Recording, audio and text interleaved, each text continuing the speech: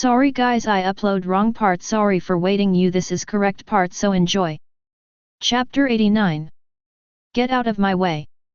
Akaza's fist hardened again, staying with this guy for one more second would make him angry. Fortunately, at this time, Kokuzuhibu stepped forward. Akaza, you are overstepping your authority.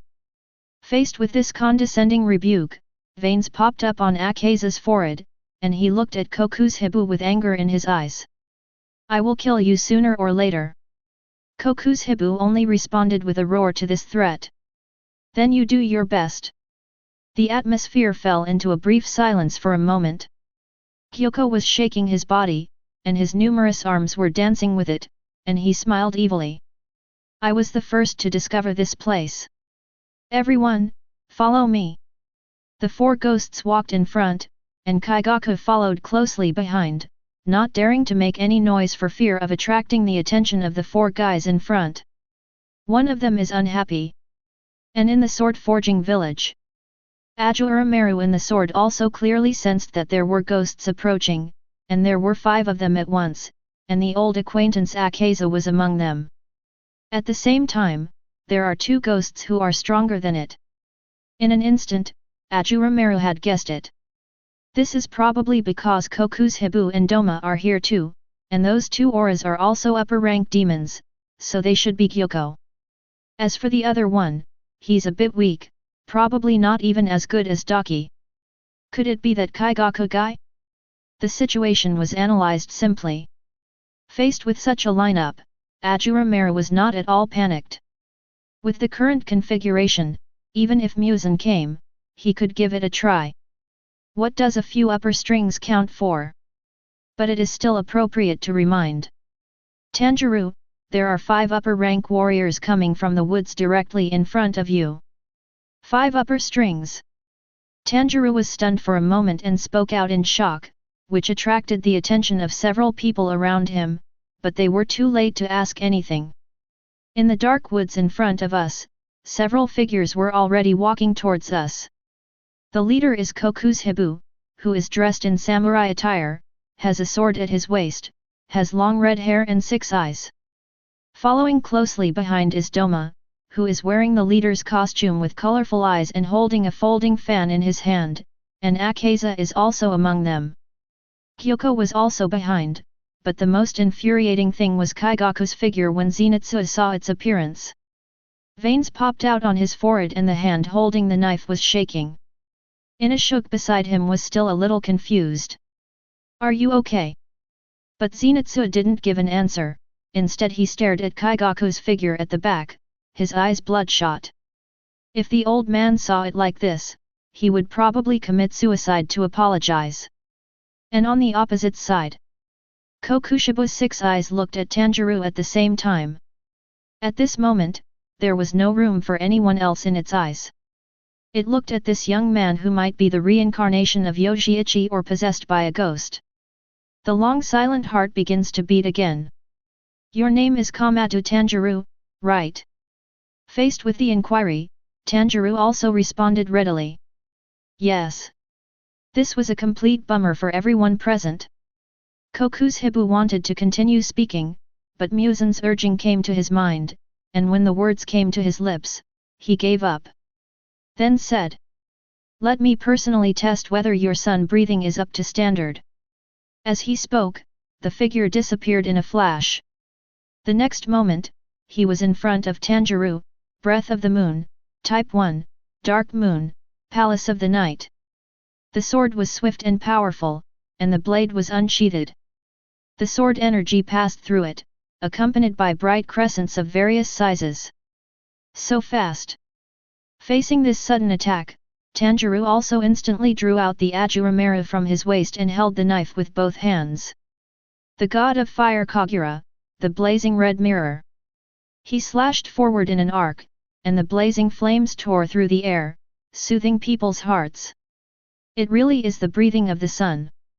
Kokuzuhibu was also completely sure of this. The blades of both sides collided. The next moment, the blade in Kokuzuhibu's hand was instantly cut into a deep gash. If it weren't for his clever use of force, the knife in his hand would have been cut off. He took a few steps back, looked at the broken blade in his hand, and couldn't help but ask, "Can you easily cut off the void-crying god in my hand?" As it spoke, the blade in its hand was slowly recovering, and it looked at Tanjirou and continued. "Although you have also mastered the breathing of the sun, your swordsmanship is far inferior to that of Yoriichi, but your physical strength is unprecedented, even surpassing that of a demon. Is this all the work of the knife in your hand?" This question was never answered by Tanjirou. Doma, who was not far away, looked at the Ashura Maru in Tanjirou's hand with its colorful eyes and asked with a smile. Is there a god living in the sword in your hand? Doesn't that mean heaven and hell also exist?" "Shut up, UBD!" Akaza interrupted with an angry shout, then looked at Tanjirou and shouted fiercely, "Let's continue the battle that we didn't finish last time." Doma beside him asked with a smile. "Are you so anxious, Lord Akaza?" Looking at the two bickering with each other, Muzan was about to explode with anger, and immediately sent a message through blood, "Don't waste time, kill this ghost hunter immediately." "Lord Muzan, when have I ever let you down? Let me kill this ghost hunter." Doma raised the folding fan in his hand, and ice crystals condensed in front of him. Blood demon art, crystallization of the goddess. As he spoke, an ice doll exactly like him condensed on the folding fan, but it was only a few dozen centimeters in size. After landing, Doma still did not stop his hands, and one puppet after another appeared in everyone's sight. Don't underestimate them because they are so small. The power of their blood magic is comparable to mine. Akaza on the side has also got ready. Destroy the killing Luo needle. The top three are ready to go, aiming directly at Tanjirou, and this time they are determined to win. Even Tanjirou felt the pressure. Even Gyoko wanted to join in the beating. But Shinazugawa Sanamai and others also followed one after another, and the strength of the three pillars should not be underestimated at this moment. Kokuzuhibu ordered without even turning his head when he saw this. "Gyoko, Kaigaku, kill these three pillars as fast as you can." "Three pillars? What kind of art are they suitable for?" Gyoko licked his teeth with both mouths, looking extremely excited. On the contrary, Kaigaku seemed a little guilty. It is not sure about dealing with the pillar. But it was at this moment. Zenitsu suddenly stood up. This time he didn't look evil, but had determination and anger on his face. He pointed a finger at Kaigaku and spoke to the three pillars in front of him. "Leave that ghost to me." Chapter 90. "Little devil, can you do this?" Shinazugawa Sanamai asked coldly. He didn't hold out any hope for this guy. But this time, Zenitsu seemed determined. "Shut up. I said, let me kill this guy." As he spoke, Chi stepped forward and stared at Kaigaku opposite him. At this time, anyone who is not a fool could see that there was definitely some unknown relationship between the two. Kaigaku also became a little excited, and walked out and sneered, "You are a useless crybaby, and now you want to challenge me." But in the face of ridicule, Zenitsu still had a trace of reason in his heart. "Why did you become a ghost? Don't you know that Grandpa will commit seppuku to atone for your sins?" As soon as the words fell, Kaigaku laughed wantonly, his face full of resentment. "So what? He deserves to die. Who told him to let a loser like you and I inherit the breathing of thunder together?" Hear this. Zenitsu already understood everything, and now he had only one idea, which was to kill it here and there. Don't let the old man know this news. He could give his life for this. The others were watching the show. Shinazugawa Sanamai also noticed the kid's resolute attitude and couldn't help but change his impression of this guy. "Since it is a personal grudge, why are you so persistent?" The three of them stopped interfering and let him vent his anger. But Gyoko was not very happy. "You fight one minion, and I fight three pillars, right? But now that things have come to this, there is nothing we can do." After a brief moment of silence, both sides took decisive action. The two sides officially started fighting. However, Gyoko was suppressed by the 3 pillars right from the start. Tanjirou was not having an easy time either. He held the knife in both hands and faced the incoming shock wave. The blade burst into flames and he immediately slashed it down. Break it completely, and then say, "Ashura Maru, help me turn into a demon." As soon as he finished speaking, he received a response from Ashura Maru in the sword. "I've been waiting for you to say this." After saying that, ghost power surged into his limbs and bones. Tanjirou's profile was once again infected by purple lines, and his eyes turned light purple, and his aura was rapidly rising. "Now try again." Tanjirou smiled, pulled out the Nichiren blades from his waist, held the 2 swords and looked at the 3 ghosts in front of him, his eyes full of fighting spirit. At this moment, he has completely surpassed the 3 ghosts on the opposite side in strength. Is this that special state? It's really strong. Koku's commented calmly, then held the knife with both hands, and the blade changed accordingly. It grew thin branches and curved blades like sickles. "Don't get too close." Breath of the Moon, 7th form, Mirror of Evil, Moon Reflection. He swung his sword forward, slashing out 5 fan-shaped shock-wave sword energies, carrying with them a large number of crescent-shaped blades. "Face this move." Tanjirou exerted force with one hand, circulated ghost power from bottom to top and thrust forward. Crescent Moon Sky Rush. The dark sword energy instantly tore through the sword energy in front of him and headed straight for Koku's Hibu behind him. On the other hand, Koku's Hibu leaped up into the air. Is it difficult to defend? Moon Breathing, Form 8, Moon Dragon Tail. Swinging the evolved blade forward, a huge sword energy swept like a dragon's tail, and a large number of crescent blades of different sizes were also attached to it. At the same time, the ice puppet created by Doma also moved forward and launched an attack. Blood Demon Art, White Princess of Cold Fierceness. All the ice puppets in various directions released their blood magic, condensing 2 giant ice lotuses in the shape of girls in front of them, opening their cherry-like mouths to spit out freezing air. Wherever the cold air passes, everything is frozen. And this cold air also contains a special toxin. Inhaling it into the lungs could cause extremely serious consequences, but under Ashura Maru's deliberate control, a layer of faint ghost energy adhered to Tanjirou's body. The cold air couldn't hurt him at all. The next moment, several pitch-black slashes attacked, and several ice puppets were instantly split in half from the middle and shattered directly. On the other side, Akaza took the opportunity to leap into the air with his fists clenched. Destruction Kill, Random Style. With the rapid swing of his fists, a large number of shock waves came towards him. But what it encountered were 3 sharp blades. A Juro cannon, 3 swords. The 3 sharp blades were like sharp arrows, ignoring its chaos and directly piercing into its body. The next moment, they turned into ghost curses and invaded its body.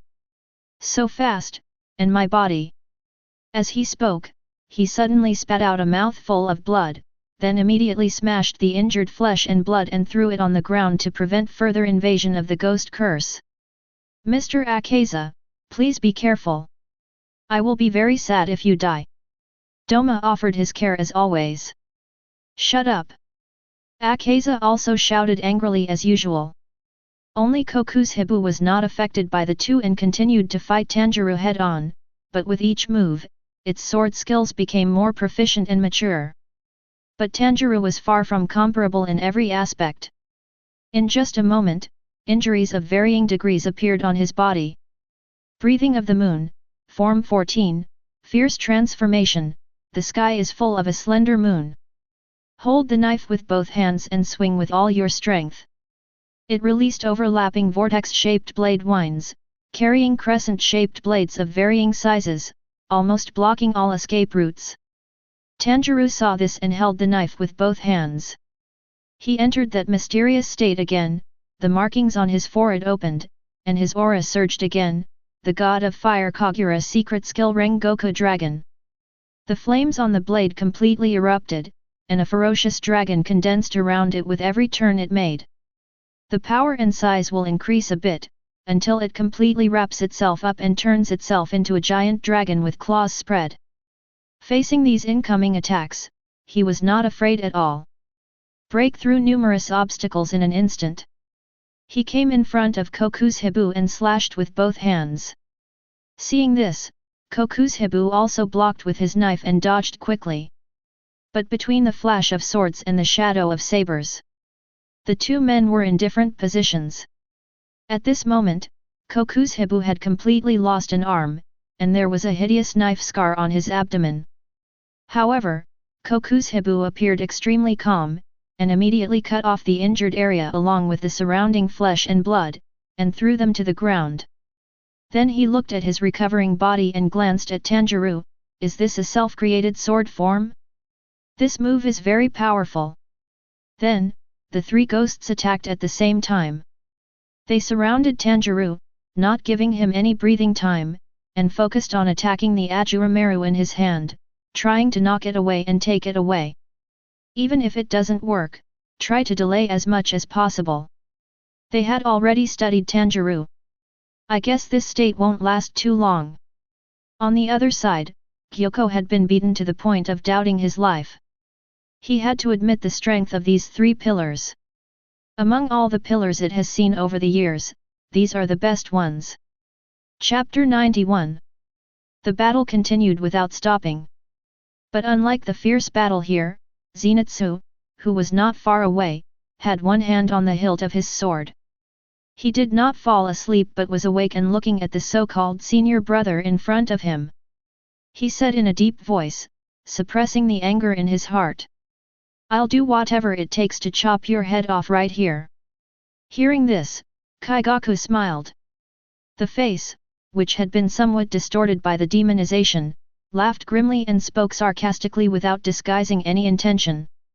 Just you? Are you afraid that the old guy will commit suicide after seeing me? Ah ha ha ha ha, I will take your head off with my own hands, and let that damn old guy commit suicide by seppuku right before your eyes. After hearing these words, Zenitsu was surprisingly not angry. Instead, the anger that had been suppressed in his heart disappeared at this moment. I felt calm inside, so calm that I just wanted to kill the guy in front of me. I still really hate you. The muscles in the arm holding the knife were tense, as were the muscles in the legs. Thunder breathing, Form 1, Thunderbolt Flash. Lightning burst out all around him and the figure rushed out in an instant. When Kaigaku saw this, his pupils constricted and he also drew out the Nichiren blades from his waist, roaring and screaming. Go to hell, you damned BD! Breathing of Thunder, Type 4, Far Thunder. In an instant, he released a large amount of black lightning with himself as the center, and swung the knife forward fiercely. The two men faced off head-on, their figures flashing by. Then Zenitsu turned around and said coldly. Too slow. Even if you become an upper rank, you are just making up the numbers. In the end, you are just a small figure. The words fell. Just as Kaigaku was about to turn his head, a large amount of blood suddenly gushed out from his neck, and it was obvious that a hideous cut had been made. However, it healed quickly at a speed visible to the naked eye. But it was angrier than ever before, perhaps because Zenitsu's words tore into its true self, and it was seen holding the knife in both hands. Breathing of Thunder, Form 2, Rice Soul. In an instant, 5 consecutive attacks of black lightning broke out. Zenitsu held the knife with both hands and blocked quickly. But there were still a few wounds on his body, and when he stepped aside and looked at Kaigaku's face that disgusted him, he recalled the past. At the same time, dazzling lightning patterns appeared near the temples of the eyes. Inashuk was a little surprised when he saw it. A pattern similar to Tanjirou's appeared. Zenitsu had come to his senses by now, murmuring, Sorry Grandpa, we have to part ways here.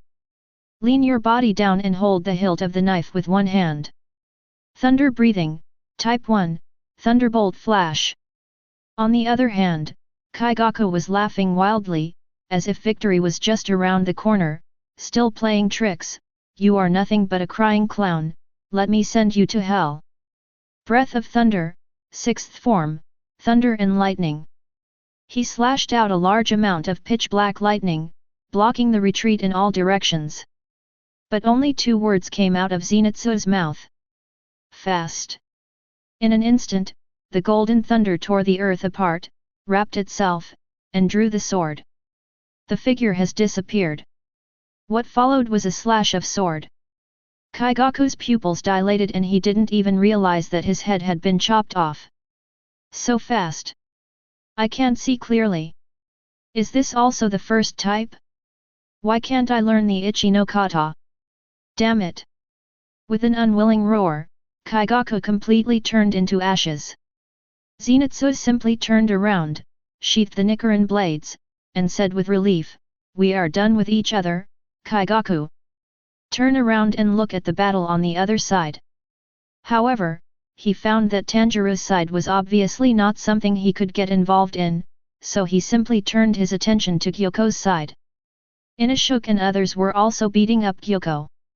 Zenitsu with the stripes activated has already reached the level of a pillar. Now Kyoko plays 4 posts by himself. Plus several A-level players. It can be said that he was beaten so badly that he ran away in panic. If he had not relied on the flexibility of the pot to maneuver, he would have been hacked to death by this group of people. Damn it, what's wrong with that guy? Why does he lose even when fighting a kid who isn't a pillar? And the little devil wasn't injured at all, but he was killed so easily. Kyoko was in a bad mood. The situation was already difficult, and now another one came.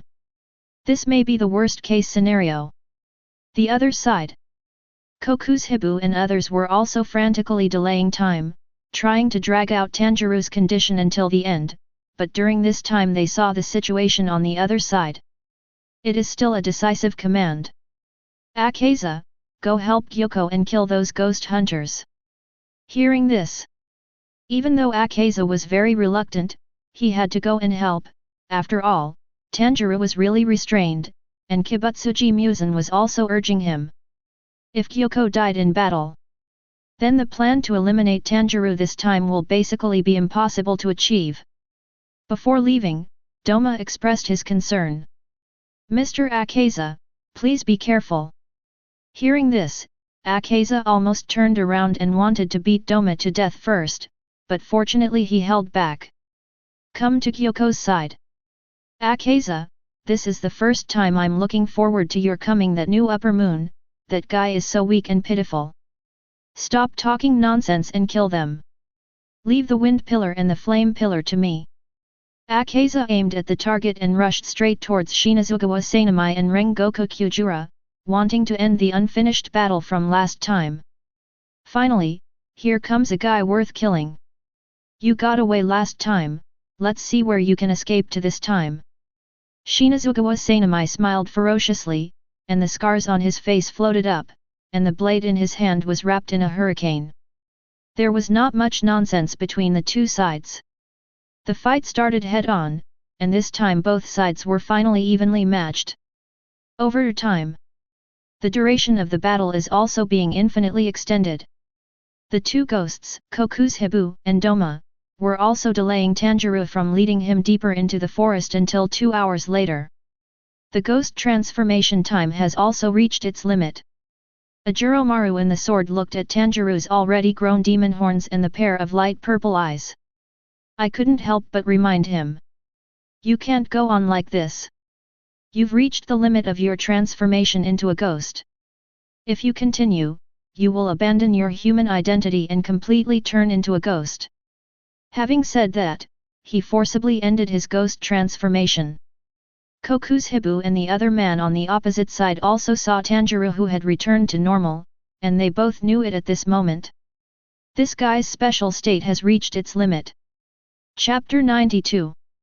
Kokushibu's 6 eyes locked onto the Ashura Maru in Tanjirou's hand at the same time, and warned him in a deep voice, "You hold him back, and I'll knock the blade out of his hand. Just leave it to me." Doma didn't waste any words and put his hands together. Blood demon art, mist ice, water lily bodhisattva. As he spoke, icy mist rose behind him. A 15-meter-tall ice bodhisattva rose from the ground, and Doma sat on the ice lotus extending from its shoulder, looking down at Tanjirou below. The cold air emanating from the body of this ice bodhisattva is enough to freeze everything around it.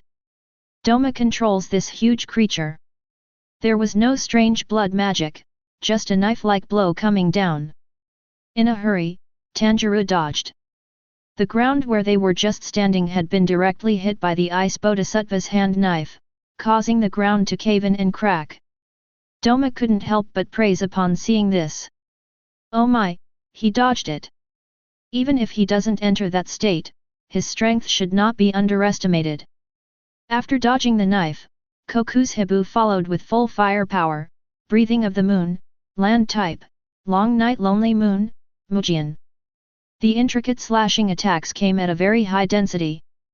The crescent-shaped blades of varying sizes are difficult to defend against and have extremely high lethality. Tanjirou saw this and his two swords burst into a torrent of water, water-breathing, land-form, twisting whirlpool. The rotating water flow converges into a whirlpool. But it still cannot be completely defended. After one move, the two separated. At this moment, Tanjirou had several small wounds on his body and had no time to breathe. Under Doma's control, the ice bodhisattva opened its mouth and spewed out a large amount of cold air, which floated towards them in an attempt to freeze the area completely. Seeing this, Tanjirou activated his ghost power. Crescent Moon Sky Rush. He slashed out several crescent-shaped black slashes in succession, dividing the cold air and making it difficult for it to spread. Both ghosts also felt the pressure. Even after exiting the ghost state, it is not easy for the two of them to win. If Master Muzan were here, perhaps the situation would be different. The fighting between the two sides became more and more intense. Neither side remembered how long the fight lasted. But at this moment, Kokushibo's body was already covered with dense knife wounds, which would be difficult to heal if he hadn't been stabbed every time. If it had cut off its flesh and blood to prevent the invasion of the ghost curse, it might have already died in Tanjirou's hands. Doma is still in good condition at the moment, but his strength has been severely depleted, and even the arm of the ice bodhisattva he created has been cut off. His whole body was covered with scars that were difficult to heal. In contrast to this, although Tanjirou was treated by Ashura Maru every time he was injured, his spirit was already somewhat dispirited, and he stood on the plain with a knife in both hands. Look straight ahead. And the wooden box behind it. It had been placed behind an inconspicuous rock a long time ago. At this moment, Nezuko ran out from it, and her body size even gradually grew while running. Until he transformed into a pretty girl, with horns growing out of his forehead and sharp teeth sticking out of his mouth, but he obviously had not lost his mind. When he looked at Tanjirou, his eyes were full of determination. Instead, Tanjirou wanted to drive him back immediately. Nezuko, just go back here and leave it to me. But Nezuko remained motionless. Instead, she stepped forward and grasped the two sharp blades in Tanjirou's hands with both hands. The blood flowed from her palms to the blades. Nezuko, what are you doing? Tanjirou's eyes were about to burst out as he was about to retract the knife. But the next moment, wherever the blood flowed, it was burned by cherry pink flames. This is Nezuko's blood demon art. Tanjirou also reacted immediately. Feeling the warmth of the flames on the blade, his gaze became more determined. Is this the demon that escaped from Lord Muzan's control? Looks like we need to kill them all. Kokushibo looked at Nezuko without any emotion in his eyes. Doma, on the other hand, was extremely interested in Nezuko. But now we still have to kill Tanjirou first. Tanjirou also turned around and gave instructions. Nezuko, get away from here immediately. Brother is fine here. As he spoke, he turned around, and the two swords that were burning with flames mixed with the flames of the fire god Kagura, and the two flames merged together. It seems that the power has also been greatly improved. It really looks hot. I wonder if the god in the sword feels hot. Doma was still able to tease him a few times when seeing this.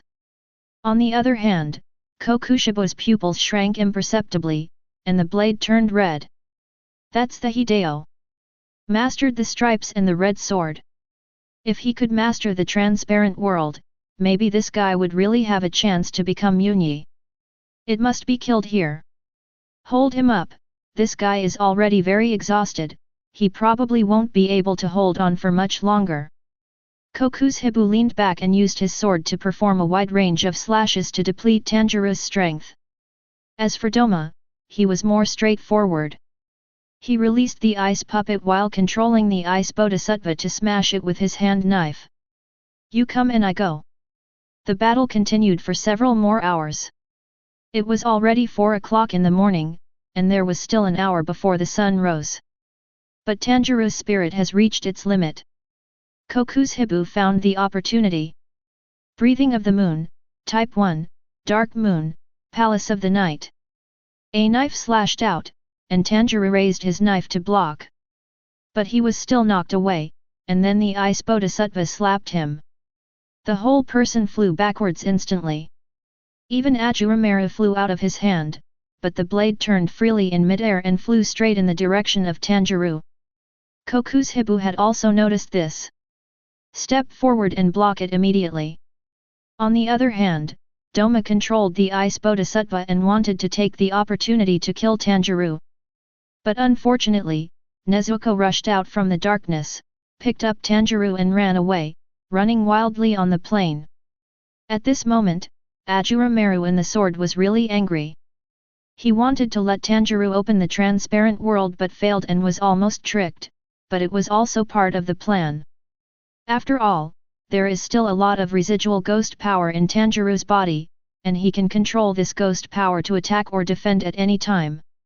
So wanting to kill Tanjirou is wishful thinking, but this does not prevent Ashura Maru from being really angry at the moment.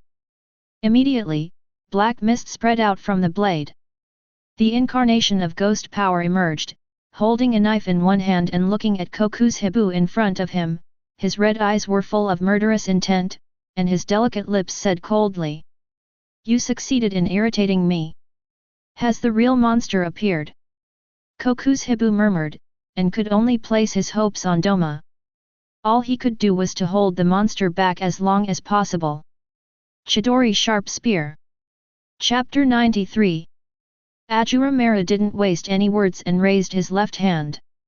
Dark blue lightning condensed in his palm, as if 1,000 birds were singing in it, and he looked at Kokushibo in front of him and swung forward violently. The next moment, a ray of light formed by thunder rushed out. Kokushibo didn't dare to be arrogant when he saw this, and he attacked with all his strength right away. Moon-breathing 16th formed Tsuki Hirogiryu. From top to bottom, facing this blow, he slashed out with all his strength several huge crescents, attached with a full moon blade. This move could be said to be the most powerful move of moon-breathing. But facing the Chidori Sharp Spear. But it was like a spider web that broke into pieces. Kokushibo dodged immediately without having time to think. But the next moment, Kokushibo felt that his left arm was broken at the root. With just one move, Kokushibo realized the gap between them. This monster was definitely not something it could compare to. Holding the knife with both hands, I felt tremendous pressure. This is the feeling I only have when facing Yuanyi. Amaru glanced at the figure of Nezuko holding Tanjirou running away into the distance on the plain below, then turned his head. Said in a cold voice, "Are you ready to die?" But Kokushibo did not give an answer. The only one who could answer was the hollow god in his hand. In the following period of time, it took Ashura Maru half an hour to severely injure both Kokushibo and Doma, and that was even when he was deliberately holding back. If we use full firepower, it won't be difficult to kill these two guys quickly. The reason I did this was just an act for Muzan to see. I wanted to tell you clearly, Muzan, that I am not strong and you still have a chance to defeat me. If his strength is too strong, and Muzan really hides in the infinite city and doesn't come out, I can't really spend 100,000 to find the system, right? Overall, everything is under control now. Just wait for the sun to come out and declare it over. But right now, there's still acting to do. Thinking of this, Ashura Maru's figure faded a lot and gradually became invisible under the gaze of Koku's and the others. What's going on? And the power of its attacks has been getting weaker since a while ago.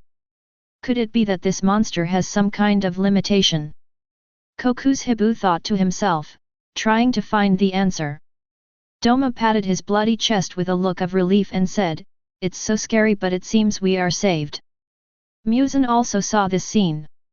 At this moment, he was extremely excited. "It seems that I won." But before he could finish his words, the blade fell into Tanjirou's hands. The next moment, the Ashura Maru in midair dissipated. Nezuko carried Tanjirou and ran all the way, and the afterimage of her 2 legs was coming. Seeing this, Koku's and Doma behind him hurriedly followed, but they were seriously injured and it was difficult for them to catch up for a while. And the worst news is that there is less than half an hour left. The sun is about to rise. That's called good news and bad news. Muzan was extremely anxious. He wished he could go after them personally, and immediately ordered Nakame to send his clone to leave a passage to the Infinite Castle, and at the same time ordered Gyoko and Akaza to go for support.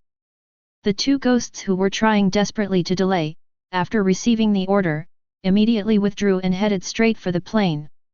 Following behind them were Shinazugawa Sanamai, who had already activated his stripes, and several others. When we passed through the jungle and came to the plain, I saw a strange scene of you chasing me and me running away.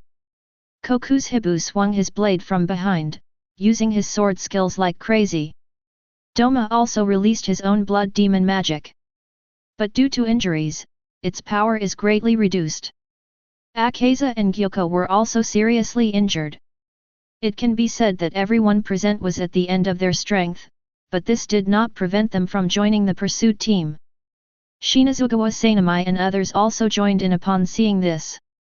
On this plain, just like that, an extremely bizarre scene occurred.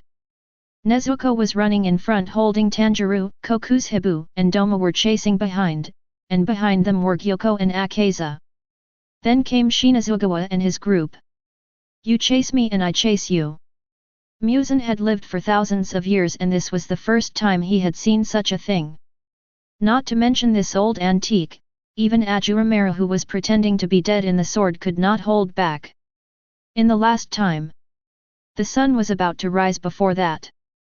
Gyoko relied on his extreme speed in the pot and finally caught up and took out a pot with water patterns. He released a stream of water whip and lashed at Nezuko who was in front of him. With one whip, one of Nezuko's legs was broken. He was about to fall down immediately. Nezuko gritted her teeth, looked at the rising sun, and threw it forward with all her strength. And Ashura Maru saw the opportunity and directly invaded the spiritual world, forcibly awakening the unconscious Tanjirou. When he opened his eyes, all he could see was Nezuko who had lost a leg, and himself who had been thrown into the air. He immediately turned over and stood on the ground, but his spirit was still weak. But the next moment, the sun is about to rise in the sky. The weak sunlight shone on the plain, and Koku's and others all burned up at this moment, along with Nezuko. The body began to burn violently. After seeing Tanjirou waking up and the rising sun, Kibutsuji Muzan in the Infinite Castle was certain that it was impossible to kill him.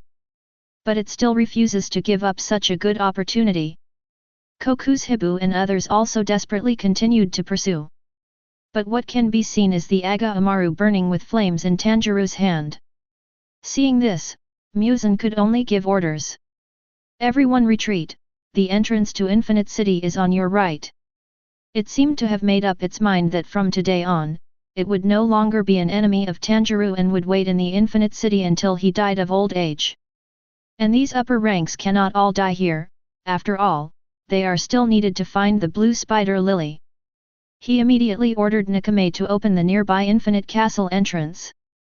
After receiving the order, Kokuzuhibu and others took one last look at where Tanjirou was, then turned around and ran towards the entrance of Infinite Castle on the other side. On the other hand, Tanjirou immediately went forward and hugged his sister to prevent her from being exposed to the sun. Ashura Maru, help me protect Nezuko. Ashura Maru, who usually comes whenever called, did not respond this time. Tanjirou could only watch these ghosts flee in front of him, and for a moment he was caught in a dilemma. It is to kill the evil spirits, or save my sister. When he was in a dilemma and about to collapse, Nezuko had already made a choice for him and kicked him away. In midair, he saw Nezuko's burning smiling face, and when it landed he was unwilling to turn his head. Even though the outcome was already determined, and even Ashura Maru was now unable to respond, hatred and anger rarely appeared in Tanjirou's eyes. Don't run away, you cowards! Thinking back, what Zenitsu had said before. Chapter 94. Tanjirou, when using thunder breathing, you need to focus most on your feet. Let's put it this way, the size of your body and the shape of each muscle. Recalling these words, it seemed that he finally realized something from it, and immediately lowered his head to look at his legs. Air must circulate in every muscle fiber and every blood vessel. This is the thought. He stepped on the ground with one foot, looked at the ghosts running in front of him, poured all his strength into his legs, and then released it all in one breath. It was like thunder tearing the air. Lean forward slightly, inject strength into your legs to compress it to the extreme, and then release it. This is the breathing of thunder. Tanjirou held the knife in one hand, and the whole person rushed out in an instant accompanied by thunder, looking like a horizontal bolt of lightning passing by. The figure was running fast, and everything in sight was passing by quickly, until it came behind the ghosts. Kyoko, who was at the back, froze in his tracks when he saw Tanjirou rushing towards him, and he quickly tried to get into the pot. This guy is truly a monster. But Tanjirou had already appeared behind him, holding up the flaming Ashura Maru in his hand. You guys, don't even think about running away. The god of fire Kagura flying wheel Kajiro. The blade, blazing with flames, slashed at Kyoko's neck, but it just laughed at the blade. The blade is a little short and cannot cut my neck. Once the knife reaches my neck, I will shed my skin, revealing my perfect body and kill you. Lord Muzan will definitely praise me then. However, the blade in its sight seemed to be some distance away from the neck, but this was actually the swaying sun flame on the tip of the blade creating the illusion that the blade was becoming shorter. This blow directly cut off its head. It didn't react until its head fell to the ground. Pupils trembled violently. How is the sight? No, I was beheaded. I was actually beheaded by this monster. No. I can't just die like this.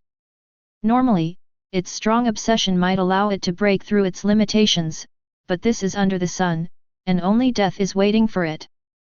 And Tanjirou never stopped for a moment. Right in front of him were the two demons, Doma and Kokuzuhibu. They were seen holding the swords with both hands, and they were now exhausted to the limit. He might faint again after this move, but before that, all he could do was to chop with all his strength. The god of fire Kagura, secret. Without any thought, Tanjirou simultaneously used the water-breathing technique and the thunder-breathing technique he had just learned. Release the 3 breaths simultaneously.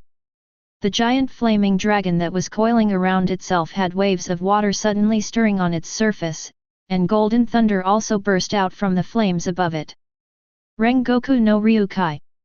His eyes were already soaked with blood, and using 3 breathing methods simultaneously was too much for his current body to bear.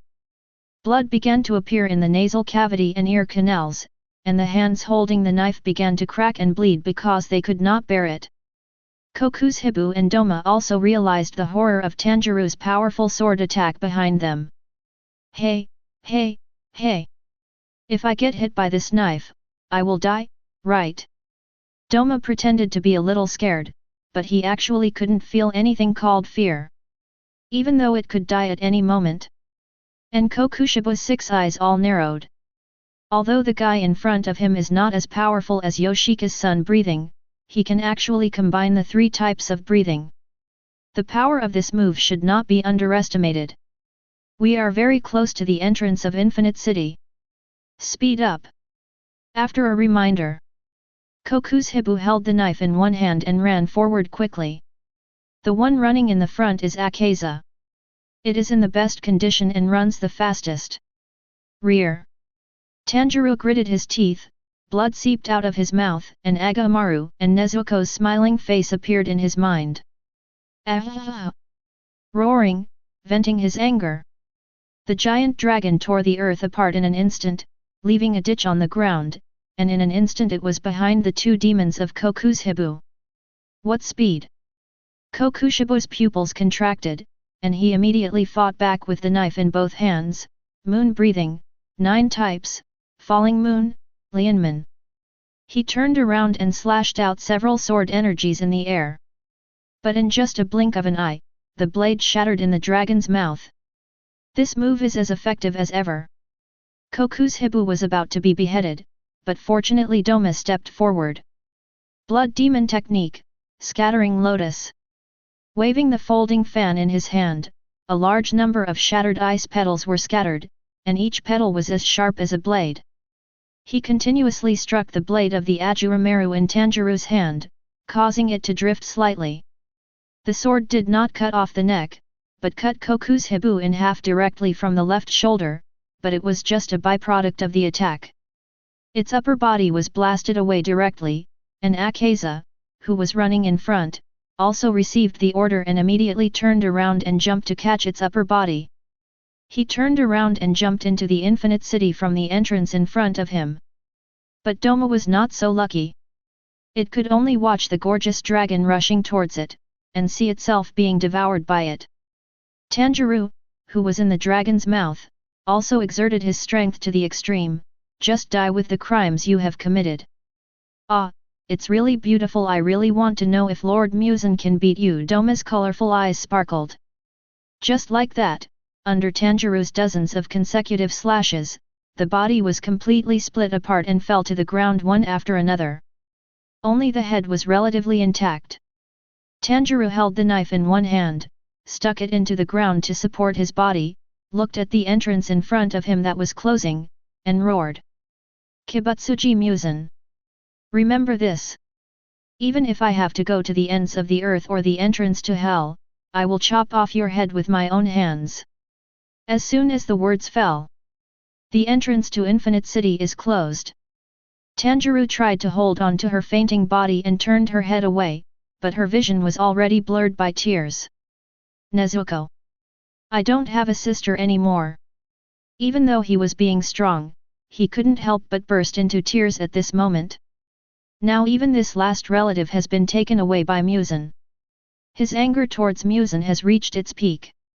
In the sword, Ashura Maru also heard the prompt sound in his mind. Ding! It is detected that the sword master Tanjirou has a huge amount of negative emotions at this moment, and 5,000 emotion points are obtained. Outside world. But just when Tanjirou was heartbroken. Chapter 95. In his sight, a figure suddenly appeared, and just stood there, looking at him quietly. Tanjirou forced himself to hold on to his last consciousness, and the corners of his lips moved slightly. Am I? Am I? At this moment, he even thought he was hallucinating, until Nezuko in front of him opened her mouth and smiled like a painting. Good morning. Until this moment, Tanjirou was finally sure that he could no longer suppress his emotions, and tears flowed from the corners of his eyes like spring water. Nezuko. I'm so glad. You didn't turn into ashes and disappear. As he said this, he wanted to go forward and touch her cheek. But his spirit had reached its limit at this moment, and he fell to the ground suddenly. He could vaguely hear something before he completely fainted. Tanjirou, are you okay? Just get up and eat something and everything will be fine. Get out of my way. Send those people to the Demon Slayer Corps headquarters quickly. Amidst the noisy sounds, Tanjirou completely closed his eyes, and his consciousness fell into silence. In the knife, Ashura Maru still let out a long sigh. I've come this far, and I can only barely open up the transparent world. With that move of 3 breaths fusion just now, the transparent world had actually been passively opened, but Tanjirou did not notice it. But it is not completely open, it can only be said to be open. But it's only half open. But this is not important. Tanjirou cannot be turned on any time and anywhere, but he can still turn it on by controlling his body. Besides, Muzan should have noticed the situation here as well. Ashura Maru, Kibutsuji Muzan, what will you do? At the same time, in the Infinite City, Kibutsuji Muzan saw the scene just now through Doma's last gaze before he died. The ghost that is out of his control. Just like that, it bathed in the sunlight and became the ultimate creature before it. Finally a ghost who can overcome the sun has appeared. Koku's Hibu, you guys did a great job. This way I don't have to look for blue spider lilies anymore, it's just taking too long, but I have to increase the number of my kind to look for them. This is the first time a ghost that can overcome the sunlight has appeared. As long as I devour that girl, I will definitely be able to overcome the sunlight. Kibutsuji Muzan has never been so excited. After thousands of years, this day has finally come. Moreover, after this battle, the weakness of that monster was also exposed, that is, the little ghost itself was not afraid of being injured. But it seemed the damage was too much for the spirit to recover. After the monster in the knife left the little ghost and revealed its true form, although it was extremely powerful, it could not exist for long. The previous battle only lasted about half an hour, and we quickly analyzed the intelligence we had just obtained. Combine your existing combat power. Muzan came to the conclusion that it was okay to take the risk and snatch it. But there is no need for that. After all, the little girl, as a ghost, has no life limit, but the monster cannot live that long. After it dies, he will have almost endless time to find and devour the girl. All it can do next is wait. And the other side. The system prompt sounds also rang in Ashura Maru's mind. Ding! Upper Moon Land detected. Kaigaku had intense negative emotions before death, gaining 6,000 emotion points. An upper 5 was detected. Kyoko had intense negative emotions before his death and gained 17,000 emotion points. The upper Moon 2 was detected. Doma had negative emotions before his death and gained 3,000 emotion points. The Ghost King Kibutsuji Muzan is detected, generating negative emotions, gaining 2,000 emotion points. The total ghost power obtained this time is 45,000, and 30% will be fed back to the Sword Master. After the continuous reminder sounds stopped, Tanjirou's physical fitness is also increasing at an indescribable speed.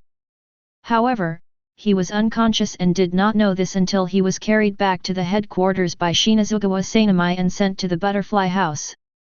Tamayo, a demon who rushed back overnight, and insect pillar Kochua Shinobu teamed up to investigate the situation, but they could only come to one conclusion. That is, Tanjirou not only did not have any injuries, but was extremely healthy. The two women were powerless to do anything about it. Instead, they have made breakthrough progress in the research of potions, and have even developed a potion that can turn ghosts back into humans. At the same time, there is a potion that makes Muzan age rapidly and prevents it from dividing. It is all thanks to Nezuko's blood that such a breakthrough was achieved so quickly. Now the entire Demon Slayer Corps is looking forward to Tanjirou's wake-up. And the other side. In the headquarters residence, Yubayashiki Kaguya stood in the corridor, looking up at the sky, worried about Tanjirou's safety, but as his eyes moved down, he looked at the people in front of him. He forced a gentle smile on his face. This time, everyone killed upper rank 5 and upper rank 2 one after another. In addition, Agatsuma Zenitsu single-handedly killed Kaigaku, who betrayed the Demon Slayer Corps and became upper rank 6, so. But the words haven't finished yet.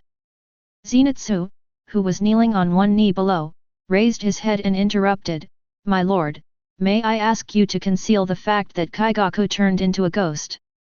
He had always been timid, but this time his eyes were extremely determined. Yubayashiki Kaguya also heard the hidden meaning. It was obvious that he was worried that his trainer would die as an apology, so he smiled gently and asked back. "Of course you can, but if you do that, your achievement of killing an upper rank all on your own will also be concealed. Can you accept that?" For this proposal, Zenitsu immediately replied excitedly. "I can accept that." At this point, Yubayashiki Kaguya gave him the answer he wanted. "Well, I will seal this achievement along with the information about Kaigaku turning into a ghost." But as soon as he finished speaking, he continued. "In addition, Agatsuma Zenitsu and Hashabira Inashuk have made great contributions this time and are eligible for promotion to the pillar. How about naming it after your breathing method? Both of them have activated their markings in this battle, and their strength has reached the standard of a pillar. On the other hand, among the original 3 pillars, only Shinazugawa Sanamai opened the markings. With the appearance of the 2 pillars and the fall of several upper ranks, the morale of the Demon Slayer Corps will surely soar. But Yubayashiki Kaguya is still concerned about Tanjirou's situation. Can I become a pillar too? The Naruto pillar?" Zenitsu pointed at himself, confused. After all, he had never thought about becoming a pillar. Inashuk beside him stood up and laughed, "Ha ha ha, I, Hashabira Inashuk, am the beast pillar." Chapter 96. Time passes. In the blink of an eye, it was already 3 days later. As the sun rose in the morning, Tanjirou finally opened his eyes slowly on the hospital bed, and what he saw was the pure white ceiling. When he turned his head slightly, he saw Nezuko lying beside him, and she seemed to be sleeping soundly. So I didn't make any noise to disturb him. Instead, he became concerned about Ashura Maru and immediately turned around to look around the room, and then found it on the left side of the bed. When my hand touched the hilt of the knife, I called out in my heart. "Ashura Maru, are you there?" Thinking back to when his previous calls had received no response, he was now deeply afraid that he would not receive any response this time either. Fortunately, Ashura Maru gave an answer this time. He only heard the unpleasant voice in his mind, "You guy, do you know how much energy I have consumed this time? Even I fell into a deep sleep passively. I just made up an excuse for myself." Hearing this, Tanjirou did not doubt it, but immediately apologized, "I'm sorry, Ashura Maru, how do you feel now?" Faced with the concern, Ashura Maru felt a little guilty and could only say a few perfunctory words. "The power loss is quite large. I have only been asleep for 2 days. However, if the power loss is unacceptable to me, I don't know how long I will sleep." The words haven't finished yet. What greeted him was Tanjirou's firm assurance, "I'm sorry, I won't let this happen again in the future." "It doesn't matter. You are the sword master." Ashura Maru pouted and replied, then said no more. But only for a moment. Inashuk rushed in carelessly, and when he saw Tanjirou woke up, he came forward shouting. "Tanjirou, I am also a pillar now. A beast pillar. Am I powerful?" Looking at his former partner, Tanjirou smiled brightly and said, "Very impressive, Inashuk." While talking, Zenitsu followed him to the ward, pushed Inashuk aside and asked with concern, "Tanjirou, how are you feeling now?" "I am fine." After giving a simple reply, Tanjirou sat up from the bed and looked at the 2 people beside the bed, feeling happy from the bottom of his heart. But soon, others also came upon hearing the news. Among them was Kocho Shinobu, who came to Tanjirou's side, and his fake smile seemed to have turned into a real smile. "Thank you, Tanjirou." She had heard it from other people, and combined with what her sister said before she died, she was sure that Doma was the ghost who killed her sister. Now that he was killed by Tanjirou, it could be said that it was revenge for her. The only pity was that she couldn't kill him with her own hands. Tanjirou was still a little confused, and quickly asked, Ms. Shinobu, did I do something wrong? Don't worry about it. Kocho Shinobu didn't want to say this, but instead smiled and told another story. I came here to tell you that it's all thanks to the upper-rank demons you killed and your sister's blood. Now Tamayo and I have developed a potion that can turn ghosts back into humans. It has been tested and it works. This news made Tanjirou, who was lying on the hospital bed, excited. Really? He turned to look at his sister who was sleeping beside him. That's great, Nezuko, you can finally turn back into a human. The Ashura Maru in the sword also showed an expression of success. Now that the experiment has been carried out, it is Muzan's turn to be anxious. And this is indeed the case. Now Muzan is getting extremely anxious, and he is frantically assimilating the evil spirits to gather their fighting power and giving them large amounts of blood. Even the survivors Koku's Hibu and Akaza not only recovered from their injuries, but their strength even improved. And now, there are thousands of evil spirits in Infinite City. Although their strength is not very good, it is enough to show how hard Muzan has worked in the past 3 days. It immediately questioned Nakame behind it. Have you found the location of the Demon Slayer Corps headquarters? When he spoke, he did not hide his murderous intent. If the girl turns back into a human, will she still retain the physique that can overcome the sunlight? All of this is unknown. The change was so great that it caught it off guard, even though it had originally planned to outlast Tanjirou. But Nakame just replied in a balanced manner. There are already some clues, Lord Muzan. Hearing this answer, veins popped up on Muzan's forehead, and he was clearly ready to kill. You know that's not what I want to hear. What can Nakame do? As soon as the boss opens his mouth, it has to run its legs off. Butterfly House. Tanjirou got off the bed and was talking to several people present when suddenly Ashura Maru and the sword reminded him. Tanjirou, I have a suggestion for you. Hearing this, Tanjirou stopped talking and chose to listen attentively. Then I heard it. Since your sister has already overcome the sun, Kibutsuji Muzan will definitely want to devour your sister to also achieve the physique that overcomes the sun. So I want to lure it out. Otherwise, it will be difficult for us to find Kibutsuji Muzan. Having said that. But when he heard that his sister was going to be used as bait, Tanjirou remained silent. Fortunately, Ashura Maru continued. Don't worry, Muzan can't detect Nezuko at all, just move your sister to another place and leak the location of the headquarters. Let's fight it here. One thing leads to another, and Muzan has figured it out clearly. This is an open conspiracy. If you come, I will ask Tanjirou to kill you. If you don't come, don't even think about becoming the ultimate creature. Tanjirou finally chose to accept Ashura Maru's proposal, but he still responded carefully. But I still want to ask the Lord's opinion first. Whatever. Ashura Maru replied calmly. He was not panicked at all. After all, Yabayashiki Kaguya wanted to kill Kibutsuji Muzan more than he did. He would never let go of such a golden opportunity. Demon Slayer Corps, Kibutsuji Muzan. Combining the original work and analyzing the character, all of this is expected. When Tanjirou arrived at Yabayashiki Kaguya's residence and repeated these ideas, he immediately received a positive response.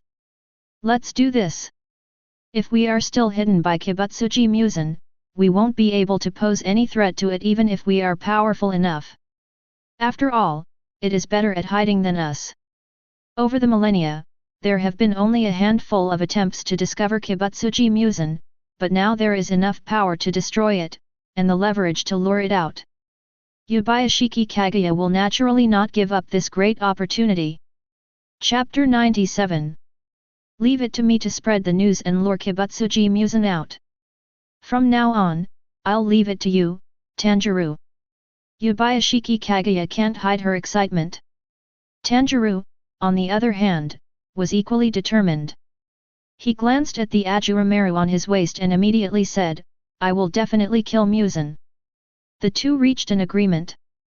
Yubayashiki Kaguya also immediately began to prepare, sending members of the Demon Slayer Corps to inadvertently leave traces to lead the exposure of the headquarters location. In addition, most of the elderly, the weak, women and children were moved out, and those who stayed were swordsmen who were ready to die. Besides, he also called back the former pillars. Among them are the former water pillar, Urokadakase Kanji, the former flame pillar, and the former sound pillar. The three of them are responsible for escorting and protecting Nezuko's safety. But before leaving, in one of the bright rooms, Tanjirou looked at Nezuko lying on the hospital bed. At this moment, she had her eyes closed, her body was trembling slightly, and she was sweating profusely. This also worries Tanjirou. Fortunately, Kocho Shinobu, who was in charge of injecting the medicine, smiled cheerfully and said, "This is normal, don't worry, Tanjirou. But Nezuko will be transferred away from here soon, so I wish you good luck in martial arts in advance." "I will." Tanjirou took one last look at Nezuko lying on the hospital bed, as she was carried onto a stretcher by the hidden members, and opened the door to leave. And it was at this moment Urokadakase Kanji also walked in from outside. When he looked at Tanjirou again after a long absence, a hint of pride was revealed in his cloudy eyes behind the mask. "Tanjirou, I know everything you have done. You are my best disciple. Mr. Urokadaki." Seeing this respected old man again, Tanjirou couldn't help but walk forward with gratitude in his eyes. But Urokadakase Kanji took one step ahead and took off the mask on his face, revealing his face full of vicissitudes and scars.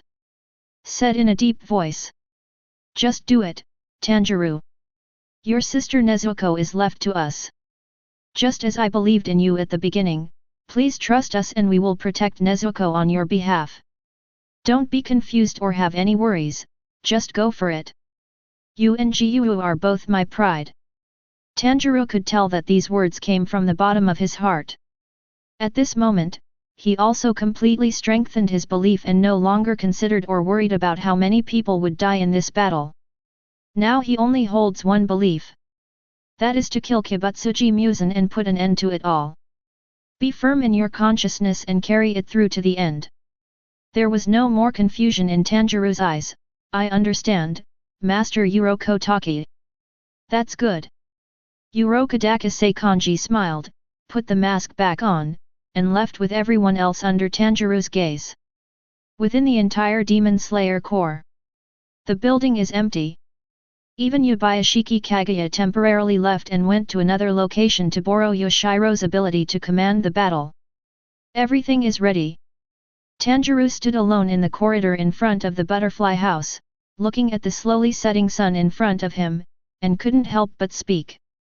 "Ashura Maru, I'm counting on you this time too. Don't be sad, those demons are starting to move." Ashura Maru and the sword could clearly sense that the breath of demons appeared outside the Demon Slayer Corps. The strength is very strange, it should be Nakame who activated the blood ghost art. And that is exactly what happened. Outside the Demon Slayer Corps, a large number of eyes with limbs appeared and ran wildly on the ground, then scattered and fell into the ground. Connect to the Infinite City and establish a channel. In the Infinite Castle, Muzan stood on a high place and looked down at the dense army of evil spirits below. He waved his hand and said, "Go and destroy the Demon Slayer Corps and the Yubayashiki clan." Among these evil spirits, the upper and lower ranks appeared again, but their strength was far from comparable to that of the previous 12 Kizuki. Kokuzuhibu and Akaza simply disdained these evil spirits. Following Muzan's order, the numerous evil spirits present rushed out of the passage like hungry wolves, and came to the plain outside, following the instructions. Go straight to the Demon Slayer Corps headquarters. But just after they entered the jungle, deafening roars were heard one after another. Suddenly, flames shot up into the sky. The gunpowder that had been buried in advance exploded, engulfing a large number of evil spirits. Then, a large number of Demon Slayer Corps swordsmen emerged from the jungle and rushed forward under the leadership of the pillars. Shinazugawa Sanami held the knife in one hand, with the hurricane lingering on the blade, and stared at these ugly evil spirits with fierce eyes. How could they have brought out so many evil spirits at once? I will kill as many of these weak guys as come. Breathing of wind, first form, dust whirlwind, slashing. He turned himself into a tornado and rushed forward, cutting all the evil spirits along the way into pieces, with blood, flesh, and limbs flying everywhere. Oh, so bloody! But Mr. Shima's ferocious look is also so handsome. Kanroji Mitsurai, who was not far away, was still showing a crazy look. Seeing this, Iguro Obanai also worked hard to kill the evil spirits. Not long. Most of these evil spirits were killed or injured. The gap in combat power between the two sides is too great, and these evil ghosts have no ability to fight back at all. Finally, the evil ghosts jumped out from the jungle on the right. A huge evil ghost that looked like a toad was staring at the pillars who were killing people in all directions on the battlefield with its small eyes. And in its eyes, there were numbers. The upper 5. It seemed to be selecting a target. It immediately stuck out its tongue and wrapped it around the waist of a Class A team member, pulling him back. He opened his bloody mouth wide, ready to enjoy this delicious bite. Haha, eating you will make me stronger. It was at this critical moment. Not far away. A flash of lightning appeared. Zenitsu stepped on the ground with both feet, lightning surrounding him. The ground beneath his feet cracked, and the figure with the sword drawn disappeared in an instant. Thunder breathing, 7th form, Fire Thunder God. Holding the knife in one hand, the thunder around him condenses into a giant dragon, flying along the blade. The toad ghost didn't even see what was happening before his tongue and neck were cut off. After doing all this, Zenitsu didn't even pay special attention to the ghost. He turned around, sheathed his sword, and looked in other directions. Breathing of thunder, Form 1, Thunderbolt flashed 12 consecutive times. With one breath, all the heads of the evil spirits were thrown away. Behind him is Inashuk holding 2 swords. Pig charge, pig charge. Breath of the beast, fang of the beast, shattering slash. Everyone pushed forward all the way. Most of these ghosts were frightened by the killing and fled in the direction they came from, hating themselves for having 2 extra legs. Chapter 98. They rushed towards the entrance of Infinite City one after another and escaped into it one after another. Zenitsu and others who followed closely behind looked at the entrance to the Infinite Castle below, which had not yet been closed, and their expressions looked a little ugly. Should we chase him? Maybe Muzan is right down there. Zenitsu held the knife in one hand, ready to strike. The other pillars also arrived here one after another, looking at the entrance to the Infinite City below, which had not been closed until this moment. It was obvious that he was deliberately luring them in. But just when everyone was hesitating, several crows flew in from the dark night and brought a large amount of talisman paper. Paste the talisman paper, paste the talisman paper, enter the Infinite City, enter the Infinite City. Hearing the sound of the crow, everyone stopped hesitating. He picked up the talisman paper and stuck it on his forehead. Then he saw Yoshiro rushing towards them not far away. Fortunately, everyone present knew him, so no one tried to stop him. When they got closer, Yoshiro said coldly, "Everyone go into the Infinite City, and leave the outside to Tanjirou." As he said that, he jumped into the Infinite City from the entrance first. This time, everyone who received the order did not hesitate and followed closely into the Infinite City. With the entry of the Demon Slayer Corps, Nakame also began to take official action, separating the Demon Slayer Corps and arranging evil spirits to delay time as much as possible. Lord Muzan, the Demon Slayer Corps have all entered the Infinite City, and the passage connecting to the Demon Slayer Corps headquarters has been completed. Very good. Kibutsuji Muzan turned his head to look at Kokuzuhibu and Akaza, who were already ready to go behind him, then turned around. "Nakame, teleport us there now." As soon as the words fell. "As you command, Master Muzan." The moment Nakame played the pipa and the sound of the pipa rang out, the infinite castle began to flip and Muzan and the other two were teleported to the corresponding exits. It was sent directly to the outskirts of the Demon Slayer Corps headquarters. When Muzan and the others arrived at the outskirts, they looked at the dark night sky and calmly ordered, "Kill all the living people here and find the location of that girl." "As you command, Master Muzan." The two demon figures, Kokuzuhibu and Akaza, flashed and swaggered into the Demon Slayer Corps headquarters in different directions and began searching. Muzan also entered the Demon Slayer Corps alone. The three ghosts searched separately for a while.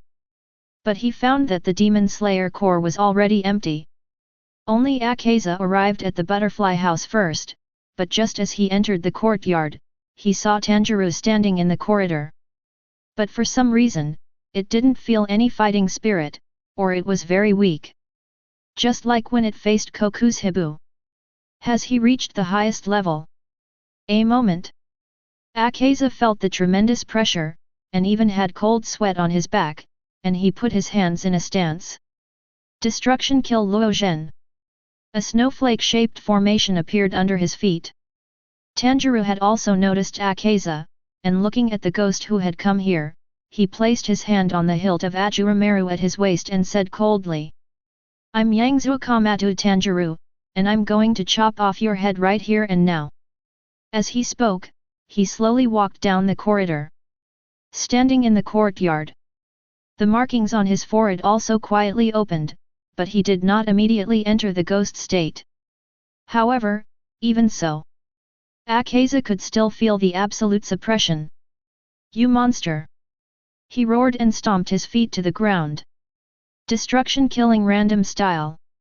He punched with both hands quickly, producing a large number of dense shock waves. But it was useless in front of Tanjirou. He just pulled out the Ashura Maru from his waist with one hand, and the blade burst into blazing flames. He slashed several times in front of him quickly. The powerful chaotic style was resolved so easily. Akaza's pupils suddenly contracted when he saw this. The speed and accuracy of the knife were simply unprecedented. There was no more hesitation. Destruction killing annihilation style. Gather strength in both fists and lean forward. The whole person rushed straight forward with unparalleled strength. Facing this move, Tanjirou simply raised the Ashura Maru in his hand calmly, Fire God Kagura, Round Dance, Blazing Sun. As soon as he made a move, the two sword shapes were connected. This was realized after he completely comprehended Kagura, the god of fire.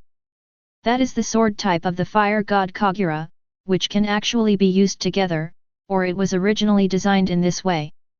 The moment when the blade and fists collided, one of Akaza's arms was instantly split in half, and even that half of the arm was cut off. Without time to think, he immediately raised his left leg and slammed it upwards, Destruction Kill Foot style Flying Star Thousand Wheels. This kick carried a powerful impact. The kick landed on the blade, forcing Tanjirou into the air. Even though the foot had been cut by the reaction force, it still kicked out quickly. Foot style, Flowing Lights. It was like a large-scale chaotic impact that broke out in an instant. Faced with this move, Tanjirou faced it calmly. He held the knife in both hands, took a deep breath, and flames burst out of his mouth. The god of fire Kagura, Train, Burning Bones and Suns. The power of a sword. Akaza's leg broke instantly, just as the blade was about to cut off its neck. Kokuzuhibu finally arrived here. Breathing of the Moon, 7th form, Evil Mirror, Moon Reflection. The sword in his hand suddenly grew longer, producing a crescent-shaped blade, and he stepped forward and slashed fiercely. The sword energy split into 5 strands, cutting in a fan shape. A moment. This move temporarily repelled Tanjirou, but Akaza, who was also in the range of this move, had his body cut into several pieces. But fortunately, he recovered the next moment. If Kokuzuhibu had come a little later, it might have died now. This guy is much stronger than the last time I saw him. But there is a question lingering in its mind, that is, why this guy did not enter those special states. Apart from that, why didn't he use the power of the monster in the knife? If I use the power of that monster, even if Koku's tries to stop me, I will surely die. Kibutsuji Muzan, who was hiding in the dark, also read this thought and recalled the previous battle when the blade collapsed. Could it be that the monster in the sword has now exhausted its power? Although there is such a possibility, and it is not low. But it has no intention of taking action, and chooses to just wait and see. Wait until you are absolutely sure. It's never too late to take action. And its goal this time is to devour that girl. Now, in the entire Demon Slayer Corps, only the mansion behind this guy has not been searched. It must be here. But if not, then we can only try to kill this monster. Chapter 99. Muzan secretly hid himself in the darkness, watching everything in front of him with indifference. And in the courtyard, both ghosts also received orders from Muzan. Among them, Koku's took the lead. Breathing of the moon, Form 9, Falling Moon, Lian Mian. In an instant, he held the knife in both hands and slashed in front of his body, cutting out a large amount of sword energy and weaving it together. The god of fire Kagura, blue sky red mirror of the blazing sun. Tanjirou also drew his sword and counterattacked, and the connected sword shapes instantly broke the oncoming slash. But in mid-air, Akaza had been waiting for a long time, and he was seen making movements to gather strength. Destroy and kill the ghost core and the 8 cores. A punch was thrown, creating several shock waves, but those were dozens of times larger than the ones in the random style. Tanjirou could only raise the Ashura Maru in his hand to resist. I just took this move. Akaza dropped from the sky and punched the ground. Destruction kill smash style 10,000 leaves flash willow. The ground cracked instantly, and a blade-like shock wave spread out in all directions with the center as the center. At the same time, Koku's has also found his moment. Breathing of the moon, Form 8, Moon Dragon Wheel Tail. He clenched his hands tightly and slashed forward with an extremely large horizontal sword energy.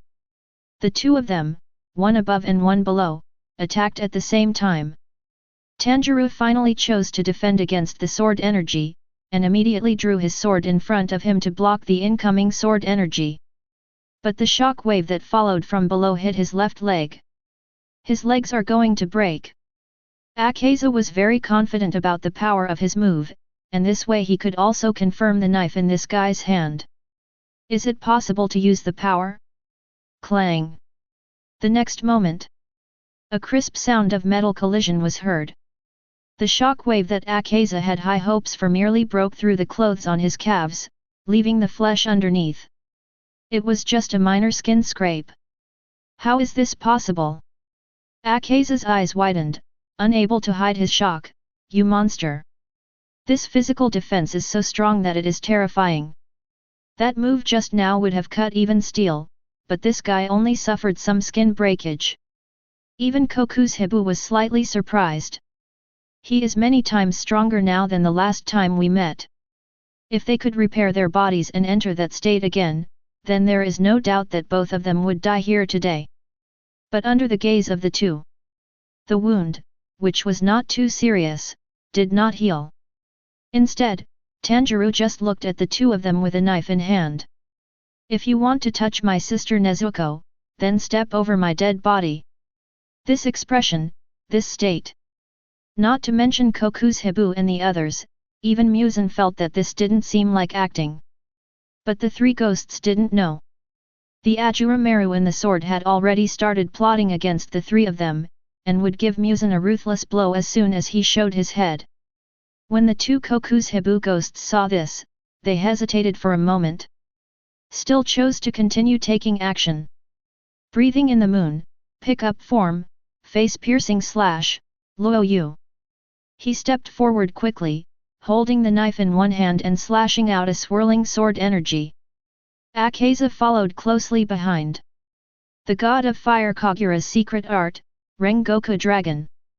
Tanjirou held the sword with both hands, and the power was so great that he even activated the red sword. He also rushed forward until he was swallowed by the flaming dragon.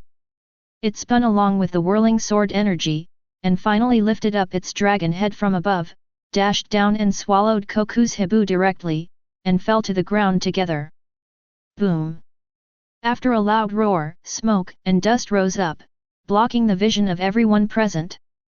But soon, a figure jumped out, and upon closer inspection it was Koku's Hibu. But at this moment, half of its body had been cut off, and it looked extremely miserable. But just as it was about to cut off the severed part, it discovered that the flesh did not seem to have the original effect of inhibiting self-healing.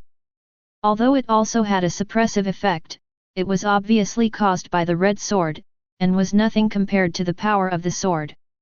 Could it be that the monster in the knife has really run out of strength? This scene.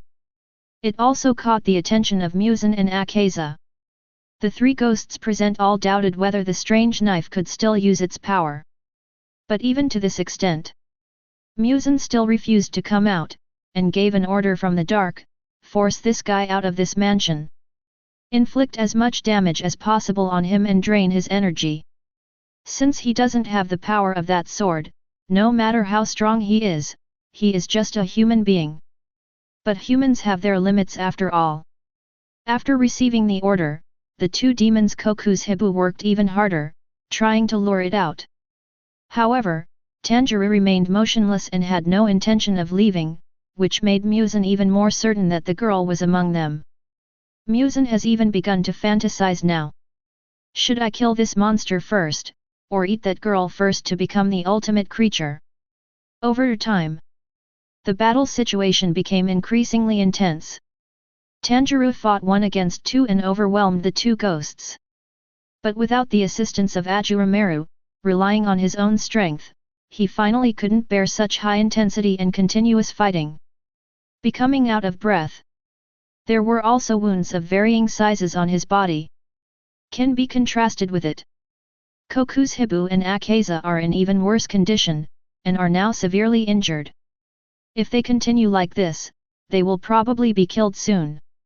And Kibutsuji Muzan also took the opportunity to enter the Butterfly House mansion and searched everywhere, not to mention the people. Not even a single hair of Nezuko was found.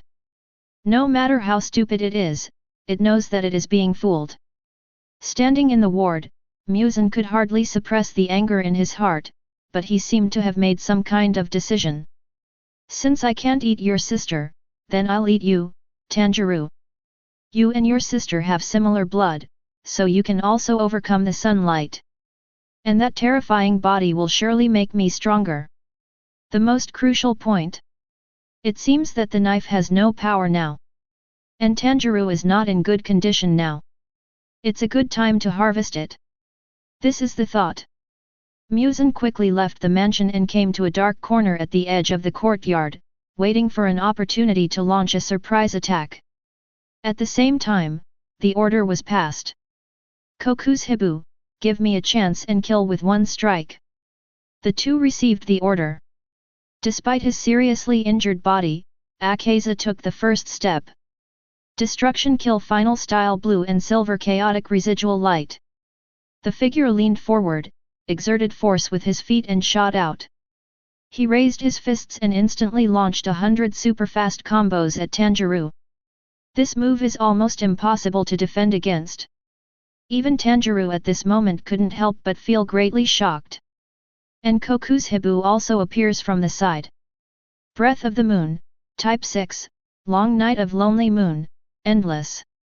In an instant, chaotic sword energy was slashed out, which could cause almost incalculable damage at this moment. Fortunately, even in this situation, Tanjirou pulled out another Nichiren blades from his waist and still had the strength to parry. But Muzan, who was hiding in the dark, also moved at this time. Chapter 100. The time is now.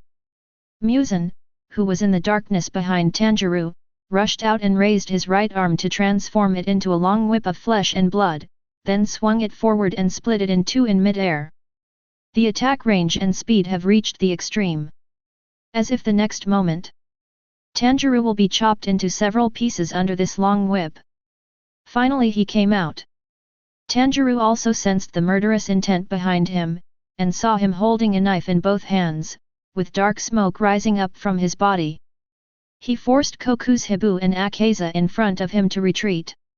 Even the long whip that Muzan was attacking from behind was blocked by the black fog. What? This guy did it on purpose. Muzan's expression suddenly changed, and he obviously understood what had happened. But that's it. It was still hesitating whether to kill the monster here. Based on so many confrontations, the limit of this guy has been basically determined. With Kokuzuhibu and Akaza holding them back, they are almost certain to win. But if you are 99% sure of winning, what's the difference between that and committing suicide? Just as it was thinking. Suddenly, it felt as if its whip was pricked by a needle, and it immediately retracted it. And I can feel that there is a special substance destroying my cells. It seems like he wants to turn himself back into a human. Could it be the kind of potion that can turn ghosts back into humans? A little panicked, but fortunately it can still decompose the antidote. When he came to his senses, just when the dark smoke dissipated, Tanjirou once again appeared in the sight of the three ghosts, and at the same time, his injuries were completely healed. And, he just spoke in a deep voice. Ashura Maru, please. Just leave it to me. I've been waiting for this day for a long time. Ashura Maru responded immediately. Then, he controlled the ghost power in his body. It rushed madly into Tanjirou's limbs and bones, activating all the power he could use. Red sword, stripes, transparent world, ghost transformation, one sword Shura. This is the first time we have gone full throttle. Tanjirou's momentum continued to rise, and just standing there made the three ghosts present feel unspeakable fear. Tanjirou held the knife in both hands, turned around and looked at Kibutsuji Muzan who was standing in front of him again, and said coldly. Why are you plundering? Why are you trampling on life? Why don't you understand that the life that has passed away is destined to never come back? I will never forgive your brutal behavior. Kibutsuji Muzan, I will kill you right here. This kind of momentum and pressure. Kibutsuji Muzan even had hallucinations, as if that existence appeared before him again and questioned him. What's interesting about it? What do you think of life? Fear took over his heart, and Kibutsuji Muzan no longer had any intention of continuing to fight. The feeling that Tanjirou felt at this moment was almost the same as that given to him by Yoriichi Tsugakuni. Run! That's right! You must run! If you stay, you will die. This damn undead! Warnings kept coming to my mind. Kibutsuji Muzan didn't have time to think, he immediately turned around and fled out of the butterfly house, while ordering, you two hold him. Another product with a similar feel is Kokuzuhibu. He seemed to see once again the figure deep in his memory that had not changed for hundreds of years. Could it really be your reincarnation, Yuichi? And Tanjirou's eyes seemed to be able to see everything clearly, and see through the inner world of the three ghosts. And the more crucial point is that one can feel that the god of fire Kagura exists to kill Muzan. Using the 12 sword types of sun breathing in turn will form a cycle. Perhaps this is the 13th type. But this peace did not last long, as Akaza took the first step. Clench your fists. Destruction kill final style blue and silver chaotic residual light. The figure leaned forward, exerted force with his feet and shot out. He raised his fists, wanting to unleash another super fast combo. But this time, Tanjirou just took a look, and the sharp blade in his hand burst into a hot and brilliant flame, and his eyes were in contrast. But it burst into dazzling lightning. The god of fire Kagura, round dance flash. As soon as the words fell, the figure disappeared instantly. Akaza couldn't even feel anything as his head was chopped off by a single blow. He didn't even realize he had been beheaded until it fell to the ground. This, how is it possible? His pupils contracted and there was disbelief on his face.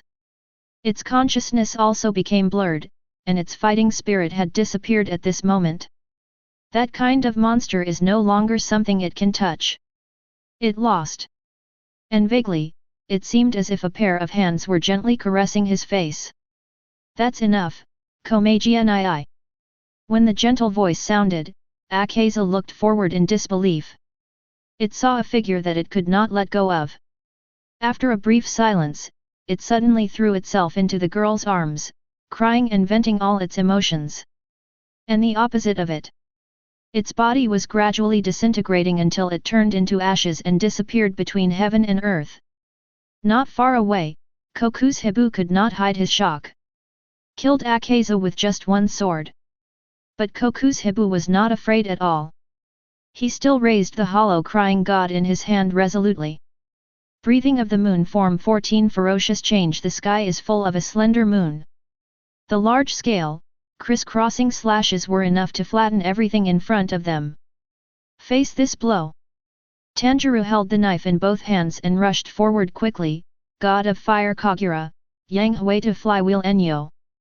The blade burning with flames became shorter and was surrounded by rounds of flaming wheels. Easily smash all the attacks in front of him. Then change your posture.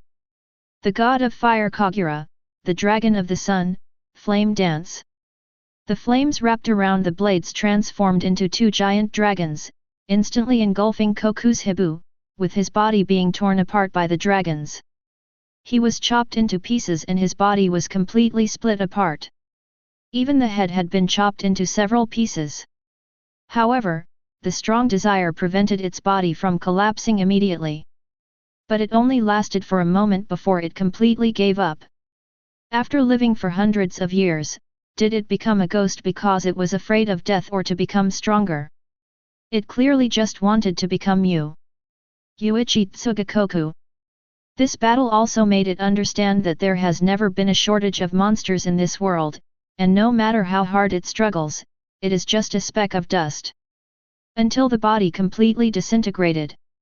All that was left, apart from the samurai uniform, was the bamboo flute that was broken into two pieces and was wrapped inside. Tanjirou took a last look at the place where the two ghosts died. There was sadness in his eyes, but more of it was determination. Ashura Maru, where did Muzan escape to? Chapter 101. I will lead the way for you, stand on me. Ashura Maru said without further ado and immediately escaped from Tanjirou's hand. Using the skill of changing size on the spot, the original size of the blade instantly expanded more than 10 times and hovered in front of him. Tanjirou also did not hesitate at all when seeing this. He just leaped up and stood directly on the blade. I'm counting on you, Ashura Maru. Stand still, don't fall. After Ashura Maru finished speaking, he controlled the ghost power to restrain his legs and fixed them firmly on the blade. Then the blade soared into the sky with the blessing of the ghost power.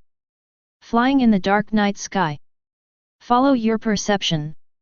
Not long. Just outside the Demon Slayer core, they found Kibutsuji Muzan who had escaped earlier, and saw him running towards the entrance of the Infinite Castle from where he came. Damn it! Koku's Hibu and Akaza were both killed by that monster, and they only bought me some time. What useless bastards!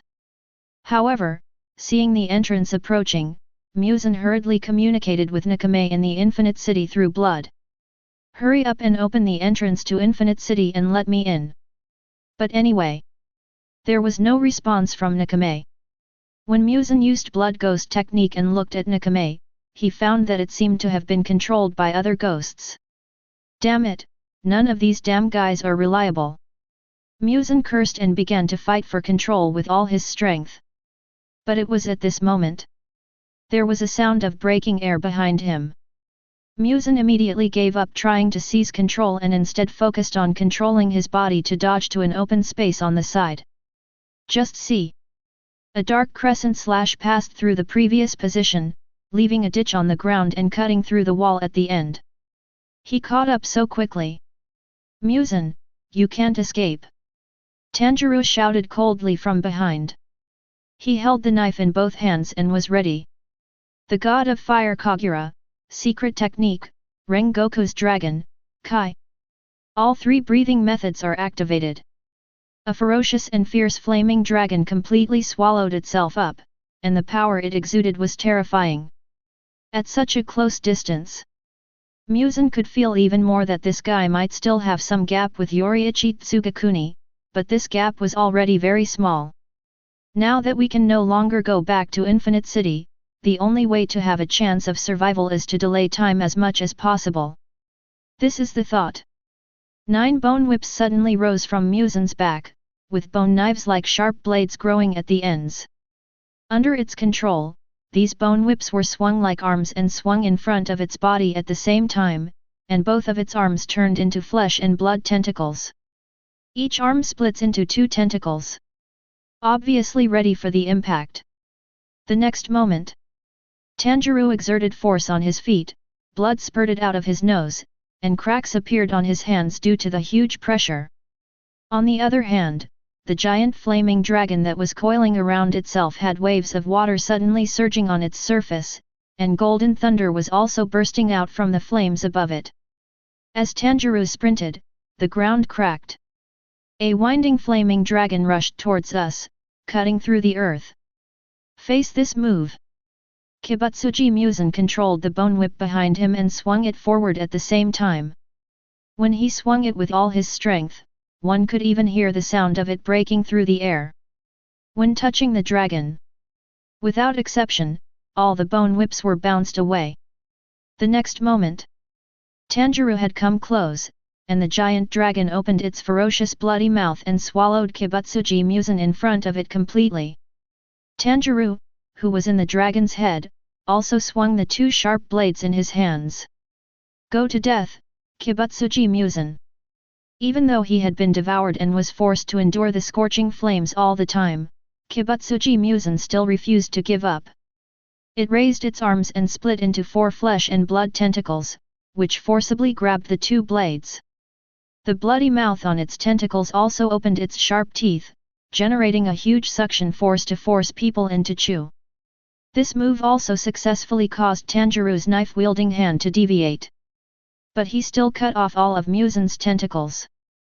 But just when he was preparing to kill it completely in one go, Muzan, however, had already used the bone whip on his back to stab into the ground and forcibly pulled himself out of the dragon's mouth. Now it looks like its flesh and blood has been torn apart, but the flesh is gradually healing itself. As soon as it escaped from the dragon's mouth, Muzan turned around and chose to continue running away. This time it ran directly into the dark mountains. Tanjirou immediately followed with a knife. The 2 of them chased each other. Kibutsuji Muzan, who was fleeing in front, glanced at Tanjirou who was chasing him relentlessly, and couldn't help but question in a cold voice. Why are you guys staring at me? You always speak for revenge for your dead parents, brothers, and sisters. Now that you've luckily saved your life, isn't that enough?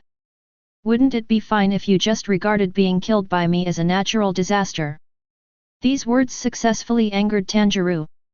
It's like saying, can't you just treat the family members I killed as if they were blown away by the wind?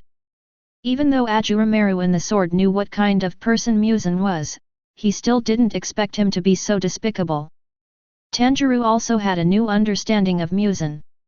Muzan, you are a monster that should not exist in this world. Hearing these words, Kibutsuji Muzan's expression also became ferocious, as he recalled the man who almost killed him, Yoshiichi Tsugakuni, and the Kamatu Tanjirou in front of him. The existence of these 2 people is a fallacy that goes against the common sense of the world. The real monster is not me. It's you 2. He wanted to roar, but in the end he didn't say it out loud. Instead, he quickened his pace and ran quickly through the woods relying on his regenerated arms. At the same time, it is also necessary to decompose the drugs injected into the body. Fortunately, the amount of drugs entering the body is limited, and the impact on it is not very large. The 2 of them chased each other. The expression of Ashura Maru and the sword also changed slightly. I have calculated so much. The only thing I didn't expect was that Muzan could run so fast. If they fight head-on, Tanjirou can now kill Muzan. But Muzan has no intention of stopping. Moreover, in Tanjirou's current state, his mental and spiritual power are extremely depleted, and he may be forced into a coma in 3 hours at most. At that time, even if I take over the body myself, in terms of the remaining ghost power, it may not be possible to kill Kibutsuji Muzan 100%. Faced with this situation, the longer they delay, the more disadvantageous it will be for them. If Muzan really runs away, it will be a huge loss for them. Ponder for a moment. Ashura Maru originally planned to watch the show to gain more emotional points. When he was about to take action himself, a system prompt sound suddenly came from his mind. Chapter 102. Ding! Akaza was detected to have strong negative emotions before his death, and 25,000 emotion points were obtained. It was detected that Koku's Hibu had strong negative emotions before his death, and 32,000 emotion points were obtained. Kibutsuji Muzan detected, generating intense negative emotion value, gaining 30,000 emotion value. This time, a total of 52,000 ghost power was obtained, and 30% will be fed back to the Sword Master. When Ashura Maru heard the system prompt sound, he knew it. It's safe this time. The power of Tanjirou, who was still chasing, has undergone a qualitative change again, but the improvement is not much. Perhaps we have reached the limit set by humans in this world. But even so, after the upgrade, Tanjirou can even fight Kibutsuji Muzan with bare hands. The speed bonus brought by using thunder breathing under your feet becomes faster and faster. Damn it! Why can the speed be increased? Was it deliberately playing a trick on me? Muzan was angry and scared at the same time. It was similar to Yuichi Tsugami before, but now the feeling it brings is not much different from Yuichi Tsugami. The only difference may be this monster. It doesn't have that terrifying sword shape. Muzan was still running in the woods, but there were 8 more bone whips on the outside of his legs, which accelerated his escape further. And behind him, Tanjirou sheathed the Nichiren blades in his hand and concentrated his strength on his feet. But just as he was about to take action, Ashura Maru in the knife hurriedly reminded, "Wait an hour, the medicine should not be fully effective now, wait until it can't split before killing it, that's the safest time. Now you need to make yourself look weaker, to prevent it from doing something desperate." Hearing this, Tanjirou also thought it made sense, so he immediately gave up the idea of attacking and just followed closely behind him. Like the god of death who is urging you to take your life. Let Muzan be unable to get rid of it no matter what. Under the threat of death, Muzan felt more and more suffocated, so much so that he did not notice the changes in his body. But later, Tanjirou slowed down a little every once in a while, giving it some hope. Maybe it can hold out until this state ends. Until an hour later, the medicine worked completely. This potion is specially made to suppress Muzan's self-destructive clone. Now is the time to kill it. Ashura Maru in the sword also gave a reminder. Go ahead, Tanjirou, and vent your desire for revenge. I see. As soon as the words fell, Tanjirou held his breath and concentrated, infusing strength into his legs. He activated the breathing of thunder and his figure was behind Muzan like lightning in an instant. What? This completely shocked Muzan, who had originally thought that there was still a glimmer of hope, but he couldn't understand why he hadn't done this before. But it was too late to think about it. It was about to self-destruct and split, and one of its arms swelled up instantly. But the next moment, the arm returned to normal on its own. How is this possible? This is, the potion from before? There's more than just the potion that can turn me back into a human. Muzan only realized it at this time. I've been tricked. Every step was calculated, and now even its last means of escape no longer exists. Hateful. Tanjirou, who came in front of it, also completed the sword form in an instant, and used one sword Rakshasa to cut out the 12 sword forms of sun breathing in an instant. Pushing the limits. Everything around, including the world, seemed to have turned grey, and time seemed to have stood still. Only Tanjirou was still moving slowly. Until the body can no longer bear it, until blood is flowing from all 7 orifices and the muscles are torn apart, all of one's will is infused into this one knife. Beyond the limits. Hold the knife with both hands and cut forward. One knife Rakshasa. Ashura Maru also increased his ghost power output to the limit. This time, Muzan seemed to see Yoriichi Tsugakuni coming towards him with a knife again, and he looked the same as before, without any change. Or say, this was a sword that was slashed thousands of years ago, but it only fell on it at this moment. In an instant. 12 sword types were slashed out in an instant. Under the lock of the transparent world, the 7 moving hearts and 5 brains have nowhere to escape. On the other hand, Muzan did not choose to sit still and wait for death. Instead, he used all his strength to create a huge mouth from his left shoulder to his right leg, and then he made a movement to gather strength. Then there was a violent and turbulent shock wave that could even force human muscles to spasm. But this doesn't matter to Tanjirou now. He just wants to kill Muzan here and there at all costs. Facing the shock wave, he slashed out with the Rakshasa sword. The moment of collision. Both sides were completely engulfed in smoke and dust until the dust settled.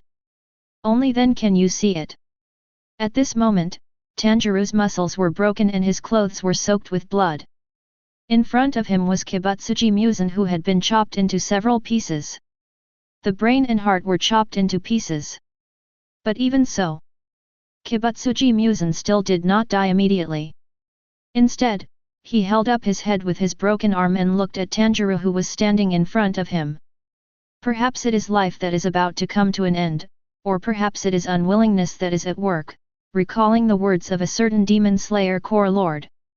The only thing that lasts forever is will. At this moment, it also realized something, and suddenly spoke in a deep voice. I'm going to die soon. I haven't fulfilled my dream until the very end. You say I'm a monster, but the real monsters should be you.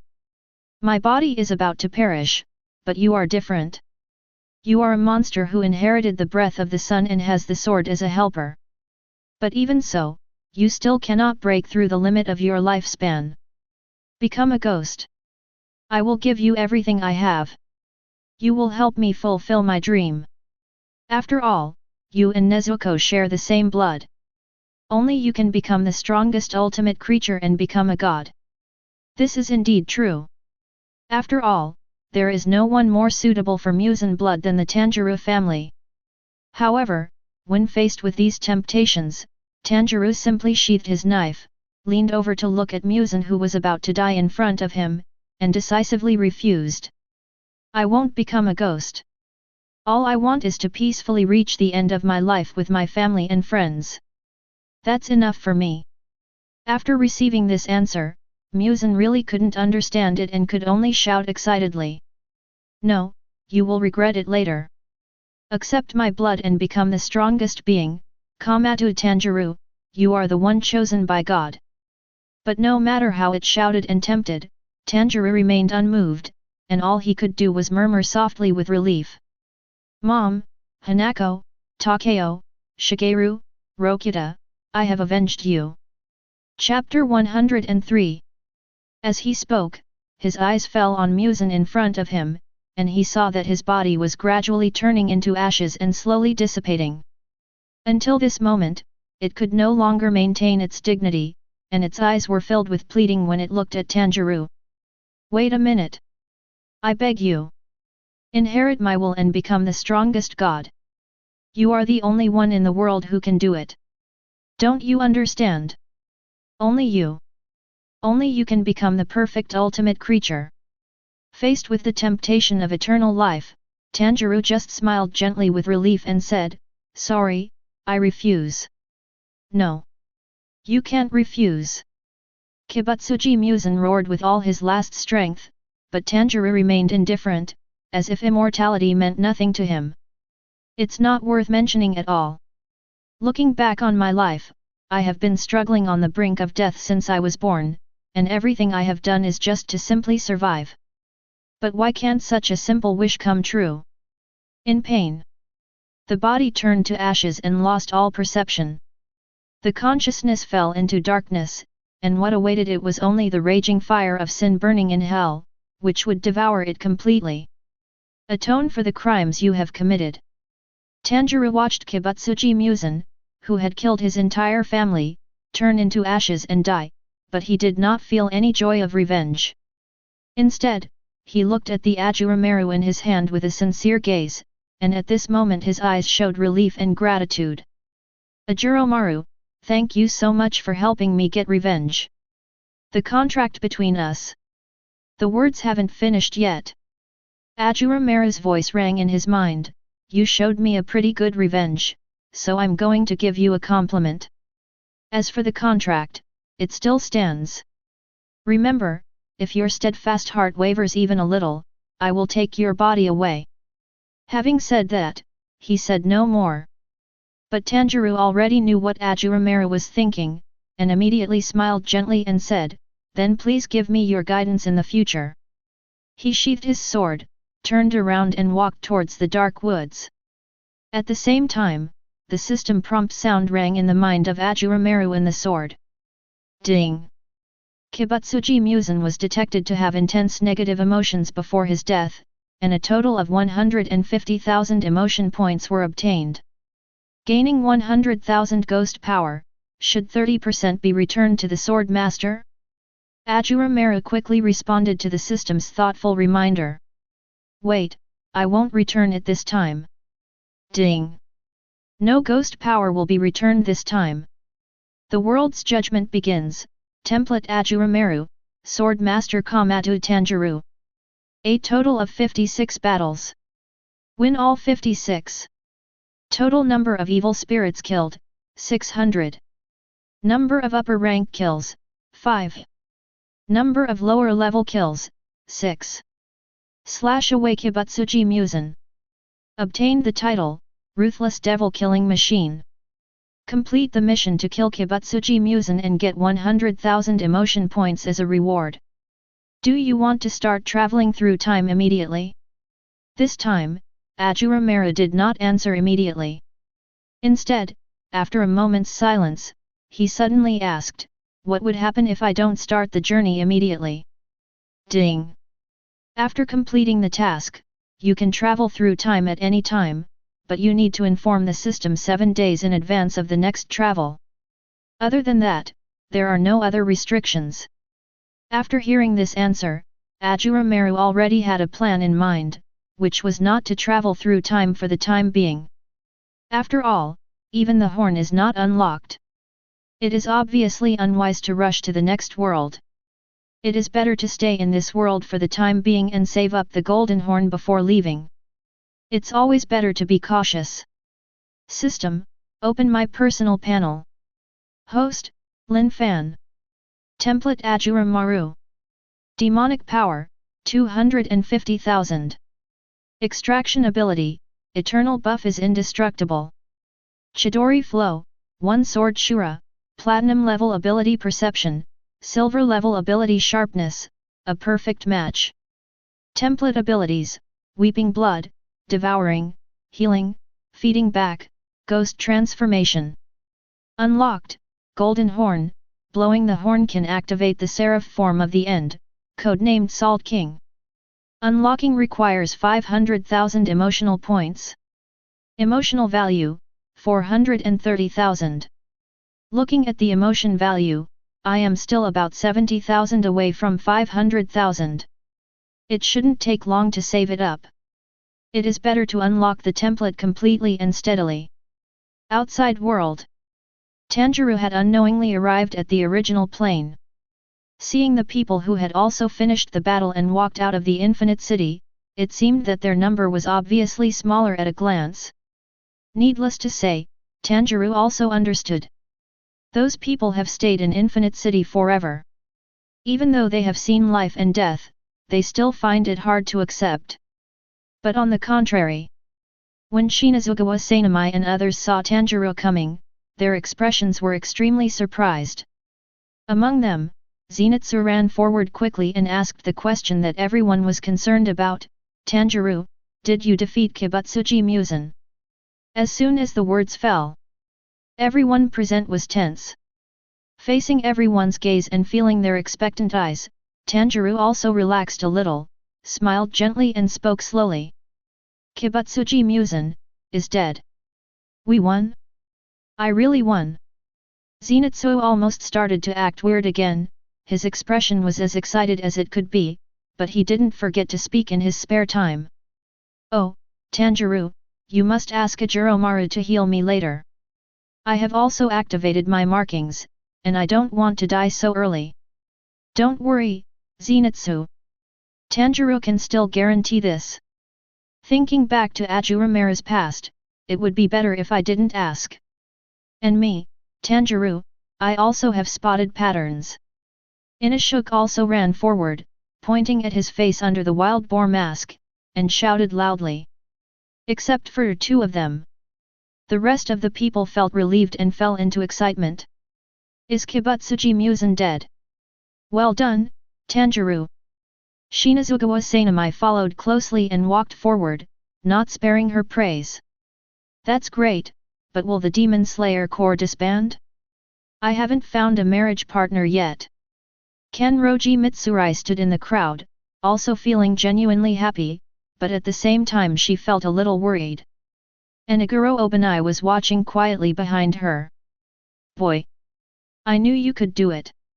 Rengoku Kyujura also came forward, looking at Tanjirou with sharp eyes, a sincere smile on his owl-like face.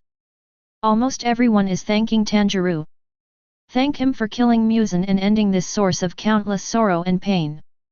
Together with the Demon Slayer Corps headquarters, Yubayashiki Kaguya, who was in charge of the command, also received the good news. The whole person was shaking with excitement. Chapter 104. Finally everything is over. His wife and children beside him also laughed out loud, and Yubayashiki Kaguya immediately came to his senses and gave the order. Gather everyone back to the Demon Slayer Corps headquarters. Upon receiving the order, all the crows set sail urgently to various places to deliver the order.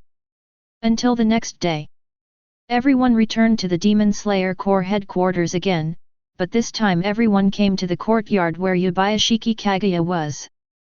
Yubayashiki Kaguya, who was standing in the corridor, looked at the Demon Slayer Corps members in front of him with a gentle smile on his face. We were able to kill Kibutsuji Muzan this time thanks to Mr. Tanjirou and Mr. Ashura Maru. Without them, it's unknown whether we could defeat Muzan. The members of the Demon Slayer Corps below also had no objection. After all, what Tanjirou has done since joining the team is truly convincing. Yubayashiki Kaguya in the corridor glanced at everyone present and continued, now that we are gathered here, I want to announce one last thing. Speaking of this, everyone present had a vague guess in their minds until Yubayashiki Kaguya said it out loud. We lost many companions in this battle, but fortunately we succeeded in the end, so I declare that the Demon Slayer Corps is officially disbanded today. We, the Yubayashiki clan, would like to express our sincerest gratitude for your dedication in fighting against evil spirits for the world at the risk of your life over these long years. As he spoke, he knelt down in the direction of everyone present. Hearing this, the people below also responded one after another. Please raise your head immediately. My lord, you don't have to do this.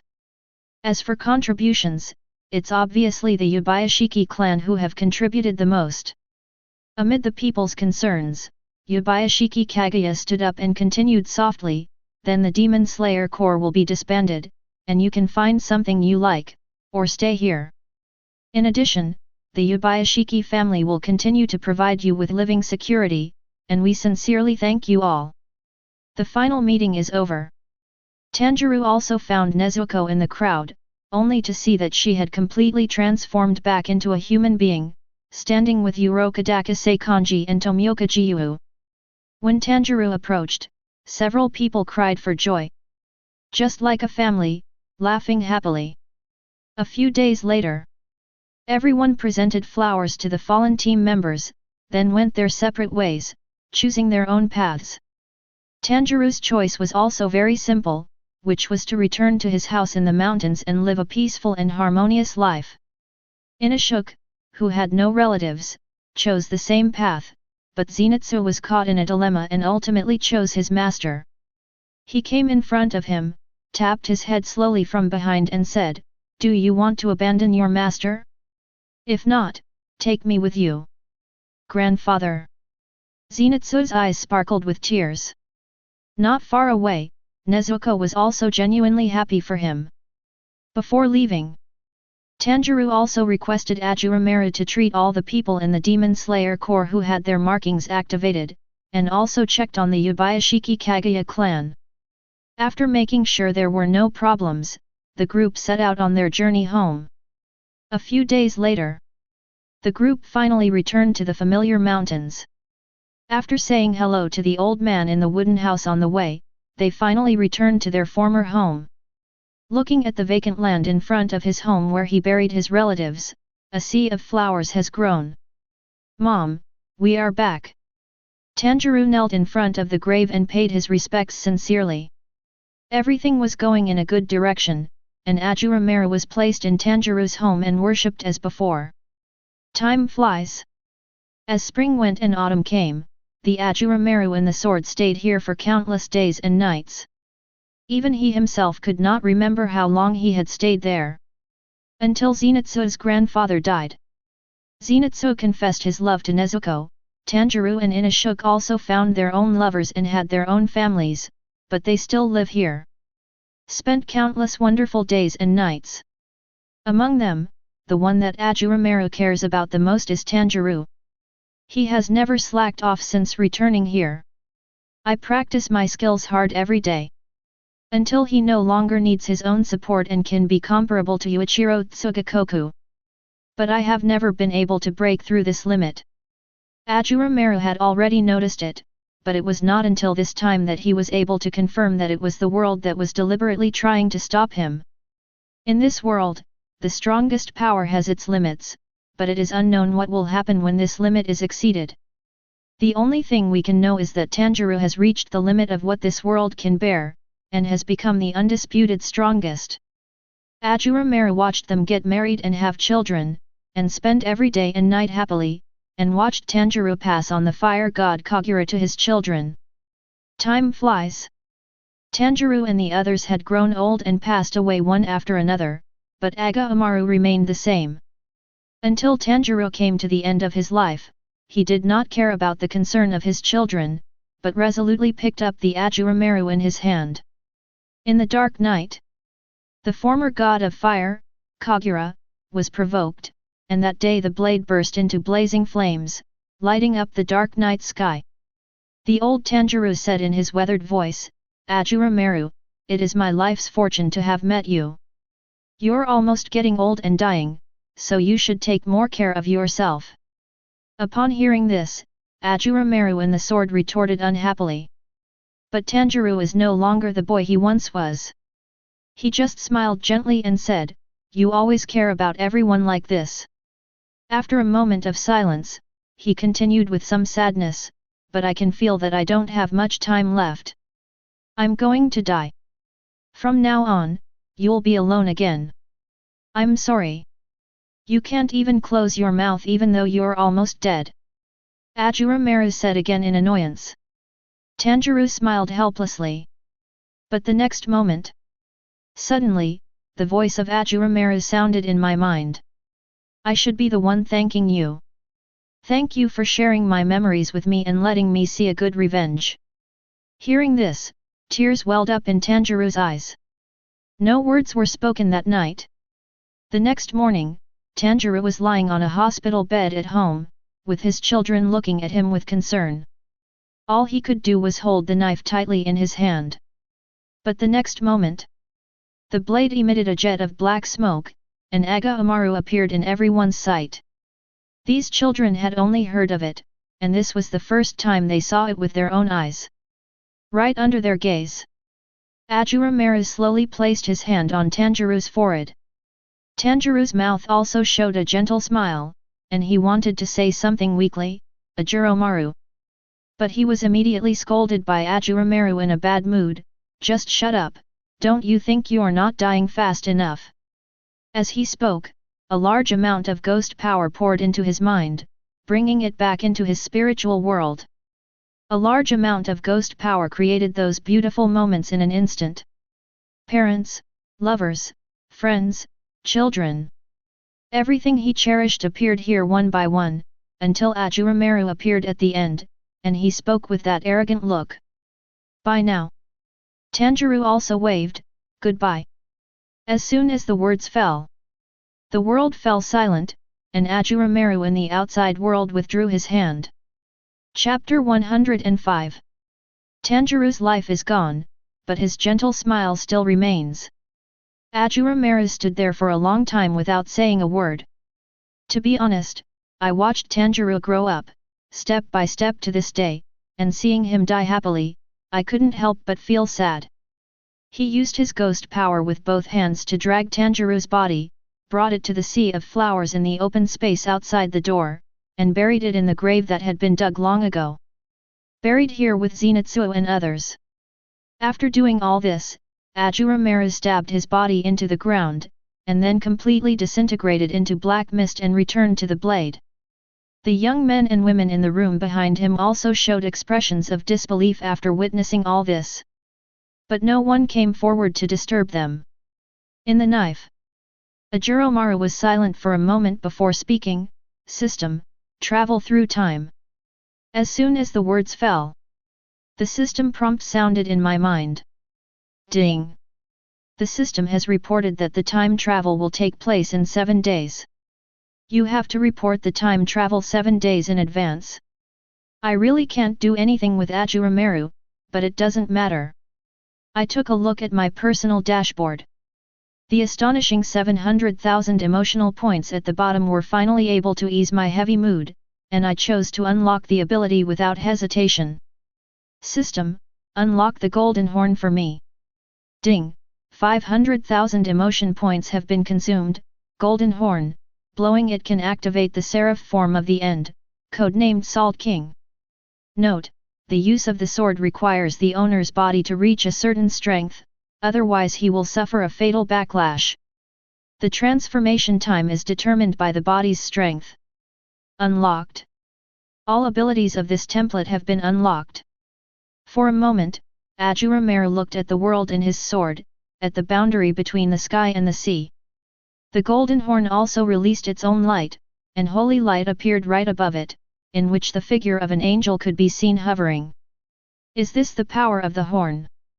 Even though he hasn't used it yet, Ashura Maru has already personally experienced the power that is enough to destroy everything.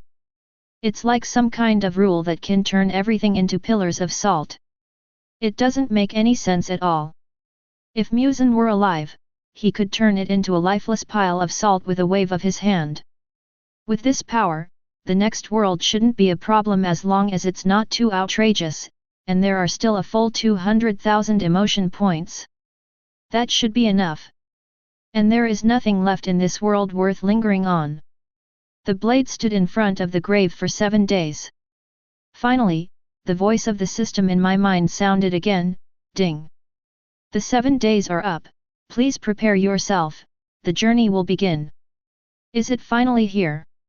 After several decades, Ashura Maru's heart has long since calmed down and is no longer as young as it once was. But before leaving, Ashura Maru finally released his ghost power, and a clone of his own blade stood in the same place. Then his real body turned into light particles and gradually dissipated between heaven and earth. This time traveling, Ashura Maru could be said to have witnessed it with his own eyes. He did not go straight to the station with his eyes dark as before. Instead, he saw with his own eyes how he left the world. How to travel among the heavens. But halfway through, he suddenly saw a dazzling beam of light coming, and one sword destroyed a world. Then a frustrated voice was heard. Little Blackie, give me some strength.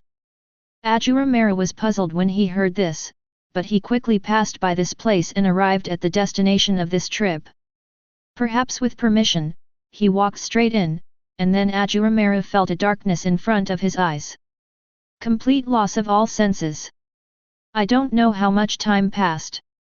When I felt my body again, I found that something was wrong with my situation. It was as if I was in someone's spiritual world. Just when Ashura Maru was confused, the system stepped forward to explain. Ding! The crossing is successful. In view of the host's perfect performance in the previous world, this world will create a perfect identity for you. Crossing the world, curse war. Fabricated identity, demonic sword Ashura Maru. According to legend, the divine weapon is inhabited by gods. No one knows where it appeared or where it came from. There are only legends. Anyone who gains his recognition will surely become the strongest of all time. The host has been bound to you, Yudo Itadori. In the bound state, the ritual is born. This mission is to kill Sukuna. When killing, the stronger the strength, the higher the reward. After killing, you can proceed to the next time you travel. As soon as the words fell. Without giving Ashura Maru time to think, the system that followed him continued. Ding! Do you want to extract the second template? After the prompt sound, a large turntable appeared on the system panel in front of Ashura Maru, filled with various magic sword templates. Can I finally change my form? Ashura Maru cried with joy and pressed the draw button impatiently. As the turntable spun rapidly, it finally stopped on two swords, one of which was pitch black and stained with blood. There were several special white runes on the blade, and a red main ornament hung at the end, while the other sword looked like a cold and menacing katana. Ashura Maru didn't recognize this appearance at first until the system reminded him. Ding! Congratulations to the host for obtaining the dual sword template, Azakana, Wind. At this point, Ashura Maru suddenly remembered that these were Yonjin's dual swords. However, it seems that these two swords are not very powerful, at least not as strong as Ashura Maru, but fortunately, I can finally switch the image. But when he opened his personal panel, Ashura Maru was stunned. Host, Lin Fan. Template, Ashura Maru. All unlocked. Azakana. The swordless spirit form will jointly inherit Ashura Maru. Template ability, Hunter's Way, unlocked by 5,000 emotional points after unlocking, Azakana can directly attack the soul. Wrong Jade Cutting, unlocked by 5,000 emotional points. You can use the power of the wind after unlocking. Spiritualization, unlocked by 30,000 emotion points.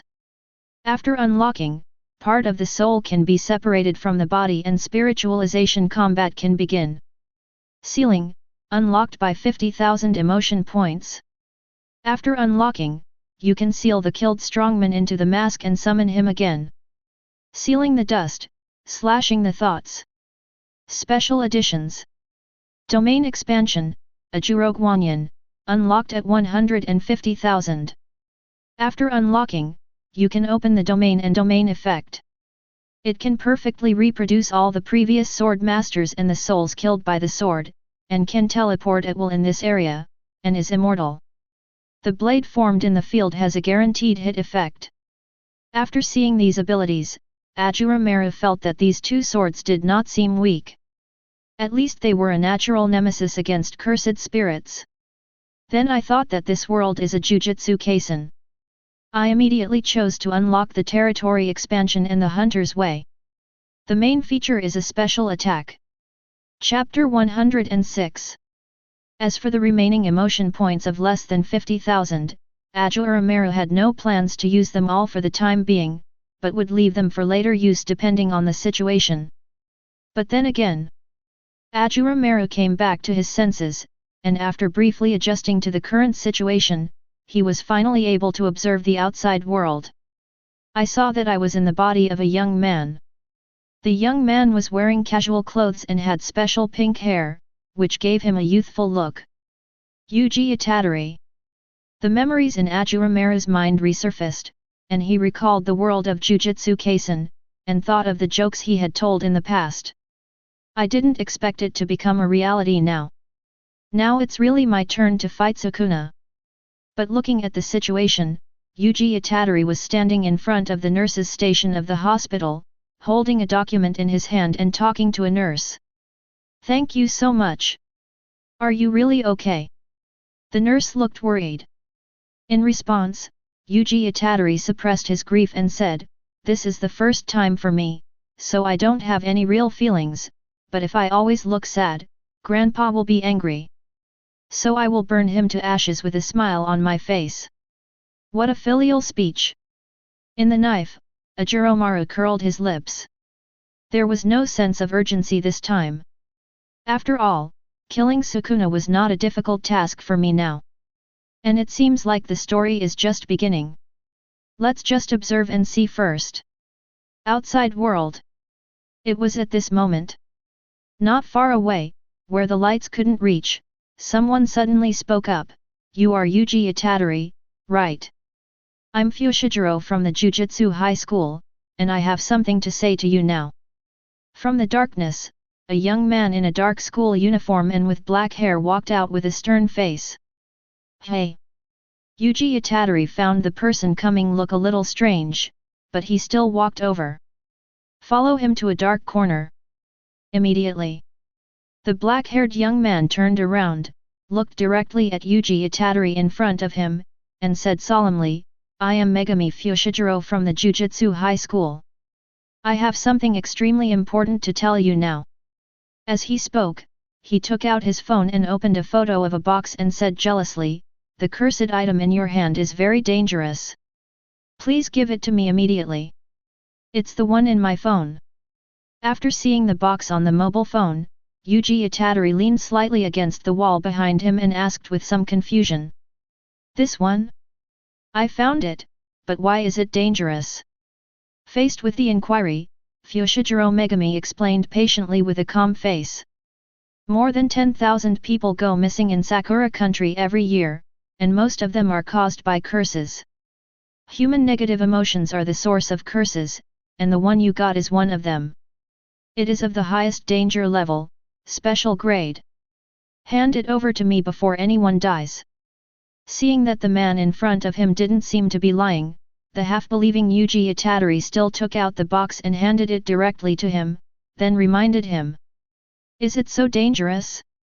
But I have already handed the contents to the seniors at school, and they said they would peel off the talisman at school tonight. Hearing this, Fushijiro Megami's originally cold face suddenly became serious. Oh no! Take me there quickly, if it's too late they might die. Okay, okay. Without giving it much thought, Yuji Itadori hurriedly led the way. The two of them left the hospital together and headed straight towards the school in the dark night. In the knife. Ashura Maru stood at the border between the sky and the sea. The red eyes looked forward, and he spoke calmly, Domain expansion Ashura Guanyin. As soon as the words fell, there was a violent shock in the surroundings, and right in front of the boundary between the sky and the sea, a giant sword engraved with special runes suddenly emerged from above. It is more than 10 meters high, and is surrounded by numerous sharp swords of different sizes. And Ashura Maru, who was using it for the first time, immediately understood it. That giant sword is the first sword master, Kamatu Tanjirou, and surrounding it are the evil spirits that were killed and defeated. In addition, Zenitsu and others are also among these blades.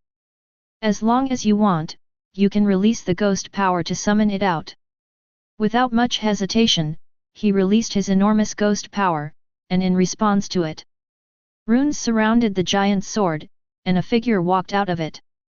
Looking at the familiar figure, Ashura Maru's mouth corners slightly raised. The figure was wearing a fitted fiery red samurai uniform with two sharp blades hanging from his waist. It was Kamatu Tanjirou in his 20s. And Ashura Maru could feel it. Now he can use his strength without any scruples. He is a strong man who can kill Muzan without any special power. In this world of spells, even Ashura Maru himself cannot predict how strong he will become after using his own power to break the shackles of the world. But think about it. This guy Sukuna will soon enter Yuji Itadori's body, and then he will use it to test Kamatu Tanjirou's current strength. Sendai. Miyonari Prefecture, Sujizawa 3rd High School. In this dark night, after Yuji and the other man arrived here and arrived at the school entrance, they felt the pressure coming towards them. What's this? Yuji Itadori looked a little confused, while Megami Fushiguro behind him stepped forward and reminded him without turning his head. You stay here. But Yuji retorted seriously. I want to go with them too. Even though I haven't known them for long, they are still my friends. I can't just ignore them. Stay here. Watching Megami Fushiguro enter, Yuji Itadori, who was standing in place, also recalled what his grandfather said to him before he died. You are strong, so you have to help save others, and you have to die surrounded by people. This is the thought. He also strengthened his belief. Even though he could feel the deadly danger in the school, he still stepped in resolutely. Ashura Maru and the sword also gave some affirmation. He is also a gentle person. But I can't sense any particularly strong desire from him. At the same time, on the other side, Fushiguro Megami had already entered the teaching building and formed seals with his hands. The aura is so strong. Has the curse been activated? Jade Dog. From the dark shadows beside him, 2 wolf-like gods emerged.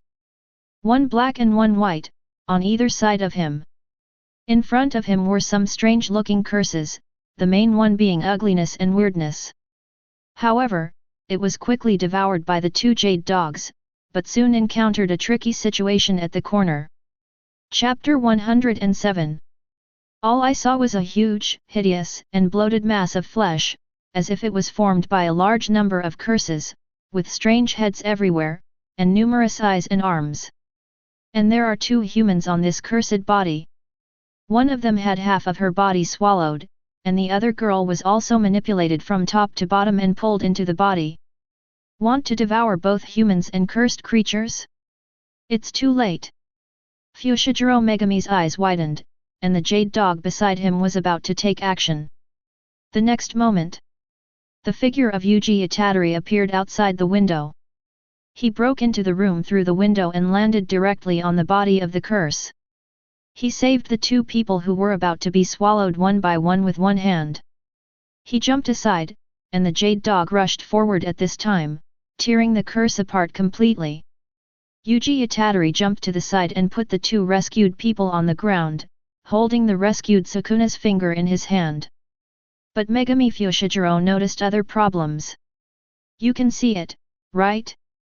You know, ordinary people can't see the curse unless under certain circumstances. But it's a blessing that your finger wasn't eaten. Hearing this, Yuji Itadori asked curiously. Really? This is my first time seeing a ghost too, but why do they all want to eat this finger? Is it delicious? In response to this question, Fushiguro Megami explained unhappily, what nonsense. The reason for eating it is to gain powerful cursed power. This thing is very dangerous. Give it to me quickly. Then he stepped forward and held out his hand. Yuji also took the opportunity to move his finger forward. But it was at this moment. A twisted and ugly arm suddenly stretched out from the ceiling above his head and grabbed directly to where Yu Zhang was. Run away! Without time to think, Megami Fushiguro stepped forward and pushed away Itadori, while controlling the jade dog to rescue the 2 unconscious students. Followed by the curse fell straight down, bursting into a cloud of dust. When the smoke and dust dissipated, Yuji finally saw clearly what had happened. I saw a huge curse, grabbing Fushiguro Megami with one hand and opening its bloody mouth to swallow him. Jade dog! Megami Fushiguro called out to the jade dog and wanted to fight back. But the curse saw it and threw it onto the wall without hesitation. Under the severe pain, the spell was released. The jade dog was forced to dissipate. But the curse did not stop, but rushed towards the direction of Fushiguro Megami without stopping, trying to kill him completely.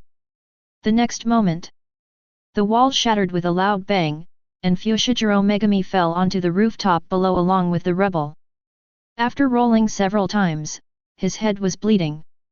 He tried hard to get up from the ground, but his dizzy brain and trembling body made it impossible for him to complete this seemingly simple action.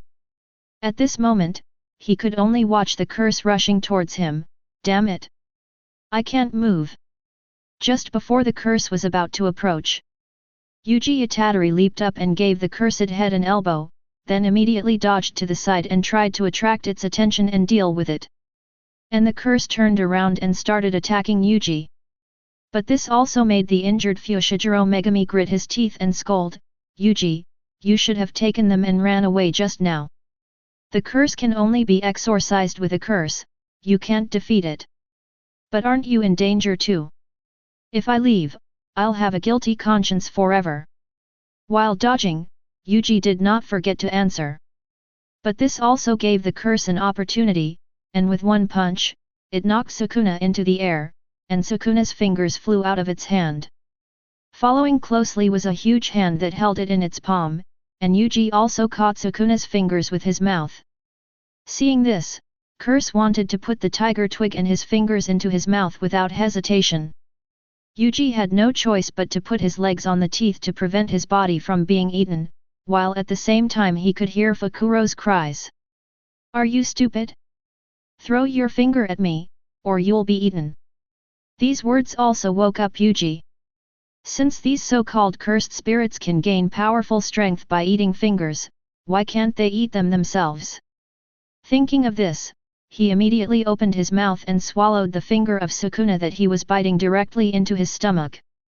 When Megami Fushiguro saw this, her expression suddenly froze. The fingers of Ryaman Sukuna are extremely poisonous. If you eat them, you will die. Unless... It was at this time that Yuji Itadori was captured. Suddenly the aura around him changed, and the hands that were holding him completely broke apart.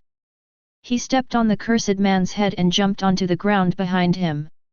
Facing the curse that is still coming, he just raised his hand and waved it forward, and the curse was completely extinguished, with blood and flesh flying everywhere. On the other hand, a specific black pattern appeared on Yuji Itadori's body at this moment, and a pair of smaller eyes opened again under the corners of his eyes. The whole person looks extremely weird. Ha ha ha ha ha ha.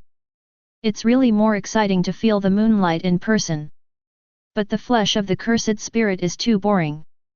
Human children, women. Let me kill. It's so wonderful.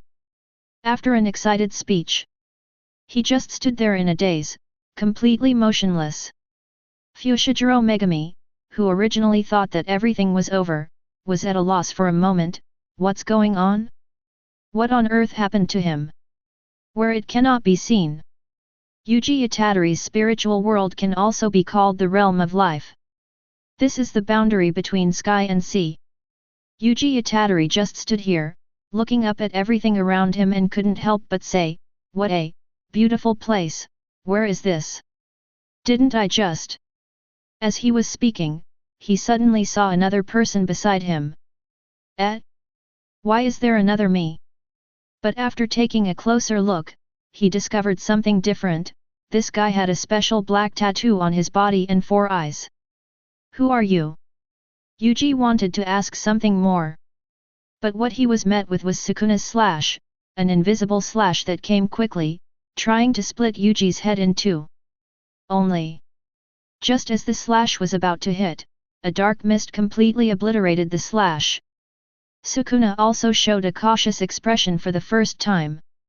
He scanned this special world and analyzed it quickly in his mind. Judging from the reaction, it wasn't that kid who did it. But this should be inside the little ghost's body. Could it be a natural domain? And I can't feel any cursed power from the black fog, and it can easily block my solution. This is the first time even Sukuna has encountered such a situation. But just when it was quickly analyzing the situation, not far in front of the two of them, a beautiful figure appeared silently.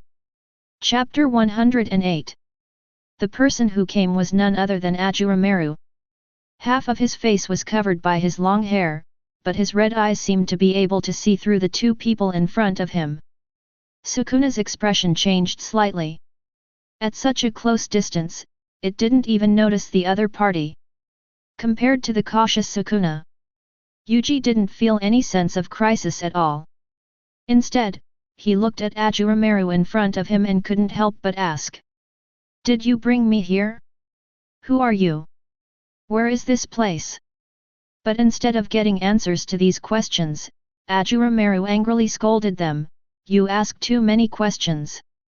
Then he turned around and looked at Sukuna again. Then he slowly spoke. This is your spiritual world, or the realm of life, and I am your ritual. When Yuji heard this, he didn't understand anything. But Sukuna heard a few key points, especially when this extremely mysterious guy in front of him claimed to be the little devil's technique. Its first reaction is disbelief. After all, there has never been a similar case in the world of sorcery since ancient times. This is too far-fetched. But it did not refute anything, but stood there in silence. Ashura Maru glanced at it out of the corner of his eye, but didn't pay much attention to it, and just introduced himself. My name is Ashura Maru. As soon as the words fell, Sukuna, who had been silent all this time, could no longer calm down. He recalled a legend that had been circulating since ancient times. That is, there is a sharp blade that houses the gods. If you get its recognition, you can become the strongest in ancient and modern times and gain power that surpasses everything. At first, it just thought it was a legend, or some kind of cursed tool. It had searched for it before but never found anything. I didn't expect it to be a surgical procedure. Even Yuji knew some of the legends about it, and couldn't help scratching his head and asking, this name sounds familiar, is it the god in the legend? Recalling the identity given by the system this time, Ashura Maru nodded calmly, acknowledging this identity. This also made Yuji overjoyed, and he hurriedly continued to ask, is it really a god? Then can I also use all kinds of cool abilities like the anime protagonists and Fushiguro? Sukuna was also curious about what kind of technique the legendary Ashura Maru was. Faced with this question, Ashura Maru put on a helpless and unhappy expression, and looked at the two of them unhappily. Unfortunately, neither of you has my approval, so naturally you cannot use my power. As soon as the words fell, Sukuna took a step forward before Yuji and asked cautiously, then how can I get your approval? It heard what was just said. If you two don't get recognition, then that means it also has a chance to get Ashura Maru. Yuji also looked extremely interested and was looking forward to the answer. Facing the gazes of the two, Ashura Maru replied slowly, unfortunately, I don't feel strong desire from you two that can impress me. Desire? Joy, anger, sorrow, or hatred and greed, literally? Sukuna was thinking about the meaning of these words. And Yuji directly asked, besides desire, is there any other way to get your approval? Hearing this, the corners of Ashura Maru's mouth slightly raised, revealing an intriguing expression. You are quite interesting. I will give you a chance. As long as you can defeat my first sword master, I will recognize you. How about that? After hearing this answer, Sukuna suddenly became energetic. Not only could he experience the power of Amaru firsthand, but he could also try to subdue it. As for Yuji beside him, he didn't think too much, but just thought to himself, to be recognized by you, your first sword master must be very powerful, right? That's natural. Ashura Maru also replied in a very arrogant manner. Then, in the sight of the two, a huge sword blade suddenly appeared behind him, and a figure slowly walked out of it. The figure was seen wearing a fitted fiery red warrior uniform with two sharp blades hanging from his waist. And Ashura Maru also introduced himself appropriately. Komatu Tanjirou, my first sword master, whoever can defeat him will gain my recognition. An alternative taming ritual? Sukuna looked at Komatu Tanjirou who suddenly appeared. Even though he didn't feel any cursed energy from him, he felt that it was so natural. The pressure of being on top of the world was truly shocking. Just as Sukuna was excitedly preparing to step forward. However, Yuji walked over first and asked with concern, "If I lose, I won't die, right?" "Not really." Ashura Maru's answer consisted of just 3 short words. Without any worries, Yuji clenched his fists and walked forward quickly, "Then let me try." Facing Tanjirou directly, he stepped forward and punched him with great force. But when Tanjirou faced this punch, he didn't even draw the blade from his waist, and the fight was over in an instant. Tanjirou's right fist was hovering at the tip of Yuji Itadori's nose. If he moved forward a little bit, he would smash his head to pieces. It was over before Yuji even saw the punch, but he was not discouraged and instead said with a smile, "You are really strong. I can't beat you." As he said this, he stepped aside and began to look at Ashura Maru, the legendary god, curiously. Sukuna also frowned when he saw this. The speed was so fast that even I could only see an afterimage. Even so, it still stood up, with absolute confidence in itself revealed on its face. "The legendary Ashura Maru? Your first sword master, let me see it, even if it's just to taste it first." Hearing this, the corners of Ashura Maru's mouth rose slightly, and he thought to himself, "Get rid of it, Tanjirou." He then took control of the space, leaving enough room for the two of them to fight alone. That's all. Tanjirou and Sukuna looked at each other. The next moment, Tanjirou placed his hand on the hilt of the knife at his waist, leaned forward, and concentrated his strength on his feet. "Take the initiative?" Sukuna was no fool and immediately raised his hand. "Untie!" An invisible slash came directly at him. But the slash had no way of escaping Tanjirou's transparent world, and he didn't even change his movements. It only took a moment. A dark smoke appeared in front of him, easily blocking the slash, while golden thunder burst out around Tanjirou behind him. His eyes even emitted dazzling lightning. "Thunder breathing, Type 1, Thunderbolt Flash, Super Speed." As soon as the words fell, the figure was as fast as lightning, and in an instant he was in front of Sukuna, with the knife pointing straight at his neck. So fast that it's hard to react. Even Sukuna was caught off guard. Chapter 109. But its terrifying fighting instinct was to subconsciously counterattack itself. It opened its mouth at the neck and tried to bite the attacking blade. The moment its teeth bit the blade, the lightning released also caused a brief paralysis in its body. At the same time, the blade had already cut off the mouth and teeth, and then it continued to cut into the neck. However, the action just now also gave Sukuna the opportunity to counterattack, and he turned his palm over. "Untie!" The next moment, he instantly launched a large number of invisible slashes towards Tanjirou beside him, trying to get out of the predicament. Tanjirou's eyes immediately locked onto these slashes, which could be seen clearly through the transparent world. But there is no need to hide.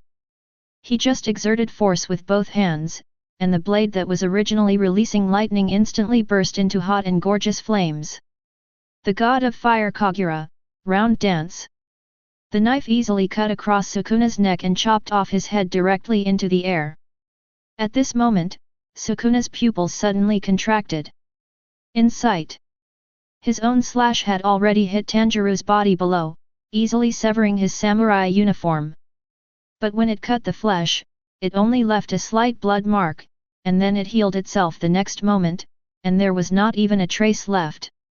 When Sukuna's head fell to the ground, he could not hide his shock, but he quickly calmed down and began to analyze the battle. Is it so fast that it's hard to catch with the naked eye? It came right up to me and wanted to decapitate me, and the lightning that exploded from its body also had a paralyzing effect. The flames that burst out from the blade at the end. Besides that, his body was also incredibly strong. He only broke his skin after taking my attack at such a close distance. And it healed itself immediately. I couldn't feel the cursed energy. It didn't seem to be a reversal technique. This was the first time in 1,000 years that Sukuna was defeated, and he was defeated so thoroughly. He was killed with just one sword. But now it feels unprecedented excitement and excitement. It's true. The legendary Ashura Maru is actually real. Just when it was excited, its gaze turned and its head returned to its body. Standing together with Yuji Itadori again. The woman opposite them had her back to them, standing on a blade, her purple and white evening dress fluttering in the wind. I just heard him speak slowly. Unfortunately, both of you have already failed. Hearing this, Yuji asked curiously. Can we continue the challenge next time? Or is this just this once? Sukuna next to him was also concerned about this issue. Facing the gazes of the two, Ashura Maru turned his head and glanced at the two people behind him, and answered slowly. It doesn't hurt to give you a few more chances. If you want to challenge me, you can do so anytime. Having said that. But Sukuna had no intention of challenging right now. The previous battle had already made it very clear that it was an absolute suppression of power. It couldn't even accurately analyze the opponent's techniques, and couldn't make the opponent use his true strength, so it would be meaningless even if it continued to fight. Now it is eager to collect fingers to restore its strength. Now that it has control of the little ghost's body, collecting fingers is only a matter of time. Ashura Maru, you are mine. On the other hand, Yuji looked unconcerned. He couldn't beat him anyway, so he didn't even think about it. Instead, I care more about how I should leave. But how do I get out of here? This looks a bit stupid. Ashura Maru just wants to say, you are really the worst swordsman I have ever had. I didn't bother to talk nonsense and just snapped my fingers. The consciousness of the two was forcibly expelled from this space. Outside world. On the rooftop of the school. Megumi Fushiguro struggled to support her shaky body, got into position, and looked cautiously and anxiously at the motionless Yuji Itadori. It's over now. Sukuna is parasitic on his body. Do you want to kill it now? The next moment. Yuji Itadori, who was standing there, suddenly moved, but the dark tattoos on his body did not disappear. He was seen groping his chin with one hand. He seemed to be thinking about something, no longer as arrogant as he was at the beginning. Sure enough, the most urgent thing is to collect fingers to restore strength. But it was at this moment. Megumi Fushiguro, who was not far away, suddenly said with a cold face, Yuji Itadori, you are no longer human. According to the laws of spells, I must exorcise you. Sukuna turned around upon hearing this, his face full of sarcasm. But soon, it felt something strange in its body. Losing control of your body? Was it Ashura Maru who did this? Wrong. The tattoos on his body gradually faded away, and Yuji Itadori regained control of his body and quickly raised his hands. I'm not being controlled. Upon hearing this, Fushiguro Megumi gritted her teeth and could no longer tell whether it was Yuji or Sukuna. Fortunately, at this time, someone beside him suddenly asked, what's going on now? Megumi Fushiguro turned around and saw a young man with an eye patch and white hair. He had his hands in his pockets and was looking at Yuji. Gojo-sensei. Megumi Fushiguro also looked at the newcomer with some surprise, but when he saw the newcomer, he finally breathed a sigh of relief. After all, the person who came was none other than Gojo Satoru, the most powerful sorcerer in modern times. There would be no problem with him around. But Gojo Satoru took out his phone and took photos of Fushiguro Megumi. You're really covered in bruises? Take some photos and show them to the second graders. The superiors will complain about the loss of the special grade spell this time. How is it, have you found it? As soon as the words fell, Yuji Itadori, who was standing opposite, couldn't help but speak first. That. I ate the finger, and then I entered a special place, I think it's called the Realm of Life. There's a girl in there, who said it was my technique. Hear this. Megumi Fushigiro's first reaction was also disbelief. And Gojo Satoru turned around and walked forward to look at it carefully. Is this true? At this age, she can still awaken the technique, and the technique is still performed by a girl? Could it be that the legendary Sukuna is a girl? Hearing this, Yuji hurriedly explained. Oh, no, that Sukuna looks just like me, but he has 4 eyes. He saw that girl in that realm of life with me. Oh. This time, Gojo Satoru was really interested. Sukuna is really hanging out with you, but why can't I see your technique? Can you use that technique? And what's the name of the technique? Could it be that the technique is to transform into a girl? Faced with the teasing, Yuji's expression hardly changed, and he responded without thinking. That guy said that I must get his approval before I can use the technique. As for the name, I think it's Ashura Maru. Chapter 110. As soon as the words fell, the smile on Gojo Satoru's face disappeared. When he heard this name, his first reaction was the legendary Ashura Maru. Could it be that the legend is true? The sky blue eyes behind the eye mask looked at Yuji Itadori in front of him, not missing any details, but still could not see the so-called Ashura Maru. I had no choice but to ask. So he didn't say anything. What are you going to do to get his approval? Upon hearing this, Yuji didn't think about it this time, but directly told everything he knew. I heard from Ashura Maru that I need to have a desire strong enough to impress him in order to get his approval. There is another way, and that is to defeat his first sword master. Desire. Gojo Satoru lowered his head in thought. Desire includes too many aspects, but he guessed that the biggest possibility was emotion, especially negative emotion.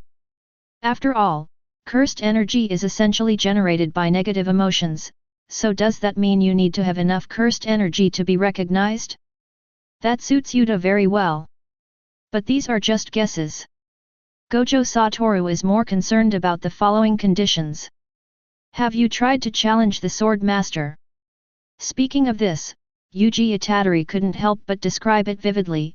Of course I challenged him. That sword master was really strong. Even Sukuna was beheaded with one sword. As soon as these words came out, Gojo Satoru's mouth curled up slightly, his curiosity was completely aroused. Do you feel anything strange in your body now? Can you freely control and exchange bodies with Sukuna in your body? That should be possible. After feeling it, Yuji nodded slightly. After getting a definite answer, Gojo Satoru stretched his body and threw the souvenirs he bought to Fushiguro Megami behind him. Then let's do 20 seconds. You can change back after 20 seconds. Is this really okay? Yuji looked over with some concern. But what was seen was Gojo Satoru's confident raised mouth, and his words did not show that he took Sukuna, the king of curses, seriously at all. Don't worry, I'm the strongest. This time, Yuji directly gave up control of his own body, and Sukuna took over the body again. I saw dark tattoos appear all over his body again, and his eyes opened again.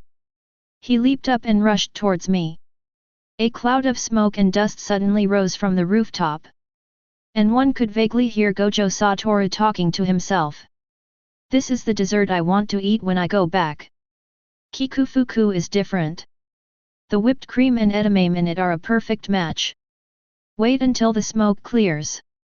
You can see that Sukuna is lying on the ground and Gojo Satoru is sitting on its back, still as calm and composed as ever. Sukuna had no intention of wasting time and immediately turned over and wanted to fight with him. But Gojo Satoru put his hands together, and whenever Sukuna attacked, his figure would instantly disappear, and he looked so relaxed and comfortable. Let me show off in front of my students. But what they encountered was Sukuna's continued pursuit. Every move and every style will put him to death. On the other hand, Gojo Satoru still smiled calmly and asked, what is it like to have 3 people in one body? Can you tell me about it? And what does this Ashura Maru look like? Isn't he cute? Said, find an opportunity. With one punch, he sent Sukuna flying. He hit the railing and grinned, damn it, sorcerers are always so difficult to deal with in any era. He turned around and jumped directly into the air. He pointed one finger in the direction of Gojo Satoru and drew it forward. Untie. Several invisible slashes followed one after another. It immediately passed over where Gojo Satoru was, completely submerging him, and the part of the teaching building behind him was also cut down and collapsed. Smoke and dust rose up.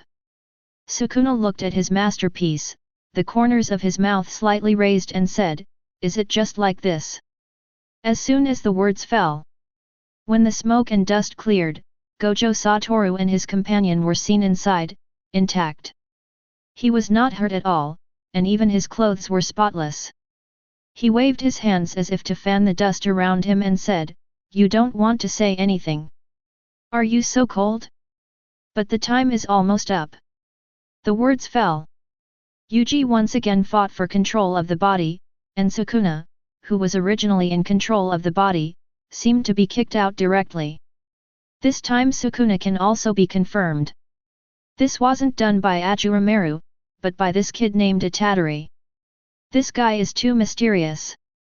Who on earth is this guy? At the same time, the system prompt sounded in the mind of Sword Master Ashura Maru. Ding! The Curse King Sukuna is detected to have strong negative emotions, gaining 5,000 emotion points. It's just this extent, is there so much at once? Ashura Maru was a little surprised, but he understood after thinking about it carefully. After all, Sukuna's strength is far from comparable to Kibutsuji Muzan, so it is reasonable to give him more. But in this case, it is necessary to stimulate it more. It seems to be a good way to increase the emotional value. Outside world. Gojo Satoru also came over with some surprise. "I didn't expect you could really control it." Hearing this, Yuji raised his hand and tapped his head. "It's just that I can always hear its voice. If that's all, it's simply a miracle." Gojo Satoru walked up to him and touched his forehead with his hand. Then, Yuji rolled his eyes and fell asleep. After doing all this, Gojo Satoru turned around and looked at Fushiguro Megami behind him. If he hasn't been controlled by Sukuna after waking up, then this guy is definitely the vessel, but I'm more curious about the technique in his body. Speaking of this technique, Megami Fushiguro has also heard of it, or rather the entire magic world and the entire Sakura country. Everyone knows the legend of Ashura Maru. But Fushiguro Megami still asked with some disbelief. Ashura Maru? Is it the legendary weapon inhabited by a god? It is said that if you get the recognition of the god, you can become the strongest person in ancient and modern times. I can't tell, but it must be true, so the problem is how to deal with it. Gojo Satoru rarely became serious. After all, our superiors are the devil's den of the world of curse. If those arrogant fools knew about the existence of Ashura Maru, they would have some tricks up their sleeves. And I am also very interested in the legendary Ashura Maru. Chapter 111. When Yuji woke up again and opened his eyes. But he found himself in a room full of talismans, with his limbs tied up and tied to a chair, and there was a wooden chair opposite him. Gojo Satoru was sitting there, looking nonchalant.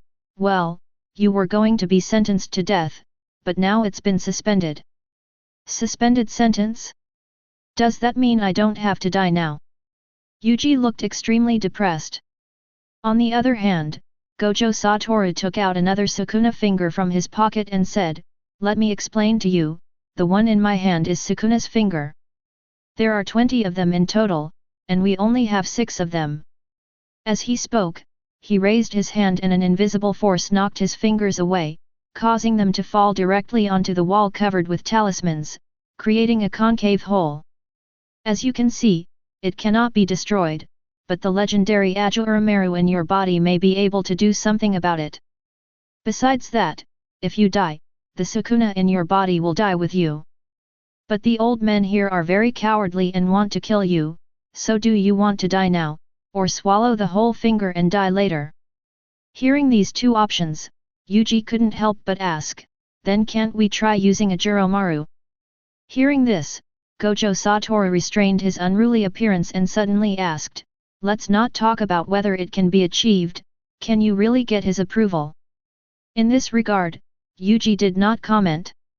He looked like a deflated ball, listless and seemed to be lost in thought. Gojo Satoru on the other side came forward again and asked curiously, "Did the Ashura Maru in your body tell you whether others can obtain your technique or help you get recognition?" "I really don't know about this, but Sukuna did challenge him once." Yuji came back to his senses and said whatever he wanted to say, with sincerity as the main point. And Gojo Satoru also climbed up the pole, clasped his hands together and asked, "Then can you ask Ashura Maru if I can challenge you?" "Please, Yuji." "There is nothing Yuji can do about this." "How do you ask this?" Ashura Maru hardly spoke, but Sukuna did say a lot. "You can't just ask him what's really in your mind, right?" But thinking of this, Yuji gave it a try. "Ashura Maru, can you let this person challenge you once?"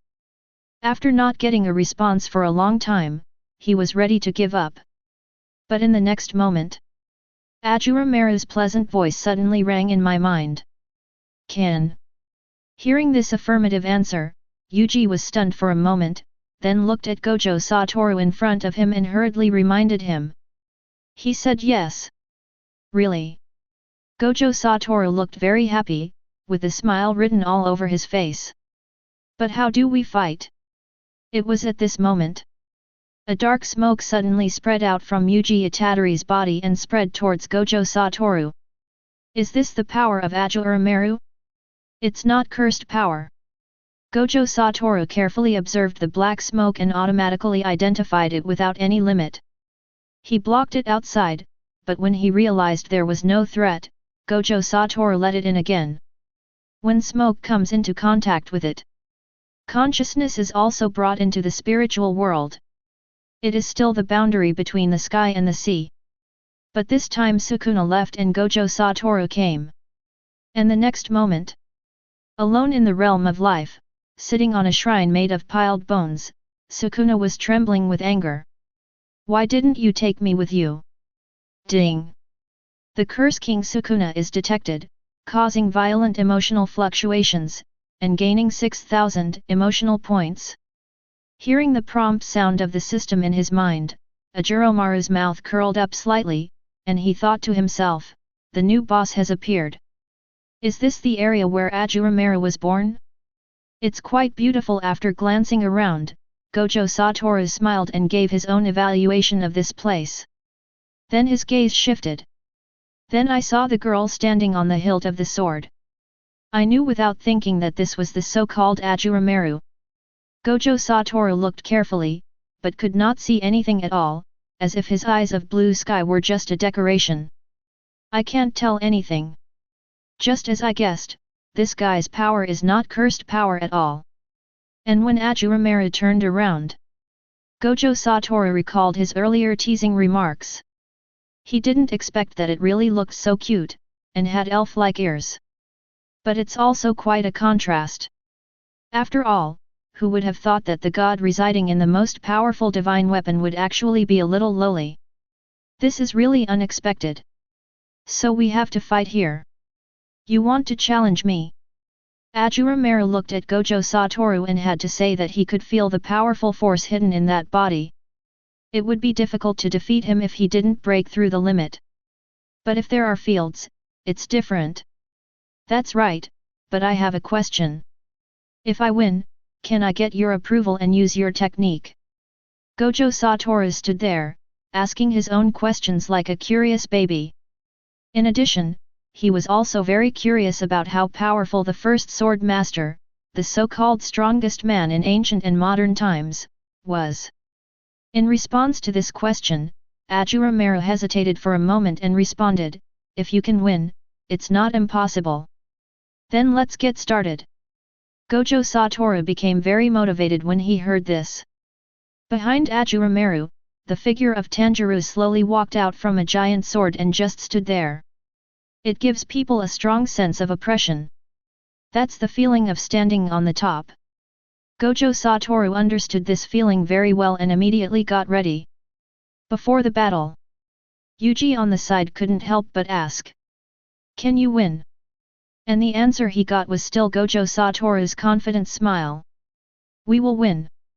As soon as the words fell. This space was also under the control of Ashura Maru, leaving room for the two to fight again. Until this moment, Ashura Maru couldn't help but murmur in his heart, it seems that Tanjirou is going to break through the world of curse this time. In the venue. This time, Tanjirou did not take direct action. Instead, he drew out the Ashura Maru from his waist and another Nichiren blades, and got into position with both swords in hand. Ashura Maru is actually two swords. Gojo Satoru still had the leisure to chat, but Tanjirou had no intention of answering.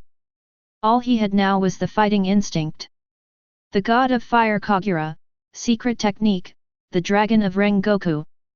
The two swords burst out with blazing flames, transforming into a ferocious dragon that wrapped around it.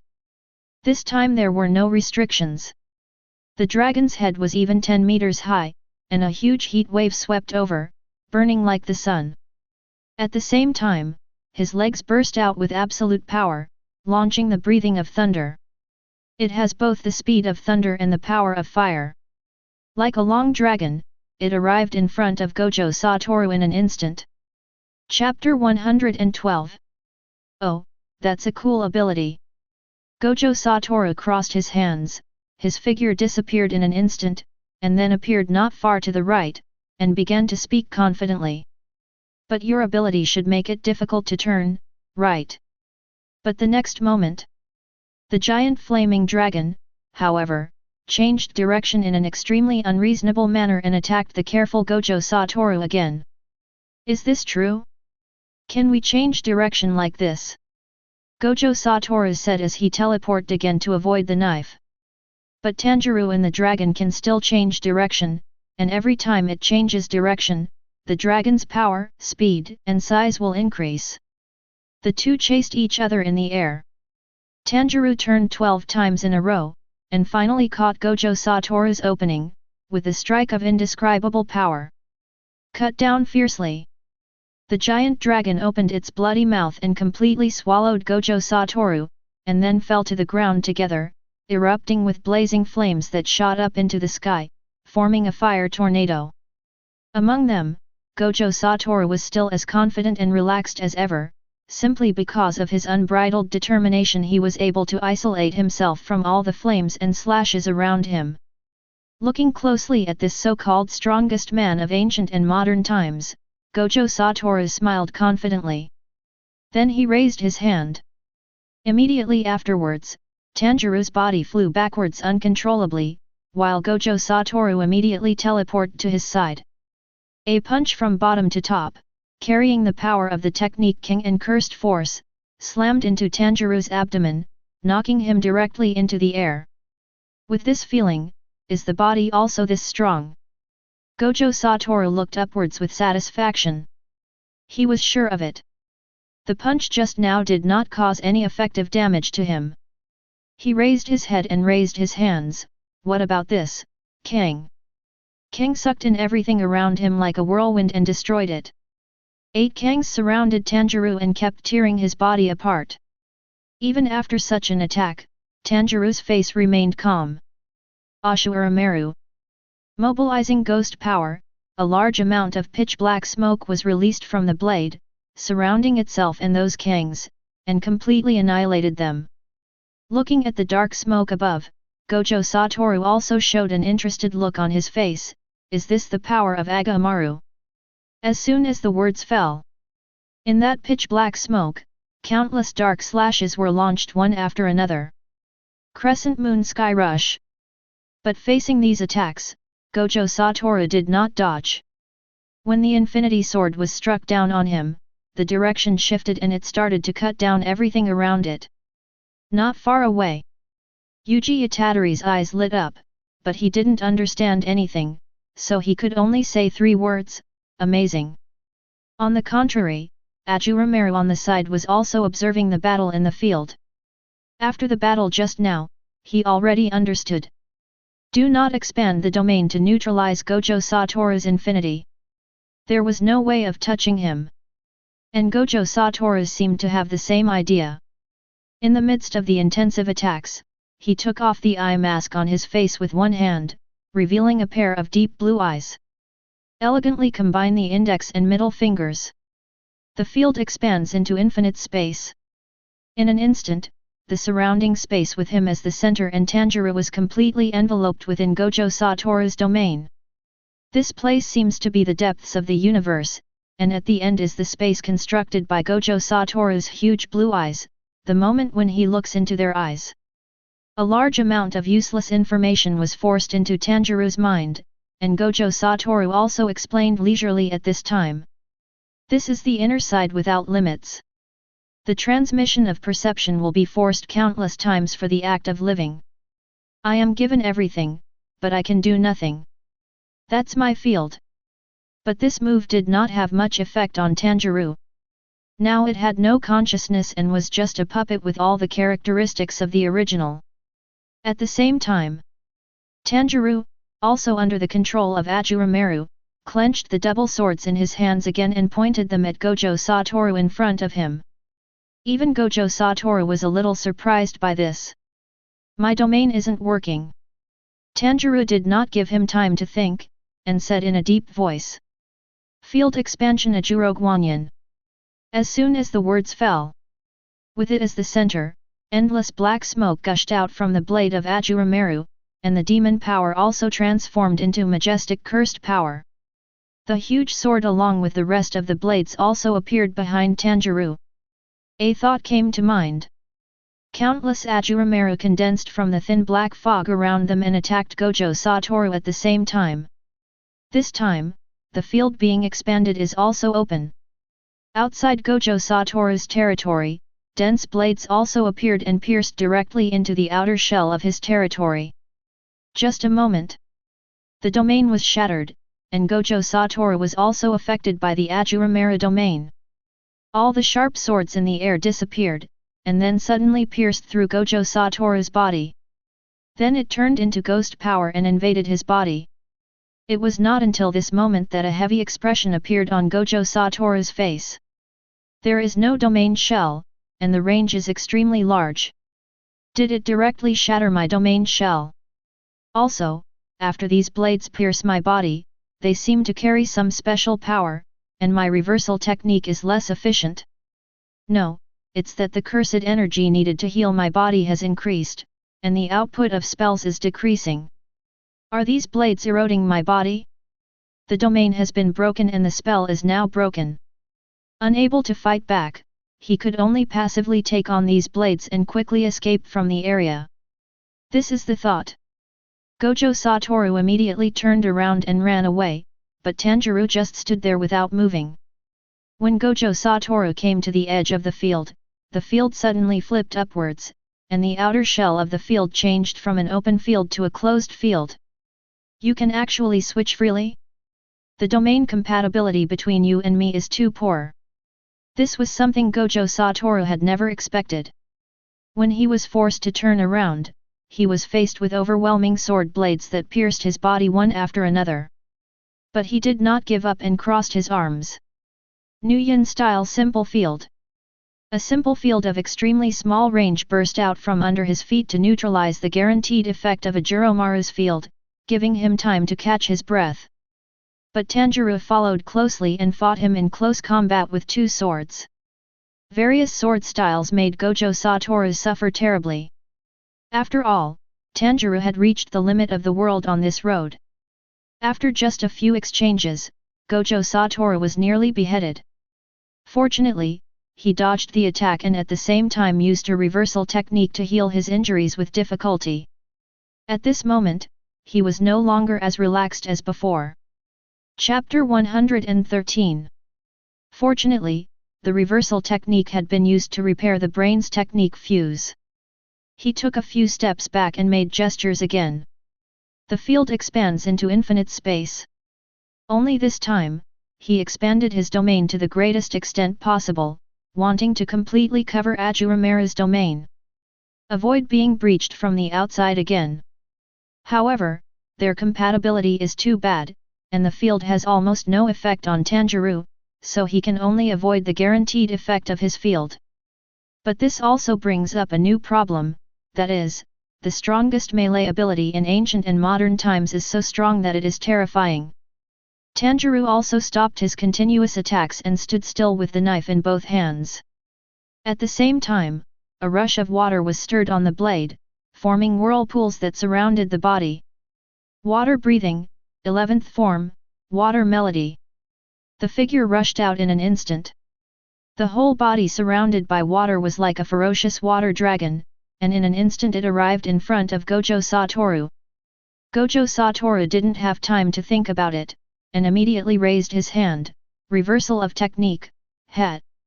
A red light appeared at the fingertips, dragging a red tail like a meteor, swaying towards Tanjirou who was already close at hand. At this distance, it is almost certain to hit. But Tanjirou released his ghost power and blocked it in front of him, adjusting the angle so that the powerful light spot changed its direction. But this also hindered his own movements. This gave Gojo Satoru a chance to dodge, and a flash of sword appeared between the two figures, and Tanjirou, who had passed by, turned around. What he saw was Gojo Satoru whose right arm was cut off, and it was now difficult for him to rely on the reversal technique to heal his arm. The most crucial point is that he can feel something in his body attacking his brain and internal organs, adding all kinds of negative buffs to his body. If you continue like this, your brain will be damaged. If you can't expand your territory, you will die faster. It was also the first time that Gojo Satoru encountered such a tough enemy. Even he himself had to admit, if we continue to fight like this, I will definitely be the one to die. Should I say that I am worthy of being the strongest in ancient and modern times? Then let's make a quick decision. I saw him with his hands crossed and looking forward. Forward technique, king, reverse technique, he. Behind him appeared the two infinite collisions of king and he, gradually merging into one, while Gojo Satoru raised his hand and pointed in the direction of Tanjirou. The illusory mass created by the fusion of the two forces gathered in front of him to form a purple light ball with a diameter of about 2 meters. All he needs to do is release this illusory mass in an instant. Hypostyle Chi. In an instant. As Gojo Satoru activated the technique, the ball of lightning emitting terrifying pressure shot straight out, unconsciously attracting everything along the way. Tanjirou, on the other hand, just stood there, his determined gaze not changing at all. Please, Ashura Maru. As he said this, he sheathed the Nichiren blades. Ashura Maru, who was not far away, laughed when he heard this. You're already dead, why are you still bossing me around like this? Having said that. However, he still activated the two states of demonization and one sword Shura, and a demon horn instantly grew on Tanjirou's forehead. His eyes also turned lavender, and strange lavender lines appeared on his face. His whole aura instantly rose to an indescribable level. In Ashura Maru's eyes, it seemed as if the young man had come back again. Also surpassed the limit at this moment. The output of ghost power and curse power reached the limit, and the flesh could no longer bear it and began to crack and bleed profusely. Everything around, including the world, seemed to have turned grey, and time seemed to have stood still. Facing the attack coming towards him, Tanjirou holds the knife in both hands and steps forward. One knife Rakshasa. In an instant, the 16 sword forms of the god of fire Kagura are slashed out in an instant. It's like the god of fire coming to earth. The raging flames swept towards the sky, ready to collide with Chi. But the next moment, the black fog swept in, and Tanjirou's figure instantly crossed the space and came in front of Gojo Satoru. What? This sudden change caught Gojo Satoru off guard, and it was too late for him to teleport away. As Tanjirou slashed out with a knife, endless flames sprinkled on Gojo Satoru's face like sunshine. In his sight, the figure in front of him looked like a god bathing in the sun. This moment of distraction, Gojo Satoru's neck was instantly cut off by the sword, and his head flew out. It was only then that he reacted. So I lost. My vision gradually blurred and my consciousness was about to fall into darkness. But the next moment, he stood there again intact, and Yuji Itadori appeared beside him, asking with concern. Are you okay? Gojo Satoru was stunned for a moment, a little dazed, and subconsciously touched his neck and couldn't help but complain, it really doesn't feel good to be beheaded. As soon as the words fell, he saw that not far away, a new sword appeared around the giant sword behind Tanjirou, and a figure walked out of it. When looking at that figure, Gojo Satoru widened his eyes and even suspected that he had seen it wrong. But no matter how you look at it, that's yourself. There was even no difference in the techniques, even his 6 eyes could not see any difference. Only at this point could he truly realize how terrifying the legendary Ashura Maru was. And Ashura Maru also spoke at this time. Although you lost, you are still good. I can feel the desire hidden in your heart, so I will give you a chance to use my power. But you have to remember, it's only partial power. It's such an honor to receive your praise. Gojo Satoru curled his lips. He had completely given up on the idea of defeating the first sword master. That guy was simply not someone that could be defeated by a human. But he still asked curiously. Can I know the name of the sword master? Tanjirou, Komatu Tanjirou. Ashura Maru said his name with some pride. Komatu Tanjirou? I remember it. Gojo Satoru showed a satisfied smile on his face, and then moved forward in an unruly manner. Curiously asked, can I ask the me over there what's going on? Hey, just tell me. This unruly and shameless look made Ashura Maru couldn't help but look sideways slightly, but he was in a good mood at the moment, so he simply explained it. That is the effect of my domain. All the previous sword masters and enemies killed will be recorded in the domain and used by me. Upon hearing this, Gojo Satoru's expression froze for a moment. Chapter 114. One Komatu Tanjirou is already invincible, and you're telling me that the sharp blades surrounding that giant sword are all powerful people who have been killed and recorded? If all of these are used together, they will have a field effect. You can already imagine how horrible it is. At least as far as he knew, he and Sukuna had been recorded in Ashura Maru's domain, and there were at least a dozen people like them here. Even if these strong men are not released, just Komatu Tanjirou's extremely terrifying melee ability, plus the energy that invades the body after the slash.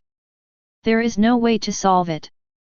That kind of energy directly attacks the spell centers in the brain and abdomen inside the body. These two places are the biggest weaknesses of the sorcerer. Once destroyed, it means death. You can't win. You can't win at all. Gojo Satoru has already accepted his fate and can only hope that Yuji can seduce him with his desire. However, Gojo Satoru, who followed closely behind, had another question, and he joked, then Miss Agamaru, can I lend your opportunity to someone else? Hearing this, Ashura Maru guessed it immediately. If nothing unexpected happens, he should lend himself to Fushiguro Megami so that he can use him to subdue Mokuro. This is good. It is still necessary to use the domain to record Mako Luo. Thinking of this, Ashura Maru looked over with his pair of red eyes. Replied coldly. That's your problem. This sentence was almost a tacit agreement, and Gojo Satoru heard it immediately. He put on his eye mask and said with a smile. Thank you so much. In secret, I thought. So Ashura Maru is actually a tsundere? But the words were not finished. Then I heard Ashura Maru continue in a bad mood, also, I'm a man, don't call me by the wrong name next time. Upon hearing this, Gojo Satoru and Yuji Itadori were both stunned and were then sent directly out of the spiritual world by Ashura Maru. A system notification sounded in Ashura Maru's mind, ding. The strongest sorcerer of modern times, Gojo Satoru, has been detected to have intense negative emotions, gaining 5,000 emotion points. The other side. When the two regained consciousness. Still unable to calm down for a long time, even Gojo Satoru couldn't help but shook his head, I didn't expect it to be a man, it's so confusing.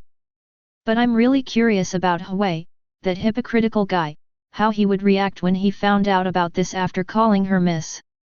As he spoke, a suggestive smirk appeared on his face. Yuji also came to his senses and was a little surprised that Ashura Maru was a male, but other than that he didn't have any special thoughts. But Gojo Satoru reminded him seriously and solemnly. Yuji, don't tell anyone about what happened here today and the Ashura Maru in your body, otherwise you will be in trouble. Okay. The main character of Tiger Stick is simplicity, whatever you say is what it is. There was no debate on this question, so Gojo Satoru returned to the original question, do you want to die now, or after you have collected all the fingers? Of course, you can also try to get Ashura Maru's approval. After all, I think he has the ability to destroy Sukuna's finger, but the chances of you succeeding are almost zero. Having said that, Gojo Satoru is now completely reluctant to let Itadori die, even if it means killing all the top leaders for this. But faced with this question, Yuji was a little hesitant. This was the first time he experienced what desire was, the desire to survive.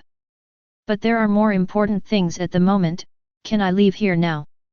Generally speaking, it's not possible, but if I'm here, there will be no problem. Gojo Satoru said confidently. After receiving this affirmative answer, Yuji hurriedly pleaded, before answering, can I go out and attend Grandpa's funeral first? Sure. Gojo Satoru readily agreed to this request. He left the sealed place with Yuji in a swagger. As for the prohibitions and rules, they were all empty talk to him. And the other side. The Sukuna in Yuji's body also knew the result of the battle through his memory, and now it stands in the domain where it was born. Standing on the shrine, I was so excited that I couldn't control myself. Ashura Maru, you really fascinate me.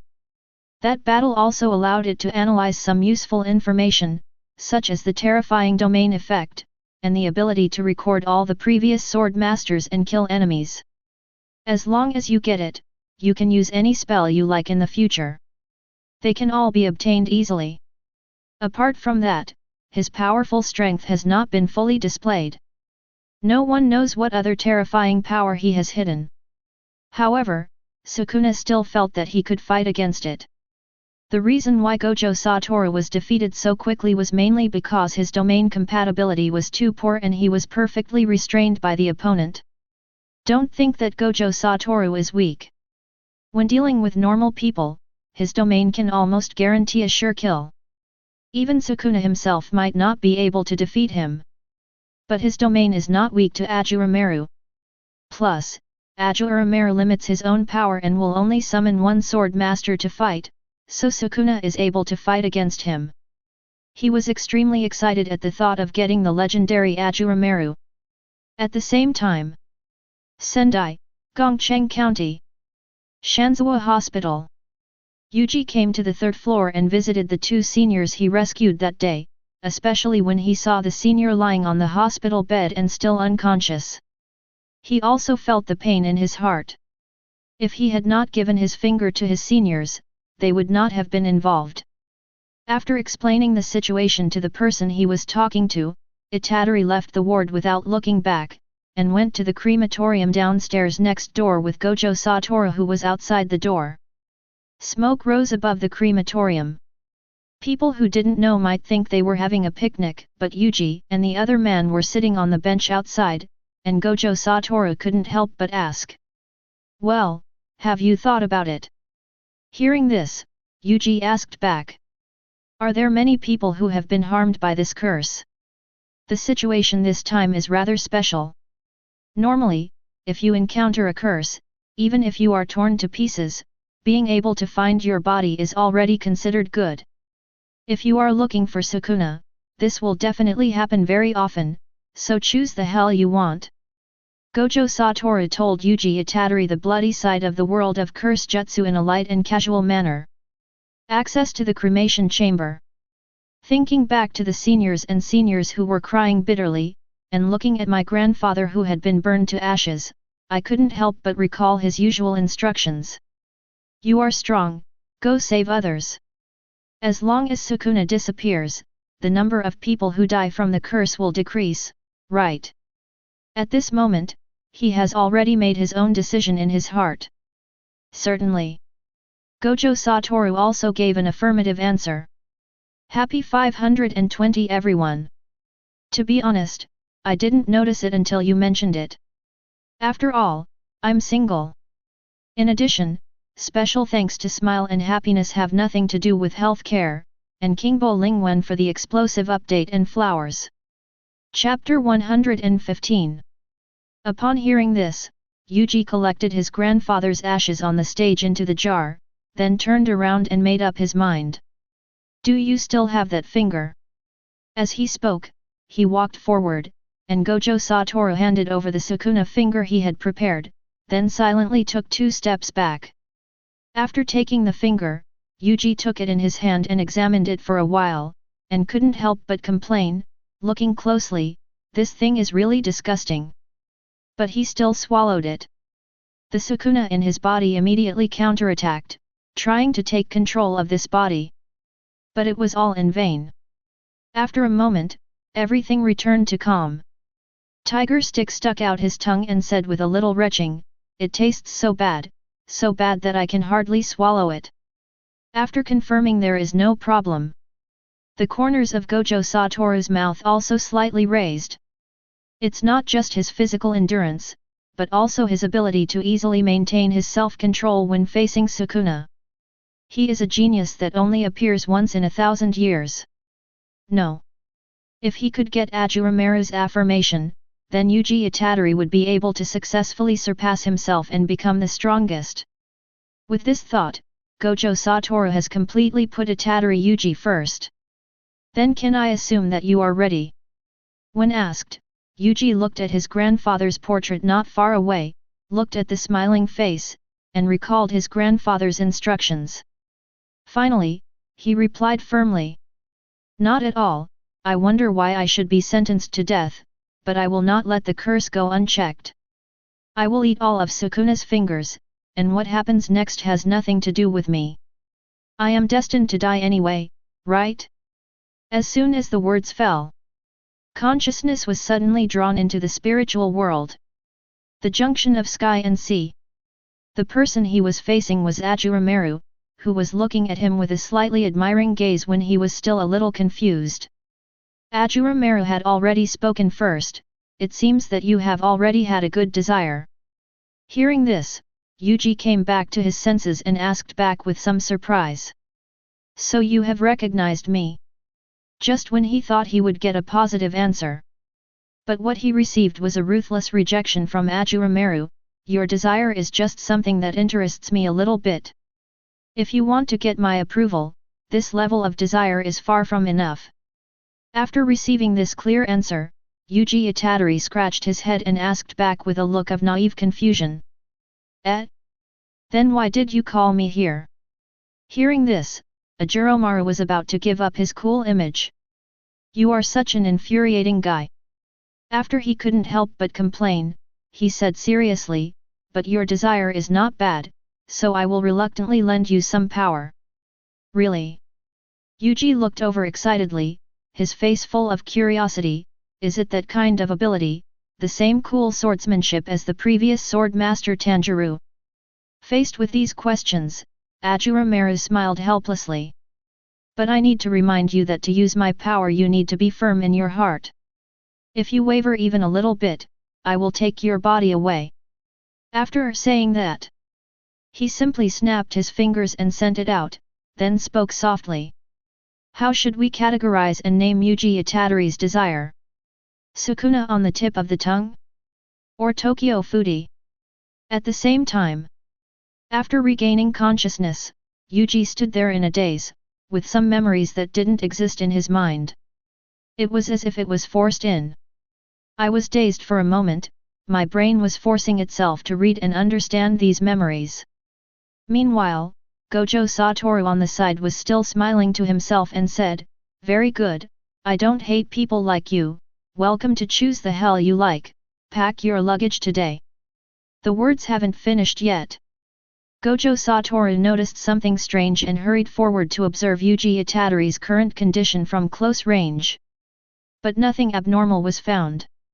We have already suppressed the Nyo, but why is this happening? Suddenly, he thought of a possibility.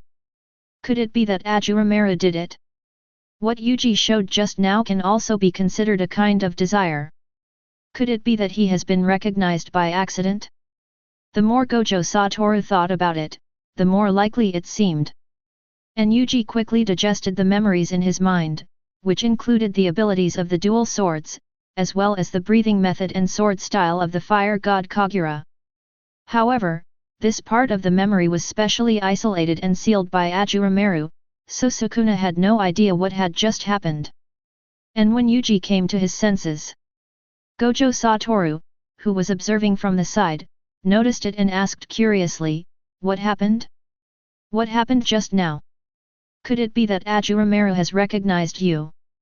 At the same time, Sukuna was also concerned about this. In response to the question, Yuji excitedly talked about what happened just now. "Just now, Ashura Maru told me that my desire aroused his interest and he could lend me some power. Is this true?" Gojo Satoru was a little dazed on the spot. After all, guesses are just guesses, but the facts before them are another matter. But this also aroused his curiosity even more. "Tell me what abilities they are." Hearing this, Yuji spoke without thinking. "Ashura Maru gave me 2 swords, one called Wind, which can control the power of the wind, and the other called Azakana, which can directly attack the soul. In addition, I was given a breathing method and swordsmanship, the same as when you fight. Moreover, these 2 swords have many abilities, but Ashura Maru did not give me the permission to use them, so I cannot use them. And you must be firm in your heart to use these abilities, otherwise she will take over your body." He revealed everything he knew in one breath. Even if it is just the most ordinary ability, can it be at the level of a special grade spell tool? Should we say it is worthy of being called Ashura Maru? Then, Tiger Stick, can you take out the knife and show it to me? Hearing this, Yuji subconsciously asked in his heart. "Ashura Maru, are you there? I thought. The words haven't finished yet." The angry voice of Ashura Maru came to mind. "Are you an idiot? Didn't I tell you how to summon me? Sorry, so many things suddenly popped up in my mind that I didn't notice it." After being retorted, Yuji just laughed it off. "I don't take it seriously at all." Then, you can see black smoke suddenly bursting out from Yuji's waist, and then 2 swords quickly condense on both sides. Yuji pulled out the wind blade on the right side. The moment the blade was unsheathed, he could immediately feel the force of the wind brought by the blade. It was as if he could create hurricanes by waving the air at will. Gojo Satoru looked at the 2 swords keenly, but found that they were different from the swords used by Tanjirou. However, the power of these 2 swords should not be underestimated. Sukuna, who was watching all this, had an extremely ferocious expression at this moment, but he did not lose his mind. Chapter 116. Instead, they quickly guessed and analyzed. "From what this brat said, I can tell that Ashura Maru doesn't really recognize him, but there is no doubt that he has aroused Ashura Maru's interest. Is it because he wants to die together with himself to reduce his desire for the curse? Also, when using power, you must be firm in your heart, otherwise your body will be taken away. Will you have a chance to leave then?" Since he is unable to take over the kid's body at the moment, Sukuna has already begun planning how to leave this body. As for Ashura Maru, after leaving this body, the taming ritual can still be performed. It does not have to be performed in this little ghost's body. I have to find a chance to leave this body.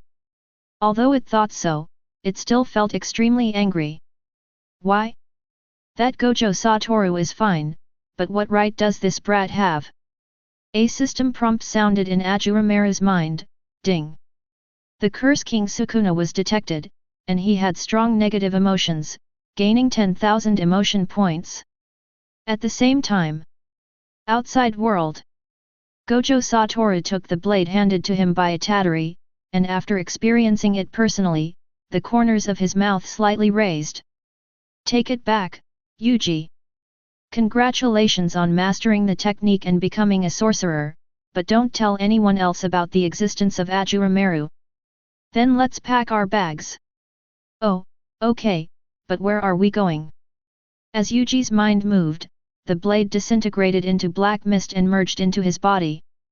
The next moment, a figure appeared at the entrance. It was none other than Fushiguro Megami. He was wrapped in bandages and spoke with a stern face. Tokyo, you will be transferring to the sorcerer school I attend next. Gojo Satoru on the side also reminded him.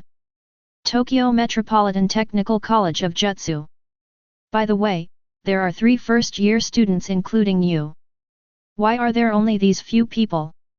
Yuji was also a little surprised. Then the group quickly left the place. And Ashura Maru, who was watching the show, couldn't help but complain about this so-called Jujutsu Technical Secondary School. What's the use of this crappy school? Just like Hogwarts, the best way to learn is to confront the curse directly. Those who can win and survive are naturally good sorcerers. This is simply outrageous. It's outrageous to the extreme. The next day, Tokyo Metropolitan Technical College of Jutsu. As Gojo Satoru walked up the stairs with Yuji, he reminded him, you will have a private conversation with the principal later. If you fail miserably, you may be denied admission.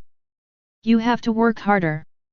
Before Yuji could say anything, a mouth suddenly appeared on his face. Sukuna spoke first, aren't they ranked by strength? How boring. When I completely take over this little devil's body, I will kill you first. It's an honor to be remembered by Sukuna. Gojo Satoru stopped and didn't care at all that his tone was already so bland. Instead, Yuji asked curiously, is this guy famous?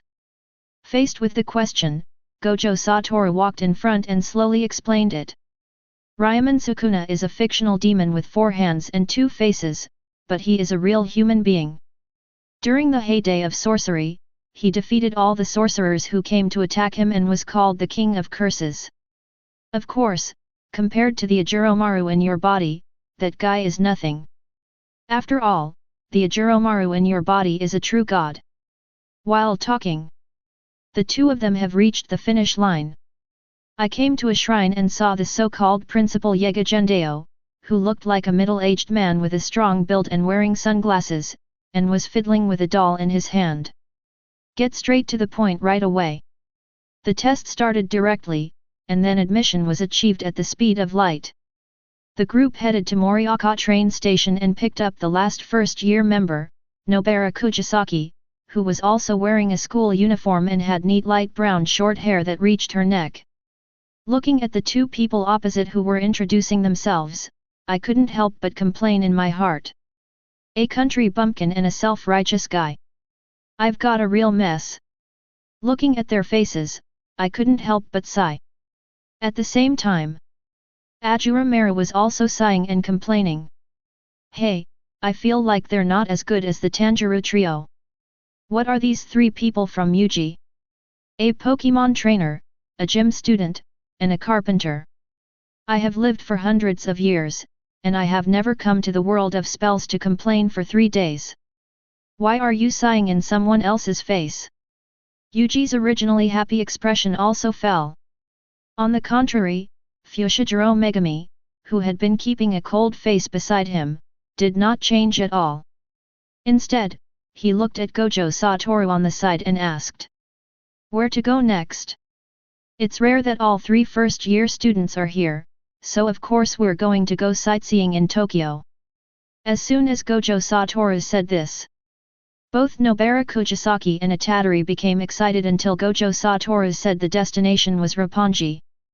The bustling city scene immediately flashed in Yuji's and the others' minds, and they headed there with great anticipation until they arrived at their destination. But I found myself in a deserted neighborhood. Standing in front of an abandoned building. Gojo Satoru was also standing at the front. He turned around and looked at Yuji and the other man, with the corners of his mouth slightly raised, and he spoke nonchalantly. There is a curse in here. I'm not sure how well you can do it, so let's just treat this as a test. Nobara and Hisahito, the two of you will exorcise the curse from the building. Neither of them had any objections, so they just walked straight into the abandoned building. As Yuji Itadori thought, dark mist surrounded his body and two katana appeared on both sides of his waist. Kojisaki Nobara in front of him turned around and asked curiously, "What is your technique?" Hearing this, Yuji Itadori drew out the wind blade from his waist, felt its power and replied, "Although I also want to tell you, Gojo-sensei won't let me tell anyone else." Being rejected, Nobara Kojisaki turned her head away and retorted unhappily, "Tisk, you're being so mysterious, isn't it some shameful ability?" The two walked in the abandoned building. Yuji Itadori also had a question, and asked in his mind with some confusion, "Ashura Maru, do I need your approval to unlock the other abilities of these two swords?" Ashura Maru had already thought about this problem in advance. There was no need to waste too much time and he could just increase the feedback ability directly. Just kill your way through. These two swords only contain a part of my power. Now the control has been completely handed over to you. However, your cursed power is too low, so you cannot use other abilities for the time being. Then I just need to continue practicing my cursed power, and once I reach the standard I can use other abilities. As Yuji Itadori was saying this, he suddenly instinctively felt a sense of crisis. Chapter 117. The wind blade in his hand slashed upwards. The curse that came from above was instantly torn into half of the arm by the blade and the gust of wind that came with it, and in an instant the limbs were broken off and blood was flowing. And Yuji also jumped to the side. The curse also fell down. It was an ugly and twisted curse, like a combination of a human and a scorpion. At this time, he was still asking intermittently, "Do you need a receipt? Did the curse appear so soon?" Yuji Itadori clenched the wind sword in both hands, his expression somewhat cautious. The moment the curse hits head-on. On the other hand, Yuji also subconsciously slashed forward based on the feeling from the knife in his hand. The next moment, an invisible wind blade slashed between the blades, splitting the curse coming from the front in two right down the middle of the body. Looking at his masterpiece, Yuji Itadori looked at the wind sword in his hand and couldn't help but say, "What a powerful sword! Was that sword energy just now? It's so cool!" The words haven't finished yet. Yuji Itadori felt something strange coming from his body, as if his body had been fully exercised and his muscles were expanding. And the spell power has also been improved accordingly. Hey? My body seems to have become a lot stronger. Was this also done by you, Ashura Maru? As usual, Yuji Itadori asked even though he didn't know the answer. Hearing this, Ashura Maru continued with the previous topic and explained it at the same time. "Don't make such a fuss.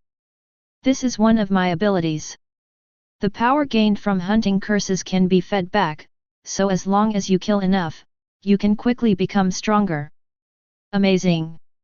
At the same time, Sukuna also heard these words and witnessed this with his own eyes.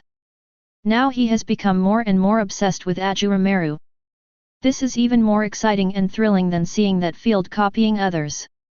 You can easily become stronger by hunting curses. No wonder there is a saying that whoever is recognized will become the strongest. This is truly well deserved. Outside the abandoned building, Gojo Satoru also saw this scene through his 6 eyes and had the same idea as Sukuna, but he was more certain. Yuji Itadori will definitely become the second strongest person in ancient and modern times, and maybe he can even change the world. Returned to the abandoned building. Yuji Itadori felt his current body and could only say that there was some improvement, but not much. And Ashura Maru also reminded, there are 2 curses on the 3rd floor. "Thank you, Ashura Maru." With Ashura Maru's guidance, Yuji followed the wall at the back of the 3rd floor. And the other side of the wall. A curse that looked like a frog with slender arms and legs was grabbing a child and putting its fingertips against his neck to threaten the Kujisaki Nobara in front of it. The ugly face opened into a wide grin. And Nobara Kujisaki was also caught in a dilemma. Damn it! This guy is level 4, at most level 3. It's nothing, but I can't do anything since I'm holding a hostage. If I give up resistance, I'll die and the child will die too. He clenched the hammer in his hand, a look of struggle appearing on his face.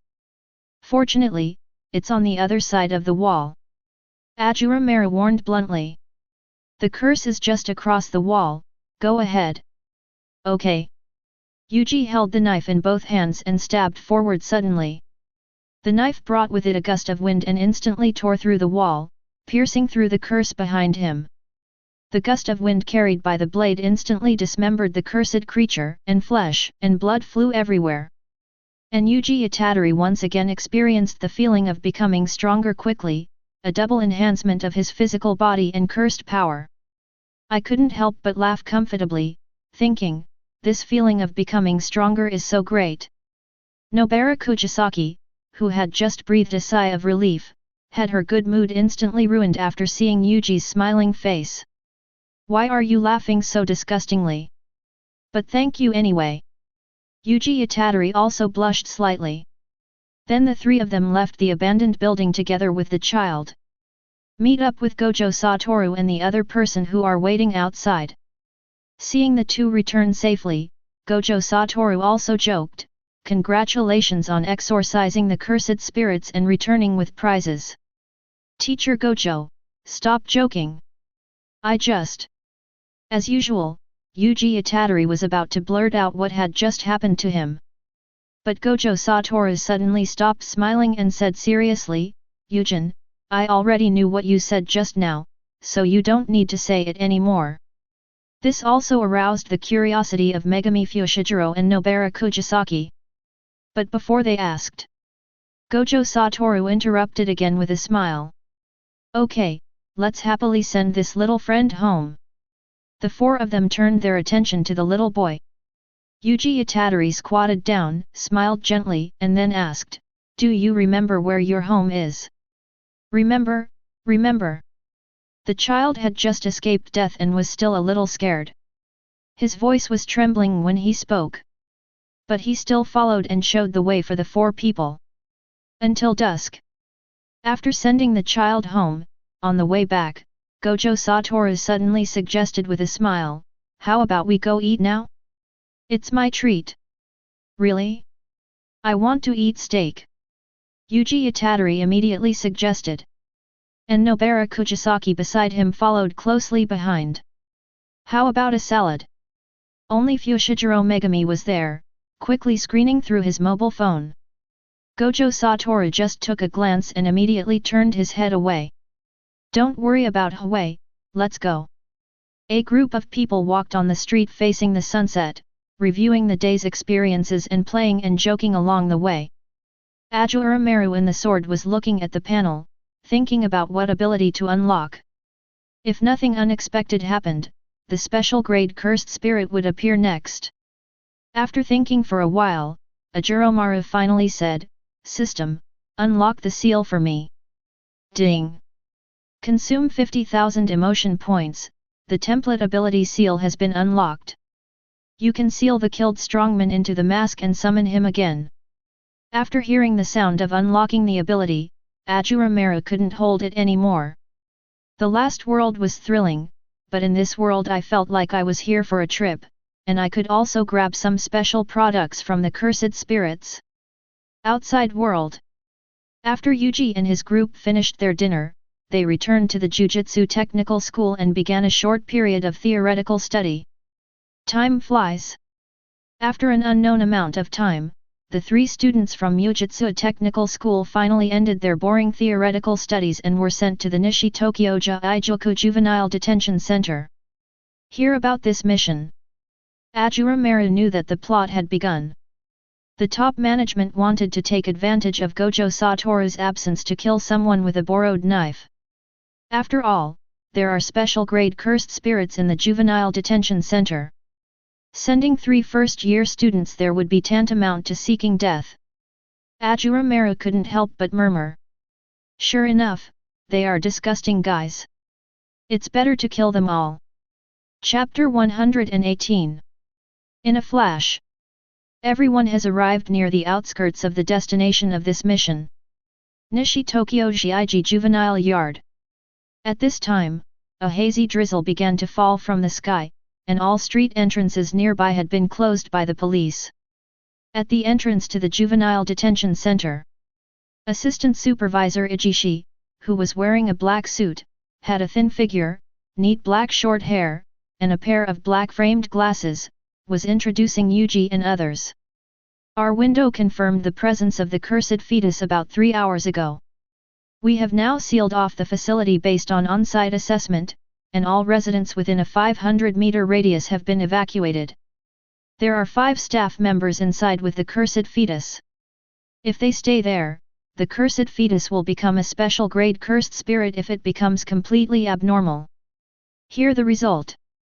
Fushiguro and Kujisaki both had serious expressions on their faces, and it was obvious that they had realized the horror of this mission. On the contrary, Itadori still seemed so calm and composed. And Ijishi continued to remind him. Your mission is only to identify and rescue the survivors.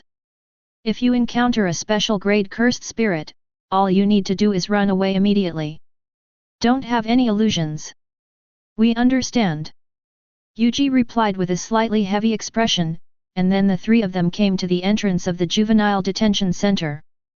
Behind them, Ijishi looked at the 3 people's departing backs and gave them instructions. Please be careful. After saying this, he raised his hand. I will now lower the tent, from darkness to darkness, and purge all filth and impurity. After that, a dark energy emerged in the sky from top to bottom, completely enveloping the juvenile home and its surroundings, forming a special barrier that could block sight. On the other hand, Fushiguro Megami, who was walking in the front, also gestured to summon the white wolf among the jade dogs. Let's go, if there is a curse approaching, it will tell us. Really? So good. Yuji Itadori squatted down and reached out to stroke the jade dog. However, the 3 of them soon pushed open the door of the children's palace and officially stepped inside. However, after entering, what caught their eyes was a duplex building with strange colors. There are stains of rust everywhere, but that is not the point. The point is that this was originally just a 2-story children's palace. Is this still the 2-story dormitory? Yuji Itadori raised his head and looked at the endless dark dome and expressed his doubts. Is this a duplex? Kujisaki Nobara asked uncertainly. Compare these 2 people.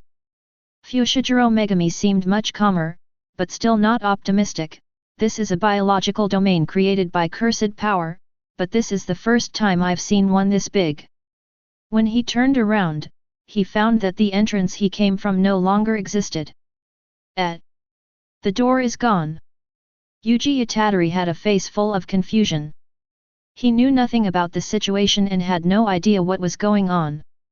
Fortunately, Megami Fushiguro reminded him in a deep voice. It doesn't matter. The jade dog can smell the remaining scent at the entrance. Let's continue. Upon hearing this, Yuji Itadori also praised with a smile. Wow, Fushiguro, you are so reliable. With you here, we will definitely be able to rescue the survivors here.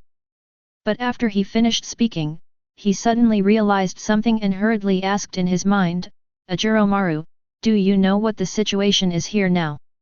In response to Yuji's question, Ashura Maru's mouth twitched slightly. You only remember to ask me now? Let out a long sigh.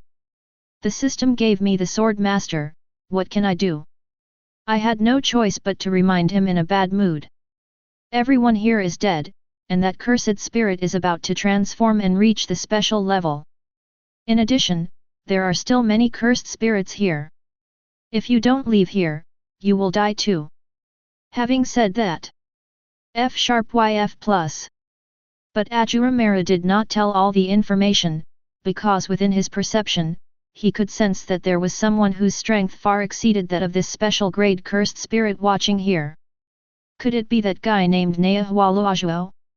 If I remember correctly, everything here seemed to be just a test for him. Outside world. After learning of Ashura Maru's reminder, Yuji Itadori hurriedly looked at the two people beside him and reminded them with a somewhat anxious expression. Fushiguro and Kujisaki, we have to leave here quickly. There are no living people here now, and even that cursed spirit has completely turned into a special grade. What? Just when Fushiguro Megami was about to ask how you knew that, he suddenly realized the existence of Ashura Maru, so it makes sense why he knew that. But even so, Fushiguro Megami couldn't help but ask back, then why didn't you make it clear before coming in? Hearing this, Yuji was at a loss for explanation. I can't say that I forgot that Ashura Maru has this function. That would be too embarrassing. Hearing the conversation between the two, Nobara Kujisaki felt that she couldn't keep up with the rhythm. Why do you know the situation here, and what did you mean by what you said just now, Fushiguro? Faced with the question, Fushiguro Megami interrupted decisively. It's a secret so I can't tell you. He turned around and instructed the jade dog to lead the way. Now follow me closely, we have to hurry and leave here. Okay. Yuji and the other man followed closely behind, running together in the corridor downstairs of the rusty duplex until they passed through a narrow corridor. They came to a huge drain without any water, like a reservoir. Besides, there were the bodies of 3 men lying there. The deaths all looked extremely tragic. Yuji Itadori's expression was also slightly dazed, and his pupils suddenly shrank. After all, the feeling of hearing about a death and seeing it with one's own eyes were completely different, especially when the death was so miserable. But there was no sound left for them to react. Ashura Maru had already warned, it seems you can't escape, the special grade is here.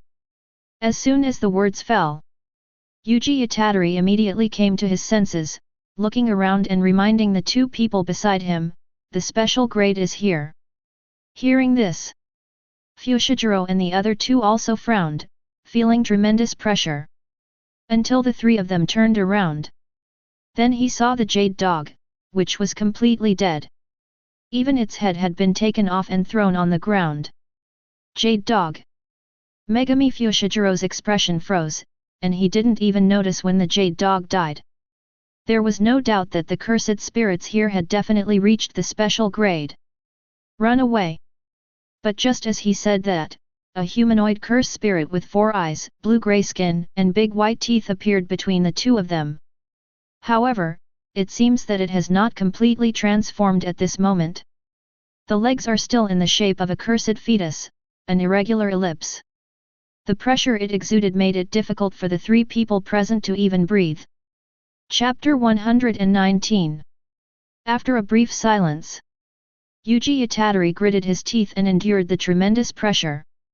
A wind blade appeared at his waist and he slashed forward fiercely. Just the next moment, the palm broke directly, fell to the ground with the blade, and disintegrated into black mist and disappeared into thin air. The wound on the wrist was still gushing blood. Looking at the special grade cursed spirit at such close range, Yuji knew clearly that he could not escape at this distance. He looked down at the broken part of his palm and said with a serious expression, "Sukuna, if I die, you will die too. If you don't want to die, come and help me." Upon hearing this, Sukuna in his body also fell into a brief silence. It didn't matter if this kid died. After all, he couldn't control his body. At most he would just lose 2 fingers worth of soul. But the key is, Ashura Maru. If Ashura Maru disappears, no one knows when he will appear again. This time, Sukuna felt as if its lifeblood was being strangled, but even so, it still sneered, "I refuse. Even if I die in your body, there will still be 18 soul clones left. But it's not that I can't help you get rid of this curse. You and I will form a bond, and I will help you get rid of this curse, and you will let me share the Ajuro pill. How about that? Who would believe you?" Yuji Itadori retorted loudly, and used the blade to tear off a piece of clothes and wrapped it around the broken wrist to stop the bleeding. In the face of the scolding, Sukuna was still as evil and unrestrained as ever, and he provoked Yuji's heart while chatting and laughing. What a troublesome brat! After the bond is tied, even I cannot break it, or there will be unforeseen consequences. Make a decision quickly. You don't want to see your companions die here, do you? As soon as the words fell, that special grade cursed spirit had already condensed a huge amount of cursed power in its hands and shot it directly forward like an energy cannon. It leveled everything in front of it, leaving a wide trench on the ground. The cursed spirit was dancing with joy as it admired its own masterpiece, not taking the three people in front of it seriously at all. Just treat them as ants that can be crushed to death at will. Yuji also came to his senses and hurriedly reminded. Fushiguro, take Kujisaki and leave here. I'll take care of this guy before you leave. After you leave, send me a signal and I will release Sukuna. But Fushiguro Megami's expression changed when he heard this, and he scolded coldly, how is it possible to fight against a special grade cursed spirit with one hand? But what he got was Yuji's words. Please, Fushiguro. And behind him, Nobara Kujisaki had been torn through the ground by the cursed spirit and moved to other places when the previous shock wave hit. Fushiguro Megami gritted his teeth and watched the determined Yuji finally make his own decision. Be careful. I'll give you a signal as soon as I get out. After saying that, he turned around. He formed a seal to summon Nu, and a huge masked owl emerged from the shadow behind him. He grabbed its back and flew away directly. Go look for Kujisaki Nobara somewhere else. And the special grade cursed spirit didn't even intend to stop him, and just let Fushiguro Megami leave in a swagger. Now, Yuji was left alone to face this special cursed spirit, but he couldn't help but ask, Ashura Maru, if I die, will you disappear? Hearing this question, Ashura Maru's mouth corners slightly raised. Of course, if others do not get my approval, then I will disappear with you. As soon as the words fell, Yuji said proudly. Did you hear that, Sukuna? If I die, not only you, but Ashura Maru will disappear with me. You don't want Ashura Maru to disappear with me, do you? If you don't want to, come and help me. The guest has taken over the host's position. Ashura Maru almost couldn't hold back, thinking you were a simple-minded guy, but I didn't expect you could actually put your knowledge into practice. And Sukuna was so angry that he was shaking all over. This brat! It's really infuriating. Being controlled from the opposite side, Sukuna really couldn't just watch him die, but he was not someone who could be controlled at will. Don't think you can threaten me like this. I can't let you die, but I can take this cursed spirit and kill your companions and everyone outside.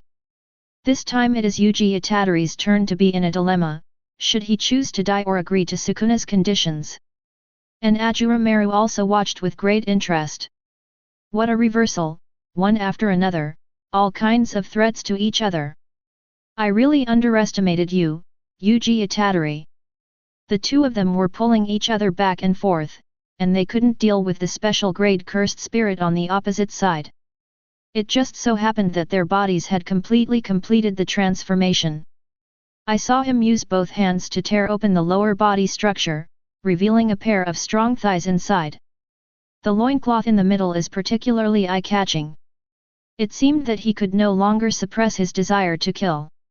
He raised his hand, accumulated magical power, and swung it forward. A golden shock wave suddenly hit. Without time to think, Yuji Itadori immediately took out another Azakana and slashed forward, colliding head-on with the shock wave.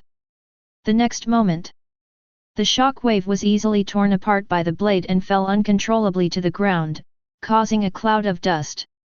Yuji Itadori looked at the Azakana in his hand and couldn't help but say, is this knife so sharp? If so, maybe I can still win. But the words haven't finished yet. The special grade cursed spirit had already arrived in front of him and punched him directly in the abdomen, sending Yuji flying backwards. He crashed into the wall and fell onto the bridge on the other side. He flipped over and over several times and almost passed out. Don't give him any time to react. The cursed spirit was standing at the gap, opening its arms to release the cursed power once again, sending out a shock wave. Facing the incoming shock wave, Yuji Itadori once again raised the Azakana in his hand and chopped forward with the same trick. Cut the gap. The special cursed spirit kicked it away again, and it hit the wall behind it directly, causing even the wall to crack. Wait until it falls down and collapses on the ground. His vision was blurred by the blood, and for the first time, Yuji Itadori experienced the fear of facing death and recalled everything that had happened. It hurts so much. It hurts so much. I want to run away. If I hadn't taken that finger away, would things have been different? I continue to live an ordinary life. Has your will begun to waver? Ashura Maru shook his head and prepared to log in and control the dual swords to fight. Play is play, and make noise is noise. When a person dies, it's all over. At this time, Sukuna was already a little anxious. Could this damn kid really die here? No. You can't die yet. Chapter 120. When Yuji Itadori was dying, his grandfather's face suddenly appeared in his mind, and he recalled those words again.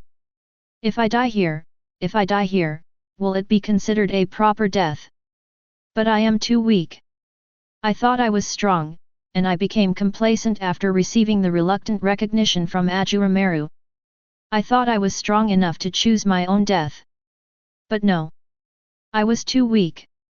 I was too weak. I don't want to die. I don't want to die yet.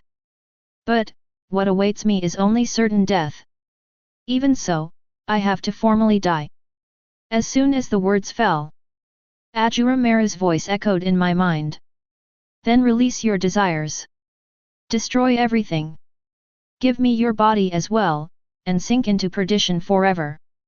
While talking, Yuji Itadori's body began to heal itself, even his broken arm grew back, and he emanated an extremely strong aura of oppression from his body. The two swords appeared on both sides again, and a faint evil ghost mask appeared on the forehead. Strength began to flow into the body. Yet, just fall asleep like this. Just give your body to Ashura Maru. Yuji Itadori's consciousness also fell into the abyss, and all he saw was darkness. At this moment, Sukuna couldn't bear it anymore. You little BD, wake up. In this situation, if nothing unexpected happens, his will is shaken and his body is being taken over by Ashura Maru. No one knows what will happen after the body is taken away, and Sukuna naturally doesn't want to see this happen. On the other hand, the special grade cursed spirit on the opposite side was now trembling with fear. It could sense that it was some kind of natural enemy. It's like a rabbit meeting an eagle. The instinctive fear made it stand there trembling and unable to move at all. But just when Yuji Itadori's consciousness was about to completely sink, a wolf's howl suddenly pierced into his ears. At the last second before he was about to sink, Yuji Itadori suddenly woke up. Is this Fushijiro's signal? Seeing that Yuji Itadori showed signs of waking up, Sukuna was finally willing to give in and said, change the restraints, as long as you are willing to let me use these two cursed tools. I will help you kill this cursed spirit, and I won't attack anyone else. These words naturally fell into the ears of Yuji Itadori. He took a deep breath and spoke as if he had used up all his strength. Make a deal. As soon as the words fell, having obtained permission, Sukuna immediately took control of the body, and the special black tattoo appeared on Yuji Itadori's skin again. The eyes at the corner of his eyes opened again, and the first words he spoke were, "This brat is so annoying. But the binding has been achieved, so let me feel the power of Agamaru." According to the restraints, with the help of Yuji Itadori, black smoke also bloomed from his waist, and the two swords that he had been dreaming about emerged. He also used the reversal technique to heal his body to its optimal state, allowing his severed arm to regenerate. Then he drew out the wind blade with his left hand and personally felt the power of the wind contained in this blade. So this is what it feels like to use the Ashura Maru. As he said that, he turned his head to look at the special grade cursed spirit that was shivering over there, and suddenly smiled evilly. That's great. I'll use you as a target. He input his own cursed power and casually slashed forward. An invisible wind blade instantly tore through the air, and the special grade cursed spirit couldn't even react. It was cut in half and fell to the ground. The output of cursed energy is increased by dozens of times by this sword? This is really fascinating. Sukuna said, looking at the other blade. At this moment, he knew that Yuji had provided information about the two swords, so naturally he also knew everything about the sword. Azakana, a blade that strikes the soul. He walked slowly towards the special grade cursed spirit that was cut in half and unable to heal itself, and looked at its lower body that was slowly healing. He stabbed him directly with a knife. It seemed that there was not much damage to the body, but the special grade cursed spirit suddenly struggled and wailed violently, and even blood began to flow out of its 7 orifices. A knife pierced the soul's outline? Is this the soul's power fading? If it weren't for a strong man with a very high understanding of spell power and a grasp of the outline of his own soul, this light blow would have been enough to stop him. Even if you don't die, it will cause unspeakable damage to your soul. Ha ha ha ha, ha ha ha ha ha. Sukuna laughed extremely loudly and wildly, as if he was feeling the beauty of owning Aga Amaru. When he was in a good mood, even that special grade cursed spirit looked handsome. Then work harder next time.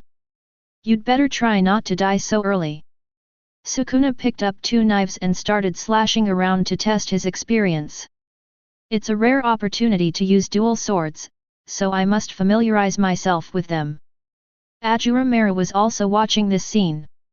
To be honest, Sukuna is more suitable to be the sword master than Yuji, but he is the sword master designated by the system. But think about it carefully. I started planning the subsequent plot again.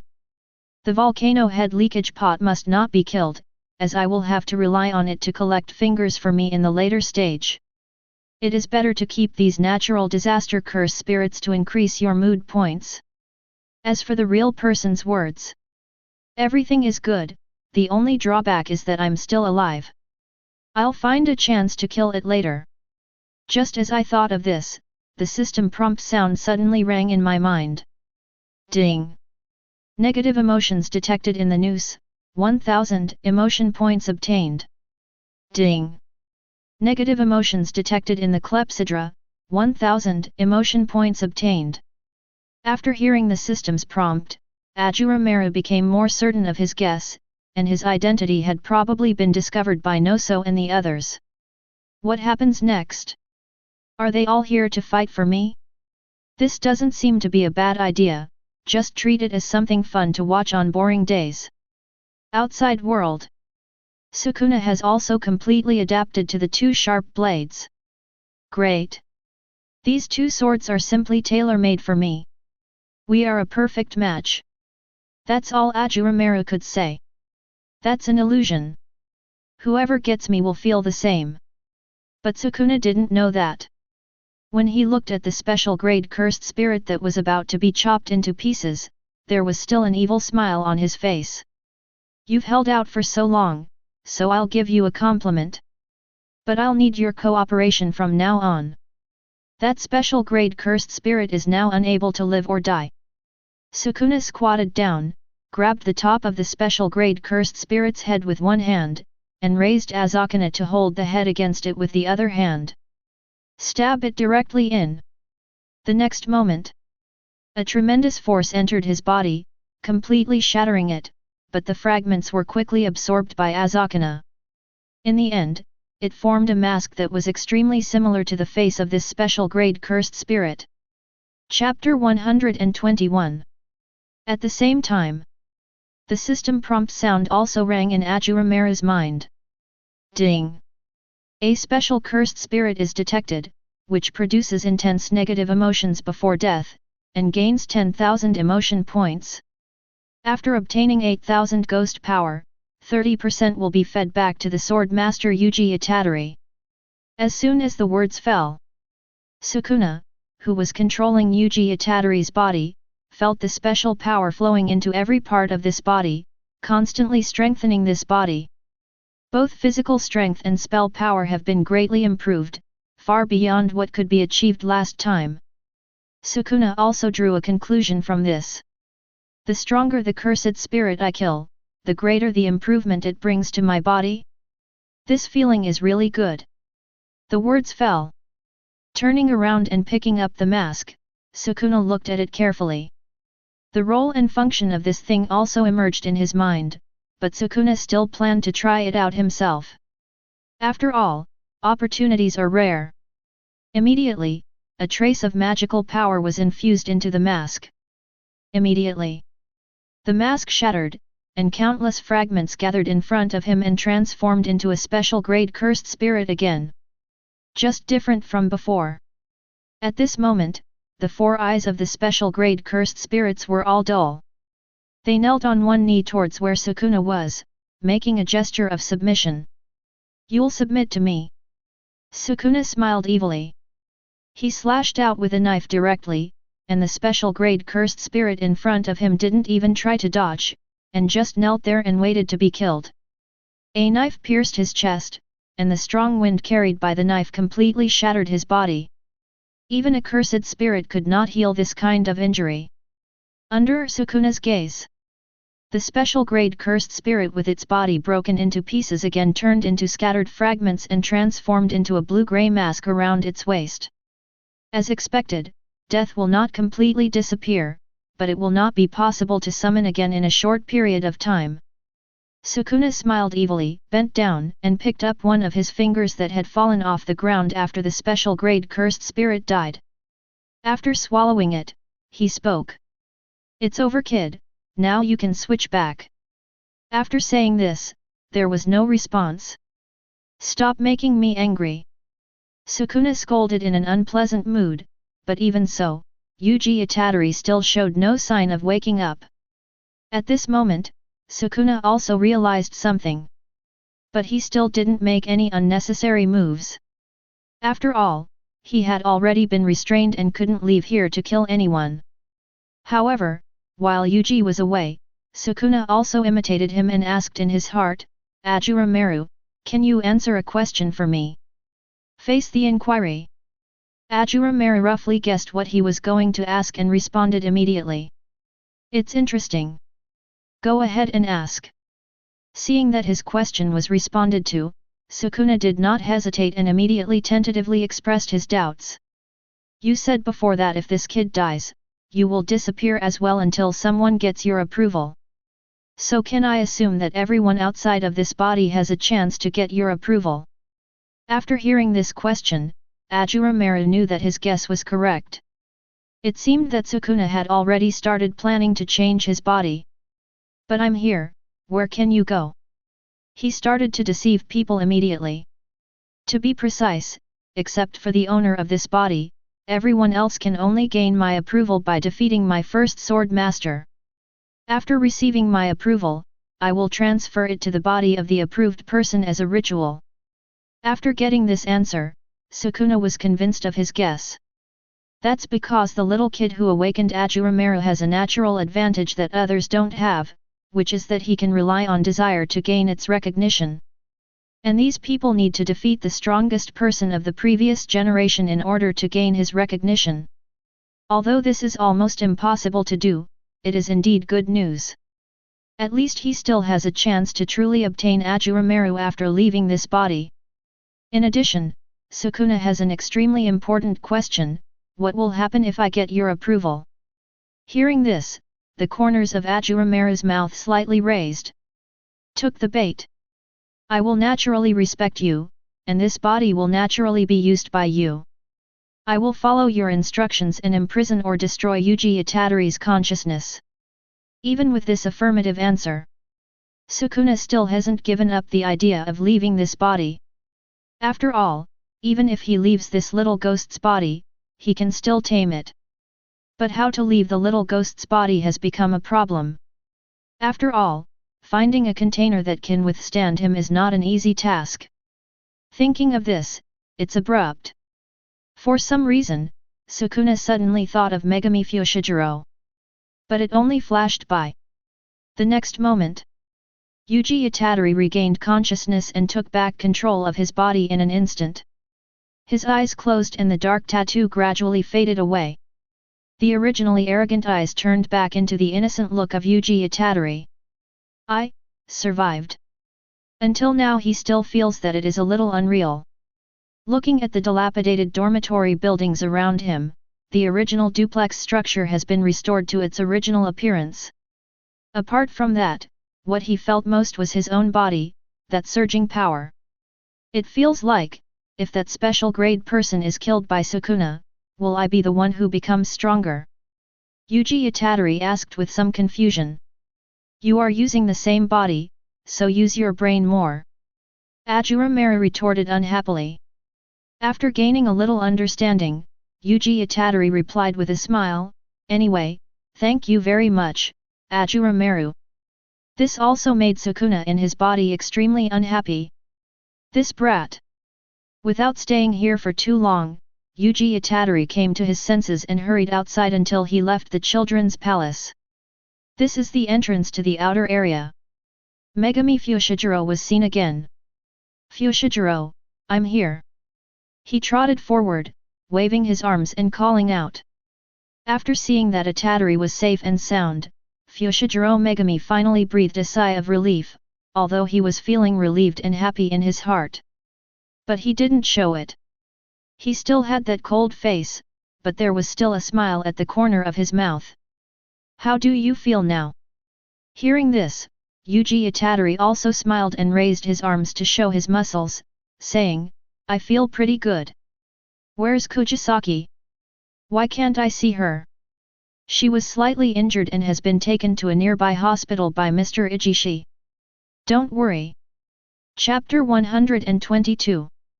That's good. Hearing that Kujisaki was fine, Yuji Itadori was relieved. Okay, come with me to clean up the mess here first. Megami Fushiguro turned around and walked towards the juvenile hall. Wait for me, Fushiguro. Yuji also followed happily. After the two of them finished the rough finishing work and left the juvenile detention center, Ijishi happened to come back again, but he was the only one back there. There was not even a single new recruit. Even though Fushiguro Megami had already guessed it, he was still indignant after confirming it with his own eyes. And Yuji Itadori on the side still hasn't figured out what's wrong with this mission. On the other hand, after seeing the two people safe and sound, Yuji also breathed a sigh of relief and said thankfully, I'm glad you're all right. In response to the concern, Fushiguro Megami said in a deep voice with a cold face. The special grade cursed spirit has been exorcised, and all 5 personnel have been killed. I will report this mission truthfully to Gojo-sensei. Ichiki also knew the secrets here, and he was caught in the middle. What could he do? He was also helpless. Get in the car. I'll take you back to the technical college first. I want to sit in the front row. Yuji Itadori hurriedly came forward, his innocence made people confused. It was not until the next day after the group returned to the technical high school that Gojo Satoru finally arrived. As soon as he returned, he couldn't wait to go to the classroom to find Fushiguro and the other man. But after hearing what Fushiguro said, Gojo Satoru's originally cheerful and kind smile was completely gone, and instead, it was tinged with murderous intent. Faced with a special class, and having to rescue 5 people whose lives and deaths were unknown, they only sent 3 first-year students. This is outrageous. And it was me who forcibly commuted Hisahito's death sentence to life imprisonment. They are unhappy about this but can't do anything about me, so they want to use the special grade cursed spirit to kill Yuji decently while I'm away. The death of the other 2 people was also a provocation to me. Megami Fushiguro was already well aware of this. Nobara Kujisaki later figured this out. Only Yuji Itadori did not react until the truth was revealed, so someone wants to use a special grade cursed spirit to kill the 3 of us. Everyone present was silenced by Yuji Itadori. Sukuna, in particular, couldn't help but control his side face and extended his mouth to complain, "It's really a shame to be bound in your body." Even Ashura Maru wanted to complain. Yuji Itadori is a little too naive now. I am really defeated by your naivety. It seems that society still needs to give it a beating. It seems like a real person is quite suitable. At the same time, Gojo Satoru sat on the table, nodded slightly, and looked out the window. He suddenly continued, "But it's too troublesome to find the murderer. Let's just kill all the people above." This is not a joke. The three of them could also hear the murderous intent in it. Fortunately, Gojo Satoru looked at Yuji again and temporarily gave up the idea. After all, the successors that he has trained have not grown up yet. If those guys at the top are dead, they will just be replaced by a group of the same people. It turns out that we should wait until the new generation grows up before we can completely change all this. This is also the main reason why he serves in the High Commissioner. At the same time, Shinjuku, Tokyo. In this bustling city, people are coming and going at this moment, and in front of a traffic light, there are only ordinary people. There are also 4 strange figures. 3 of them are extremely powerful special-grade cursed spirits, and the leader is the brain flower noose that has been hidden in the dark for 1,000 years. The body he is currently inhabiting is Gojo Satoru's best friend, Geto Suguru. I saw a few people chatting as if they were alone while waiting for the traffic light. Among them, a short man with a volcanic head and a big eye named Leaky Pot, who was leaning on a crutch, spoke first. "Hey, what's going on?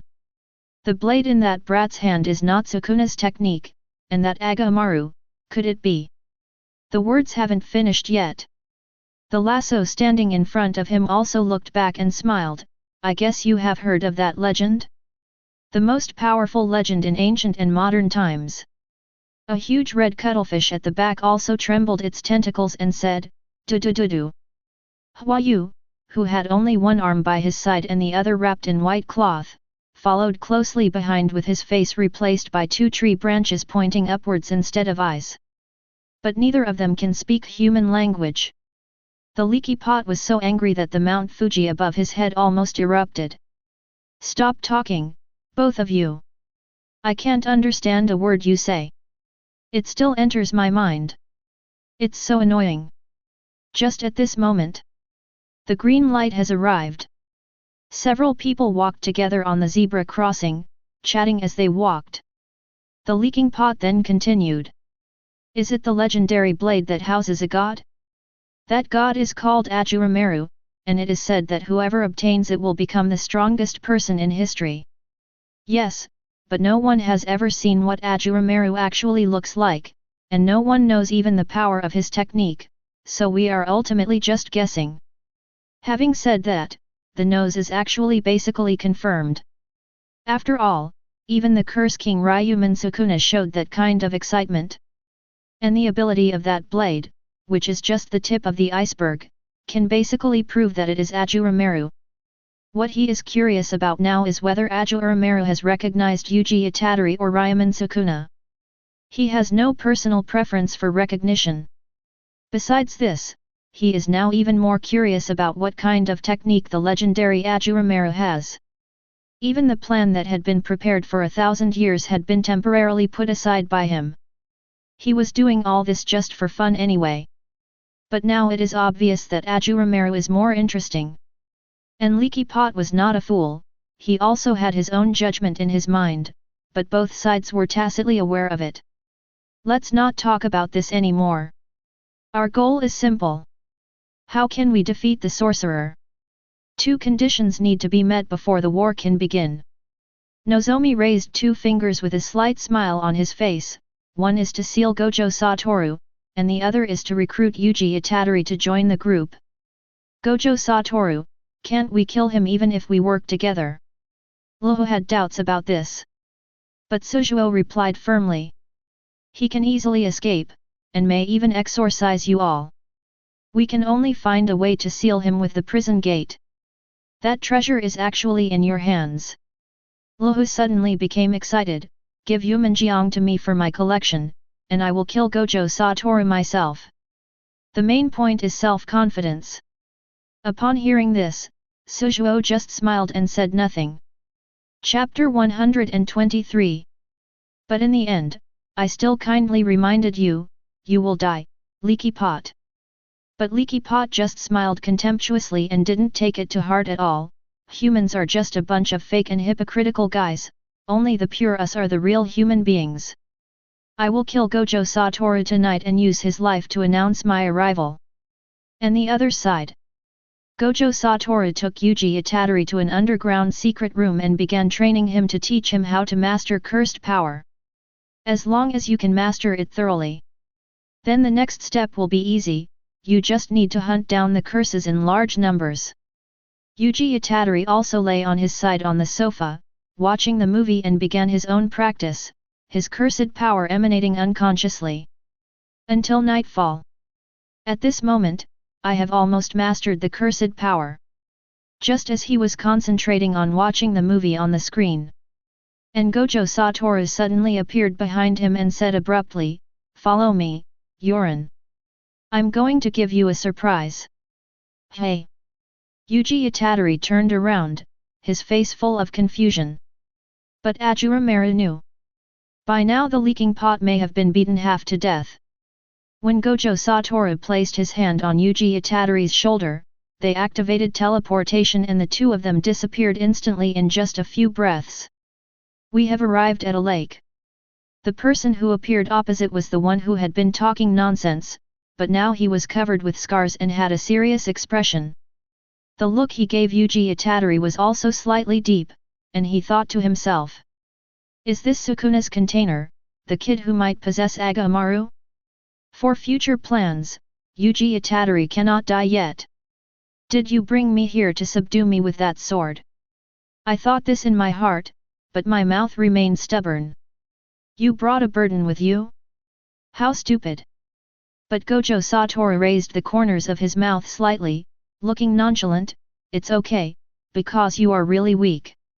As soon as the words fell, the whole body of Leakage Pot burst out with unparalleled momentum, the volcano on his forehead erupted with flames rising into the sky, and he was extremely angry.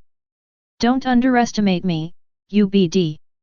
Veins popped up on his forehead, and he formed seals with his hands and said, expand the domain and cover the coffin with the iron wall mountain. Even if he expanded his domain, he still had to expand his domain when facing Gojo Satoru, the strongest sorcerer in modern times. Gojo Satoru, who then expanded his domain, took off the head in an instant, threw it on the ground on the shore, rubbed it back and forth as if stepping on it, and questioned. Who sent you? But in the face of humiliation, Leakage Pot said nothing. This also made Gojo Satoru feel bored, so he kicked it away and said, Yuji, use your sword to absorb it. Okay, Gojo-sensei. Yuji Itadori had an idea, and condensed Asakana with ghost power in his hand. He was already thinking about how much cursed power he could increase this time. Facing this blade, Luhu did not feel any fluctuations in magical power from it. In addition, the blade gave it an extremely dangerous feeling. And on the cliff next door, Nozuo looked down and said in a deep voice. What do you mean, do you want to go and rescue him? It seems that he is really the legendary Ashura Maru, but I can't let the people from the high school find me right now, so if you want to rescue him, go ahead. Then he turned and left. Huayu beside him didn't say anything. He silently raised his hand and a white flower bloomed. He jumped up and disappeared in an instant. The next moment, just before Asakana was about to pierce the leaky pot's head, 100 flowers fell to the ground and instantly a sea of flowers bloomed. It exudes a peaceful atmosphere. When Gojo Satoru and the other person came to their senses, Hanamiya suddenly appeared, controlling the trees to attack Yuji, while picking up Leaky Pot's head and running away. Faced with this situation, Gojo Satoru was helpless and could only rescue Itadori, but when he turned around, the two cursed spirits had already disappeared without a trace. They escaped. Their aura was well concealed. Are there really cursed spirits of this level gathered together? What are they going to do? It's really exciting. He turned around and looked at Yuji Itadori behind him, and continued talking with a smile. Then start the devilish training. While you master the cursed power to fight me, go outside to exorcise the cursed spirits. Try to give Fushiguro and the others a surprise in a month. Fighting with Gojo-sensei? For a month? I will die, right? Yuji Itadori couldn't help but twitch the corner of his mouth. Time flies. Yuji had a very straight life every day, but fortunately he had successfully mastered the cursed power and learned the Jingting fist, which added cursed power to his fist. Apart from that, he even improved his breathing technique. Thanks to his strong physical fitness, he can now even use the fire goddess Kagura for a short period of time, but he has only mastered the sword form of round dance. A total of 2 weeks. This training speed seemed just mediocre to Ashura Maru. After the training showed results, Gojo Satoru immediately couldn't wait to let Itadori carry out tasks to quickly improve his strength. Standing in the classroom, he suddenly stood up and opened the door. A middle-aged man wearing a white suit, a neat short hair and a pair of diving goggles walked in. Gojo Satoru introduced in a non-serious manner. This is my reliable junior, the former Salariman sorcerer, Nanami Kento. I feel very relieved to have him lead you on missions. As he said this, he put his hand on his shoulder. On the other hand, Nanami Kento's expression remained unchanged as he said, "Please don't call me that. First of all, let me say hello. Nice to meet you, Itadori-san. Bend your body slightly forward." Seeing this, Yuji also bowed and said the same thing. "Hello, nice to meet you. Please don't mistake me for having the same ideas as Mr. Gojo. I trust him and believe in him, but I don't respect him. He always speaks with confidence. In the next period of time, I will take you to carry out missions." Nanami Kento spoke concisely and clearly. Okay. Yuji Itadori didn't feel there was anything wrong. Instead, it was Gojo Satoru who was pestering here. "Nanami, come walk with me later." As she said this, she secretly slipped a note into the side pocket of his suit. But Nanami Kento ignored him and turned away. "Yuji Itadori, follow me, let's start the mission now." So sudden. Upon hearing this, Yuji Itadori didn't have time to think and hurriedly chased after him. Behind him, Gojo Satoru raised his lips slightly, as if he had successfully pulled off a prank. He was in a good mood as he watched the two of them leave. "Come outside."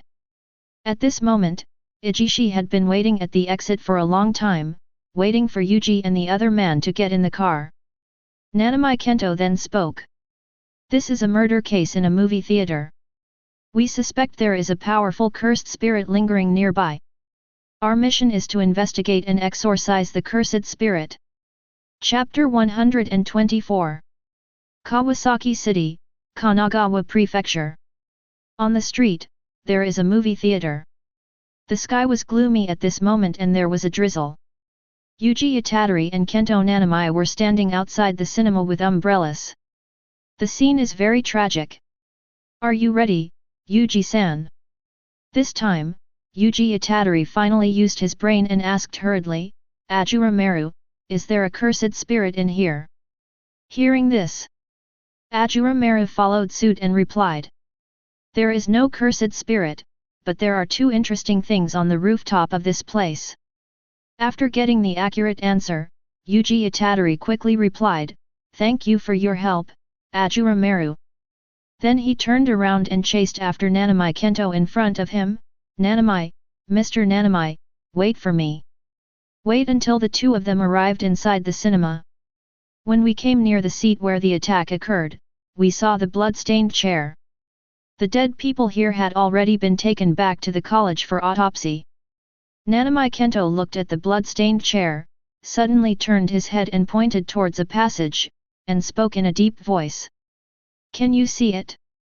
This is the remnant of cursed power." "Really? I saw it. Yuji looked in the direction of the finger and noticed the remnants of cursed energy on the ground with his eyes slightly narrowed, which looked more like footprints with cursed energy. Nanami Kento was also surprised when he heard this, but he still reminded, but if you want to be independent, you need to detect the aura before you see it.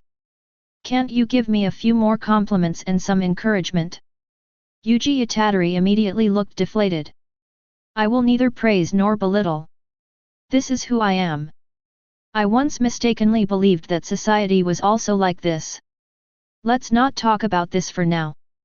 Let's catch up. Okay. Cheer up. Yuji Itadori bumped his fists with energy. Instead, Nanami Kento beside him calmly interrupted, it's better to just finish it now. I always feel like we don't get along. Yuji Itadori's expression froze, but he still followed closely. The two of them came all the way to the rooftop. Finally, he discovered the two humans who had been transformed into cursed spirits, and Yuji Itadori was stunned on the spot. Thinking back to the interesting things that Ashura Maru said, he couldn't help but ask, Ashura Maru, are the interesting things you mentioned these two cursed spirits? Hearing this, Ashura Maru raised his lips slightly and told the truth, these two are not cursed spirits, but real humans. It seems that the shape of their souls has been changed by some kind of magic. Regarding this, Yuji Itadori looked at the two people he thought were cursed spirits again, and could not see any trace of humanity at all. But Ashura Maru had no reason to deceive himself, so this must be true. Thinking of this, Yuji Itadori could no longer suppress his anger. Nanami Kento had already put down the black umbrella in his hand and said calmly, leave this one to me, and Yuji-san will be in charge of the other one over there. If you feel you can't win, call me. But the words haven't finished yet. Yuji Itadori couldn't help but remind him, wait a minute, Mr. Nanami. These two are not cursed spirits, but real humans. Human? Why did you come to this conclusion, Mr. Yuji? Nanami Kento's expression remained calm, but there was a bit more confusion and curiosity in his eyes when he looked at Yuji. And Yuji Itadori didn't know how to answer. After all, Gojo-sensei forbade him to reveal the existence of Amaru to anyone. He had no choice but to say, I discovered it through the use of a spell. Procedure? Kento Nanami frowned slightly. He didn't know what exactly Yuji Itadori's technique was, but he looked at the two cursed spirits. Certain features on his body, especially the watch worn on the arm of the cursed spirit in front of him, seemed to indicate this point. But the cursed spirit roared and rushed towards them. Nanami Kento also immediately drew out the thallium knife from his waist and reminded in a deep voice. Even if they were once human, they have now become mad beasts. All we can do is end their suffering. As he said this, he picked up the thallium knife in his hand. Use the spell to find the weak point and cut off the limbs of the attacking cursed spirit. But when it comes to Itadori Yuji, he is caught in a dilemma. Does he really want to kill someone? He couldn't bring himself to do it.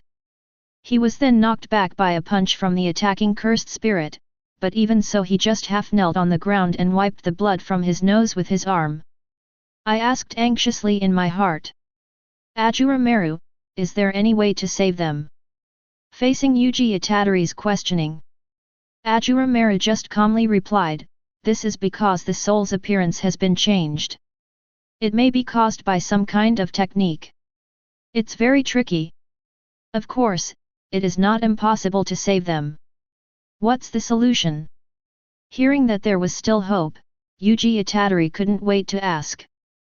But the answer is, why don't you find the mastermind behind all this, kill him with the Azakana in your hand, and turn it into a sealing mask? Let the mastermind solve the mess he created. The one who tied the bell must untie it. Maybe there is still a glimmer of hope. You are really a fool. After saying that, Ashura Maru no longer paid attention to Yuji Itadori. Only after hearing this result did Yuji Itadori calm down his anger and raise his fists. I will definitely save you. As he spoke, he stepped forward and pumped his fists. He aimed at the limbs of the attacking cyborg, wrapped his fist with cursed energy and used the Jingting fist to hit it hard.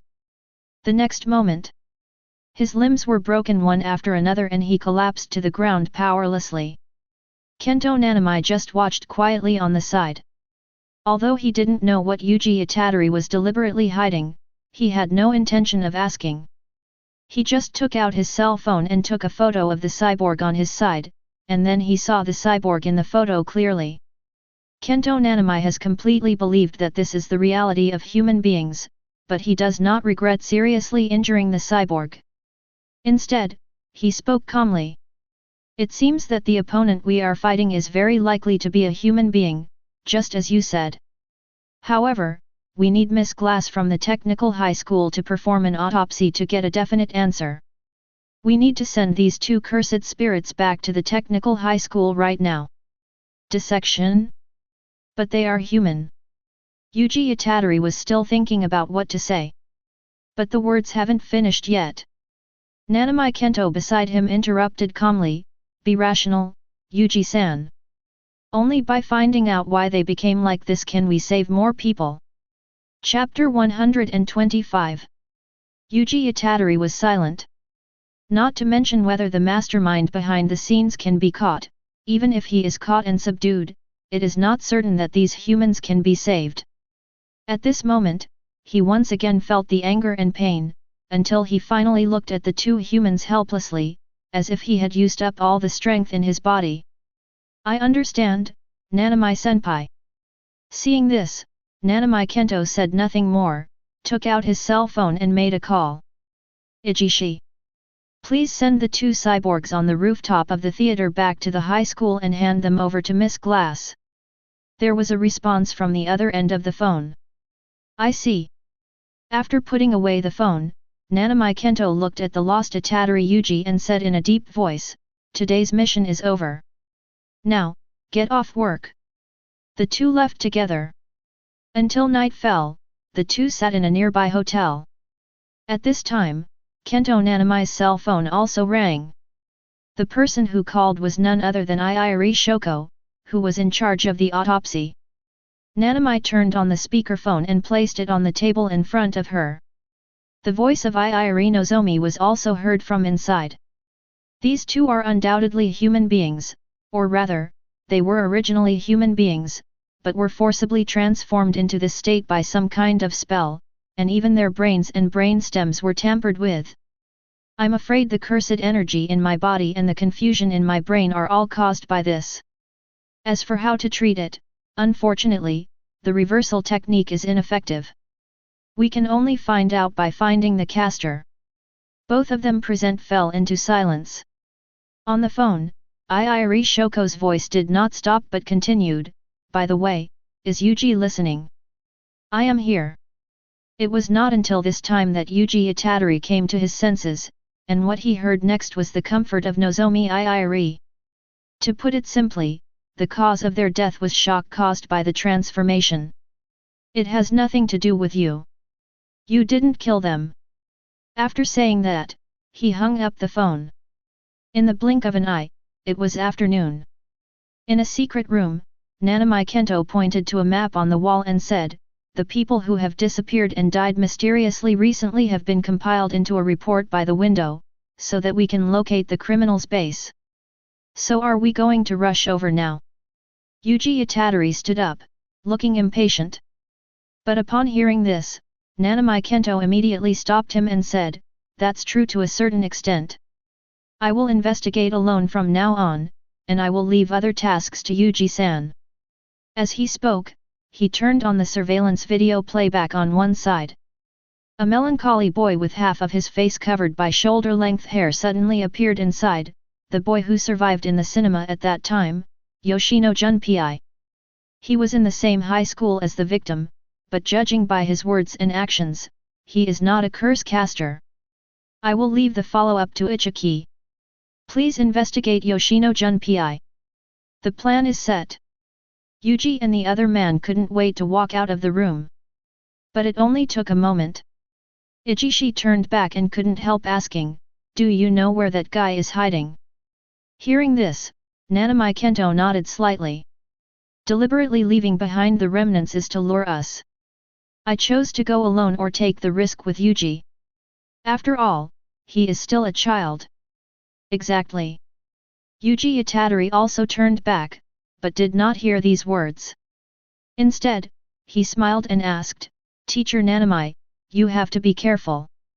Mr. Yuji, I'm not a faculty member so don't call me teacher. Nanami Kento let out a long sigh, crossed his arms over his chest and replied calmly. How about Nanami? I'll beat you up. And Ashura Maru, who is in Yuji Itadori's body, is also thinking at this moment.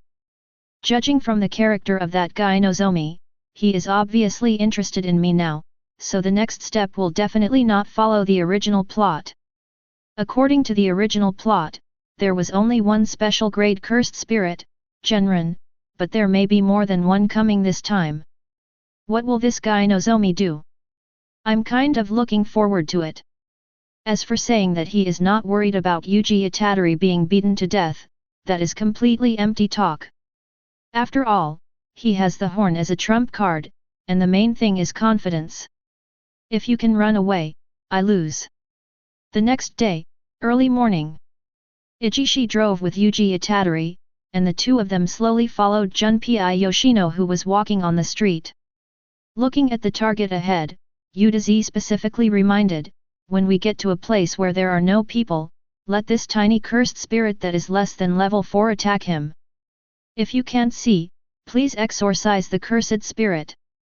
If you can see but don't know what to do, please exorcise the cursed spirit as well and then ask about the situation that day.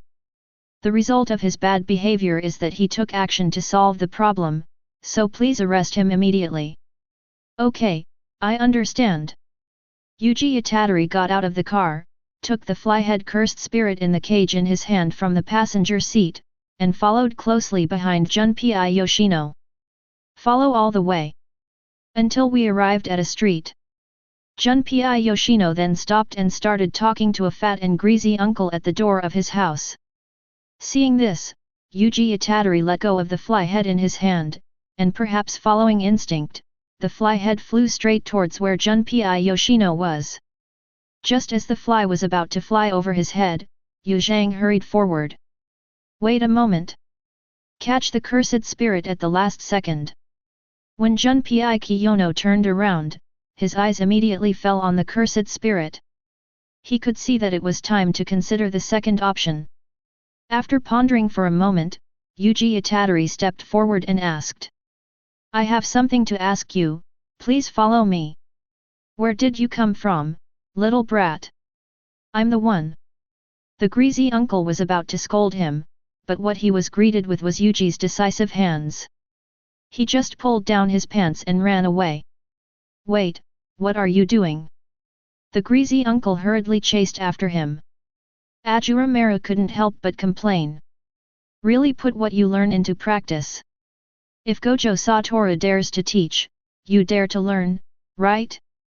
However, in my perception, there is a special aura hidden nearby. And more than one.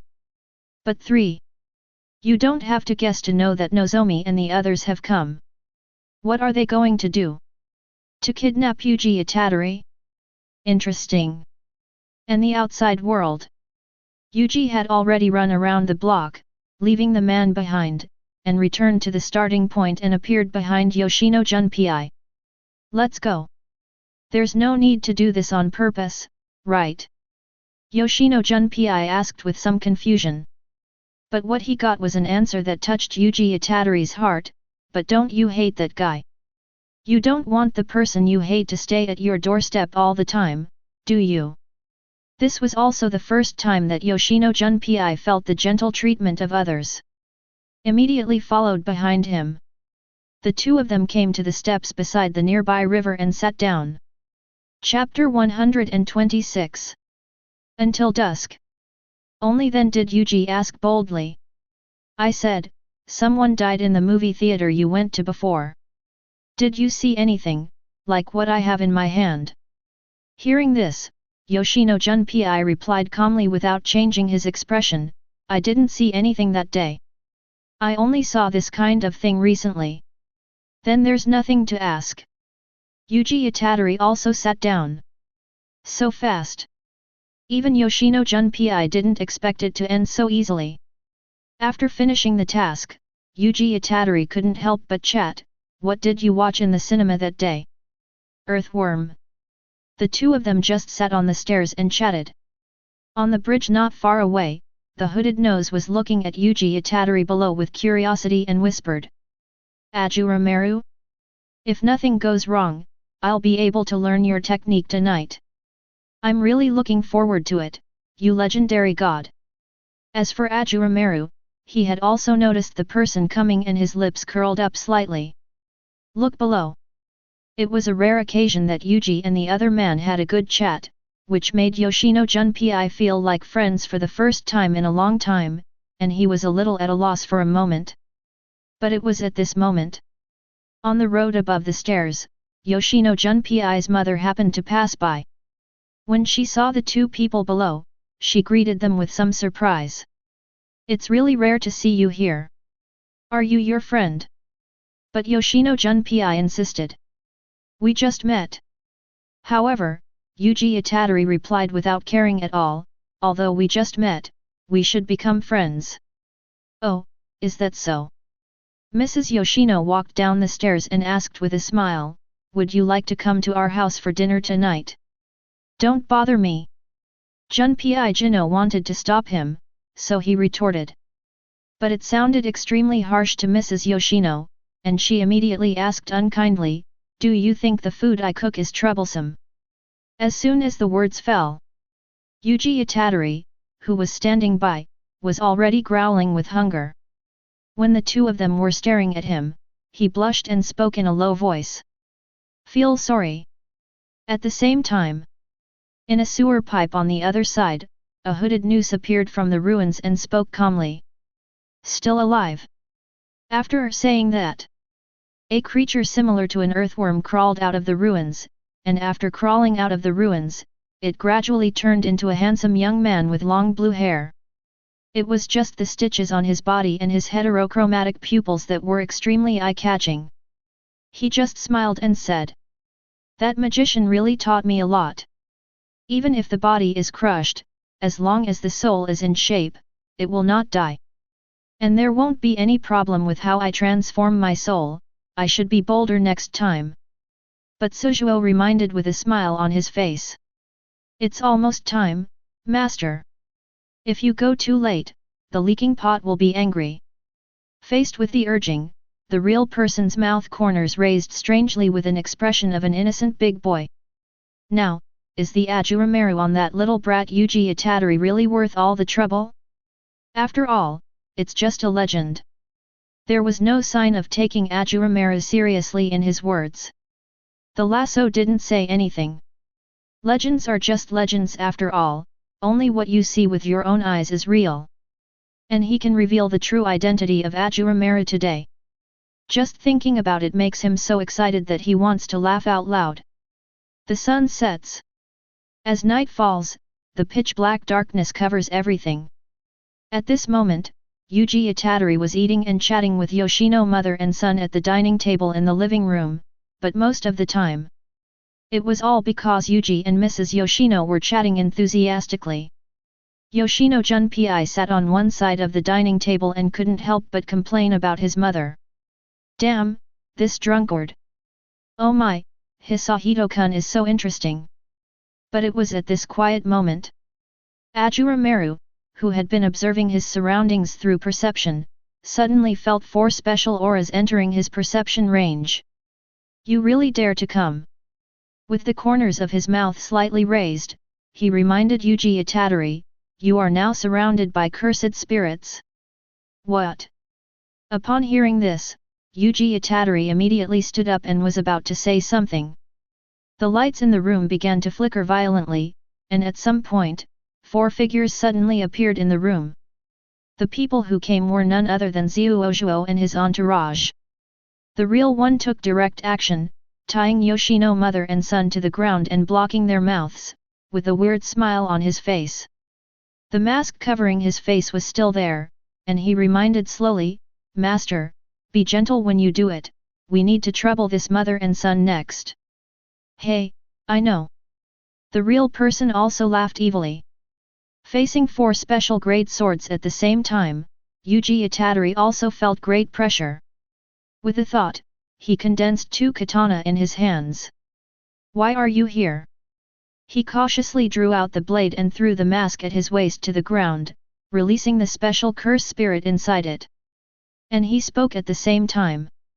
Sukuna, you don't want me to die here, do you? If you don't want me to die here, come out and help me. As soon as the words fell, the eyes on the side of his face opened, and the mouth below opened and said, Little devil, who do you think I am? And Luojuo followed closely behind and said with a faint smile. It's been a long time, Sukuna. A noose. Sukuna recognized the person at a glance. The 2 of them were like old friends who had not seen each other for a long time. However, he was not a fool and realized something immediately. I immediately prepared to use a few of them. You guys are here for Ashura Maru, right? The corners of his mouth slightly raised. Obviously. Hearing this, Sukuna also started laughing. Ashura Maru has not yet recognized this brat. If you have the courage to try to tame him, you may have a chance to gain his recognition. What do you think? Do you want to give it a try? As soon as the words fell, Yuji Itadori stood up and shouted, How could I let you try? In response, Sujuo smiled evilly. The real person behind her immediately transformed Mrs. Yoshino, but only transformed one arm, making it twisted and ugly. Which part should I modify next time? Or maybe I'll modify the other arm. I'm really kind and will make you more symmetrical.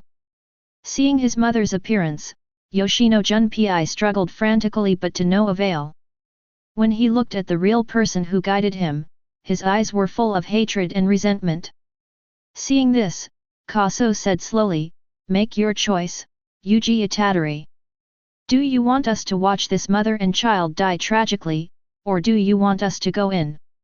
Looking at Yoshino mother and son, Yuji Itadori was in torment. But in his mind, Ashura Maru spoke up and helped him make a choice, let them set up corresponding constraints. I allow them to challenge me. Chapter 127. But even with Ashura Maru's permission, Yuji Itadori was still in a dilemma. What if they really got Ashura Maru's approval? But looking at the Yoshino mother and son who were tied up in mid-air, Yuji Itadori knew that he had no choice. There was no way he could bear to see Yoshino mother and son die tragically, so he could only grit his teeth and speak. You must put them under restraint. You cannot do anything harmful to Yoshino and his son. Also, restore Mrs. Yoshino's arm to me. Upon hearing this, the corners of Yusuo's mouth slightly raised, and he spoke without turning his head. Thank you, Ma Satoshi. Hey, isn't this arm good? Why change it back? The real person pouted, looking a little distressed, and activated the spell to transform the arm back to its original state. Then, Zosuo continued to speak. Then let's make a bond. We will no longer attack the mother and son. In exchange for this, we will have the opportunity to subdue Ashura Maru. The Clepsydra and Huayu behind him said nothing. When the procedure is completed, Yuji Itadori finally breathed a sigh of relief and couldn't help but ask in his heart, will you win, Ashura Maru? Who knows? The one who responded to him was Ashura Maru's slightly playful voice. Then, pitch-black smoke emerged around him, forming into silk threads that wrapped around the 4 people in the noose, pulling their consciousness into the spiritual world. The junction of sky and sea. When Zuozhuo and others opened their eyes again, all they could see was this beautiful world. The sky and the ground were as clear and peaceful as the calm sea. And in the sight of everyone, a figure was standing with his back to them, quietly on a blade standing on the ground, looking forward. It gives people a strong sense of mystery. Born in the field. Kozuo raised his eyebrows slightly, looking at the back with excitement and curiosity in his eyes. Is this the legendary god Ashura Maru? The real person next to him trotted back and forth, approached the clepsydra beside him, and teased with a smile. "Clean pot, look how beautiful this place is." Faced with the teasing, the crater on top of the leaking pot couldn't help but spew out blazing flames.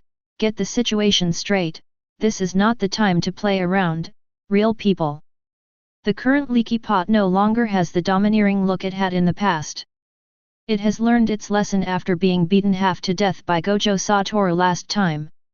"Don't take it so seriously, clepsydra. The real person still goes his own way." But it happened in the next moment. Sukuna's figure also appeared between heaven and earth, standing beside several people. "Are you coming in too?" Kosu was not surprised to see Sukuna coming in. This guy might be planning to subdue Ashura Maru and want to rely on them to test out the corresponding technique information. After Sukuna came in, he didn't say anything in a hurry.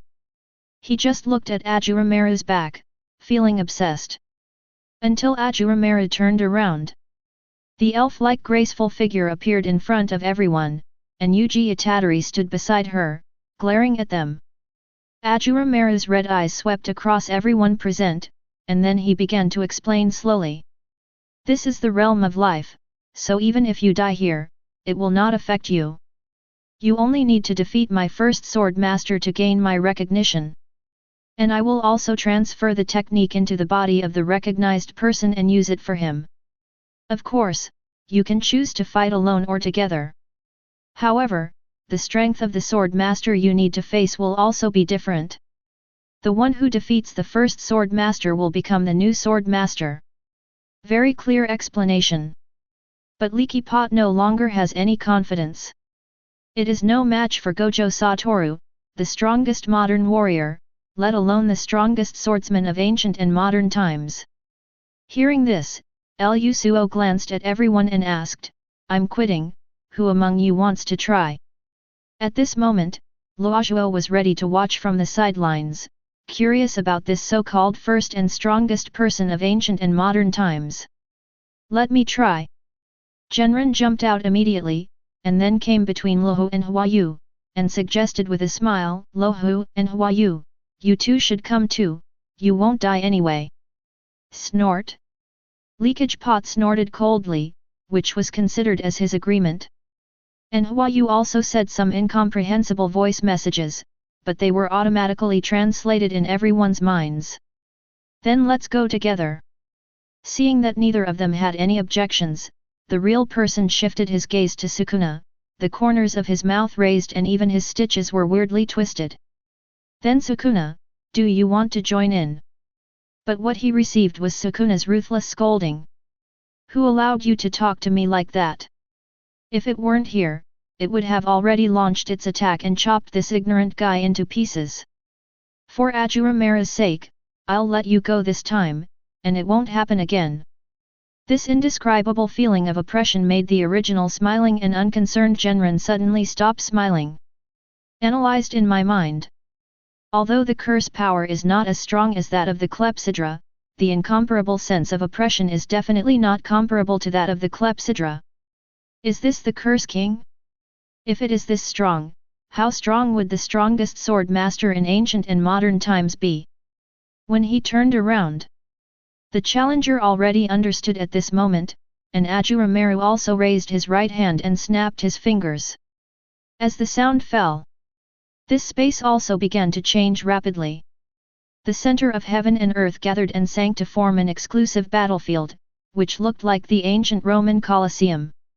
Ashura Maru and the others were at the upper edge, looking down. On the other hand, the three people from Luohu below were also ready for battle.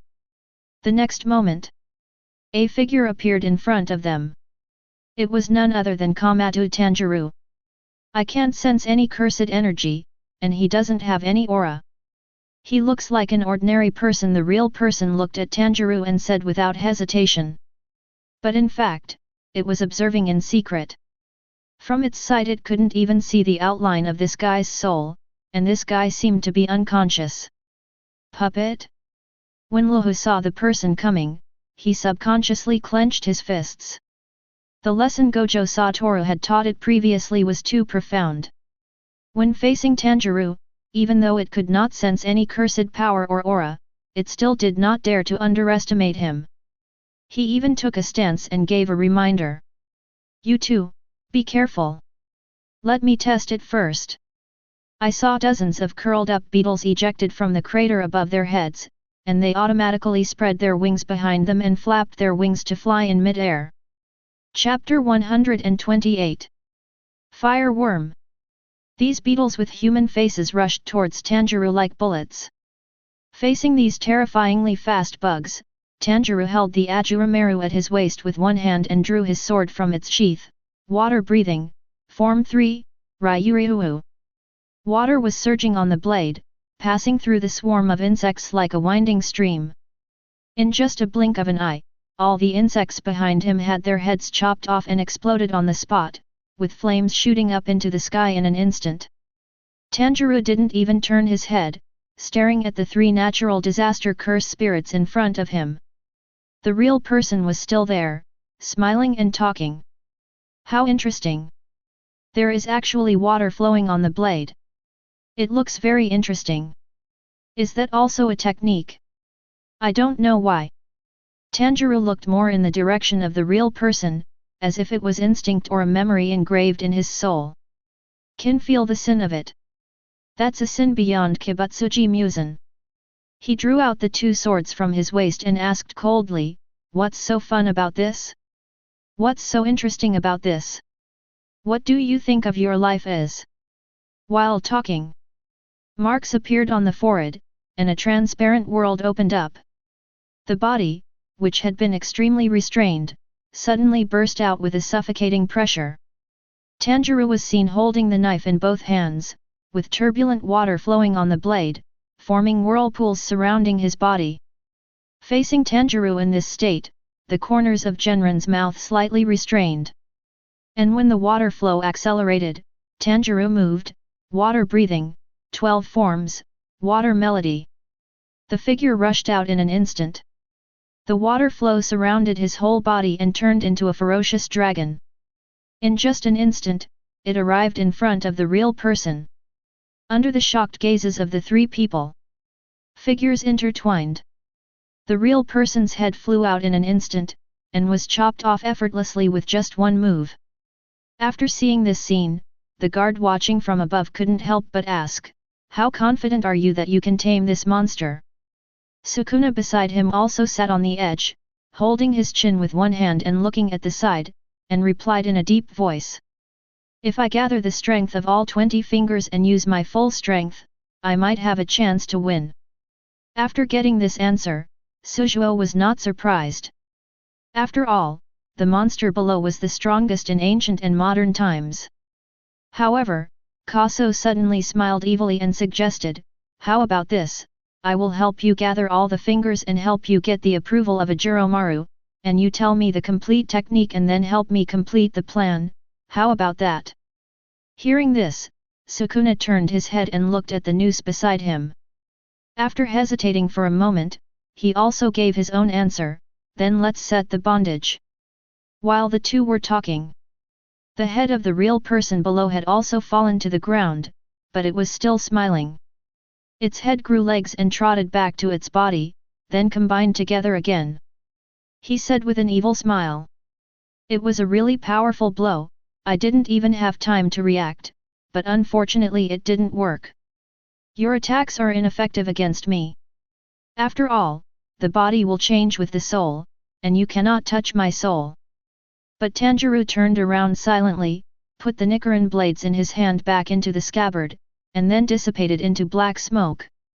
When the smoke condensed again, the blood-red long blade that appeared at his waist was none other than Azakana. Draw out the blade and strike with backhand. Crescent Moon Sky Rush. The crescent blade released by Azakana had the attribute of a blade, and this blade directly split the shoulder of the real person. Perhaps it was because of its confidence that it didn't even dodge. "I told you, it's useless. You are." The words haven't finished yet. The pain in the shoulder penetrated deep into its bones, and its soul was also severely traumatized. The real person immediately realized the problem. No. What's going on? Was my soul chopped off as well? Was it the dark slash or the sword that caused it? Damn it! Luhu also noticed this and immediately said, Huayu, let's go. The words fell. The clepsydra exploded with all its strength, and the cursed power turned into surging magma, attacking Tanjirou's direction like a tsunami. And Huayu behind him also raised his arms and released the technique. A large number of plants made of cursed energy appeared near Tanjirou and attacked him with tentacles, trying to delay him. I'm counting on you, Ashura Maru. Then let them see what the strongest is. Ashura Maru also responded, transforming into a demon along with a sword Shura. Turn it on together. Devil horns instantly grew on Tanjirou's forehead, his eyes turned light purple, and special lines appeared on the side of his face. The aura around him reached a new peak again, and the surrounding vines had wrapped around his body. But in the next moment, all the vines were broken, and facing the raging magma, Tanjirou stepped forward with the knife in both hands, God of Fire Kagura, Tenso Dragon Flash. The three breathing methods were released at the same time, the three forces of wind, thunder, and fire merged into one, and the figure disappeared instantly, accompanied by thunder. The huge wave of magma that was rushing towards him was instantly split into two. Huayu, who was behind him, didn't even have time to react before Tanjirou had already arrived in front of him, holding both swords tightly.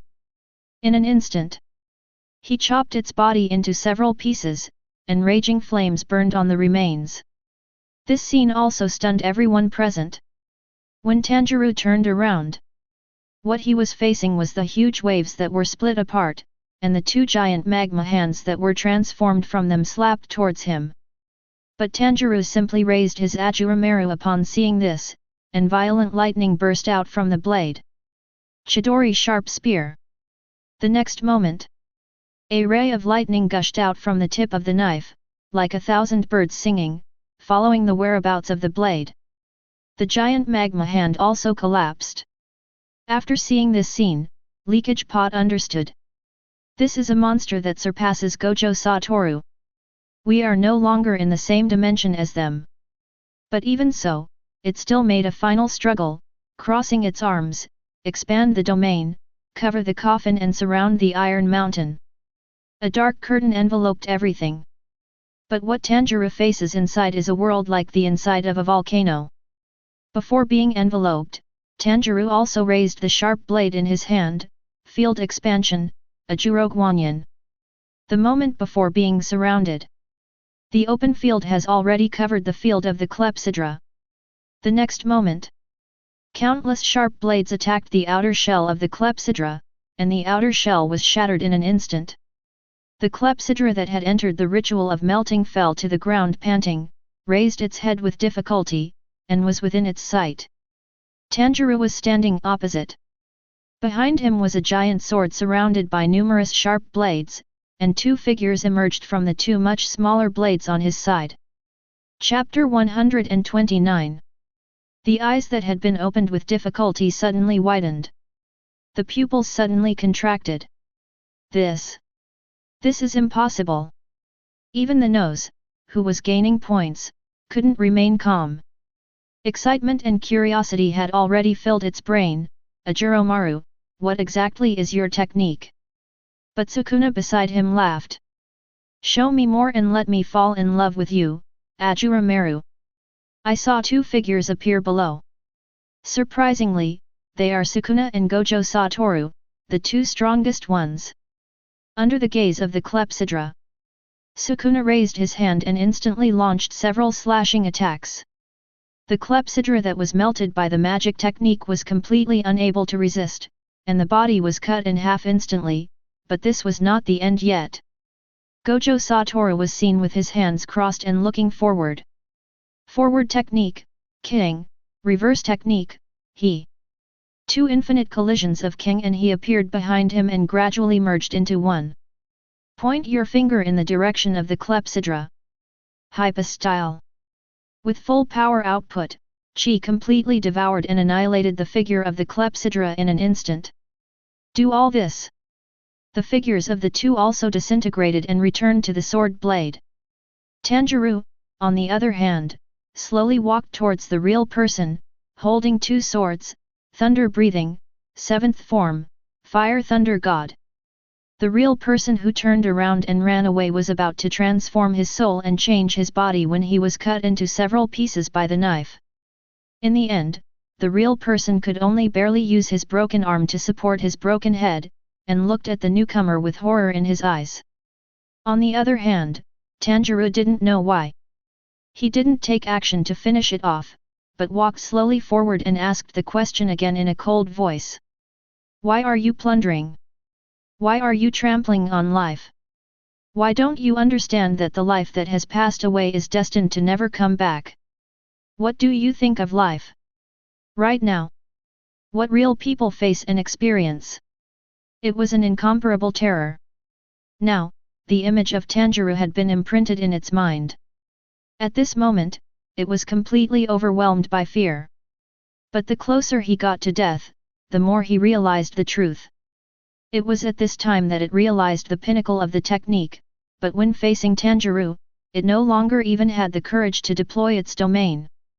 It seems that when facing its natural enemies, it is just a prey that is powerless to resist and can only be slaughtered. No, don't! Amid its desperate cries, Tanjirou drew his knife and ended its life completely. This despair. In addition to this, there is another person who has a deep understanding of this. The next moment, the space returned to its original state, and everyone appeared here again, including the dead Luhu and others. Only Luhu and the other two came to their senses, but Genren looked so distraught. And the system prompt sound rang in Ashura Maru's mind. Ding! The clepsydra has detected intense negative emotions, and 20,000 emotion points have been obtained. Ding! Huayu is detected to have strong negative emotions, and 13,000 emotion points are obtained. Ding! Real person detected, intense negative emotions generated, 30,000 emotion points gained. After hearing this series of negative emotions, Ashura Maru temporarily gave up the idea of killing all three guys. Instead he spoke. So, do any of you still want to challenge? This time, the leaky pot and the others were all silent. How can we fight him when he attacks one by one? Not to mention the strongest sword master, just Sukuna and Gojo Satoru are not something they can deal with. Even Nozuo didn't know how to subdue Ashura Maru. Logically speaking, there were still flaws in the technique, but it really couldn't see it for the time being. I had no choice but to speak. It seems that there is no more, so please trouble Ashura Maru to take us away from here. Upon hearing this, Yuji Itadori, who was standing by, finally breathed a sigh of relief. As long as he didn't succeed, it was good. Upon hearing this, Ashura Maru sent everyone present out of this world. However, looking at this empty place, Ashura Maru still wanted to complain. These people really treated this place as a dungeon. And returned to the outside world again. Everyone regained consciousness, and the dark threads dissipated. Noso stood in the living room, feeling extremely satisfied. The legendary god Ashura Maru brought him great pleasure. The clepsydra also fell silent. He was really beaten to the point of becoming autistic and even began to doubt himself. Can the cursed spirits really defeat those sorcerers? Is the world we want really achievable? The real person also came to his senses, but the fear in his mind could not be dispelled no matter what, as if it was engraved deep into his soul. Why, you ask me what life is? Having said that, he put Yoshino mother and son down first. Yuji Itadori was completely relieved. As long as everything was fine, he was glad. But Yoshino Junpei couldn't help but ask, Mr. Masato, why? Could it be that? The words haven't finished yet. Yuji stopped him. Stop it, Junpei. But the real person came back to his senses and saw that Susuo and others were also watching the fun. Deep thinking can sometimes lead to more serious consequences than shallow thinking, and you are a typical example. You are even more stupid than the guy who is stupid in your eyes. The real person smiled evilly, but this time his smile was much more evil than before. You ask me what life is? Life is not worth mentioning.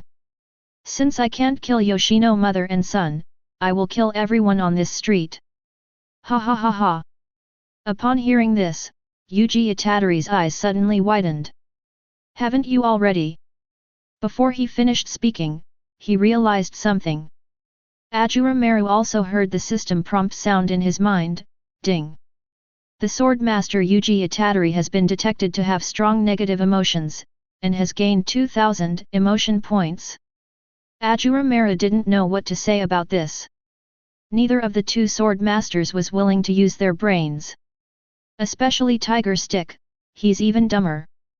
But this is also an opportunity, and Yuji Itadori came to his senses and roared, "No, you can't do this." And Sukuna also spoke at this time. "Make the bonds, give me the control of your body, and I will kill these cursed spirits for you." But Yuji is not a fool. If Sukuna gets his body, it will only cause a greater disaster. It's all because of myself. It was not until this time that Yuji Itadori finally realized everything and abandoned his past self. It's all because I'm too weak. These guys are all cursed after all. Now Yuji Itadori has completely abandoned his unrealistic fantasies, roared to the sky, summoned his two swords and stepped forward. But he was easily subdued. Just watch me kill those humans. The real person pretended to leave. Meanwhile, Yuji Itadori below was roaring and shouting, "Kill you, kill all the curses. Ta-ta, ta-ta. I will kill all the curses." The next moment, Yuji Itadori's consciousness fell into the spiritual world. In the world of day and sea, he saw Aga Amaru squatting beside him and said with a smile, "I feel your strong desire, so I will reluctantly acknowledge you a little more this time. Use my power to vent all your desires. Wake up, Yuji Itadori. Thanks for the flowers, there were so many people who sent gifts that I really couldn't find their names, sorry, but basically everyone has given me attention. Thanks to XX for the 10 reminders. The boss is generous, and some people always say that I am out of context, is that true?" Chapter 130. The words fell. Outside world. Yuji Itadori, who was tied to the living room floor by the dry branches released by Hanami, suddenly opened his eyes. "You look so funny when you're so powerless and furious. How about I bring them to you so you can watch me kill these humans?" The real person smiled evilly without any scruples. Kojuo and the others did not say anything to stop him. After all, it would be better for Sukuna to be in control of the body at the moment. But Sukuna felt a little uneasy. If this continued, wouldn't it be? The next moment. The fact is just as it thought. I saw Yuji Itadori, who was tied to the floor, suddenly began to have a rising aura, and black smoke condensed from ghost power emanated from his body. The smoke seemed to be substantial, tearing apart the dead branches wrapped around the body, and then leaping up from the ground. He looked at everyone present with murderous eyes and said in a cold voice, "Everything I've said so far seems to be false. What I want from the bottom of my heart now is, to kill you all. You should say exorcism, right?" At this time, the real person still exuded malicious sarcasm. Only Sukuna felt a sense of crisis. Could it be, this little devil? At the same time, Ashura Maru also opened his personal panel, looked at the emotion value stored on it and said directly, "System, unlock the template ability for me. Wrong jade cutting, and spiritualization." Ding! A total of 35,000 emotion points have been consumed. Wrong jade cut, unlocked, can use the power of the wind. Spiritualization, unlocked, can make part of the soul leave the body and start spiritual combat. These corresponding abilities were also conveyed to Yuji Itadori's mind, and he felt this power. All I saw was Yuji Itadori roaring. Please, give me enough power to kill all curses. I am willing to give everything I have, Ashura Maru. This roar.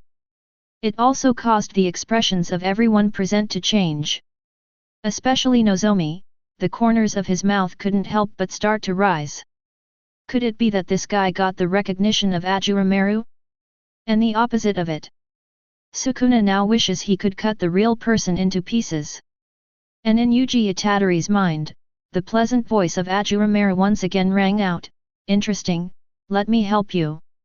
After saying that, Ashura Maru directly activated the demon transformation for him, and also activated the Ichideo Shura. And relatively, the next moment, Yuji Itadori also felt a special force suddenly surging into his body and quickly spreading to his limbs and bones. Along with this, light purple lines appeared on the side of the face. The eye on that side was also dyed light purple, and a sharp ghost horn grew on the forehead. He no longer looked as innocent as before. At this moment, he looked like a ghost crawling out of hell. Ashura once again raised his aura to another level. This time Sukuna was really furious. Could this desire move you? Ashura Maru. And the real person opposite seemed to see the figure again. Coincidentally, Yuji Itadori also asked coldly. What do you think of your life? As he spoke, he circulated his breathing technique, and blazing flames burst out from the blade.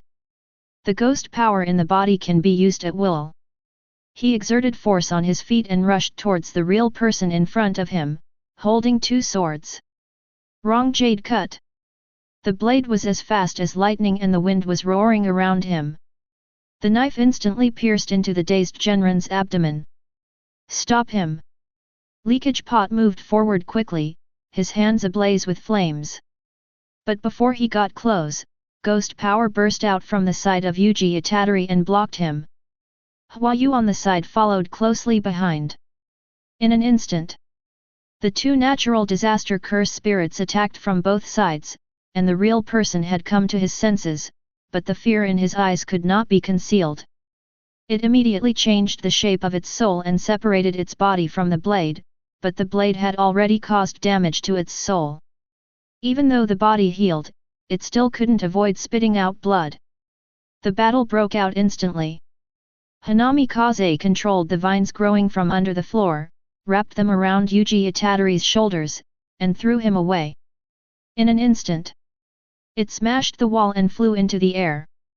The clepsydra followed closely behind, releasing fireworms to hit it violently in its direction. The real person on one side also changed the shape of his arm, turning it into a cannon muzzle and shooting out a huge amount of bullets made of bones.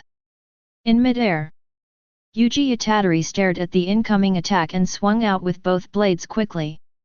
But he just swung his sword blindly, unable to fully display his strength. In just a few moments, several holes were pierced through his body. Extensive burns also occurred on the body. Falling onto the street outside, stir up a cloud of dust. Inside the room, Zosuo and others followed closely onto the street. Opposite, the injuries on Yuji Itadori's body healed completely in an instant, and he raised his two swords and rushed towards them. Iron Gale. A large amount of strong wind gathered in front of him, carrying him forward in the wind. Upon seeing this, Luojuo immediately retreated to a safe area and chose to watch the battle. Looking at Luo and others who were fighting with him below, he quickly analyzed the situation. This person is already a top-level player, but he is still far behind that person, not only in terms of physical strength, but also in terms of swordsmanship. It's different from the noose that you use for fun. Leku, who was fighting below, found a gap and couldn't help but turn back to ask, since this guy has been recognized by Ashura Maru, let's kill him to avoid future troubles. But when Sujuo heard this, the corners of his mouth slightly raised. Is it really possible to kill this monster now? Only Yuji Itadori turned his head and asked with the mouth of Sukuna, Ashura Maru, do you really approve of this brat? And the system prompt sound rang in Ashura Maru's mind. Ding! The Curse King Sukuna has detected intense negative emotions, gaining 50,000 emotion points. Hear this prompt tone. Ashura Maru also gave his own answer to this question. His current desire alone cannot completely impress me, but it is undeniable that his current desire has given me some expectations. Hear this answer. Sukuna cursed in his heart, it was all because of these damn cursed spirits. But if it is not completely recognized, then I still have a chance. Facing the siege of 3 natural disaster cursed spirits at the same time, Yuji Itadori looked a little embarrassed, but just then the real person appeared behind him. When his arms transformed into 3 sickles like scorpion tails and swung behind him. Yuji Itadori, who was facing the pressure from the clepsydra, had no time to look behind him. But the next moment. Chapter 131. A red shadow suddenly appeared on his body, and a blood-red soul separated from his body. A blood-red sharp blade instantly cut off the attacking scorpion's tail. The real person spat out blood again in pain, looked at the figure that suddenly appeared, his face full of shock. Suddenly a tall and slender figure appeared. He looks like a replica of Yuji Itadori, but his outfit is completely different. He wears a samurai uniform with his upper body bare. He was wearing a bloody mask on his face and holding 2 swords, looking very intimidating. But to the real person, this guy is clearly the incarnation of Yuji Itadori's soul, similar to his own clone. But it's a little different. But there is no doubt that this guy is definitely his natural enemy. The 2 sides fought wantonly in the streets. However, Yuji Itadori was releasing his ghost power, deliberately reducing the damage caused to the surroundings to avoid accidentally hurting ordinary people. The fight continued until we reached the riverside. Among the 3 natural disaster cursed spirits, only Rukyahu can truly suppress Yuji Itadori, but the suppression is only temporary. Just the self-healing ability of Yuji Itadori is more terrifying than that of the cursed spirits, and after he hits them, that special power invades his body. If they were not cursed spirits, their cursed power cores would have been destroyed by now, making them unable to resist. But keep going. If they don't kill Yuji Itadori quickly, their defeat is inevitable. Leakage Pot could no longer hold back, turned to look at the watching Luozuo and shouted, "If you don't answer, I will kill this guy right now. To make a move, you need to expand your territory." Fortunately, just a moment ago, Sukuna, who was standing on Yuji Itadori's side face, also spoke up at this time to remind him, this brat has not yet been recognized by Ashura Maru. Just a word. Nozuo immediately spoke out to stop him. "Stop it, we should leave." While talking, with a wave of his hand, a large number of cursed spirits were released, rushing towards Yuji Itadori from all directions, trying to intercept them. The leaking pot also fell into a brief silence, and then made the same decision, "Hanayu, master, let's go." While talking, the 3 of them quickly left while the cursed spirit was blocking their way. Watching the 3 cursed spirits leaving, Yuji Itadori abandoned his defense, raised Azakana, condensed the ghost power on the blade, and faced where the real person was. A knife cut out. Crescent moon sky rush. This pitch-black slash tore through all the cursed spirits that were blocking the way. But he was still dodged by the prepared real person, who turned around and smiled evilly, "You can't hit me, you idiot. No matter where you run. Even to the ends of the earth, I will catch up and kill you." At this moment, Yuji Itadori has completely completed his transformation. It even made Ashura Maru see the shadow of Tanjirou in him. Once upon a time, that boy also said something similar. It seems like just yesterday. The escaped real person once again felt the fear that penetrated deep into his bones. He quickened his pace without looking back and completely disappeared from Yuji Itadori's sight. Only Yuji Itadori was left alone to face the surging cursed spirits, including 2 level 1 cursed spirits. But at this moment, Yuji Itadori seemed a little shaky when facing the curse that was coming like a wave. After all, the one-sword Shura state places extremely high demands on the user's physical body. Coupled with the high-intensity battle against the three natural disaster-cursed spirits alone, Yuji Itadori's body has been torn and healed countless times. His spirit has become weak now, but he still grits his teeth and perseveres in the face of the attacking curse spirits. I will kill all curses. Yuji Itadori raised his two swords and rushed into the group of cursed spirits despite his exhausted body. Waving the sharp blade in his hand. Constantly reaping the lives of these cursed spirits. And Ashura Maru, who was on the blade, did not care about the situation here for the time being. Instead, he listened to the system prompts in his mind. Ding! A special grade cursed spirit was detected, which produced intense negative emotions and gained 20,000 emotion points. Ding! A special grade cursed spirit leak has been detected, and the rest doesn't matter anymore. The most important thing is the real person. This guy can easily provide more than 20,000 emotion points every time. To be honest, even Sukuna can't be delivered by him. Ashura Maru felt a little reluctant to kill it. Outside world.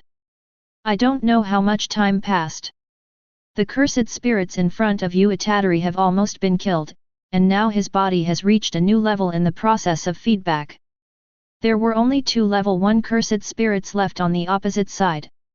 One was a giant black python, and the other was a giant 4-winged eagle that could fly. Among them, the giant eagle took the lead and vibrated its wings. A wind blade formed by cursed power attacked, but Yuji Itadori was able to slash out with a pitch-black blow, knocking it down from the air. Step forward. The Azakana in his hand pierced into the head in an instant. The next moment, the giant eagle's body shattered and turned into a mask that fell into his hands. No time to see it. Yuji Itadori put it on his waist and turned to face the attacking giant python. This battle that broke his limits also gave him new insights.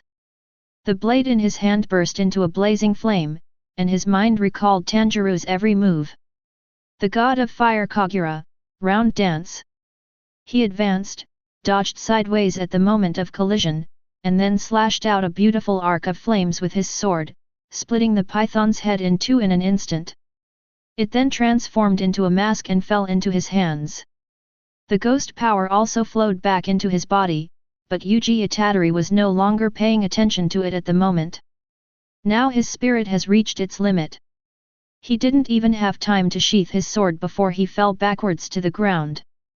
But before falling, Ashura Maru deliberately released his ghost power to relieve the impact, and said with a little emotion, "You have finally transformed, Yuji Itadori. This time it's a massacre of cursed spirits." Now, Yuji Itadori's cursed power has reached the threshold of a first-level sorcerer, but his skills are much inferior. However, the upcoming Kyoto Sister School exchange meeting will be able to make up for this. Outside world. Junpei Yoshino finally calmed his mother down and came out to look for Yuji Itadori, until he finally found him at the riverside. Only then did they discover Yuji Itadori lying on the ground.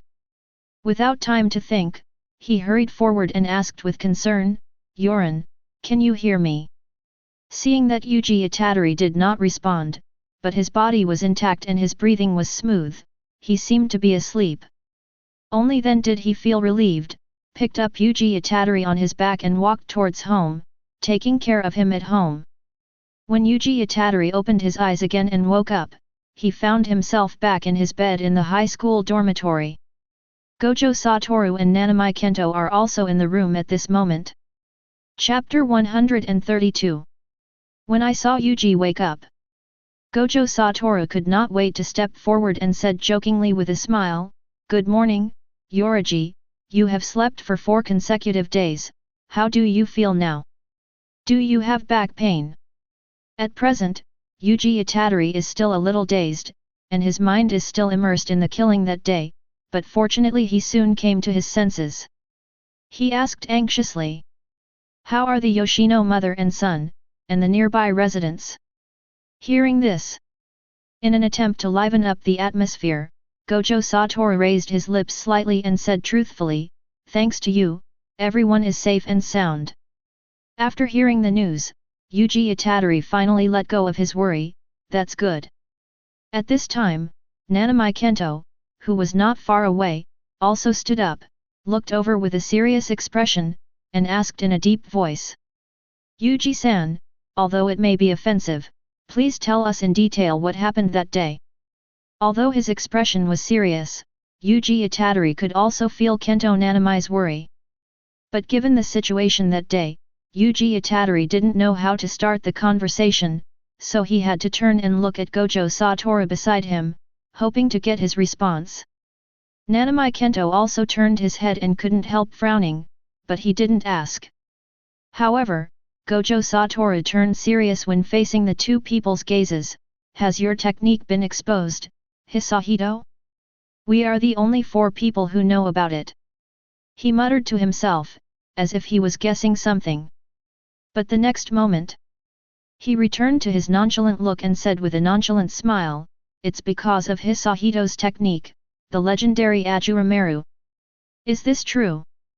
Nanami Kento, who usually keeps his emotions under control, showed a rare loss of composure.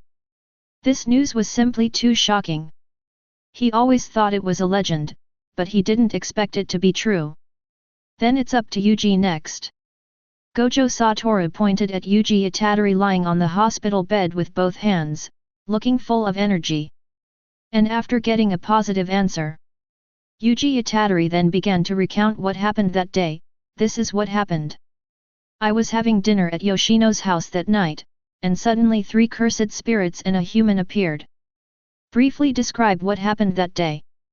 Gojo Satoru also fell into deep thought for a while. In addition to the 2 special grade cursed spirits that appeared before, this time there was one more, and it was a tricky guy who involved the soul. This is not the point. The point is that humans are involved. How did they know the technique in Hisahito's body? Could it be Sukuna? And Yuji seemed to recall something, and said with an excited smile, Gojo-sensei, now Ashura Maru recognizes me even more. That really is a blessing in disguise. Hearing this, Gojo Satoru couldn't help laughing out loud. He could already imagine how badly these cursed spirits were beaten by Tanjirou that day. That guy is simply too strong. However, after laughing a few times, Gojo Satoru shifted his attention to Nanami Kento standing beside him and reminded him with a smile. Nanami, please don't tell anyone what happened here today. I heard nothing.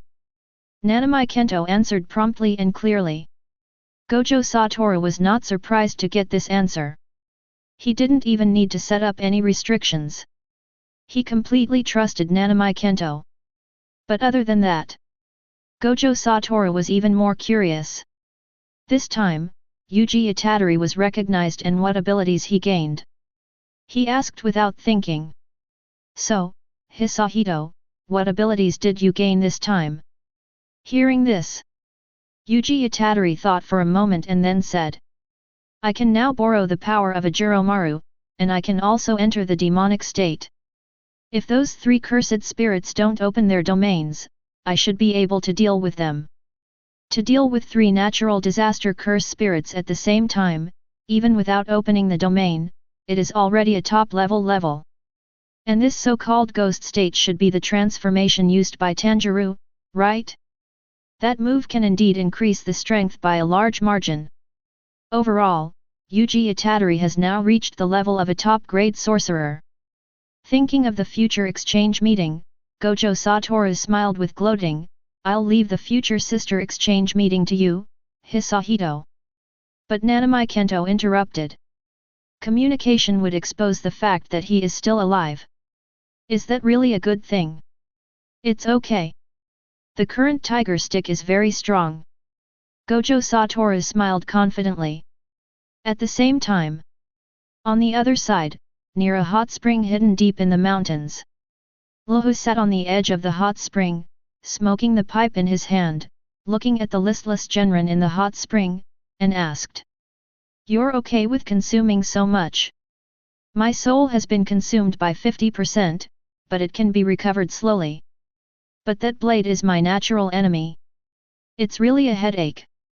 As the real person said this, he splashed around in the hot spring for a few times. Until the news came. Then a few people started talking about their future plans. Genren came ashore, sat on the side and said, after feeling Sukuna's strength, I realized that we should act based on Geto's plan first. Sukuna is worth doing this for us. Lu Hu beside him also added immediately afterwards. Unseal it and help it tame Ashura Maru. Collect fingers and offer them to it. Even if we are completely wiped out in the end, it may not be me who laughs loudly in the wilderness 100 years later. But as long as the curse can stand up as a human being, it is enough. Seeing that the two cursed spirits were determined, Luozhuo also reminded them with a smile. Then we will first recover the 6 fingers of the high school. I have already asked the real person to leave a mark and let the high school recover one of the Sukuna fingers. The real person will go and retrieve it when the time comes, but to be on the safe side we need to attract the attention of the High Commissioner to avoid exposing our true purpose. After saying that, everything is going on in an orderly manner. A week later, the Kyoto Sister School exchange meeting was also held as scheduled. Tokyo Polytechnic College. Yuji's group of 6 had been waiting here for a long time, except for Yuji's 3 people. Also added were the second-year panda and the tall Zenin Maki and the dog-eared Saki who covered his chin with a collar. But only for a moment. Students from Kyoto High School also came here, also in a group of 6. Among them, the girl with short green hair and similar appearance to Maki, Zenin Shinji, was the first to speak. You came specially to greet us? How disgusting! A sturdy man next to him said with some disappointment. Is Otsutsuki not here? But speaking. The people from Kyoto were also observing. When they saw Yuji Itadori, the first thought that came to their mind was, is this the guy who is going to be killed?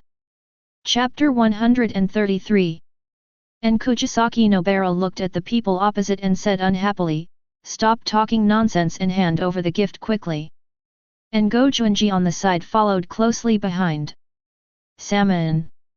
Because of the spell, he can only rely on specific nouns to replace his usual words. What's wrong with that first-year student? She's so scary. A girl named Nishimiya Momo from Kyoto who was holding a broom couldn't help but whisper. A cursed corpse named Mechanical Maru followed closely behind and spoke. It's okay if Otsutsuki isn't here, but with 3 first years, that's too much to give. A sorcerer's strength has nothing to do with his age. Kamo Kenji, who was standing beside him, narrowed his eyes and turned to look at Fushiguro Megami opposite him. Especially Fushiguro-san. He is of Zenin blood but is much more powerful than the main family. This remark also successfully aroused the dissatisfaction of Zenin Shinji who was standing nearby. Fortunately, the blue-haired girl Miwa Kazumi stepped forward to smooth things over. Please calm down, both of you. Until this moment, the Anj-song girl who was in charge of the team slowly walked down the stairs. She was wearing a shrine maiden's costume and had a conspicuous scar on her face. You kids are such a jerk, and then, what about that idiot? As soon as the words fell, everyone in Tokyo couldn't help but complain.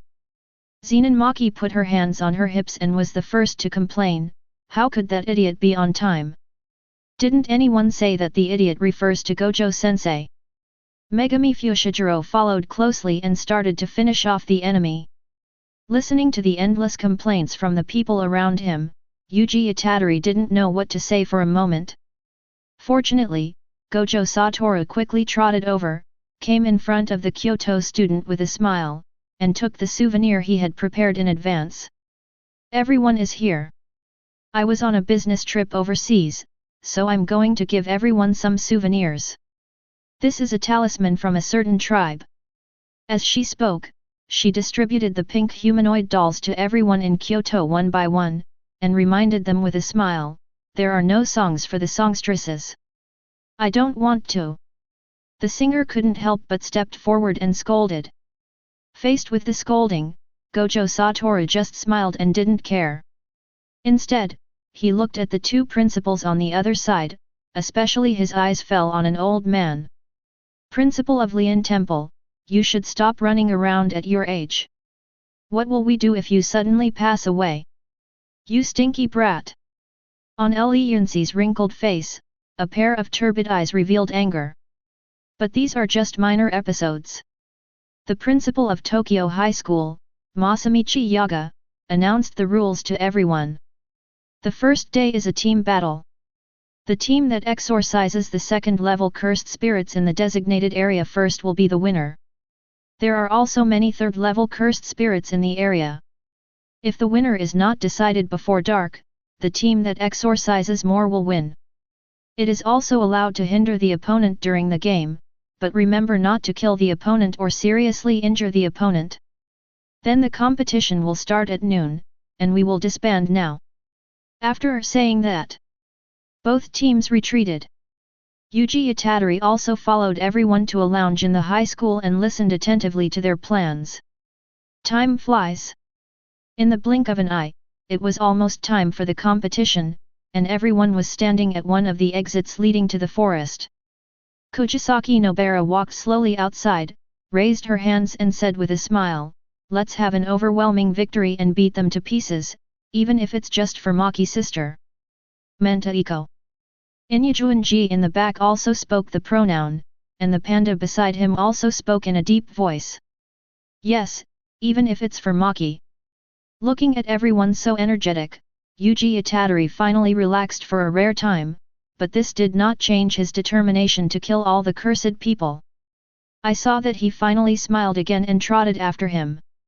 "Okay, we must win this time." With that, everyone left the high school and headed for the designated location. Ashura Maru, who was watching this scene, was curious about how Noso would implement his plan this time if he still followed the original work. "Then Hwayu can die here." Outside world. Yuji and his group ran wildly in the woods. The jet-black jade dog led the way, and Zenon Maki did not forget to remind them, "Follow the plan, and when the time comes, we will split into two teams. From now on, I'll leave it to you, Hisahito." "Leave it to me." Yuji Itadori responded with a smile. Even if he doesn't use the power of Ashura Maru now, his strength is no longer comparable to before. As soon as the words fell, a cursed spirit appeared right in front of him, but only in the next moment. A burly figure suddenly rushed out from the side. It was Aoi Todo, who was shirtless and had a muscular body. "Great, everyone is here." Seeing this, Yuji Itadori immediately stepped forward and threw a punch. After being hit by the punch, Aoi Todo, who was blocking in front of him, flew backwards uncontrollably. Fushiguro Megami and others behind him immediately split into two teams and left in different directions. Only Yuji Itadori was left. Ashura Maru couldn't help but complain when he saw this. It seems that the little sunflower class is about to start. After Todo Aoi stabilized his body, he raised his muscular arms and clenched them into fists, an excited smile on his face. "First years, this is a return gift. Defend with all your might." With cursed power attached to his fist, he quickly stepped forward and punched out with all his might. "Face this punch." Yuji Itadori immediately raised his arms to block in front of him and took the punch head-on, but his body also flew backwards for a distance. What a powerful fist! After coming to his senses, Yuji Itadori looked at Todo Aoi who was attacking again, and immediately punched back without saying a word. The two sides fought back and forth. And Yuji Itadori did not want to rely on the power of Ashura Maru to fight. After all, this was not a life and death fight. In addition, he also wants to make himself stronger. Todo Aoi was also becoming more and more excited. "I didn't expect to meet a first-level sorcerer like him here." In excitement, the two men bumped their fists. After his body slid backwards for a distance, he finally couldn't help but ask, "First year Itadori Yuji, I have a question for you. What type of women do you like?" Upon hearing this, Yuji Itadori was stunned. "What kind of woman do you like?" After thinking for a moment, he finally answered, if I have to say, a girl with a big body and a big butt, like Jennifer Lawrence. Hearing this answer, Todo Aoi widened her eyes, as if she had fallen into some non-existent illusion. In this fantasy world, he and Yuji went to the same high school. They were always inseparable, sharing each other's happiness, comforting each other when they were sad, and walking home together at dusk. When she came to her senses, Todo Aoi could no longer hold back her tears. It seems like we are close friends. Chapter 134. Ah! But didn't we just meet? This time, Yuji Itadori was completely confused and looked a little at a loss. But abrupt. Ashura Maru reminded with a hint of sarcasm, you are surrounded.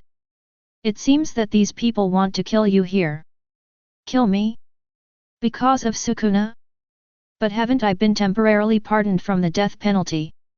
Yuji Itadori asked hurriedly. Looking at Yuji Itadori, who was still a little confused, Ashura Maru explained with a pout. I feel that calling you an idiot is an insult to the word idiot. You are a time bomb in the world of sorcery right now, and your reprieve is only because of Gojo Satoru. You don't think anyone wants to kill you, do you? If it was the previous Yuji Itadori, he might have complained, but now he just replied calmly, thank you for your reminder, Aga Amaru. As soon as the words fell, a gunshot was heard not far away, and a bullet flew through the air. But Yuji Itadori was able to accurately capture the direction of the shot and easily dodged it by just turning sideways. Then there were several more shots fired. However, Yuji Itadori still dodged calmly, without even making any drastic movements. They all dodged it. How is that possible? Zenon Janai on the tree had a horrified expression on his face, and there was still gunpowder smoke from the muzzle of the revolver in his hand. On the tree opposite, Kenji Kamo also raised the bow and arrow in his hand, pulled the bowstring, and was ready to take action at any time. The mechanical pill below also raised its right arm, revealing a component similar to an energy transmitter on the palm of its hand. Sanlongxia was standing not far away. It can almost be said that at this moment Yuji Itadori is completely surrounded and all his routes of retreat are blocked, but these people don't know it. If Yuji Itadori wanted to, he could kill them all. But Yuji Itadori did not do so. Instead, he looked around vigilantly, but what no one expected was a round of crisp applause rang out. Then, Yuji Itadori instantly switched positions with Kenki Kamo, who was on the tree, and Aoi Todo appeared behind him and scolded him coldly. I told you, if you dare to get in my way, I'll kill you. What you said before was that if you give orders again, I would kill you. Kamo Kenji put away his bow and arrow, stood up and turned around to correct him. But what he got was a stern rebuke from Todo Aoi, it's all the same, get out of here. Then you must kill him properly. In the end, Kenji Kamo chose to compromise and left with everyone to continue completing the mission. I'm not the kind of person who would show mercy to my best friend. Todo Aoi also got ready. Yuji Itadori above is no longer the naive person he used to be. He asked in his heart, Ashura Maru, are they really gone? Hearing this question, God knows what Ashura Maru's mood is now, but he did not show it at all, but replied in a cold voice. It's gone far away. That's good. Without any doubt, Yuji Itadori jumped down from the tree and looked at Aoi Todo in front of him and reminded him. I'm coming. Come on, my dear friend. Todo Aoi answered excitedly. The two continued to fight in the woods, and with each punch and kick, Todo Aoi began to analyze Yuji's situation. He has great endurance and can actively use the terrain to counterattack, but the best thing is his amazing physique. Whether it's strength, speed, or ability to withstand blows, they are far beyond ordinary people, even if he cannot fully master the use of cursed power. It can also cause extremely powerful blows. But there is also the problem that the spell power will be a beat slower when punching. Unlike Aoi Todo, who thinks during battle, Yuji Itadori focuses on using great force to create miracles. This guy is really tough. But soon, Todo Aoi stopped and said directly, "My dear friend, your slow-moving cursed energy is a bad habit of yours. Are you talking about the Jingting fist?" Yuji Itadori also stopped with some confusion, wondering what's wrong with this guy. "As long as you are satisfied with this, you will not be able to defeat me. If you are satisfied with this level, then helplessness will no longer be a close friend." Todo Aoi said with a somewhat depressed expression. "That doesn't matter." Yuji Itadori didn't have any feelings about whether he could become close friends with him. But the next moment, Todo Aoi suddenly interrupted and asked, "Is it really okay to stay this week?" These words seemed to touch Yuji Itadori's heart. He recalled that certain moments in the past were all caused by his own weakness.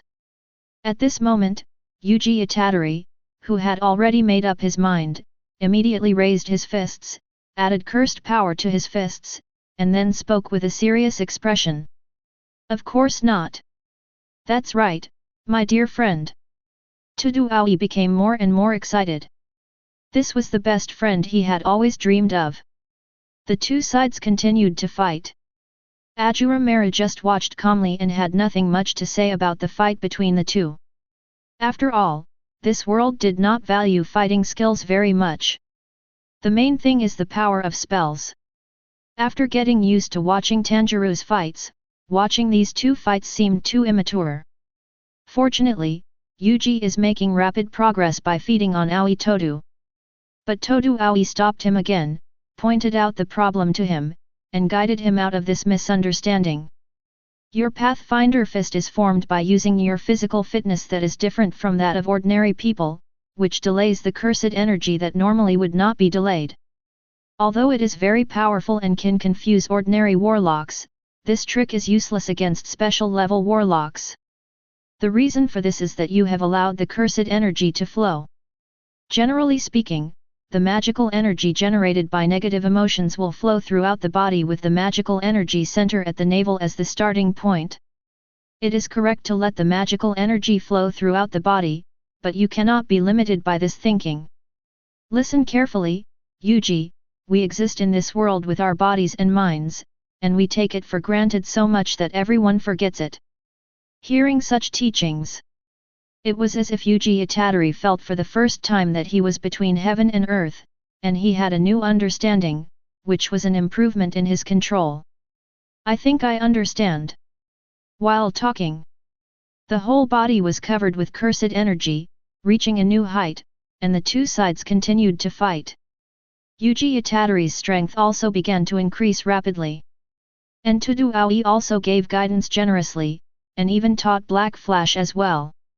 However, Ashura Maru, who was watching the show, suddenly sensed a large amount of aura fluctuations, and was sure that the people coming were quite powerful, and there were a lot of them. A large number of cursed spirits were released. In addition to the two old acquaintances, there is also an unfamiliar special grade cursed spirit. Chapter 135.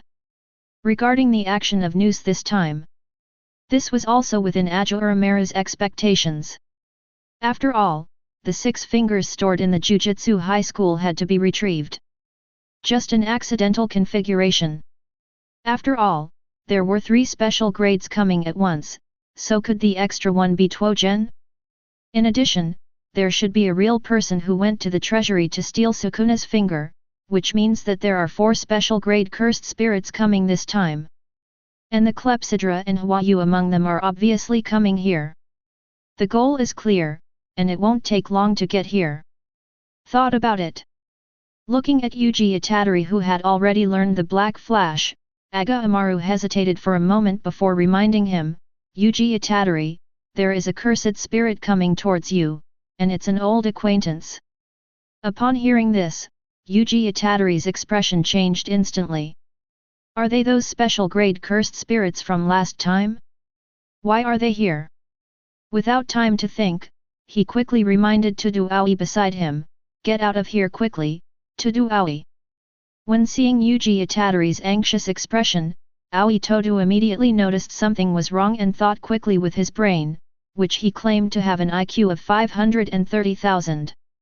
The final result was that Yuji Itadori was warning himself that danger was approaching. But he couldn't understand what the danger was. But soon, he saw two figures coming at him at high speed in the woods not far away. He looked and found that they were two human-shaped cursed spirits. And the cursed power and pressure it emanates are without exception. They are all special grade cursed spirits. And it was not recorded. But how did Yuji Itadori know that? But when Yuji Itadori saw the two cursed spirits attacking him, he gritted his teeth and said, "It's you again." Then he turned around. "Dong Thang, hurry up and leave now. Leave this place to me."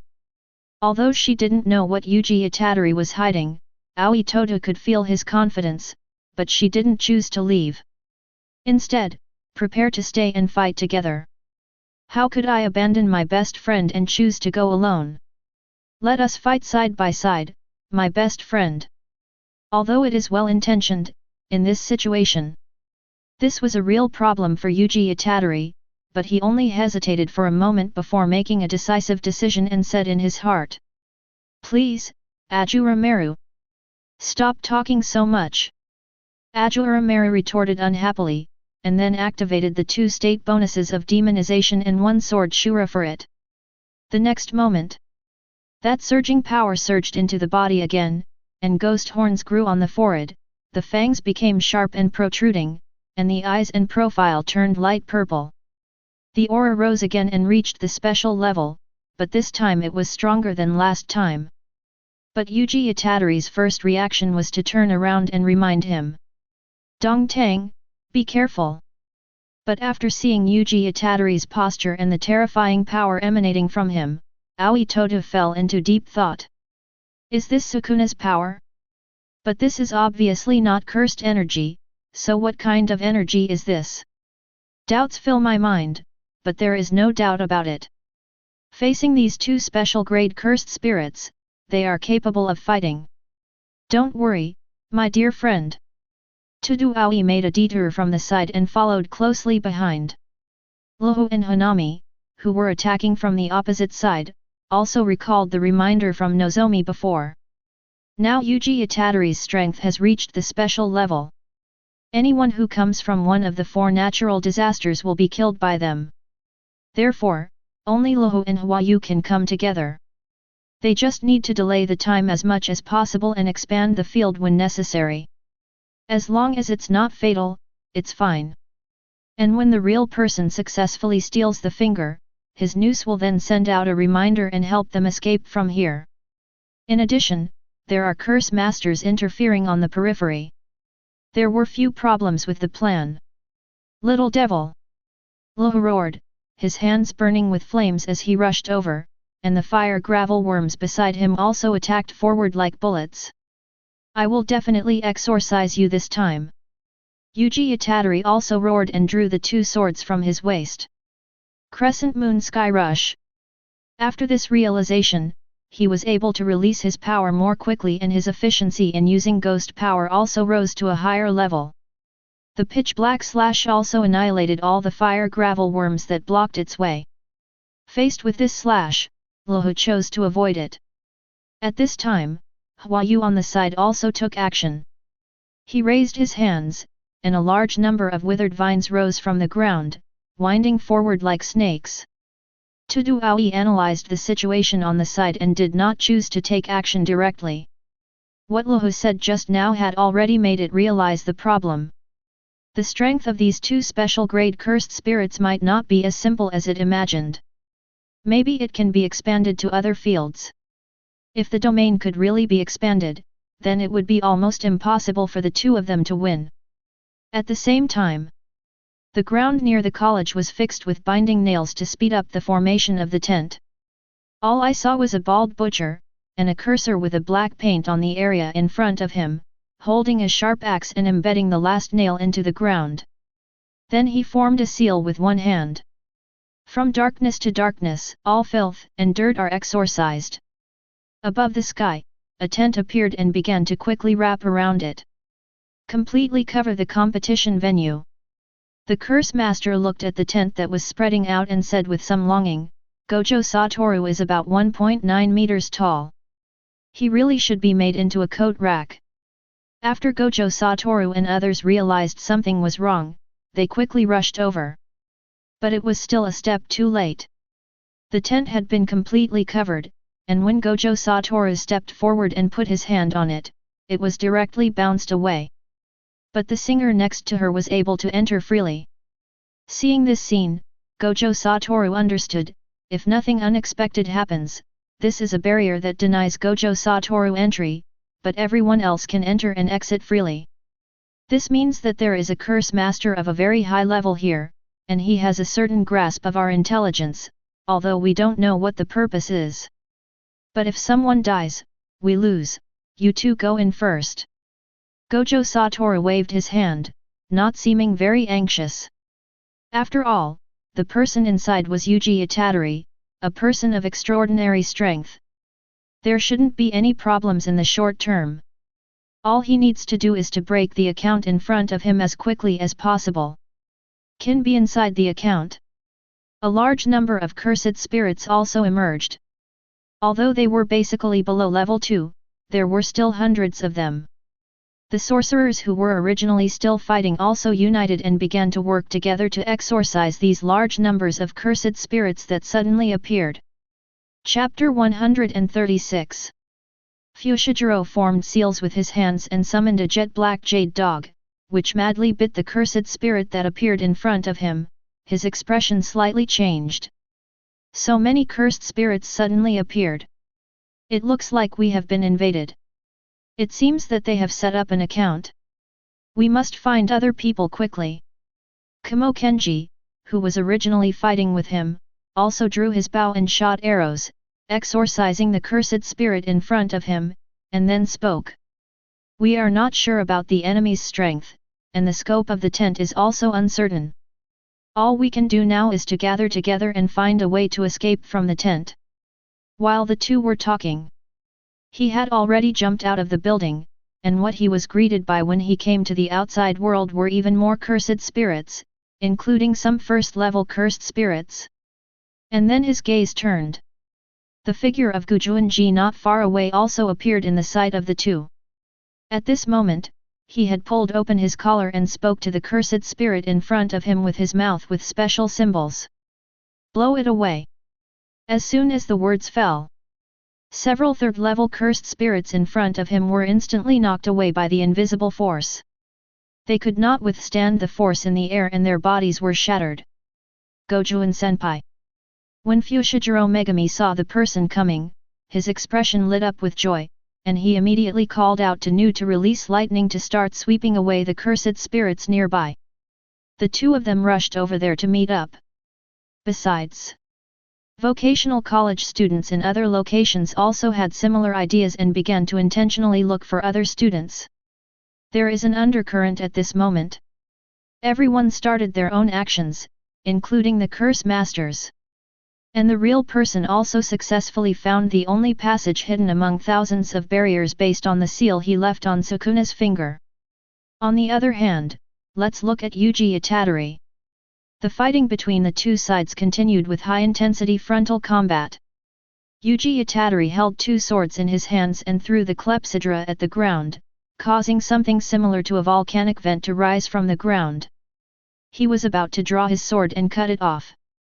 Then I heard the sound of applause. Bang! The next moment, Yuji Itadori's figure has appeared where Hanami Kaze was originally.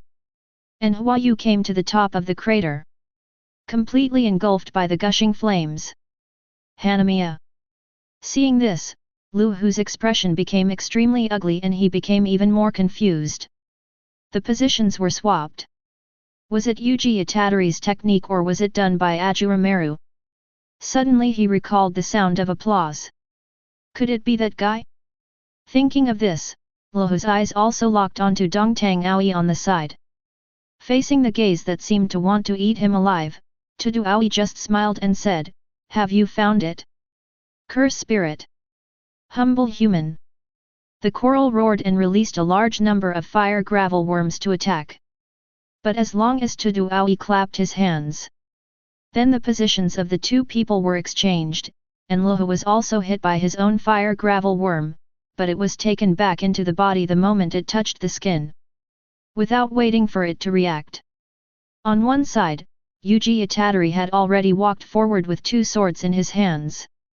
Rhythmic breathing sounds came from his nose, and hot flames burst out from the blades. The god of fire Kagura, round dance.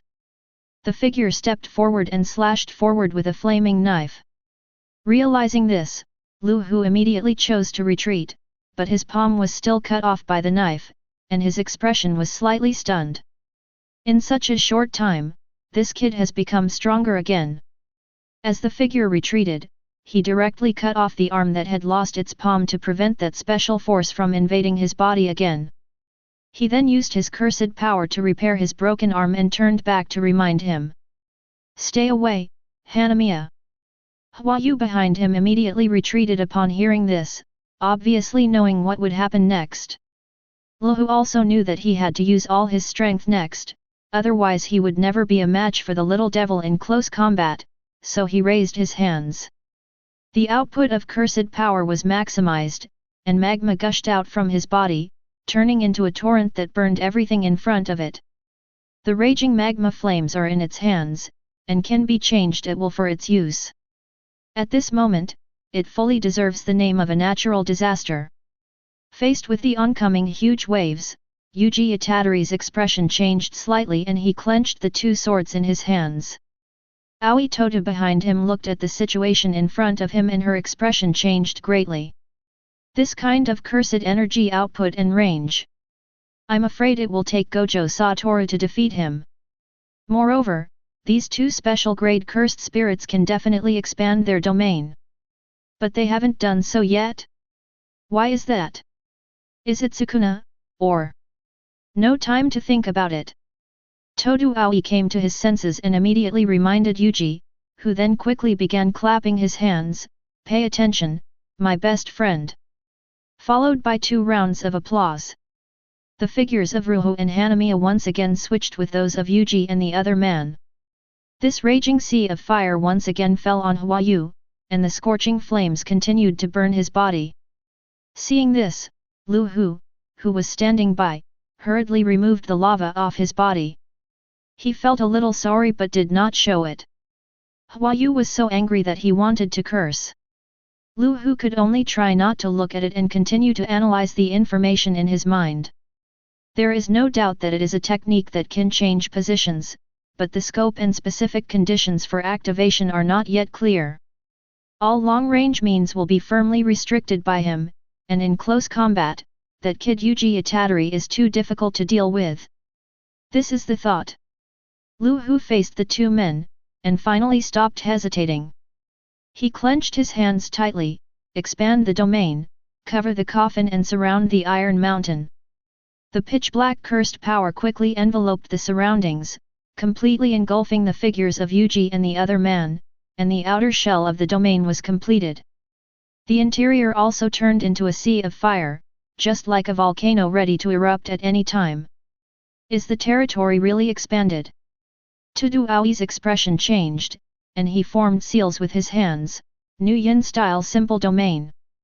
The words fell. A small field with faint light appears around the body, which is used to neutralize the inevitable effect of the opponent's field. Seeing the opponent deploying the domain, Yuji Itadori became anxious and recalled what Sensei Gojo taught him how to fight against the domain. That is to launch a counterattack in the same field. It's a pity that he doesn't know how to expand his domain, but there is no time to think about it. Yuji Itadori relies on instinct to transform into a spiritual body. The main body guards Todo Aoi. The spiritual clone held 2 swords in his hands and rushed straight towards Luhu on the opposite side. Because there is no cursed energy, you won't be affected by the domain's guaranteed hit effect. Luhu's mouth corners slightly raised, a sharp stone pillar made of obsidian. Fly straight towards the incarnation. At the same time, other stone pillars flew towards Yuji and the other man, along with surging magma. The ground beneath our feet was like a volcanic eruption. One after another, hot magma rushed into the sky. On the other hand, Yuji Itadori controlled the ghost power in his body to form a barrier to block the oncoming lava and stone pillars. However, this would consume a lot of energy. Chapter 137. But Luhu also felt tremendous psychological pressure at this moment, not because of the battle but because the kid Yuji Itadori was growing too fast. Compared with before, even expanding the domain will no longer be able to defeat him in a short period of time if he continues to grow like this. Even if they collected enough fingers. But how can we get him to eat it? It can be said that there is not much time left for them. If this continues, this little kid will probably be able to reach Gojo Satoru's level in a very short time. Should we say it is worthy of being called Ashura Maru? Whoever gains his recognition will become the strongest in ancient and modern times. It was not until this moment that Lu Hu truly experienced the value of this sentence.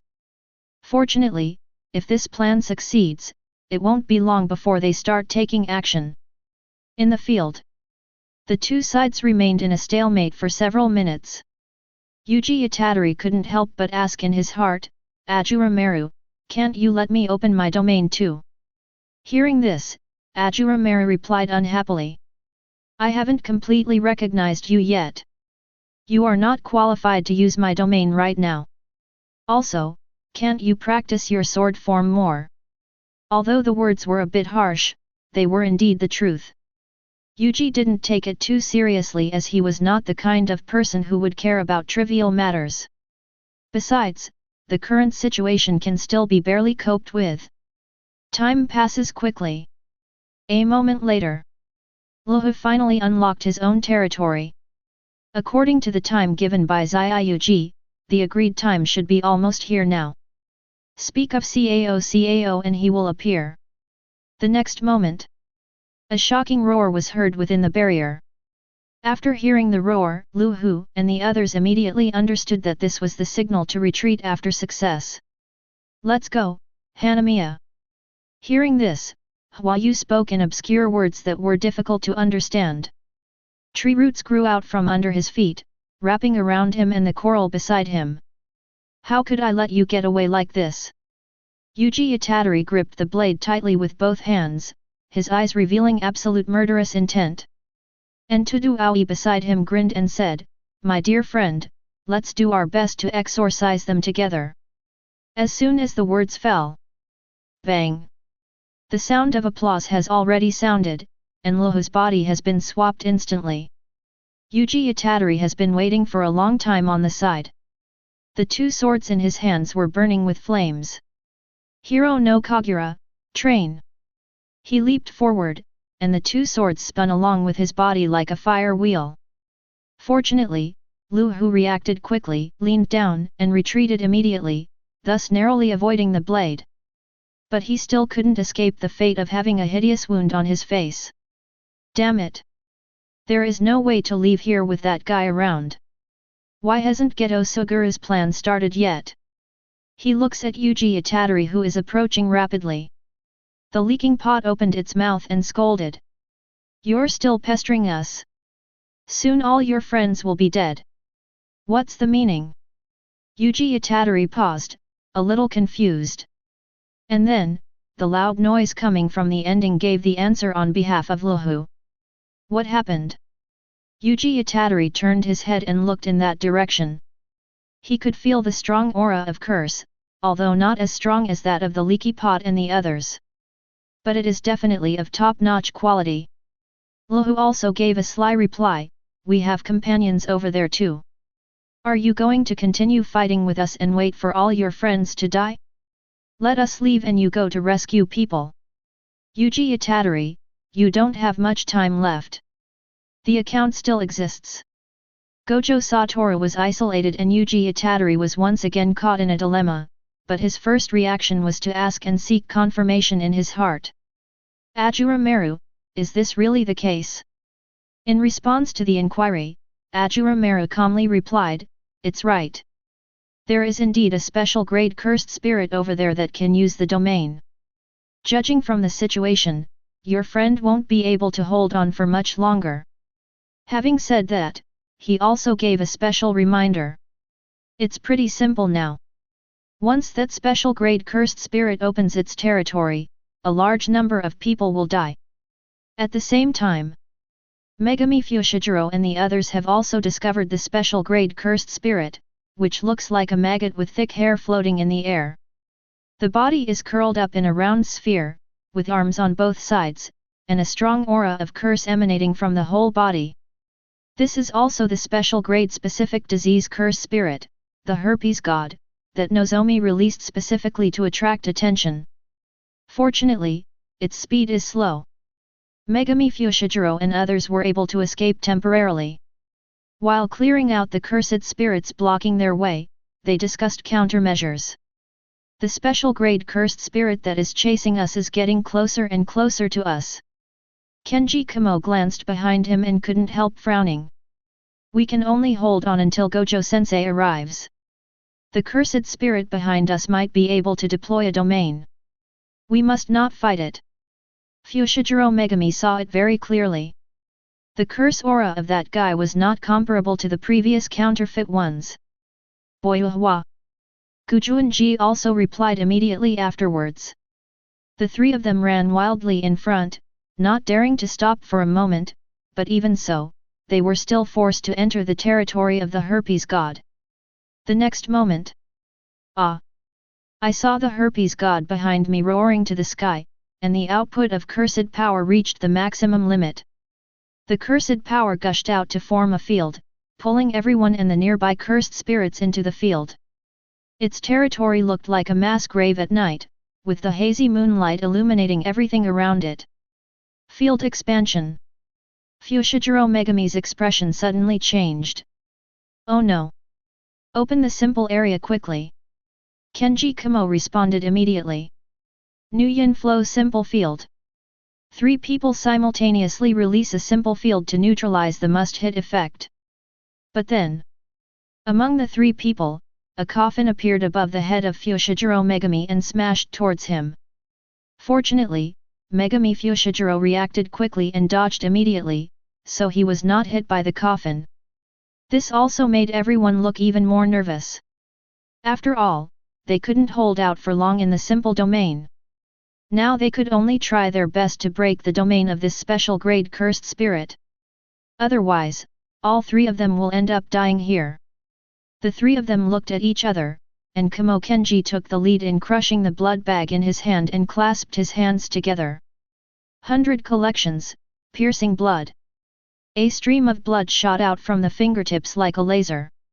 In an instant, it hit the palm of the herpes god, leaving a scar, but it quickly recovered. However, this also caused its figure to retreat and hide in the darkness. The cursed spirits that were pulled into the darkness rushed out. Oh no! This idea emerged in the minds of the 3 people at the same time.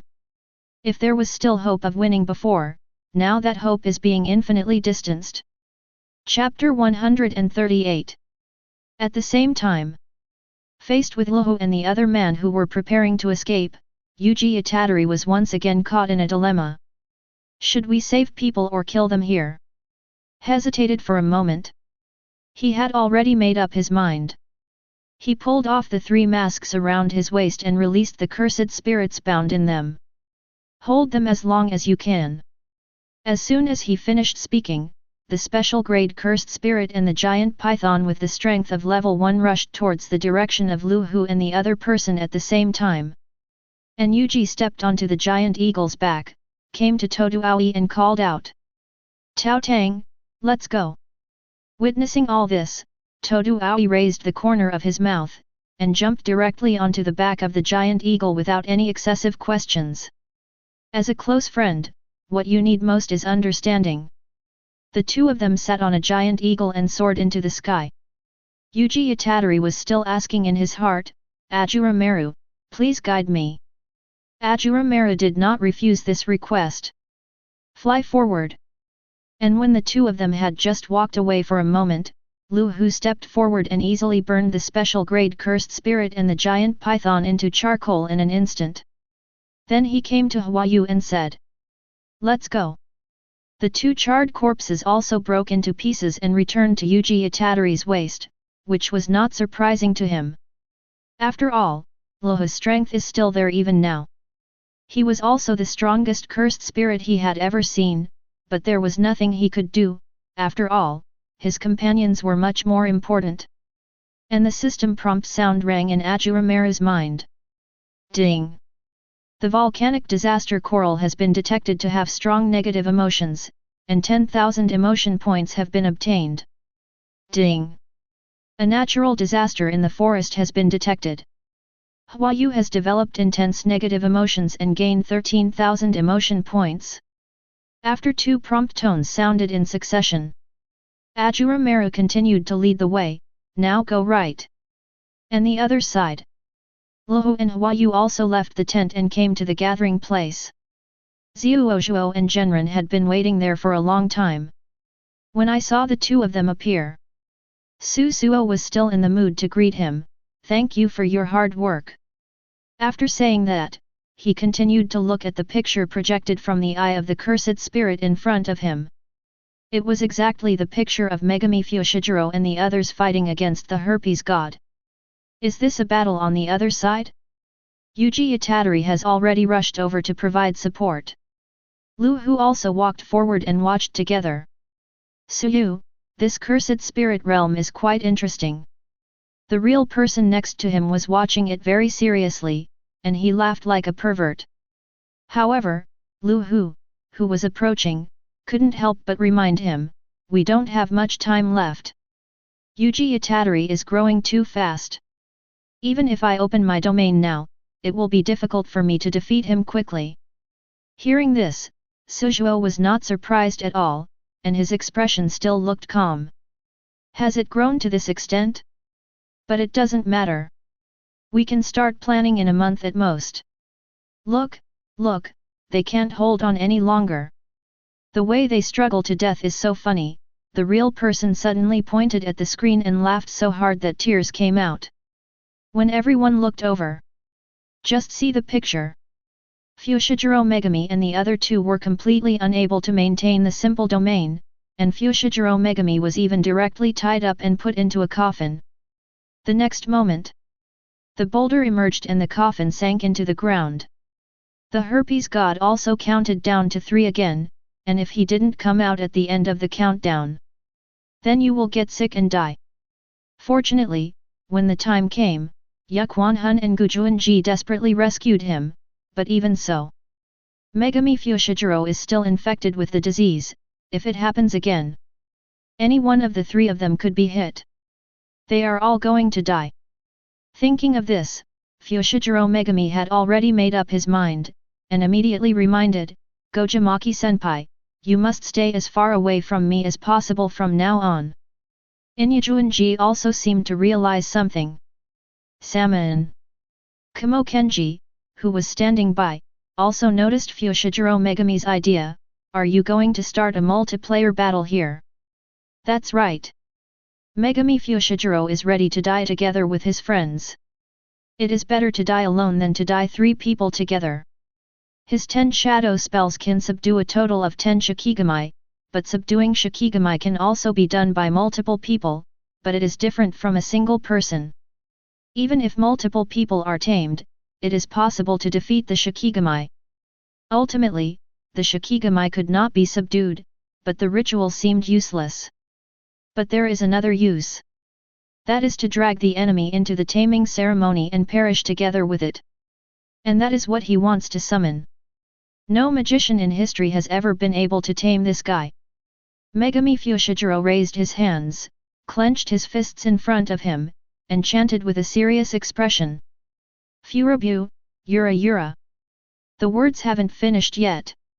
Part of the area was occupied by shadows, wolf howls were heard all around, Shikigami appeared on both sides, and a huge bound figure appeared behind Fushiguro Megami. 8-handed sword, the god general of the strange ring. Mako Luo. When the spell is finished, Mako Luo behind him also slowly untied the restraints. Kamo Kenji's forehead was covered with sweat. He swallowed his saliva and said with a dry mouth, this is the legendary Mokuro. Wooden fish. Gujuanji and the other could both feel the powerful aura from Mako Luo, which made it difficult for them to breathe. Fushiguro Megami also raised his head, smiled and said, "I'll be on my way first, come on." As soon as the words fell, Mako Luo, who had been completely untied from behind, knocked him out with one punch, and he fell in front of a tombstone, completely losing consciousness. And Mako Luo also shifted his target to the herpes god in front, who had a sturdy body, 4 pairs of wings on his face, and a turntable on his head. Exuding unparalleled pressure, every step makes people feel terrified. Even the herpes god is no exception. However, just as the sword in Mako Luo's hand tore through the cursed spirits, it was about to hit the herpes god and exorcise him. The shell of the realm is broken. Yuji Itadori rode on a giant eagle and descended from the sky with 2 swords in both hands, but looking at the situation in front of him, he was a little confused for a moment. What should I do, Ashura Maru? Ashura Maru also looked at the situation inside the domain, and then reminded, your friend should have started multiplayer adjustment with the special grade curse spirit. But now your friend is on the verge of death. If the special grade cursed spirit is also killed later, then when the ceremony is over, your friend will be really dead. If you want to save people, you, an outsider, have to kill this Shikigami to end the taming ceremony. I see. Upon hearing this, Yuji Itadori's gaze became more determined. He looked at Mokhtar's back, and his 2 swords burst into blazing flames. Wrong Jade Cut. Chapter 139. The flaming wind sword instantly pierced into Mako Luo's chest, and the domain was lifted at this moment. The next moment, Yuji Itadori's spiritual clone leaped out of his body and rushed straight towards the herpes god. This sudden scene. It also shocked several people present, especially Inumaki Satoru and Kamo Kenji, who also recognized the identity of the person who came. Even Zosuo and others who were watching the battle became interested. Not just them. Even Sukuna in Yuji Itadori's body showed a strong interest in Megami Fushiguro, or he had already noticed this kid a long time ago. But he didn't pay too much attention to it before, and his whole heart was on Ashura Maru, until he saw the appearance of Mokuro with his own eyes. This made Sukuna take it seriously. My heart also fell into deep thought. Perhaps this kid can be used as a backup container in case the attempt to seize the Ashura Maru fails. But what makes it more curious right now is the ability of this Shikigami. Also watching the show like it was Ashura Maru. Yuji Itadori is working hard alone, but there are 2 people inside his body watching the show. The blade pierced through Mako Luo's chest, and the blazing flames quickly spread to his limbs and bones under the influence of the strong wind generated by the blade. Feeling the burning flames in his body, Mako Loxi smiled and changed his target from the herpes god to Yuji Itadori behind him. It grabbed the blade on its chest with one hand and was about to break it. But seeing this, Yuji Itadori behind him did not hesitate at all. He grasped the Azakana tightly with his other hand and suddenly inserted it into his abdomen again. Directly hurt their soul. Even Mako Luo couldn't help but spit out a mouthful of milky white blood. The god of fire Kagura, round dance. Using both swords at the same time, Yuji Itadori adjusted his breathing and displayed his sword shape. The blazing flames cut out a circle, and the 2 swords slashed down diagonally. And Mako Luo's body was also cut in half by this knife. But just as the upper body was about to slide off, his body quickly recovered, and the wheel above his head began to spin. Yuji Itadori also noticed this. Ashura Maru, what's going on? Did this Shikigami use any abilities? There is no time to retreat. The healed Mako Luo threw a punch. Fortunately, Yuji Itadori had his 2 swords in front of him, and was able to block Mokhtar's fist, but the huge force of the fist caused his body to fly backwards in an instant. Straight into the sky. Is my arm broken? At this moment, Yuji Itadori could not even feel his own hands in mid-air. But the next moment, Ashura Maru used self-healing to repair himself, and then reminded him unhappily, don't ask me all the questions. Can't you see for yourself? I'm not your babysitter, and I have to remind you that there is a time limit for using ghost transformation, and you can only last for a maximum of 30 minutes. If you exceed the time limit, you will completely become a ghost. You have about 10 minutes left. Remember that gaining power comes at a price, and even I cannot change that.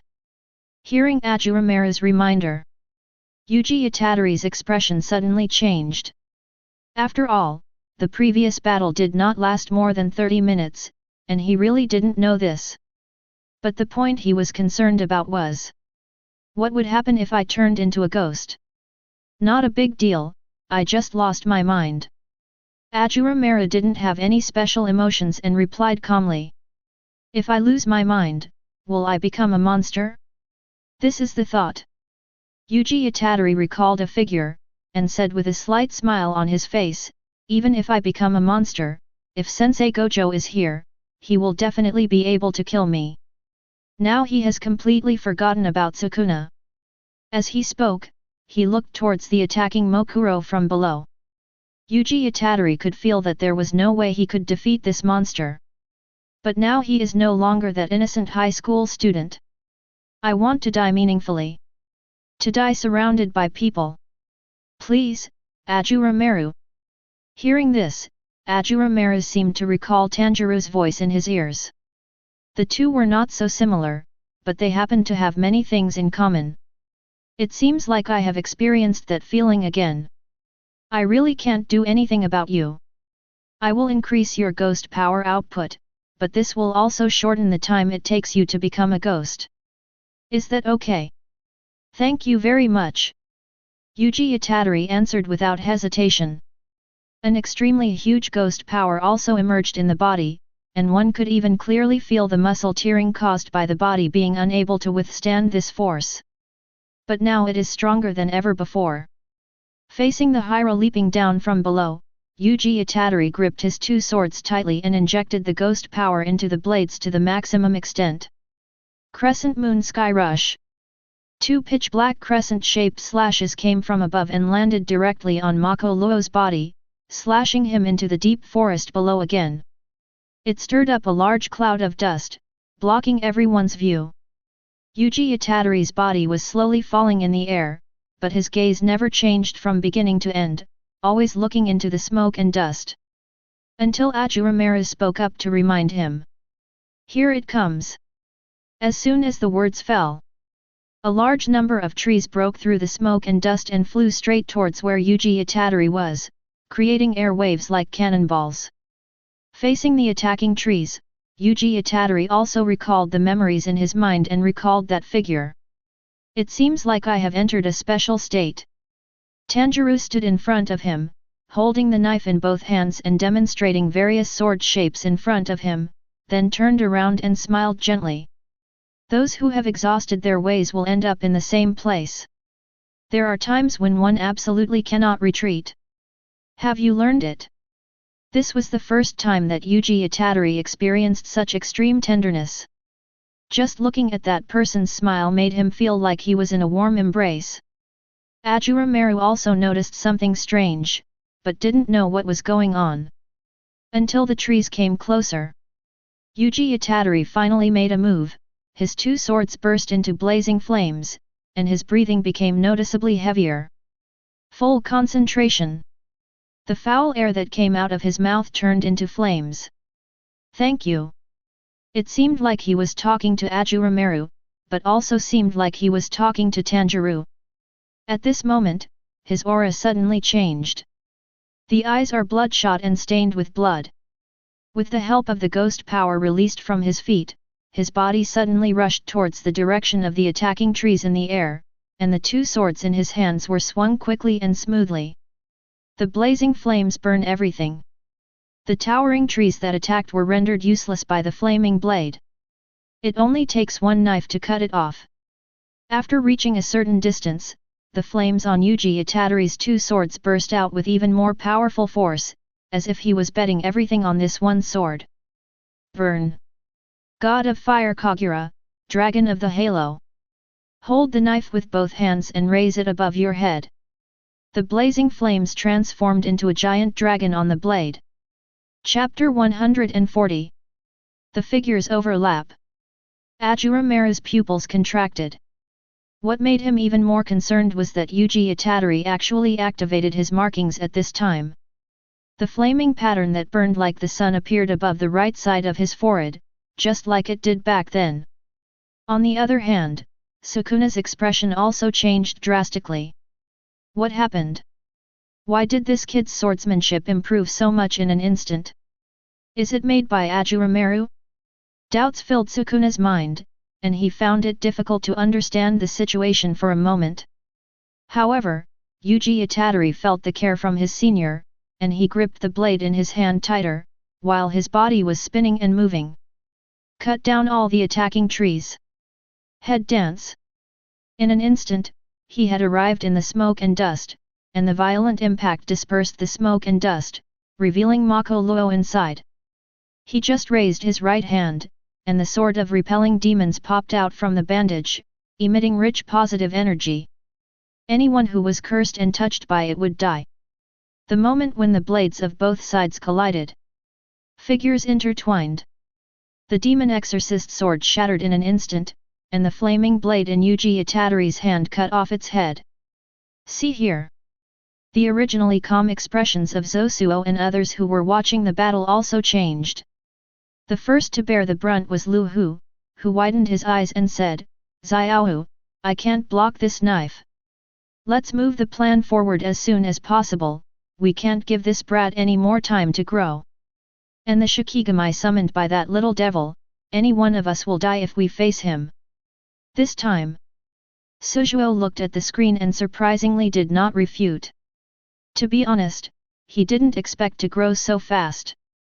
It was simply against common sense. Maybe we really need to speed up. On the other hand, the real person on the side finally stopped smiling when he saw this. Looking at Yuji Itadori in the picture, he really couldn't laugh anymore. At the same time, Gujuan-ji and the others also witnessed this battle. However, Kenki Kumo's expression was extremely ugly. He recalled the instructions of Principal Rakugenji, who asked them to find an opportunity to kill Yuji Itadori. Now he just wanted to ask one question. Are you serious? The other side. The next moment, Yuji Itadori quickly turned around and slashed at the headless corpse with his two swords. The opponent's outstretched arm was cut off by a knife. Then, without any hesitation, he held the two swords and gave up all unnecessary thoughts. Under the crazy attack, Mako Luo's body was chopped into pieces. Even with the help of Ashura Maru's weeping blood and demon curse abilities, Mokhtar can still maintain a certain degree of self-healing. Looking at the monster in front of him that cannot be killed no matter what, Yuji Itadori was surprisingly calm. I even had the mind to ponder the abilities of this Shikigami when Mako Luo reattached the head to the body. The roulette wheel above his head began to spin again.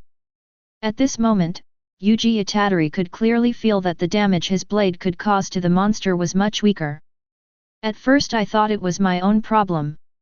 Now it seems that this should be the ability of that Shikigami, which can weaken the ability to attack it every time the roulette wheel rotates. The damage that can be caused will also be reduced, and perhaps it is possible to be completely immune to his attacks in the end. As the power of the attack became weaker and weaker, Mako Luo finally found an opportunity to counterattack, punching directly into Yuji Itadori's abdomen. Blast it directly away. It crashed into countless trees along the way before it finally stopped. Yuji Itadori spat out a mouthful of blood and became listless. He looked at his abdomen, where a fist mark appeared. Almost all the internal organs were displaced or even ruptured. Fortunately, it was repaired quickly. Yuji Itadori forced himself to stand up and said to himself, "Ashura Maru, thank you very much." In response to the thanks, Ashura Maru also reminded, "You should worry more about yourself. The maximum time you can maintain the demon transformation is less than a minute now." But after hearing this reminder, Yuji Itadori calmly asked back, "After I lose my mind, I will also prioritize killing Mokuro, right?" "That's right." The answer he got was Ashura Maru's affirmative answer. That's enough. I think my death should be very meaningful. Yuji Itadori smiled brightly, grasped the blade with both hands again, ready to risk his consciousness for the last minute. He roared forward. Bring it on! As soon as the words fell, Makoluo has come close with the sword of exorcism in his hand, and Yuji Itadori is also ready to go, and the two sides immediately start a fierce battle. The flashing of swords and the shadows of sabers were crisscrossing. It's so fast that people can see large afterimages. However, Yuji Itadori was unable to continue and was given an opportunity by Makara, who struck his neck with the sword of exorcism. If it hits, it will be beheaded instantly. But just when Ashura Maru was about to be sold, Sukuna could no longer sit still. Yuji Itadori must not die now. Suddenly, Sukuna's mouth opened at the neck, and he bit the attacking demon exorcist's sword, biting it into pieces with great force. If Makoluo could speak, he might be cursing now. It looks like a one-on-one fight, but in fact it's a three-on-one fight. No moral ethics at all. However, even though he blocked this attack, Yuji Itadori was almost at his limit, and was smashed directly into the ground by Mokhtar's other fist. On the cracked ground, Yuji Itadori's body was stuck in it, blood spurting out of his mouth, but his eyes remained unchanged. And Sukuna also spoke at this time. You little brat, give me your body from now on. Having said that, but Sukuna was not sure he could win. He now realized that this Shikigami's ability was to adapt to everything. To put it bluntly, it was like being the last to strike in rock-paper-scissors. If you can't defeat it instantly, it can continue to adapt to your abilities. Until it has completely adapted, the same moves will no longer be able to cause any harm to it with its current strength. It is almost impossible to defeat this Shikigami, but it is still possible if we delay for time. Gojo Satoru outside the tent should be coming in soon. Sukuna was thinking in his mind. Yuji Itadori can also feel that his body is about to reach its limit. Although he has already put life and death aside, he is willing to take action since Sukuna has no conditions. Then he naturally wouldn't refuse. Then. The words haven't finished yet. Mokhtar punched him in the chest, causing Yuji Itadori's body to sink deeper into the ground. On the other hand, Yuji Itadori's consciousness is about to fall into darkness, just when he wants to hand over his body to Sukuna. Ashura Maru's voice suddenly rang in his mind, I am also somewhat interested in this Shikigami's ability. Just tell me, I can help you defeat this Shikigami. But it's not to help you. With your current physical strength, you will explode and die in 20 seconds at most because your body cannot withstand my power, but in return you will be able to witness my true power. What would you choose? Chapter 141. From now on, I'll leave it to you, Ashura Maru. Between Ashura Maru and Sukuna, Yuji Itadori chose Ashura Maru without hesitation. Even though there is a high chance of death if he chooses Ashura Maru, Yuji Itadori is still unwilling to choose Sukuna. Until punch after punch hit Yuji Itadori's body. Bang, bang, bang. The dull bombardment sound continued to reach everyone's ears, as if striking at everyone's heartstrings. Sukuna really couldn't understand what Yuji Itadori was hesitating about, so he quickly scolded him, Little brat, do you want to die here? Give your body to me now.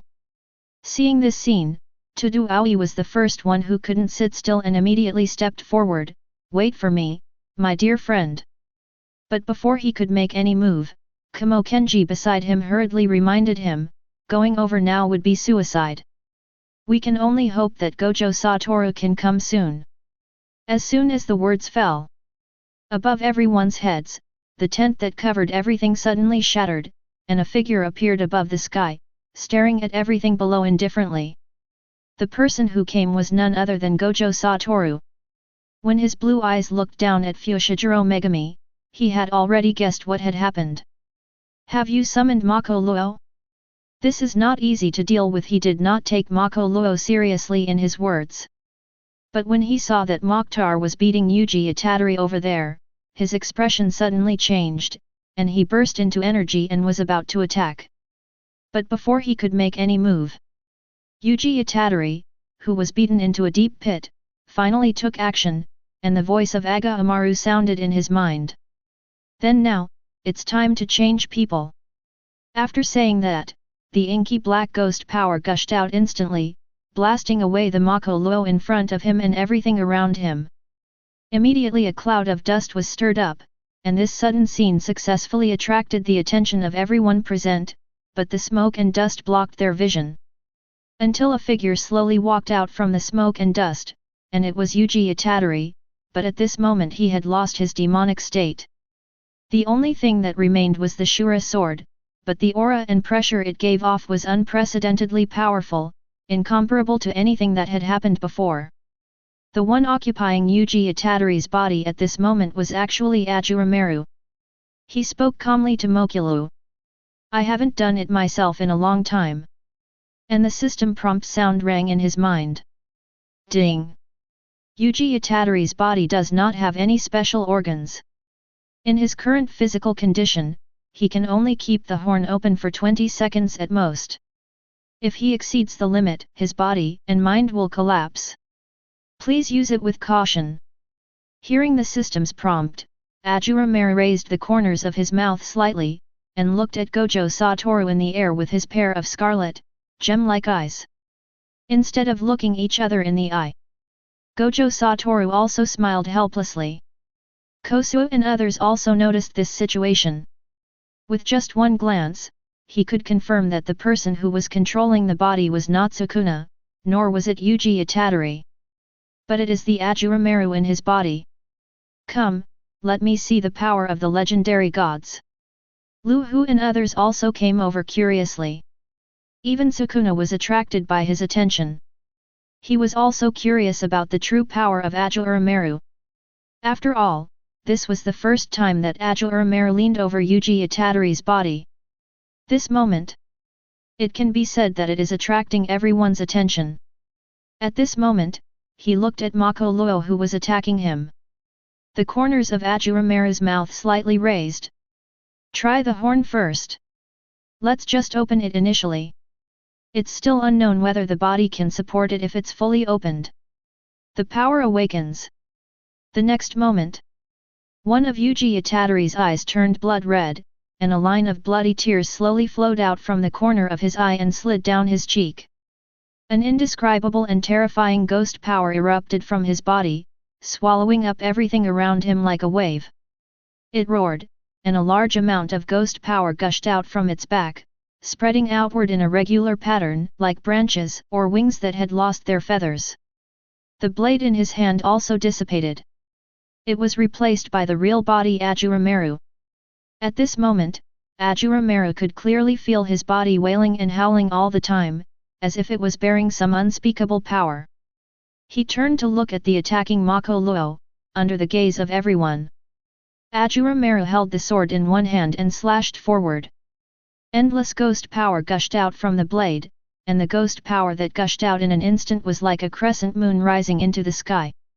However, its size reached an astonishing height of dozens of meters, swallowing up everything in front of it, including Mako Luo. After slashing for a distance of thousands of meters, the sound gradually subsided, and was replaced by a 1,000-meter-long gully on the ground. And the wide streets that were forcibly opened up in the forest. End of the street. Mako Luo still stood there. It had already adapted to the ghost power, but it was still hit by this knife. Almost all of its body was destroyed, but with just the little bit of residue left, it was able to regenerate instantly. Even though it was just a casual knife. But Ashura Maru could also feel the depletion of his demonic power, no kidding. It took a full 5,000 ghost powers to use up just one strike. And the sky. Gojo Satoru looked at the damage caused by this sword. The power might be slightly weaker than his own hollow style, but the area of destruction was much larger. And could this guy just casually stabbed him? Kosuo and others also noticed this scene, but they also did not think that this was Ashura Maru's true power. After all, he was a legendary god. There's no way this is all the power there is. On the other hand, Ashura Maru felt the changes in his body and thought that he should be able to hold on if he blew the horn thoroughly, so there was no need to waste time. Sheath the knife. Ding! There are only 11 seconds left before the sword master Yuji Itadori collapses. Listen to the system prompt tone. Ashura Maru also entered the depths of his consciousness, found the golden horn, held it in his hand, put it to his mouth and blew it. Dirty. Outside world. A vortex of blazing flames shot up into the sky, erupting from Yuji Itadori's body, with the flames reaching 1,000 meters high. The center of the flames. Yuji Itadori's body also underwent drastic changes. A pair of pitch-black wings grew behind him, like dry branches, intricate yet extremely regular. And Yuji Itadori covered his face with his hands. When your hands are lowered, your face is revealed. All expressions were gone from his face, leaving only a look of God looking down upon him. His pupils also turned into light gold, with the whites of his eyes surrounding them. And everything turned pitch black. It's all over. All the scum that offended me will become pillars of salt. Bring your right hand to your left chest and wave it forward. In an instant, huge waves surged in front of him, like a tsunami, but this tsunami was not made of water, but white salt. Wherever white salt passes. Assimilation of all things. Chapter 142. The overwhelming surging waves swallowed up everything in front of him in an instant, but Mako Luo did not even make a move to dodge, but instead held the sword to repel demons. Face the oncoming white wave head on. But the moment the sword touched the waves, it was assimilated by the waves in an instant, and even Mako Luo could not escape the fate of assimilation. When the wave sweeps over your whole body, its body was crumbling and disintegrating, even though the roulette wheel above its head immediately turned once, allowing for initial adaptation. But it still cannot stop the body from disintegrating. In just a few seconds, Mako Luo's life came to an end, and his body disintegrated into white salt grains. Completely integrated into the wave. It was like dust falling into the sea, without causing any waves. Dead silence. At this moment, the forest fell into absolute silence. Looking at the endless white ocean, everyone couldn't help swallowing their saliva as fear grew in their hearts. Even Gojo Satoru's expression changed slightly, but he quickly calmed down and said with a smile. This time the commotion is really big. It looks like the top brass are going to get restless again. The other side. Through the image projected by the curse spirit, Xiu Ozhuo and others who saw the scene just now fell into a strange silence. I don't know who it is, swallowing. Lu Hu, whose pupils shrank violently, came back to his senses, turned to look at the Nozhuo beside him, and couldn't help asking, do we still need to continue with the plan? Hearing this, Luozhuo turned around and smiled. It's okay. Yuji Itadori has not been recognized by Ashura Maru. He may have only wanted to copy Makoto.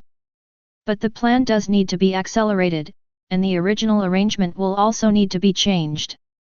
Looking at the picture, the figure in front of the wave, there was a strong curiosity in Luozhuo's pupils, and now he was even more curious. The legendary god Ashura Maru is compared to the cursed spirit in his plan that can eventually assimilate hundreds of millions of people in the entire country. Which one will be stronger? And the other side? Inside his body, Sukuna, who witnessed everything with his own eyes, was so excited that he couldn't control himself. This kind of power. If it guessed correctly, the power just now was able to assimilate everything into salt. Even Mako Luo, who was able to adapt to all abilities, was instantly assimilated into a pile of inconspicuous salt grains. And if nothing unexpected happens, Mokura has now been copied by Ashura Maru's domain. Faced with such a powerful Ashura Maru, Sukuna not only did not retreat, but became more determined to subdue Ashura Maru. After all, it is not Ashura Maru that it has to face. But it was the previous sword master, Kamatu Tanjirou. Let's look back at the center of all this. Ashura Maru looked at the masterpiece he had created and couldn't help but frown slightly. Is my physical strength too weak to release the true power? And the system prompt sound rang in my mind. Ding! It has been detected that the sword master Yuji Itadori is about to collapse. The estimated time is 3, 2. Hear the system prompt tone. Ashura Maru immediately released his horn, his eyes turning red again, and the wings behind him shattered into nothingness. But even so, Yuji Itadori's body had still reached its limit. At this moment, his body burst open, and bloodstains covered his entire body. The blood that seeped out of it also soaked his clothes. Blood was coming out of all his orifices, and he looked extremely miserable. Not only the body, but also the spirit has reached its limit. Now, Yuji Itadori has already fallen into a deep sleep. In this regard, Ashura Maru could only continuously input ghost power to heal the injuries on his body, but these injuries would burst again the moment they were healed. After several cycles, the situation was finally settled. After making sure that his body had recovered to normal, Ashura Maru controlled his spiritual clone and killed the herpes god together. This is when the possession was lifted, the moment when consciousness left. Yuji Itadori's body lost support in an instant, and he fell forward onto the pure white salt sea. Everything is settled. Above the sky. After seeing Yuji Itadori fall down, Gojo Satoru immediately used a spell to teleport down there, and after making sure that Yuji Itadori was fine, he finally felt relieved, grabbed the school uniform on his back with his right hand, lifted it up and teleported to this place again. At the location where Todo Aoi and the others were, the spiritual clone also dissipated along with the herpes god, and Gojo Satoru casually put Yuji Itadori down. Then he reminded him. I'll leave this guy to you for now. I have something else to do. I'll come back to take him away later. The words fell. The figure instantly moved to the side of Fushiguro Megami, and he breathed a sigh of relief after confirming that he was no longer in the near-death state. Instantly teleport to another location. Prepare to capture all the curse masters who haven't had time to retreat. Wait until Gojo Satoru leaves. Todo Aoi looked at Yuji Itadori lying on the ground, and couldn't help but move closer and asked with concern, "Brother, are you okay?" At the same time, the system's prompts also rang in Ashura Maru's mind. Ding! Detected that the real person has strong negative emotions, gaining 20,000 emotion points. Ding! The Clepsydra has detected intense negative emotions, and 15,000 emotion points have been obtained. Detected that Hwayu had strong negative emotions, and gained 10,000 emotion points. Before dying, the herpes god will have intense negative emotions, gaining 20,000 emotion points and 10,000 ghost power, and will feed back 30% of his ghost power to the sword master. After a series of system prompt sounds, the emotion value once again reached 70,000, looking at the abilities that have not yet been unlocked. After a moment's silence, Ashura Maru said, "System, unlock the Feng Chen Ju Nian Zhan and the Ling Shen Zhan for me." Ding! This time, 35,000 emotion points are spent, and the ceiling thought slash has been unlocked. People tell lies, but swords tell the truth. This move can perfectly utilize the power of the Wind Sword and Azakana. The God Slash has been unlocked. Azakana launches a soul sweep, which can directly hit the enemy's soul while adding a double barrier of soul and wind to himself. Ding! All template abilities have been unlocked. Hearing the system's prompt, Ashura Maru's good mood raised the corners of his mouth slightly. After all, the reason why I was able to completely unlock the template so quickly was because I had accumulated enough emotion points in the previous world. This world needs to have more emotional value. At the same time, the other side, Gojo Satoru had also teleported to the outskirts of the technical high school and was looking at the bald-headed curse master in front of him, who was dressed like a butcher and holding a BG knife in his hand. When he saw the person coming, he turned around excitedly, waving the blade in his hand and laughing, "Hanger! Be my hanger, Gojo Satoru. Behind him was Lee Yunzi, who also hurriedly spoke up to remind Gojo Uedao. Don't kill him. Chapter 143. Hearing this, Gojo Satoru smiled confidently and raised his hand. Several king accurately hit the limbs of the curse master, completely twisting and crushing his limbs, and sending him flying along with his body. Don't let him die, Principal Lee Yunzi. Upon hearing this, Lee Yunzi's old face wrinkled together, but he still turned around to treat the curse master to prevent him from dying from excessive blood loss. Do all this. Gojo Satoru also returned to the forest and found Tudu Aoi and the others. He said with a smile, I will take Yuji and Fushiguro away first. As he spoke, he held one in each hand. Teleport away directly. And Susuo and others have also returned to their base camp, which is an abandoned rental house, which exists as the domain where the ocean disaster Tuojen was born during his cursed period. I saw Zosuo and others lying on the lounge chairs on the beach, chatting leisurely. We need to move our plan forward. Yuji Itadori is too unpredictable. Next, we need to collect as many of Sukuna's fingers as possible. And gather all the things that can be used to seal Gojo Satoru, and the most critical part is to defeat Yuji Itadori without letting him have excessive negative emotions. After several attempts, Noso has also realized what Ashura Maru meant by desire, which is simply the 7 emotions and 6 desires of a normal person. When they reach a certain level, they will be recognized by Ashura Maru, and Yuji Itadori is full of desire for them, or for all the cursed spirits. The desire to kill them all.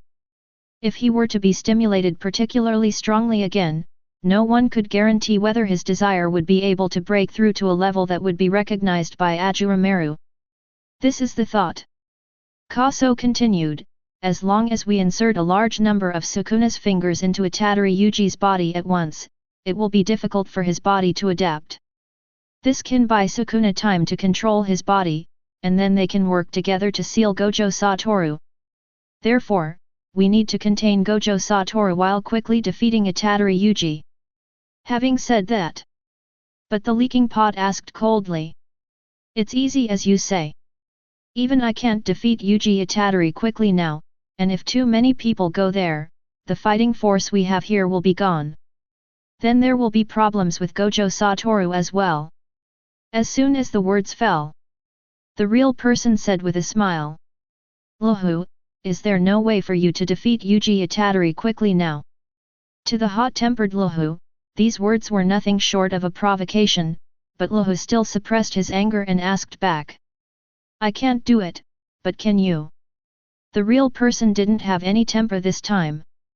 Watching the two quarreling, Nozomi continued to speak without changing his expression, do you know? When Gojo Satoru was at his strongest, he was the only one. Everyone was discussing non-stop how to implement the plan. Time flies. In the blink of an eye, it was already 7 days later. Lying on the bed in his bedroom at Technical High School, feeling the warmth of the sunlight on his face, Yuji Itadori finally opened his eyes after a long absence. What caught his eye was the cold face of Fushiguro Megami and the smiling face of Gojo Satoru, who was approaching. Kujisaki Nobara was sitting aside, but her eyes were also looking over here. Yuji, you slept for 7 days this time. You broke the record again. Congratulations. Gojo Satoru came over and said with a smile without caring about his image. Yet. Upon hearing this, Yuji Itadori answered subconsciously. At the moment, his mind was still a little unclear and he could only vaguely remember what happened that day. And Fushiguro Megami asked with a cold face. How do you feel now? In response to the concern, Yuji Itadori scratched his head and replied, I felt a little dizzy, but I'm much better now. Please treat us. You've been in a coma for 7 days and made us worried. You have to treat us this time. Kujisaki Nobara also said in a bad mood. Facing the gazes of the 3 people, Yuji Itadori was a little at a loss. I'm sorry for making you worry. Upon hearing this, Nobara Kujisaki chose to accept it. Instead, Gojo Satoru continued in a somewhat distressed tone, "You do have to treat me, Yuji, because I have been busy for a long time helping you deal with the mess." During this period of time, various crazy attempts from the high-level jujutsu officials followed one after another, and these high-level officials had already made some guesses about the Ashura Maru on Yuji Itadori. Now these senior officials want to execute Yuji Itadori even more. This time it wasn't because of Sukuna. It's because of Ashura Maru. These high-ranking sorcerers don't want to see a second Gojo Satoru appear who is not under their control. However, these are all bullshit in front of Gojo Satoru. After all, in the world of sorcery, strength is respected and born in the field. Ashura Maru was also thinking about the Shibuya incident that would happen later. With what he had done, it would probably happen earlier and there would definitely be changes. According to your own guess, the most likely possibility for them is to collect enough fingers to feed them to Yuji Itadori, and awaken Sukuna to seal Gojo Satoru together. However, Ashura Maru was not sure how it would be implemented specifically, but judging from the results, his side still had the advantage. After all, Sukuna ate his finger, which was a good thing for him. And if there was no Makara, Sukuna might not be able to defeat Gojo Satoru, but Amaru would not just sit there and wait for death. He immediately controlled the ghost power, and black thread seeped out from Yuji Itadori's arm and attacked Gojo Satoru's palm. Seeing this silk thread, Gojo Satoru was also a little surprised and curious. What does Ashura Maru want to talk to him about? But the next moment, the thread connected, and his consciousness entered the spiritual world. At the junction of sky and sea, Gojo Satoru once again saw Ashura Maru, and he smiled as usual. "What's the matter that brought you here specifically for me?" Hearing this, Ashura Maru also turned around and said to himself, "I see an interesting future, do you want to know?" Hearing this, Gojo Satoru also stopped smiling, apparently realizing something. He asked tentatively, "Is it related to me?" "That's right." Ashura Maru didn't keep the secret, but directly said, "In the future I saw, you were sealed by the prison gate." "Who do you think sealed you?" He said this with a wicked smile. Even after hearing that he would be sealed, Gojo Satoru still calmly asked, "Those special grade cursed spirits?" It's a pity that this answer was rejected by Ashura Maru. They are not the masterminds. But no matter what, Gojo Satoru couldn't think of who the mastermind was. He surrendered. "I can't guess." Ashura Maru also showed a bored expression, and then gave the answer, "That person is your former best friend, Geto Suguru." Chapter 144. Hearing this familiar name, Gojo Satoru's originally calm expression completely changed. "Impossible, I killed Geto Suguru with my own hands." But when he met Ashura Maru's red eyes, he quickly calmed down. "Is someone occupying his body?" Looking back, "I did not destroy Geto Suguru's body." But Ashura Maru just smiled in reply. "Who knows, but he has a suture line on his forehead." After hearing this information, Gojo Satoru had already made up his mind to look for clues after leaving, and before that, he asked with a puzzled expression, "Why are you telling me this?" In response to this question, Ashura Maru simply waved his hand, and Gojo Satoru felt his body being pulled outward by an invisible force. But before he left, he still saw Ashura Maru open his lips and say two words. "Interesting." When his spirit returned to his body, Gojo Satoru's expression was extremely ugly. Yuji Itadori, who was standing by, asked curiously, "Teacher Gojo, what did Ashura Maru talk to you about just now?" Megami Fushiguro and Nobara Kujisaki also cast curious glances. And Gojo Satoru also came back to his senses and said with a nonchalant smile, "I won't tell you." After saying that, he turned around and ran, disappearing from the sight of the three people in a flash. But the three of them could also notice that Gojo Satoru was different, and for a moment they became even more curious about what Ashura Maru had said. Yuji Itadori couldn't help but ask, Ashura Maru. The words haven't finished yet. The 3 words that Ashura Maru said in annoyance already echoed in my mind. Get lost. Outside world. Fushiguro Megami also asked curiously. How about it?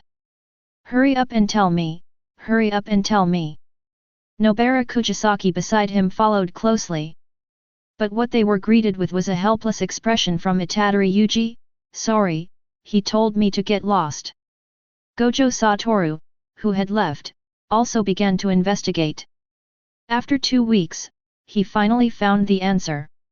According to family records, the last guy with stitches on his forehead was one of the 3 great families, Kamo Kentashi from the Kamo family. 150 years ago, he was an evil sorcerer who studied the fusion of cursed spirits and humans. The special cursed object, the 9 phases diagram of the curse embryo, was his masterpiece. But according to records, he should have died a long time ago. But things are definitely not that simple. Now a person suddenly came to his mind. That person is Tenjin, who has lived for 1,000 years and may know something.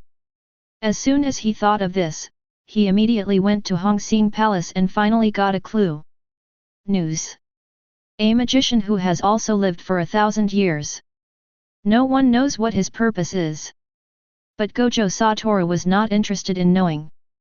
What he wanted to do now was to completely kill the guy who defiled his friend's body. And the other side. The noose is also being prepared in full swing. Everything they did was just to seal Gojo Satoru. And nothing happened during this time. Even when Yuji Itadori and others went to the 88 bridge in the original work, the cursed spirit there had already been exorcised. This also further confirmed Ashura Maru's own wild guess, that is, Nozomi's plan was brought forward. Even cursed spirits rarely appeared during this period. Ashura Maru had also been waiting for a long time, until October 31st. Tokyo. Shibuya District. Night fell, but this day happened to be Halloween, and even though it was late, there were still a large number of people gathered here. Those who come to Shibuya are tourists from all over the country. At this moment, the streets are crowded with people, dressed in all kinds of strange costumes. People reveled wantonly, venting their desires. I'd better not come to Shibuya next time. There are too many people. I think Hokkaido is better. Why don't we go now and eat seafood together? People were talking and chatting. Until the pointer reaches 19 o'clock. Above the pitch-black sky, a tent with a radius of about 400 meters was set down with Tokyo department store Toyoko store as the center. Like a pitch-black curtain, it completely enveloped the area. And among those who were inside the tent, only a few could vaguely sense the abnormality in the sky. I saw a woman in an OL uniform pointing her finger in the direction of the moon in the sky and asking her companion beside her. What's going on? Hearing this, his companion beside him also looked up, but did not see anything unusual. Is there anything there? It's right there. Are you blind? The woman retorted unhappily. At the same time, people in other locations also noticed something strange. For example, when they walked to the street and tried to leave, they were blocked by invisible walls. And what's even weirder is the station entrance. There was a sudden burst of violent suction force, sucking all ordinary people nearby into the station, and no one knew what was happening inside. And at 8 o'clock in the evening, the top level of spell casting has already made basic arrangements. Several assistant supervisors were scattered in various locations of the tent, explaining things to the sorcerers in front of them. Among them, Fushiguro was in a group with Nanami Kento. The assistant supervisor on the opposite side was none other than Ijishi. I saw him speak slowly. This is the kind of tent that can only lock ordinary people in. Ordinary people can go in but not out, and the windows depend on individual differences. All magicians, including assistant supervisors, can come in and out freely. The signal inside has been cut off and they want to contact the outside world. Either leave the tent or let us assist in supervising the human flesh summons. At the same time, Yuji Itadori also followed the first-level magician Ming Ming and the yet ungraded Yu Yu and headed to Meiji Jinggume Station. When I heard this, Ashura Maru can already confirm the Shibuya incident from now on. Here we go. At the same time, the corners of his mouth slightly raised, let me see what you have been planning after preparing for so long. And inside the tent, new information was also conveyed, specifically requesting Gojo Satoru to come alone, and also specifically mentioning Yuji Itadori. Let him go to Meiji Jinggume Station alone. The intention was very clear, which was to target the two of them, but the high-level spell-casting officials chose to agree to this request. The reason given was to keep the losses to a minimum, but everyone knew what the real purpose was. When Gojo Satoru stepped into the tent, looking at the crowd in front of him, he had obviously guessed something, but now he was even angrier. You want to take this opportunity to seal me, but I also want to kill you here. Get past the crowd. Arrive at the center of Shibuya Hikari building. Gojo Satoru stood on a high place, looking down at the 3 underground floors in front of him. It can be seen that there are a large number of ordinary people trapped here, and Gojo Satoru also feels that there is the same situation below as outside. A tent that can trap ordinary people. Chapter 145. Gojo Satoru leaped above the crowd and after a few jumps he arrived on the circular rooftop in the center of the building that led directly to the 5-story underground subway tunnel. His eyes looked down through the dark eye mask. Both sides of the station were also crowded with ordinary people trapped below. At this moment, Gojo Satoru has also confirmed the other party's intention, which is nothing more than wanting to use ordinary people to restrict his actions. If it were before, he might have thought so. Those fools thought they could defeat themselves this way. But after hearing Ashura Maru's reminder, he immediately realized that this was probably a trap set for him by Noso. The purpose is to use the prison gate to seal himself. But Gojo Satoru didn't know the details, but his expression seemed extremely cold. Then I'll play with you guys. As he said this, he jumped up. The figure slowly fell onto the train tracks below. After the figure landed, the entrance above his head and other exits were blocked by dense dead trees. Why bother? I won't run away. Gojo Satoru sighed and spoke helplessly to the 3 figures in front of him. I saw several figures standing opposite him. There are the forest disaster Hanami Kaze, the volcanic disaster Leaky Pot, and the swollen phase of the eldest brother of the 9 phases of the cursed embryo, a special cursed object that has taken on flesh. See these guys in front of me. Gojo Satoru noticed his 2 old friends, Ruhu and Hanami, at the first moment. As for the other guy, he guessed that it should be the one who carried the stolen 9 phases of the cursed fetus diagram and appeared in the world through reincarnation. Gojo Satoru, who had understood the situation for the time being, turned to the crowd and said calmly, if I escape, you will kill everyone here. On the platform, people also noticed the following situation, and those on the edge couldn't help but whisper to each other. What are those 2 people down there doing? A young man next to him asked back in confusion. Shouldn't there be 4 people? Looking at the chaotic crowd around, Lu Hu also smiled evilly and said complacently, of course not. Even if you don't run away, we will kill these ordinary people. As he spoke, he raised the cane in his hand. The cursed power was released, and the cane burst into flames. The gate at the subway entrance opened automatically, and the people nearby, without any shelter, were squeezed off the platform, forced onto the subway tracks. The situation became even more chaotic for a moment, and Gojo Satoru's eyes behind the eye mask became even colder. He spoke to the people beside him without even turning his head. Stand back. Leave if you don't want to die. As soon as the words fell, Luhu and Huayu rushed forward at lightning speed. Kill all humans along the way. In an instant, blood splattered everywhere and broken arms flew everywhere. Amid the cries of despair, the 2 men's fists were wrapped in cursed energy and they punched hard. However, Gojo Satoru easily defended against it with his unbridled strength. Gojo Satoru even uttered a slight laugh, ha! Just the next moment, Lu Hu and the other person simultaneously extended their domains, wrapping their own domains around their bodies, although this weakened the effect of the guaranteed hit. And they are unable to use any spells, but they can achieve a certain degree of neutralization without any lower limit.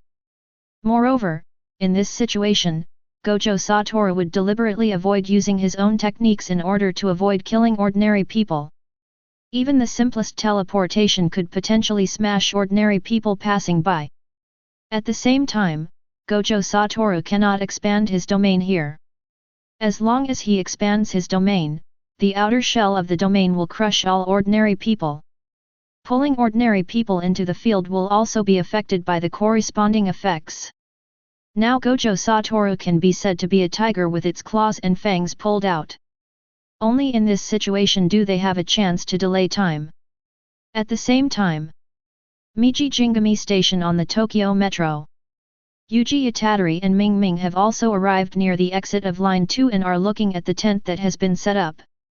Ming Ming walked forward and placed his hand on the tent, but the next moment the sudden surge of cursed power bounced his palm away. Rejecting my entry? It seems that the other party's target is clearly Itadori Yuji, and there must be an ambush below the station. Recall the instructions from the top. She turned around and reminded him, I don't recommend you to go in alone. Of course, the choice is in your hands. I was ordered to wait outside the tent. The best case scenario is that you dismantle the tent as quickly as possible, but if you encounter danger, you should return to the ground immediately. It is not known whether there are any survivors under the station. Hearing the reminder, Yuji Itadori looked at the white-haired lady in front of him with a resolute expression, and replied calmly and steadily, Please wait a moment, Miss Ming. After saying that, he turned around and asked in his heart, Ashura Maru, what's the situation inside now? Hearing this, Ashura Maru also detected the situation inside through his perception, and then replied, There are 6 special level ones below, and there are almost no living people. How about going down? Hearing this, Yuji Itadori's expression also became a little colder, is that guy Masato here too? Ashura Maru also answered this question, that's right. After hearing the correct answer, Yuji Itadori also wanted to go underground and kill the real person with his own hands, but the 6 special levels were obviously not something he could deal with. He is not afraid of death, but afraid of unexpected situations. He had decided not to go in.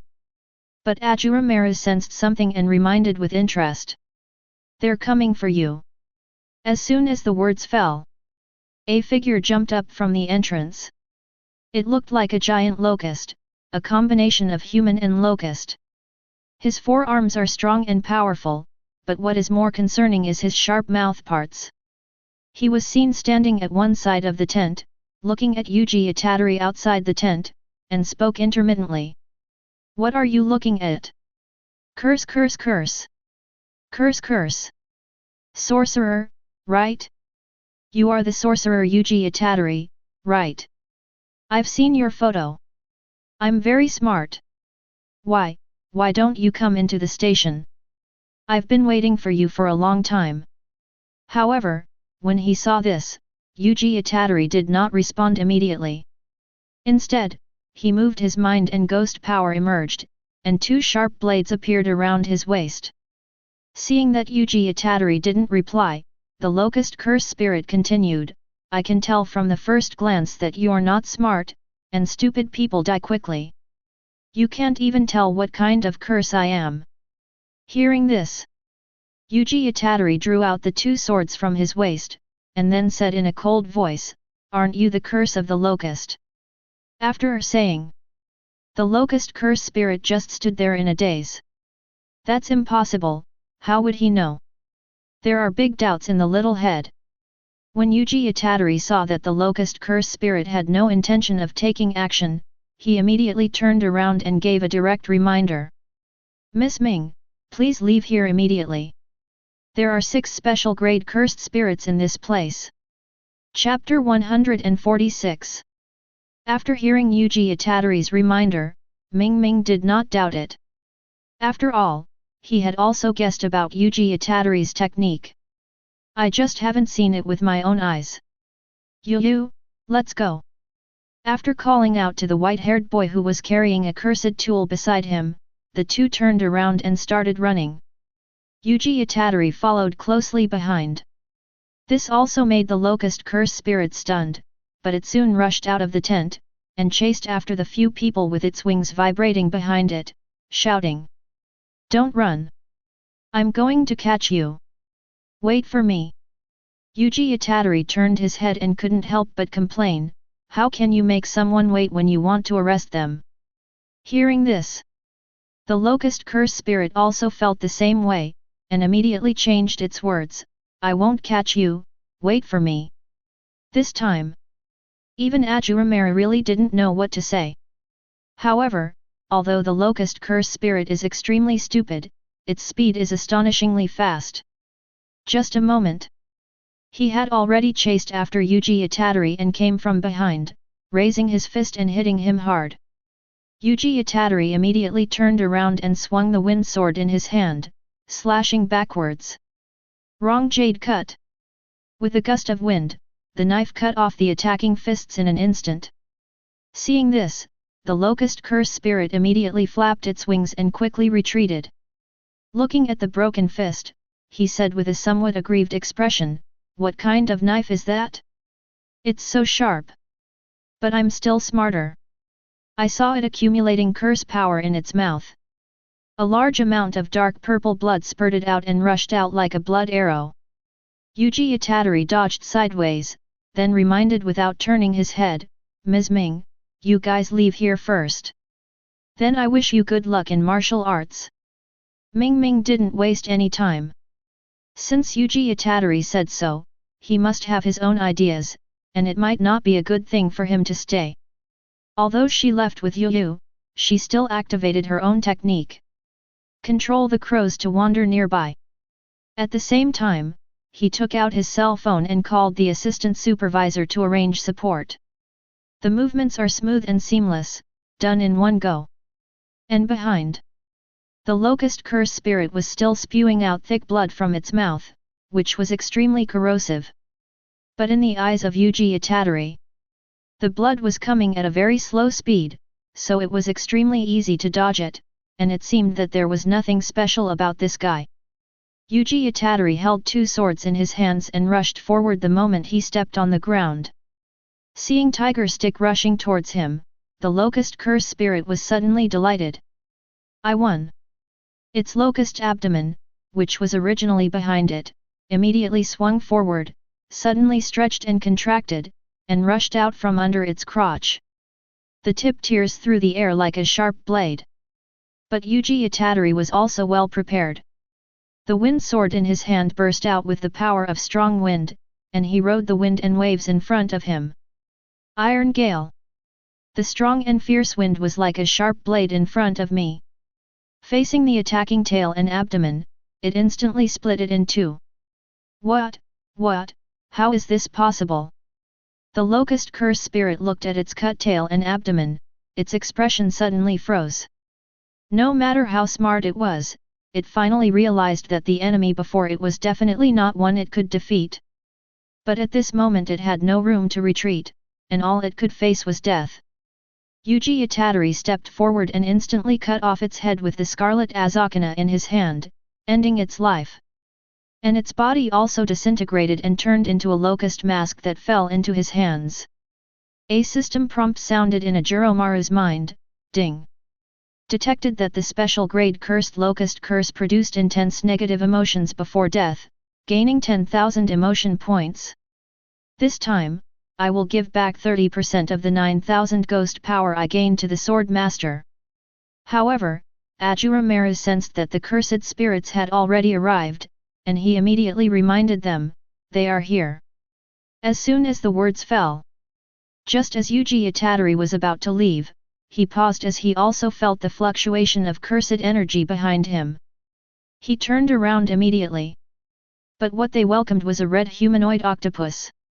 There was no time to mourn for the locust curse spirits, as the one who arrived on the battlefield was a sea disaster, Torgon. I saw him making seals with his hands and a hoarse voice was heard. The field expands, the rhythmic horizon. In an instant, the surging cursed power gushed out, and the domain expanded, pulling Yuji Itadori, as well as the real person behind him and others into the domain. Immediately, Yuji Itadori found himself on an isolated island, with bright sunshine on the beach and the vast ocean in front of him. And at sea level, Tagore was in the ocean current, with half of his body sticking out. 3 people also appeared behind him, standing on a huge fish-shaped shikigami. The 3 people above the fish-shaped shikigami are the human natural disaster master. In addition, there is the special bad phase and blood painting in the 9-phase diagram. Being in the field, it can be said that Yuji Itadori is facing 4 special grade masters directly. But even so, Yuji Itadori did not feel any fear. He just calmly got into position and gathered his magical power. Nuyen Flow Simple Field. A simple field is unfolded under your feet to neutralize the guaranteed effect of the opponent's field. But the real person smiled evilly. Long time no see, Yuji Itadori, did you miss me? When he smiled, the stitches on his face twisted, looking extremely weird. If you don't know, you would think they are very good friends. Master, I will kill you with my own hands. Yuji Itadori held the knife with both hands, and blazing flames burst out on the blade, as if foreshadowing his mood at the moment. When the real person saw the flame, his expression changed and he shouted loudly, "It seems that we two have cursed each other, Itadori Yuji." He opened his mouth and vomited out several modified humans that were compressed to the extreme, with his hands clenched tightly. Multiple souls, body swap. A large number of tentacles transformed from cyborgs emerged from the palm of his hand, constantly attacking Yuji Itadori on the shore. Until finally it turned into many tentacles that opened their bloody mouths and wriggled strangely like pythons, and the real person also laughed wildly at this moment. Ha ha ha ha. Get excited too, Yuji. This is the last curse battle between you and me. Yuji Itadori also had a cold expression, suppressing the anger in his heart and said, "Master, I will definitely kill you with my own hands." Facing the attacking tentacles, Yuji Itadori held 2 swords in his hands, and the flame pattern appeared on his forehead again. The god of fire Kagura, burning bones and flaming sun. The blade spun with all its strength, releasing several flaming slashes in front of him. Cut off all the attacking tentacles. Even without the bonus of Ashura Maru, Yuji Itadori's current strength has barely reached the special level. And its biggest disadvantage: there is no awakening field. And at the same time, outside, a crow landed on the dim street lamp, looking at the dark circular shell of the domain below. Chapter 147. Ming Ming, who shared the same vision, also saw the scene. He immediately took out his phone and called again to report the situation truthfully. 4 special grades. If everyone can expand their domain, then she can only wish that Yuji Itadori can create a miracle. After hearing the news, people from other places immediately rushed here, but it would be difficult to arrive in such a short time due to the distance. In the field, the 2 sides have already started fighting. The real person keeps releasing cyborgs to attack Yuji Itadori, and the main purpose is disgusting. Faced with these transformed people, for some reason, it seemed that Yuji Itadori had figured it out. They were not alive now, but were living a life worse than death. Kill me. Please, kill me. Whenever he heard their wailing and crying, Yuji Itadori's burning heart felt unspeakable anger.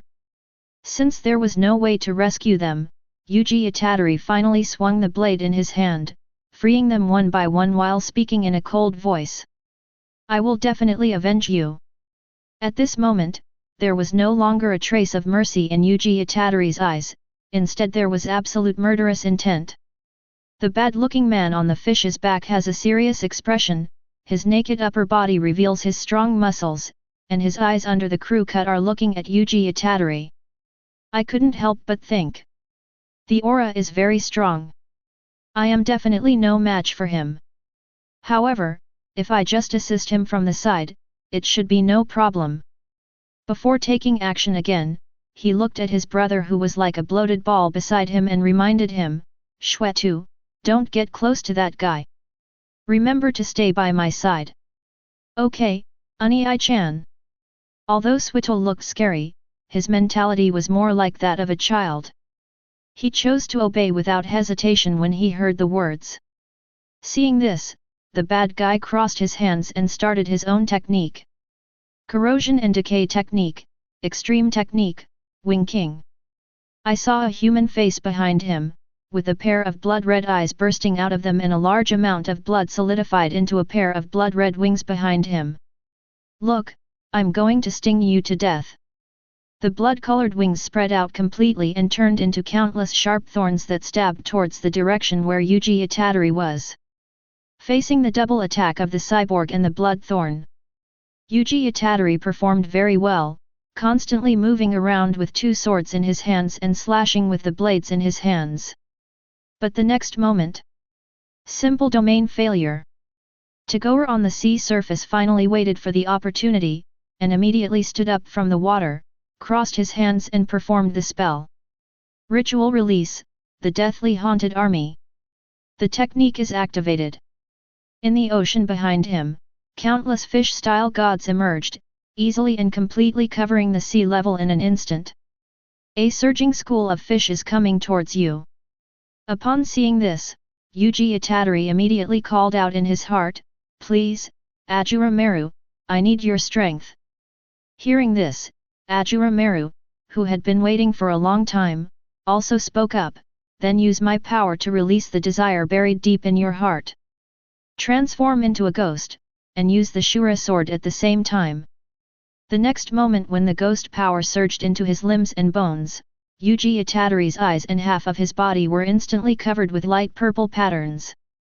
Even a ghost horn grew on the top of his head. His own strength also increased by several levels in an instant, and Ashura Maru also reminded him, You will become a complete ghost in at most an hour. Thank you, Ashura Maru. Yuji Itadori no longer cares about the so-called 1 hour. All he wants is to kill the cursed spirit on the opposite side at all costs. This terrifying momentum and murderous intent even made the 4 people on the opposite side feel great pressure. Among them, Shwetu couldn't help but called out tremblingly. Onai-chan. In response to his brother's call, the evil purple eyes looked at his blue face that was shedding tears of blood, and comforted him softly. It's okay, we will win. Really, Onai-chan?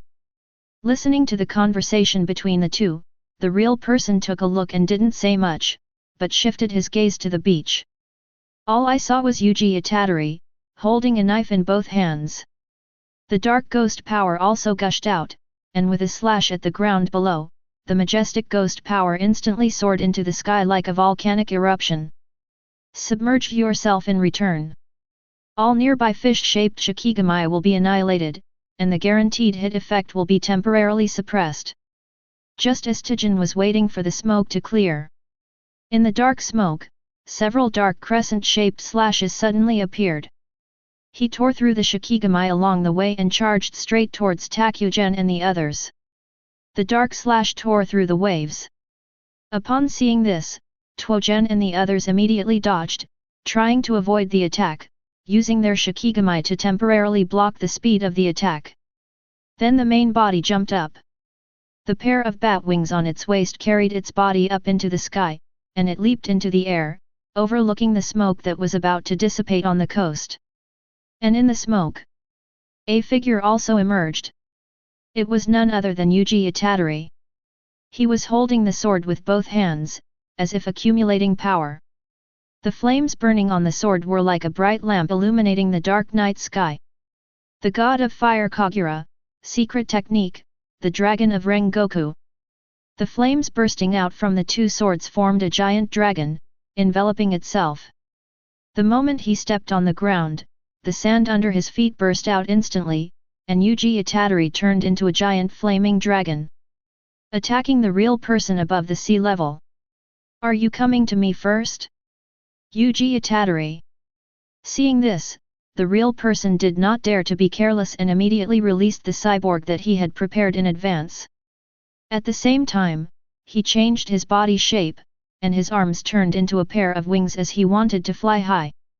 And Tajin in the sky also released Shikigami to block it, but the effect was minimal, and Tajin could only remind them, "Get out of the way, real person." Upon hearing this, the real person would also smile. "It's okay, don't worry." The two of them didn't care at all about the bad appearance and blood still on the fish's back. Until Yuji Itadori broke through the obstacles.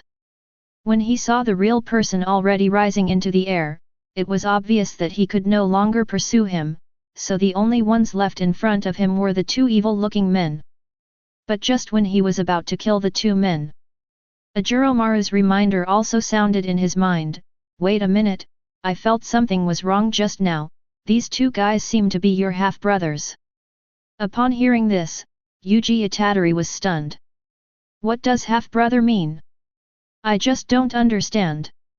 But in his sight, the weird-looking Shwetu was already trembling with fear at the scene before him. "Oni-chan." The bad guy next to him didn't have time to think, and immediately stood in front of his brother, releasing the blood wings behind him to block in front of him, wanting to take the attack for it. But the expected blade did not come. Although Yuji Itadori had not figured out what was going on at this moment, he eventually changed the direction of his attack and made a second change of direction. Head dance. The pressure of turning made him bleed from his mouth and nose, but the corresponding power and speed were also increased exponentially. Ghost power emerged under his feet and he stepped on the ground. The body holding two swords suddenly shot out and also rushed straight into the sky. But this time the target is Tajin. Is the target me? Chapter 148. Facing the attacking flaming dragon, Tajin vibrated the wings behind him, and quickly dodged while raising his right hand to release the Shikigami. The sea is the source of all things. My technique, Death Surge, is an infinite stream of Shikigami. You can't possibly touch me. The words fell. The mist below dissipated violently. From it sprang forth incalculable gods in the form of fish. The moment his figure disappeared, he instantly appeared beside Yuji Itadori, but he was unable to stop the dragon even for a moment. The ghost power condensed under the feet and used as pedals to speed through the air. Seeing this, Tajin looked at Yuji Itadori who was getting closer and closer, and immediately performed the technique again, only to see the flesh and blood in his abdomen shrink. Two special fish-shaped gods emerged from it, diving directly from the air into the seabed, and waiting to appear again. The size has increased several times.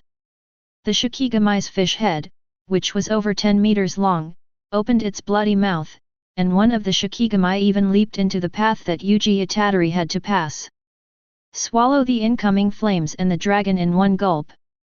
And Tajin followed closely behind, looking over with his yellow vertical pupils on both sides, and said coldly, "Humph! Your flames are nothing in front of the sea. Compared with it." The two evil-looking guys below had not yet recovered from the life and death crisis, but when Evil Smile came to his senses, it was almost certain that the knife just now could easily kill both of them, but why didn't he make a move? They were so close, and one strike could end their lives, so why did they give up? And what did the boy's last expression in the dragon's mouth mean? It can't figure it out. Until he was awakened by the words of the blood beside him. "Oni-chan, Oni-chan."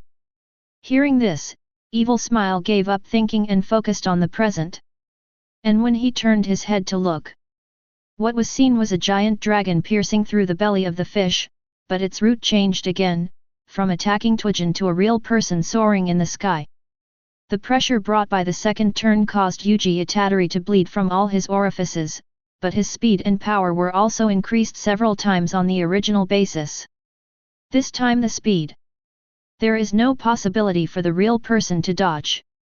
When it noticed Yuji Itadori, the flaming dragon had already swallowed it, and all that was in the flames was Yuji Itadori's blade.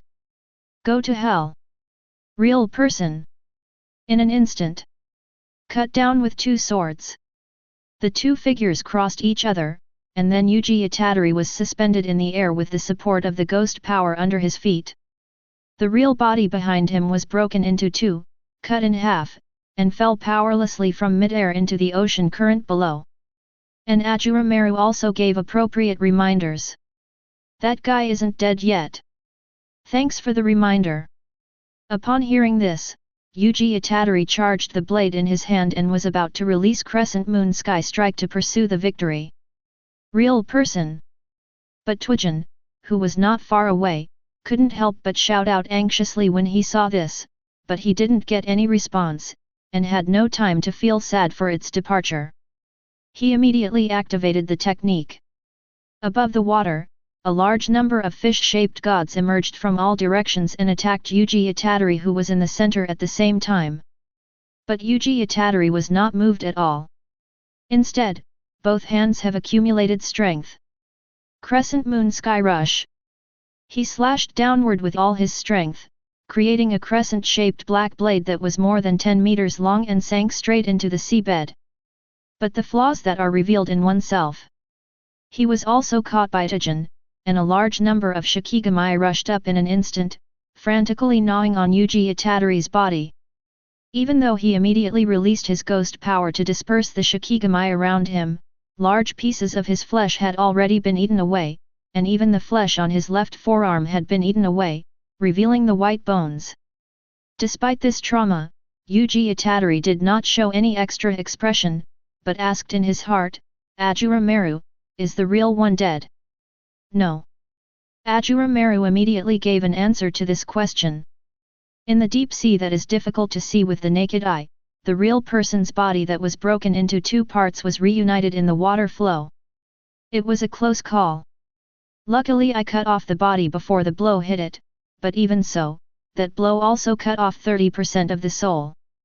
The crescent-shaped slash also consumed 10% of my soul, but it also allowed me to truly and clearly feel the shape of my soul. He was seen placing his hands on his forehead. Transformation without action. His own flesh and blood suddenly swelled, and the massive growth looked like a large pool of rotten meat, but the next moment, it was as if nothing had ever happened. The original real person has now completely completed his transformation and has been truly born into this world. At this moment, its original body was covered with a layer of grey flesh armor, and there were 2 sharp blades on its arms.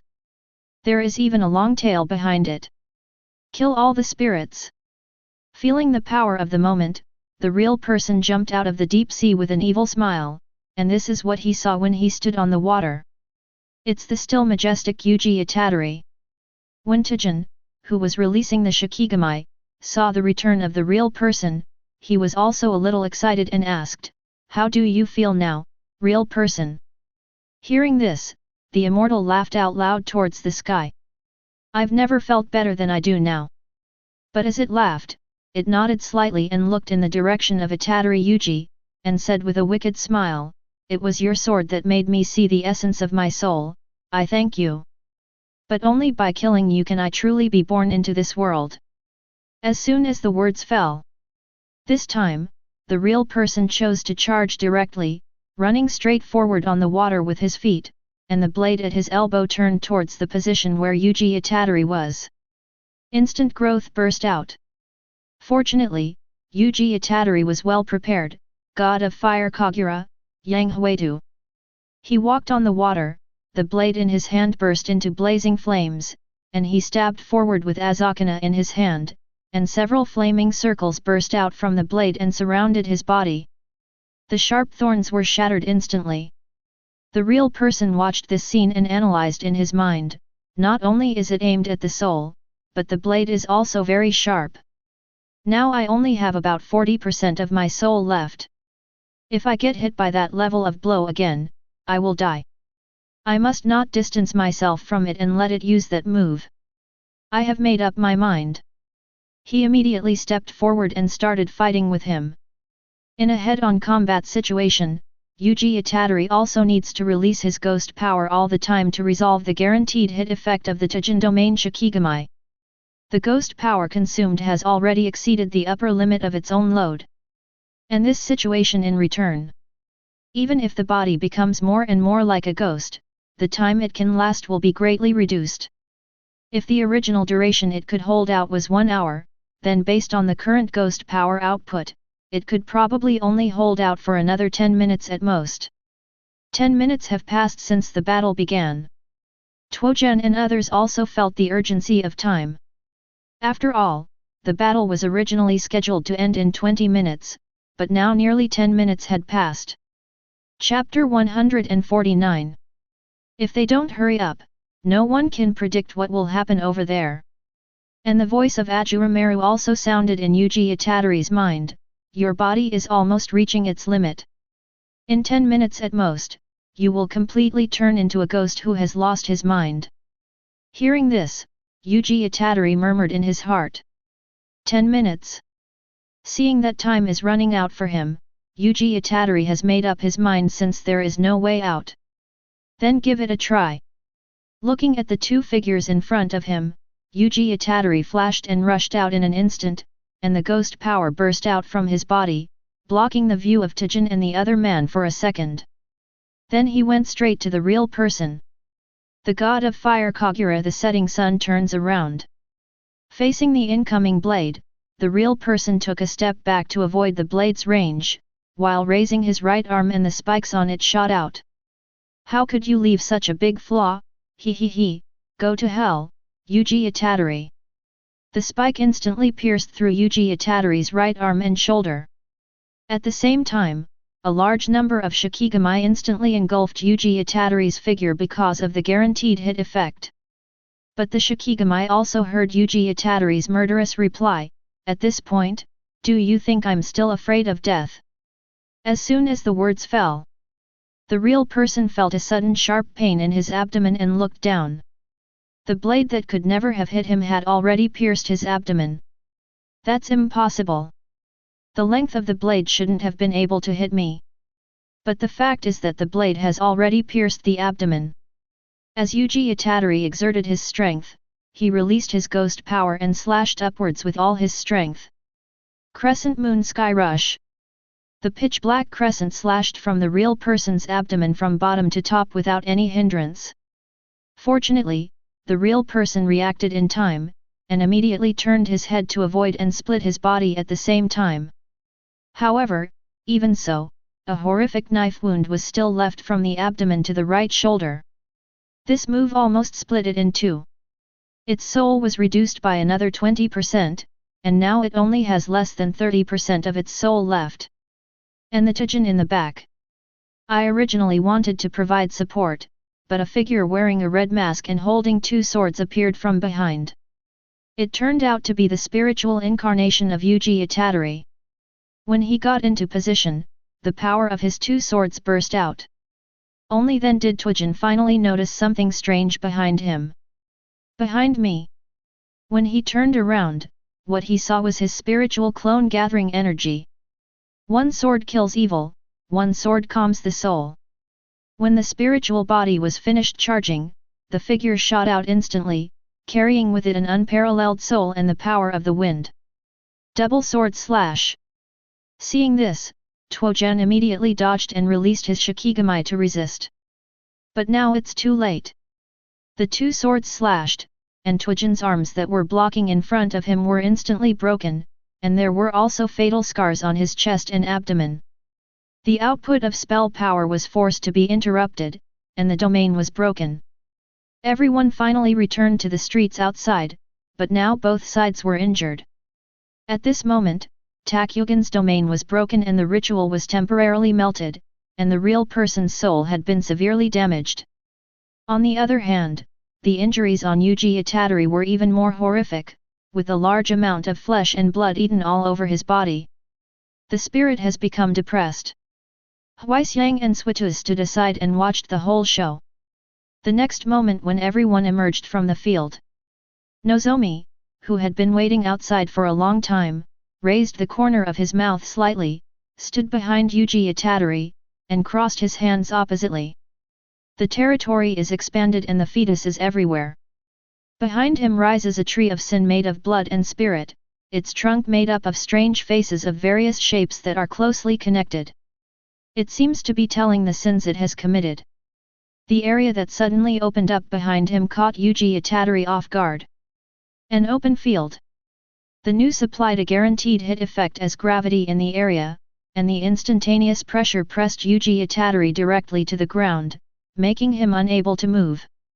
Seeing this, the real person on the opposite side also complained at this time, "We have worked so hard, Geto, is it really impossible to kill Yuji Itadori?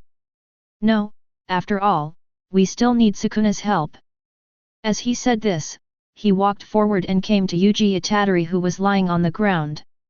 At the same time, Yuji Itadori also burst out with a huge amount of ghost power, trying to break free from the constraints of gravity.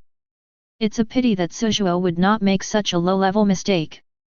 He immediately took out the waste bag he had prepared long ago from his arms and opened it. There were exactly 16 fingers neatly arranged inside. Plus the 3 fingers inside Yuji Itadori's body. Now 19 fingers have appeared. Do we want to control Yuji Itadori to kill Sukuna directly? Ashura Maru looked at the situation in front of him and fell into a brief contemplation, but finally chose to wait and see. However, the initiative still needs to be in your own hands. And the outside world. Nozomi also took out his finger and threw it directly on Yuji Itadori's face, and Sukuna's mouth opened on his face. I saw him swallowing his fingers one after another. Immediately, the powerful power of the curse surged in Yuji Itadori's body, and his already tired consciousness. He was gradually suppressed by Sukuna. Black tattoos appeared on his body, and his eyes opened, emitting an aura that he was the only one in the world. Upon seeing this, Luozuo also lifted his domain and greeted them in a friendly manner. "Sukuna, it's time to start our..." The words haven't finished yet. He noticed something was wrong. Without giving him the chance to remind him, Yuji Itadori used his last remaining consciousness to control his exhausted body. And there is not much time left for ghost transformation. But at this moment he had already forgotten everything, all he wanted to do was kill the real person. Recalling that gentle figure, every move of his sword kept replaying in his mind, and his will broke through the shackles. The body also exceeds its limits. At this moment, his eyes seemed to be able to see through everything. The moment he dropped the wind sword, he tightly grasped the Azakana in both hands.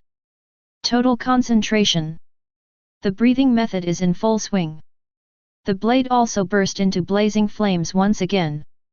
The real person not far away also noticed something strange and immediately prepared to split himself and escape from here, but Yuji Itadori had already arrived. He spoke in a cold and expressionless voice. "Why do you want to take lives at will, but it doesn't matter anymore. I will kill you without any reason, no matter how many times you change or are reborn, I will find you and kill you until the end of time." These words. It also made the real person who was preparing to escape recall that figure again, and the two figures seemed to overlap. That question also echoed in my mind. What do you think of life? Chapter 150. The shadow of death loomed over it, like the scythe of the god of death, as if it would reap its life in the next moment. This moment. It finally felt what fear was. Tears even welled up in his eyes, as if he was a weak prey about to be hunted by a more powerful predator. Powerless. Despair. It had completely lost its will to resist, and the only thing it wanted to do was to cry out for help, sugar oil. But the rope was also helpless. No matter what you do now, it's too late. You can only watch Yuji Itadori slash with the sword. In that instant, Yuji Itadori has completed his sword form, and the 12 sword forms of sun breathing were completed in an instant. What followed was that everything around, including the world, seemed to turn grey. Time seems to stand still. Only Yuji Itadori was still slowly swinging the blade in his hand, but the result of exceeding the limit was the collapse of his body. Flesh burst and blood splattered everywhere. But none of this could shake Yuji Itadori's determination to kill the real one. He will be there at this moment too. Beyond the limits. Hold the knife with both hands and cut forward. One knife Rakshasa. In an instant.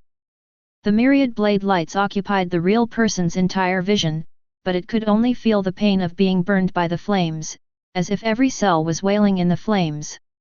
Experiencing extreme pain. Until the knife came to an end. All the real person can leave behind is a mask. What follows?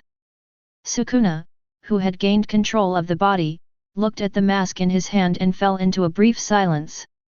It had never thought that this little devil that it looked down upon could actually perform such an amazing strike.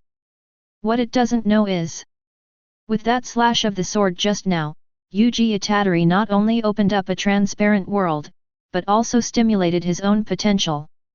Sukuna's technique was finally engraved on his brain. Subdue demons and control the chef. Ashura Maru looked at the scene just now and the corners of his mouth slightly raised. Now Yuji Itadori is qualified to get his recognition.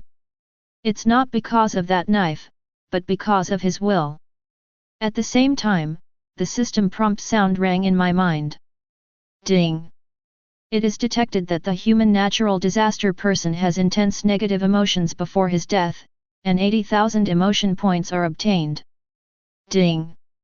The noose is detected to have strong negative emotions, and 10,000 emotion points are obtained. Ding! Sukuna detected. Listening to a series of system prompts, Ashura Maru couldn't help but smile slightly. Without the real person, how are you going to continue with your next plan, Nozomi? And the outside world? Nozomi's expression was extremely ugly at this moment. The real person was within his grasp, but he never expected that he would be killed directly by Yuji Itadori. Without the real person, the subsequent death and destruction journey cannot be started, and the plan that has been planned for so long can be said to be on the verge of bankruptcy. But Luozuo still stepped forward and asked urgently. Sukuna, can you use the real one now? Hearing this, Sukuna felt it for a moment and then said with an impatient expression, even if I have set up the constraints, I can't use the mask. The words fell. The expression on his face became even more embarrassed, and he said, then let's start the training ceremony as planned. Although you only have 19 fingers, your strength is almost the same as when you were alive. Speaking of. They immediately returned to the station, took the train to Shibuya Station, and headed towards their destination. And on the train, Sukuna also said in his heart, Ashura Maru, start the training ceremony. As soon as the words fell, consciousness is pulled into the spiritual world. At the junction of sky and sea, Sukuna was already used to it. He walked straight up and looked at Ashura Maru in front of him with a slightly serious expression, then spoke calmly. If I'm not mistaken, you can adjust the time difference between here and the outside world, right? Hearing this, Ashura Maru looked at him with red eyes, and then calmly replied, now your challenge here for 1 hour is only equivalent to 1 minute in the outside world. Then let's get started. Sukuna's expression has gradually become excited. It has been looking forward to this battle for a long time, not just for Ashura Maru. It is also to be able to have a real contest with Tanjirou. At the same time, Ashura Maru also changed the terrain again to make room for the next battle. Deep in the battlefield, Sukuna looked forward with a serious expression. There was a giant sword floating in the air and a figure slowly walked out of it. The person who came was the first sword master Kamatu Tanjirou. The moment Tanjirou appeared, Sukuna couldn't wait to make a move. He made a special gesture with both hands, expand the field, subdue the demon and control the chef. The field is expanded right from the start. This was also his conclusion. After all, Tanjirou's close combat ability was terrifyingly strong, and the best solution was to expand the field from the beginning. The moment the domain unfolds, behind him, a shrine made of numerous bones appeared. At the same time, Sukuna tried his best to control the range of the field to about 100 meters, and then immediately launched the technique. The invisible ordinary slashing release and the dense slashing 8 that controlled the cursed power to kill with one blow attacked Tanjirou like a violent storm. Faced with this situation, Tanjirou's response was also to expand the field. A Juro cannon. The next moment, swords and slashes began to collide wildly within a distance of less than 100 meters. For a while, there was a constant clanging sound. But in the field battle, Sukuna was obviously at a disadvantage. The two sides kept attacking each other, but after a few minutes, the shrine behind Sukuna was the first to shatter, and as the domain was lifted, his body was instantly pierced by countless sharp blades.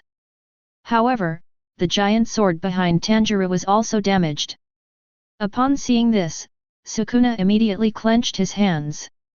Secret, Migzuge Long. Then the figure dodged quickly in the field and used the reversal technique to heal the spell fuse in the brain. A moment later, I saw him forming seals with his hands and opening up a new realm. Another field showdown. But he was still defeated quickly, but this time the giant sword behind Tanjirou was shattered, which meant the collapse of the domain.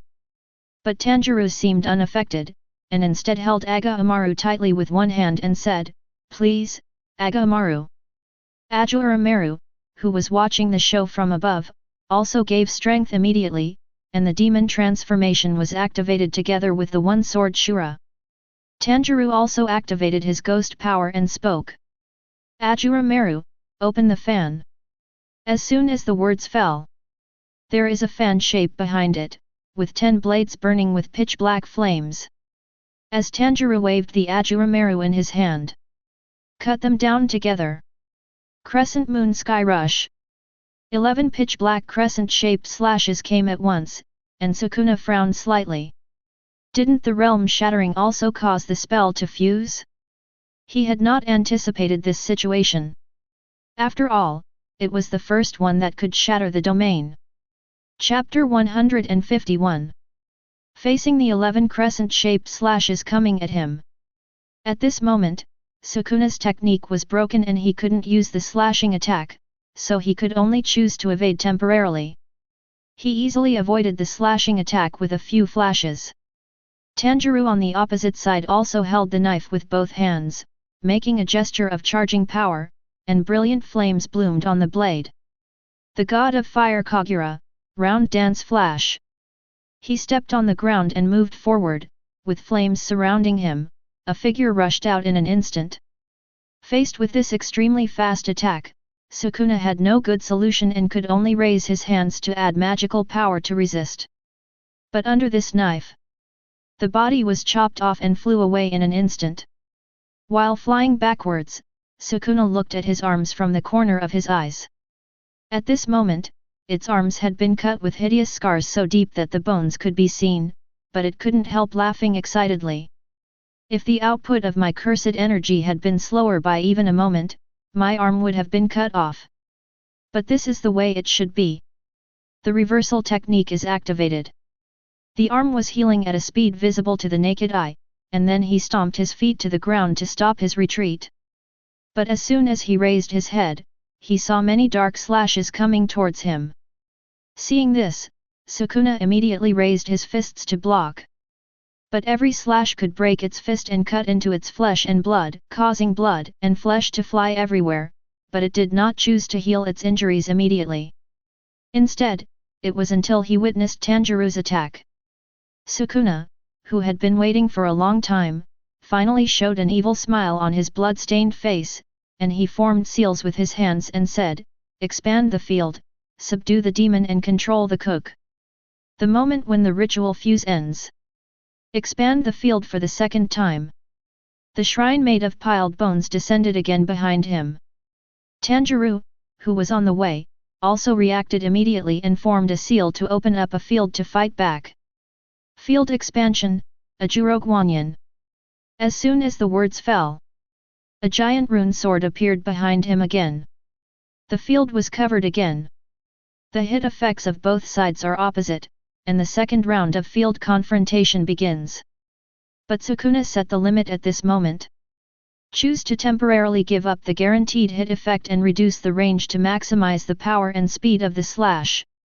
It shows what reasonable lending is. Sukuna, who was originally in a slump, immediately underwent a qualitative change in his field, and the power and number of his slashes were greatly improved. Aim directly at the giant sword behind Tanjirou. But Tanjirou also increased his field output. While countless sharp blades were striking the shrine, Tanjirou also took a stance with both hands holding the knife, ready to go. Arcs of electricity flashed in his eyes, and on the blade a golden thunder dragon condensed from thunder. Thunder breathing, 7th form, Fire Thunder God. In an instant, the figure disappeared, and in the blink of an eye he had arrived in front of Sukuna, swinging out a sword that carried thousands of thunders. The roaring thunder dragon swept past along with the blade. Like a dragon's roar. Even if Sukuna noticed it at this time, it was too late. He could only raise his left arm to add some cursed power and was forced to block in front of him, but he was still hit by this devastating blow.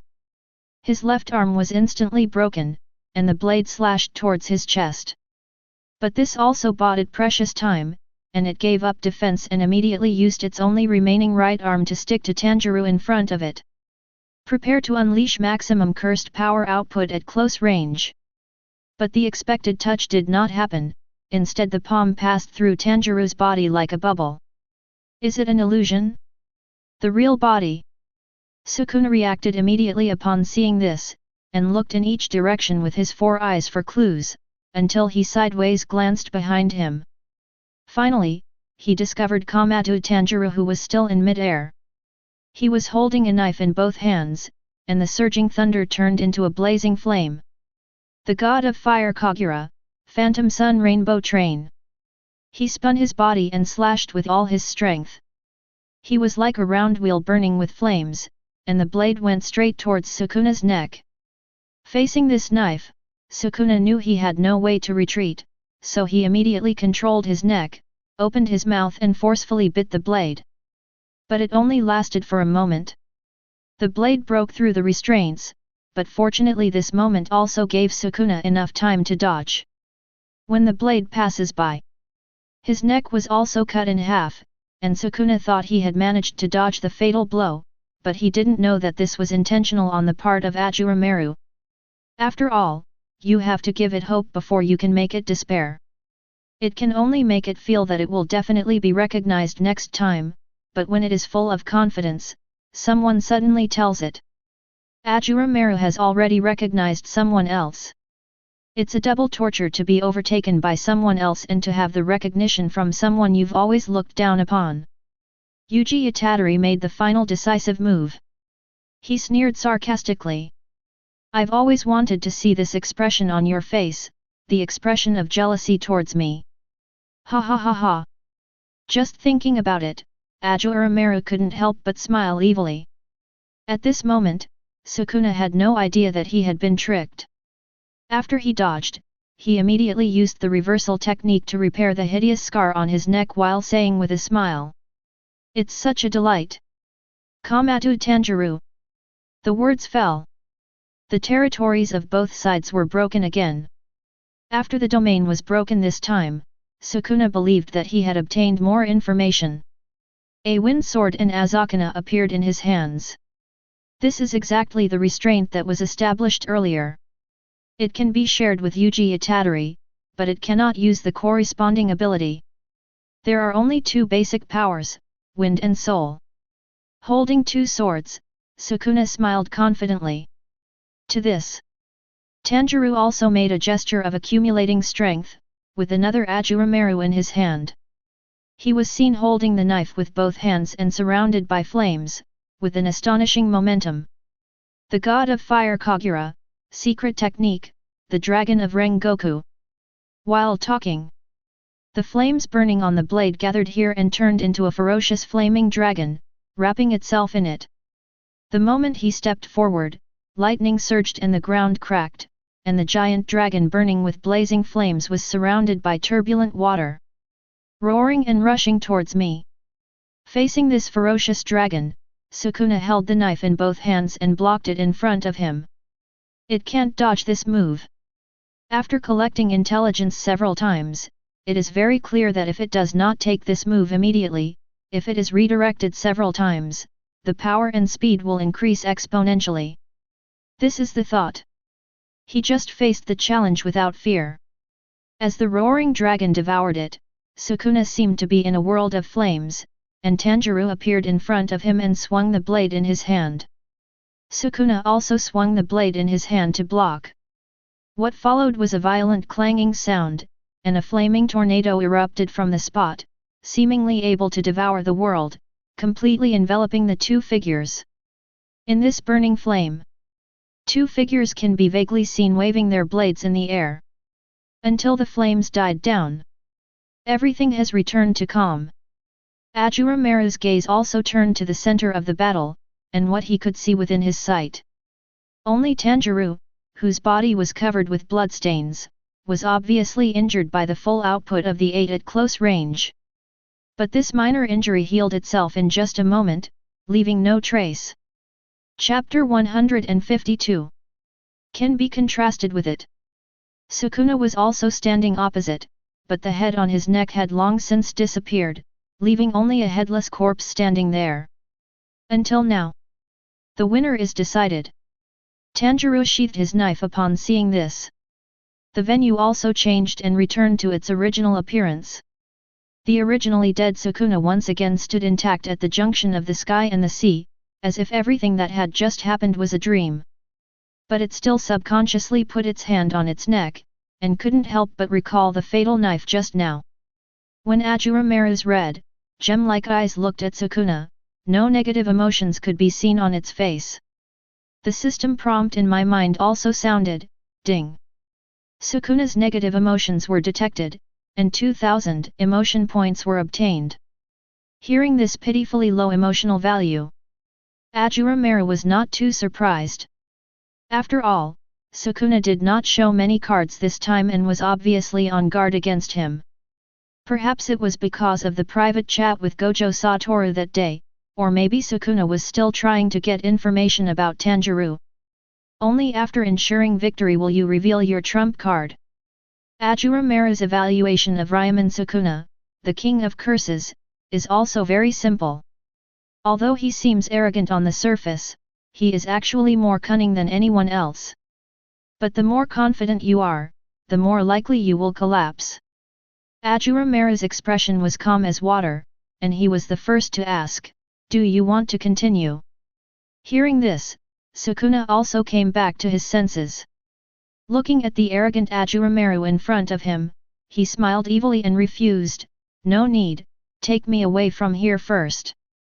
But it is also saying it in its heart. "Next time. When I come next time, you will definitely surrender to me." As Ashura Maru snapped his fingers, Sukuna's consciousness was also taken away from the spiritual world and returned to his body, and the fierce fighting during this period was invisible to the outside world. Only less than a minute had passed.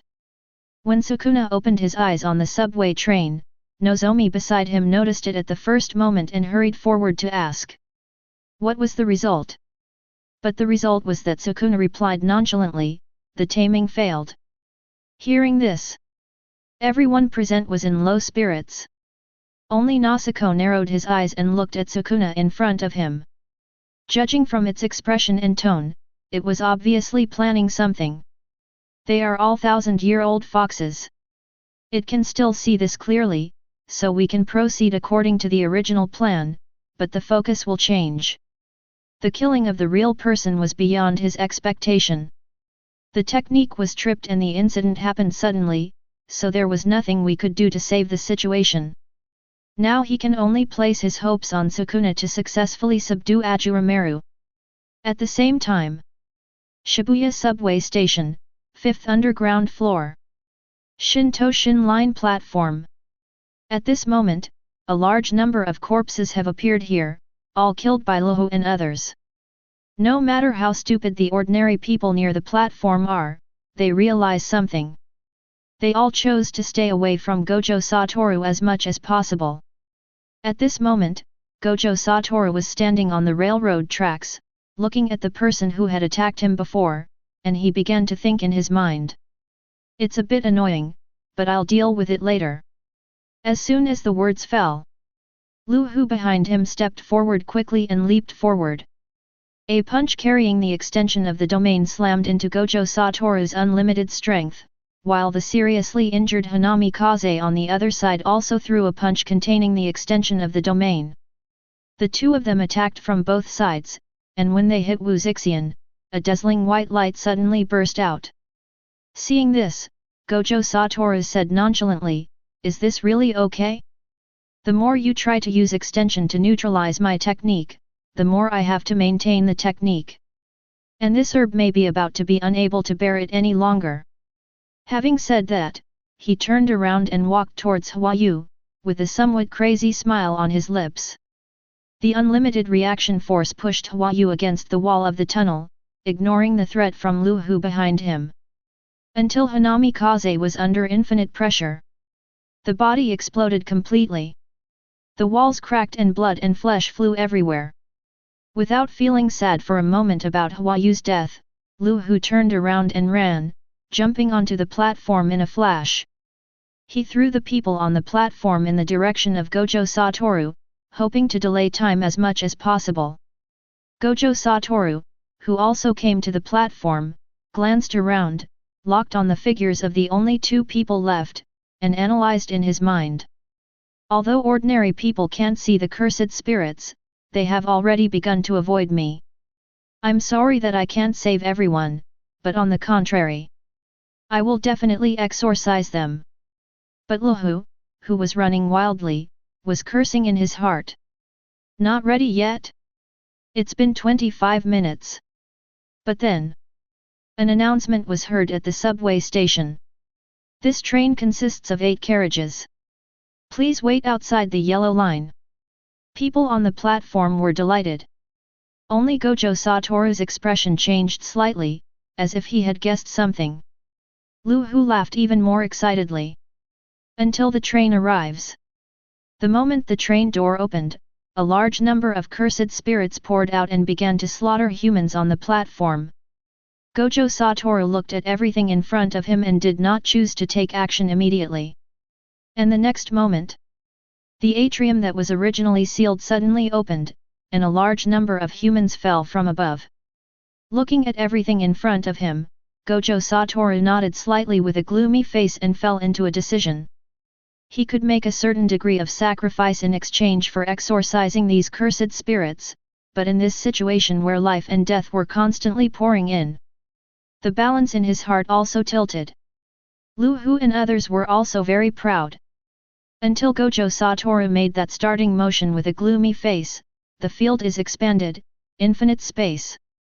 The area expands in 0.2 seconds. It is the maximum limit that can leave ordinary people with no sequelae. When everyone was in a daze, Gojo Satoru rushed forward and began his own massacre. In just 299 seconds, he exorcised all the thousands of cursed spirits that attacked him, and he looked a little tired as he stood at the edge of the station, gasping for breath. What appeared in front of him was the prison gate placed on the ground, and a very familiar voice sounded behind him. Prison gate, open the door. Chapter 153. The prison door that looked like a Rubik's Cube suddenly opened, forming a plane similar to a flesh and blood grid, with a bleeding eye in the center. He was staring at Gojo Satoru's figure. And the voice behind him sounded again. Hi! Satoru, long time no see. Gojo Satoru can already confirm that the person behind him is Nose. If it were him in the past, he might really become dazed and doubtful, but he is different now. I only saw the soles of his feet were greased. Just run away. Even Nozomi was a little caught off guard. Even though he guessed that Gojo Satoru might have known about Geto Suguru's involvement, he didn't expect this guy to not even look at it. Instead, he chose to run away directly.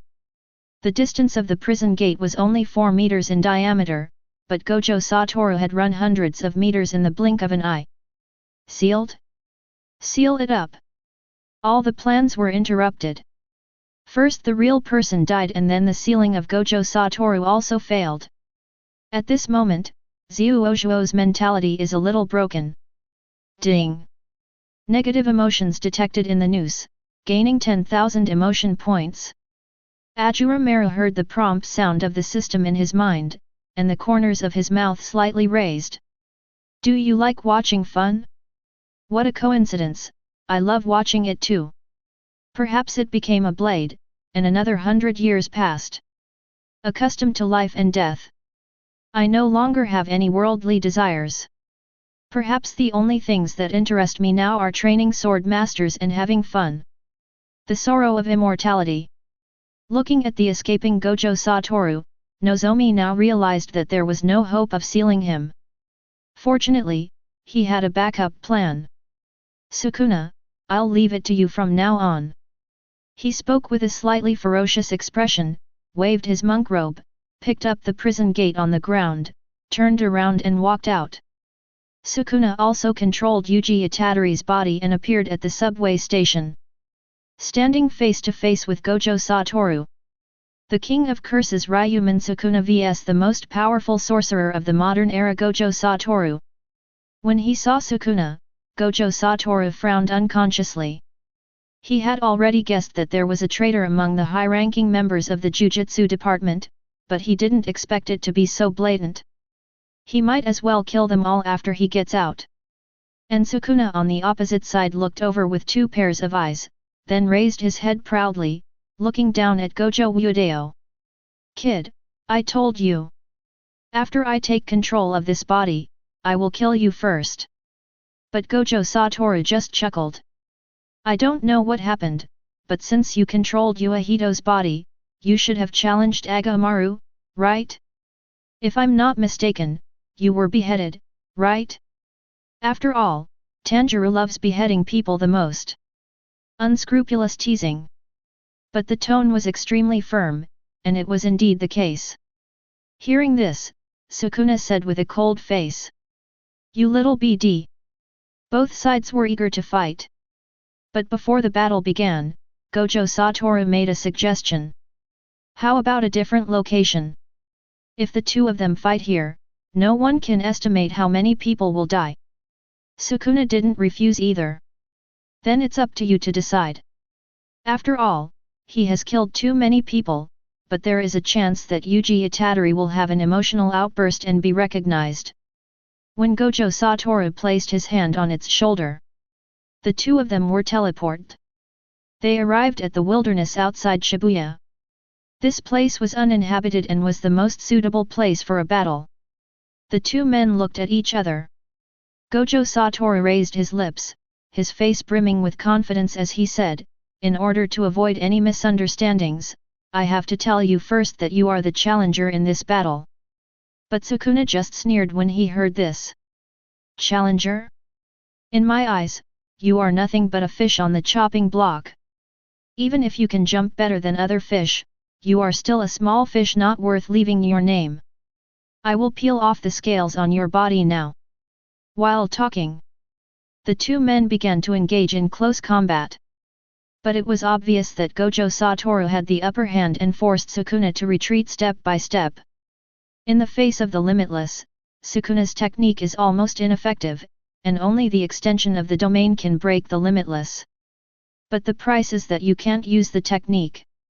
After a simple test, Sukuna had already made up his mind, and immediately formed seals with his hands, expand the field, subdue the demon and control the cook.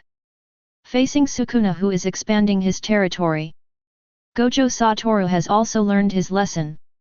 The scene of being beaten up by Tanjirou is still vivid in his mind. When he sees that Fumiyachozi is an open area, he then expanded his territory. Seal with one hand. The field expands, infinite space. Expand the domain to the maximum, use the domain shell to completely cover Sukuna's domain, and at the same time reverse the hardness of the domain shell and the interior. This was also after suffering a loss.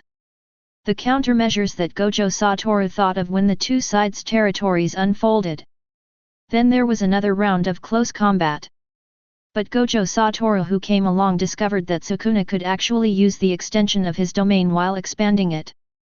At the same time, Sukuna fought Gojo Satoru in close combat without stopping for a moment.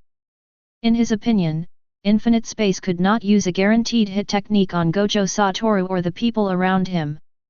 The two sides also engaged in continuous close combat. Until Sukuna set the bondage again. Using the guaranteed hit effect and domain range in exchange for the damage of the slash, he began to attack Gojo Satoru's domain shell with all his strength. The moment the realm was shattered, Sukuna also began his performance, and countless slashes came towards Gojo Satoru from all directions in an instant. And how Gojo Satoru responded? Just clench your hands tightly. Nuyen Flow Simple Field. Use the simple domain to avoid the guaranteed hit effect, and at the same time do your best to cause damage to Sukuna, so that it will also be forced to release the domain. The fight between the two revolves around boxing. However, after Gojo Satoru's simple domain was broken, he deployed the simple domain a second time until the technique in his brain was melted and repaired. His response? It is another expansion of the field. This time, when the two were competing, the fields of both sides were shattered at the same time, and a hideous scar appeared on the chest of Sukuna, who reappeared. No nonsense! After the two sides fought, their respective repair techniques were blown. Once again, the fields are expanded simultaneously. However, this time, Sukuna was too seriously injured, causing the expansion of the field to be delayed by 0.01 seconds. And this 0.01 second is very important to Gojo Satoru. It can already decide the outcome. A punch penetrated the heart, destroying organs such as the liver. In terms of Sukuna's reversal technique, it can not only make it lose its fighting ability, but also allow it to treat Yuji Itadori to ensure that it does not die. Kill two birds with one stone. The battle is over. Gojo Satoru looked at Sukuna, who had just come to his senses and was kneeling on the ground, and said with a smile, "I told you, I am the strongest." But the words had just fallen. Sukuna, who was lying on the ground, suddenly changed his form and returned to his original appearance 1,000 years ago, and his injuries healed in an instant. Chapter 154. He has returned to his former heyday of being two-faced and versatile. The original spell melt was also healed immediately. This change was too sudden, and even Gojo Satoru was unable to escape from here immediately. On the other hand, Sukuna has already activated the technique. Chant the spell with your abdomen while forming the seal to launch the maximum output at close range. The invisible slash instantly struck forward. Everything is cut off wherever it passes. Facing this attack, Gojo Satoru used all his strength to flip and twist his body, barely avoiding the slash towards his waist. The price he paid was that his entire left forearm was cut off neatly at the joint. In an instant, limbs were broken and blood was splattered everywhere. Gojo Satoru, whose technique is still in the process of being melted down at the moment, can only stay away from Sukuna behind him as much as possible until he can completely repair the technique meltdown. However, Gojo Satoru still complained in his heart, still using the transformation trick, it's really outdated. Having said that, but Gojo Satoru has also realized something. Until Sukuna behind him made hand seals and revealed the answer, field expansion, demon subduing cook. Because of the constraints we impose on ourselves. The original maximum radius of 200 meters was forced to be reduced to a radius of 100 meters, but this was enough. Gojo Satoru's technique was broken. There is no possibility of escaping from the scope of the domain once it unfolds. The guaranteed hit effect is activated. Countless solutions and indiscriminate slashing of everything within the range. Ground, forest. Gojo Satoru was also slashed and covered, the ground was shattered, the forest was destroyed and turned into powder, and Gojo Satoru, who was at the center, was even more so in an instant. There were incalculable scars. But with his face covered in scars and stained with blood, Gojo Satoru was smiling, it seems that I have an overwhelming advantage in the performance of a sorcerer. After confirming that Sukuna's slash could not kill him in a short period of time, Gojo Satoru smiled confidently and took a starting stance, mobilizing his own cursed energy. The love of falling flowers. At the same time, the reversal technique began to repair the brain's technique fuse with all its strength. This time, facing the invisible slash, after sensing the fluctuation of cursed energy, Gojo Satoru will automatically counterattack to reduce the damage caused by the slash. The two sides were in a stalemate. Just a moment. Gojo Satoru, who felt the technique's fuse being repaired, made the gesture again. Seeing this, Sukuna's expression changed and he immediately wanted to stop him. But it's too late. The field expands, infinite space. With Gojo Satoru as the center, the field expands again. Adjust the scope to the maximum to completely cover everything around. At this moment, Gojo Satoru also smiled confidently and said, "It seems that the domain battle is about to end. This time, I will decide the outcome with one strike." While talking, Gojo Satoru was seen using his cursed energy at its maximum output, with his hands crossed and his eyes looking forward. Forward technique, King, reverse technique, he. As soon as the words fell, the two infinite collisions of King and he suddenly appeared behind him, gradually merging into one. At the same time, Gojo Satoru also began to chant the spell quickly and briefly. Polarization. Wu and statement.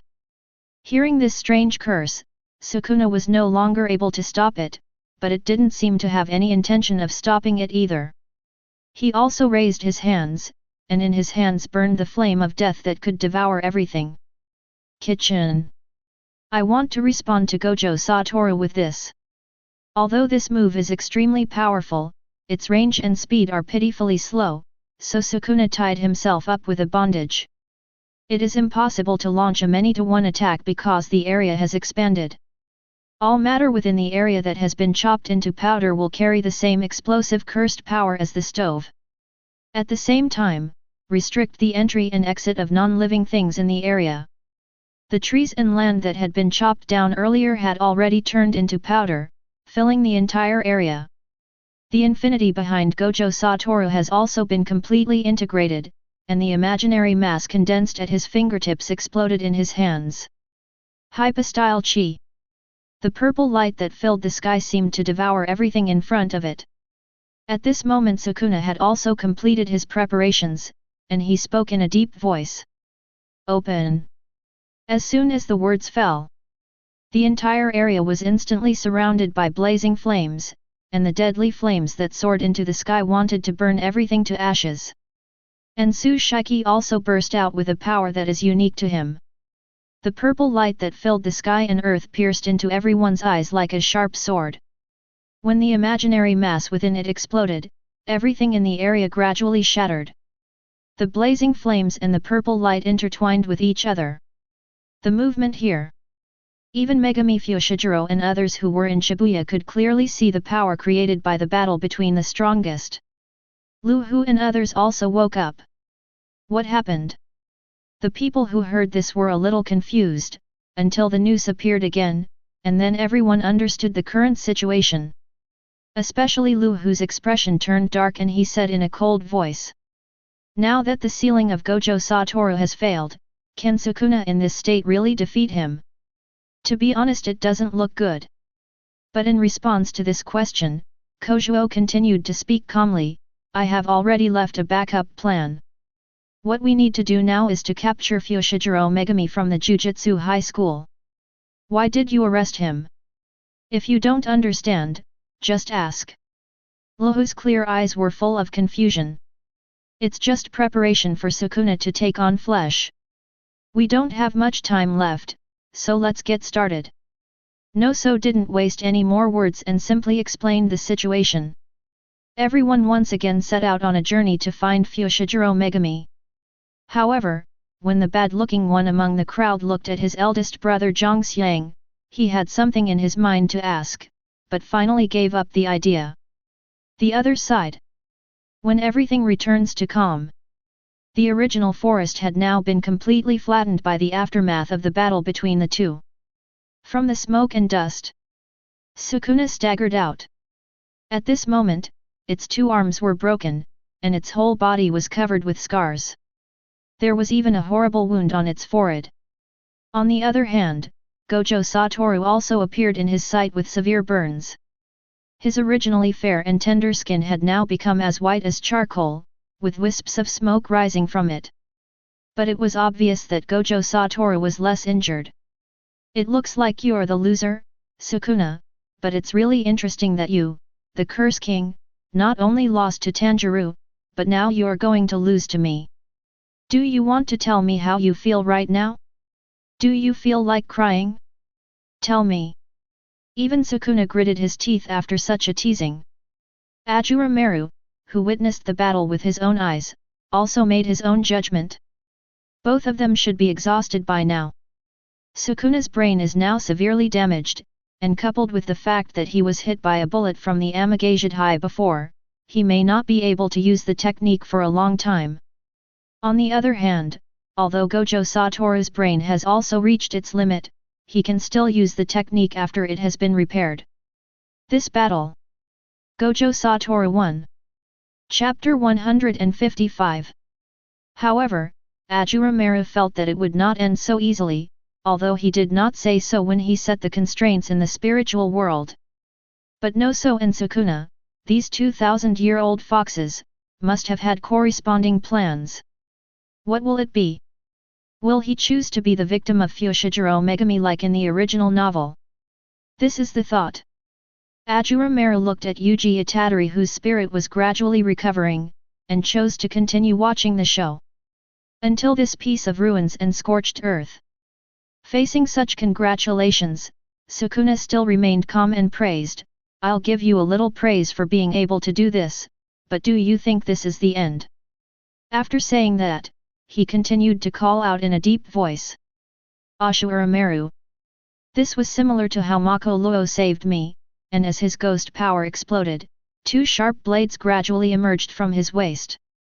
Seeing this, Gojo Satoru burst out laughing and said bluntly, "Ashura Maru, I know you are watching, I will use that opportunity here."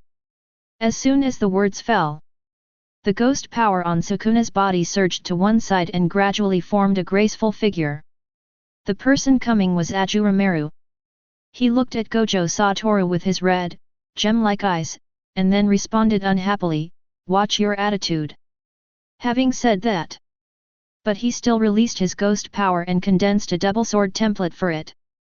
Then the figure collapsed. "Slow down, Ashura Maru." Gojo Satoru smiled and pulled out the blade from his waist, pointed the wind sword at Sukuna and said sarcastically, "It seems that you are not the only one who can use it. You little BD." This time, Sukuna was really angry. He drew out the sharp blade from his waist, and stepped forward with two swords in hand. And Gojo Satoru also stepped forward with a knife in hand. The most unpretentious battle has begun. The only difference is the moment when Gojo Satoru resumes his technique as time goes by. Sukuna will be completely defeated. At the same time, at this moment, Sukuna was also calculating how long it would take for Yuji Itadori to regain consciousness. The two sides were in confrontation. Ashura Maru also sensed that two auras were approaching at a very fast speed. Until those two figures completely stepped into the battlefield. Sukuna also deliberately exposed a flaw, and was kicked by Gojo Satoru and flew backwards, landing right in front of the two figures. When he turned around, behind him, Li Mei, a man wearing a monk's robe, with short white hair and a delicate baby face, suddenly appeared here. He was holding an unconscious adult male in his hand, kneeling on one knee and saying respectfully, "Lord Sukuna." "Oh? Rai Mei." Sukuna turned around and seemed a little surprised. Hearing this, Rai Mei did not change her respectful attitude, but she still smiled, "It's been a long time since I last saw you, Master Sukuna. This is the new container in my hand." Looking at this body, Sukuna felt a little disgusted. But now the time for the little ghost to wake up and regain his body is getting closer and closer, and it has no time to hesitate. Looking at Gojo Satoru, who was attacking with 2 swords, Sukuna immediately threw the blade in his hand towards him, and Raimei beside him also released his own technique.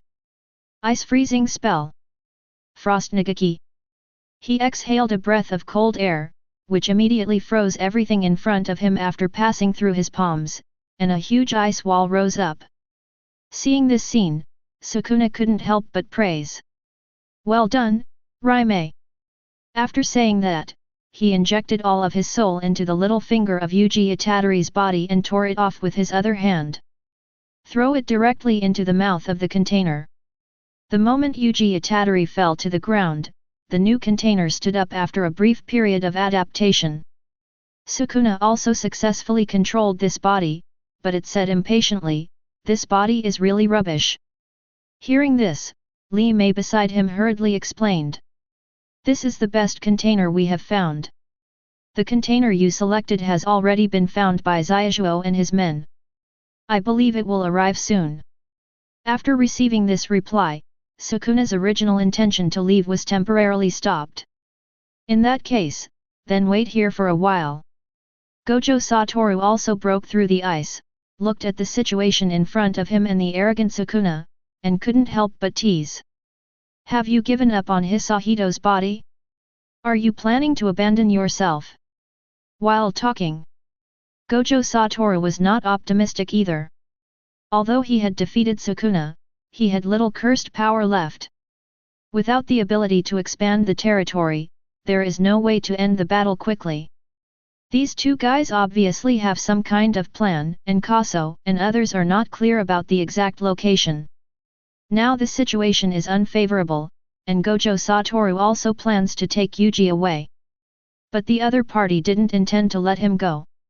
Especially Raimei, who shouted angrily, "How dare you speak to Sukuna-sama like that?"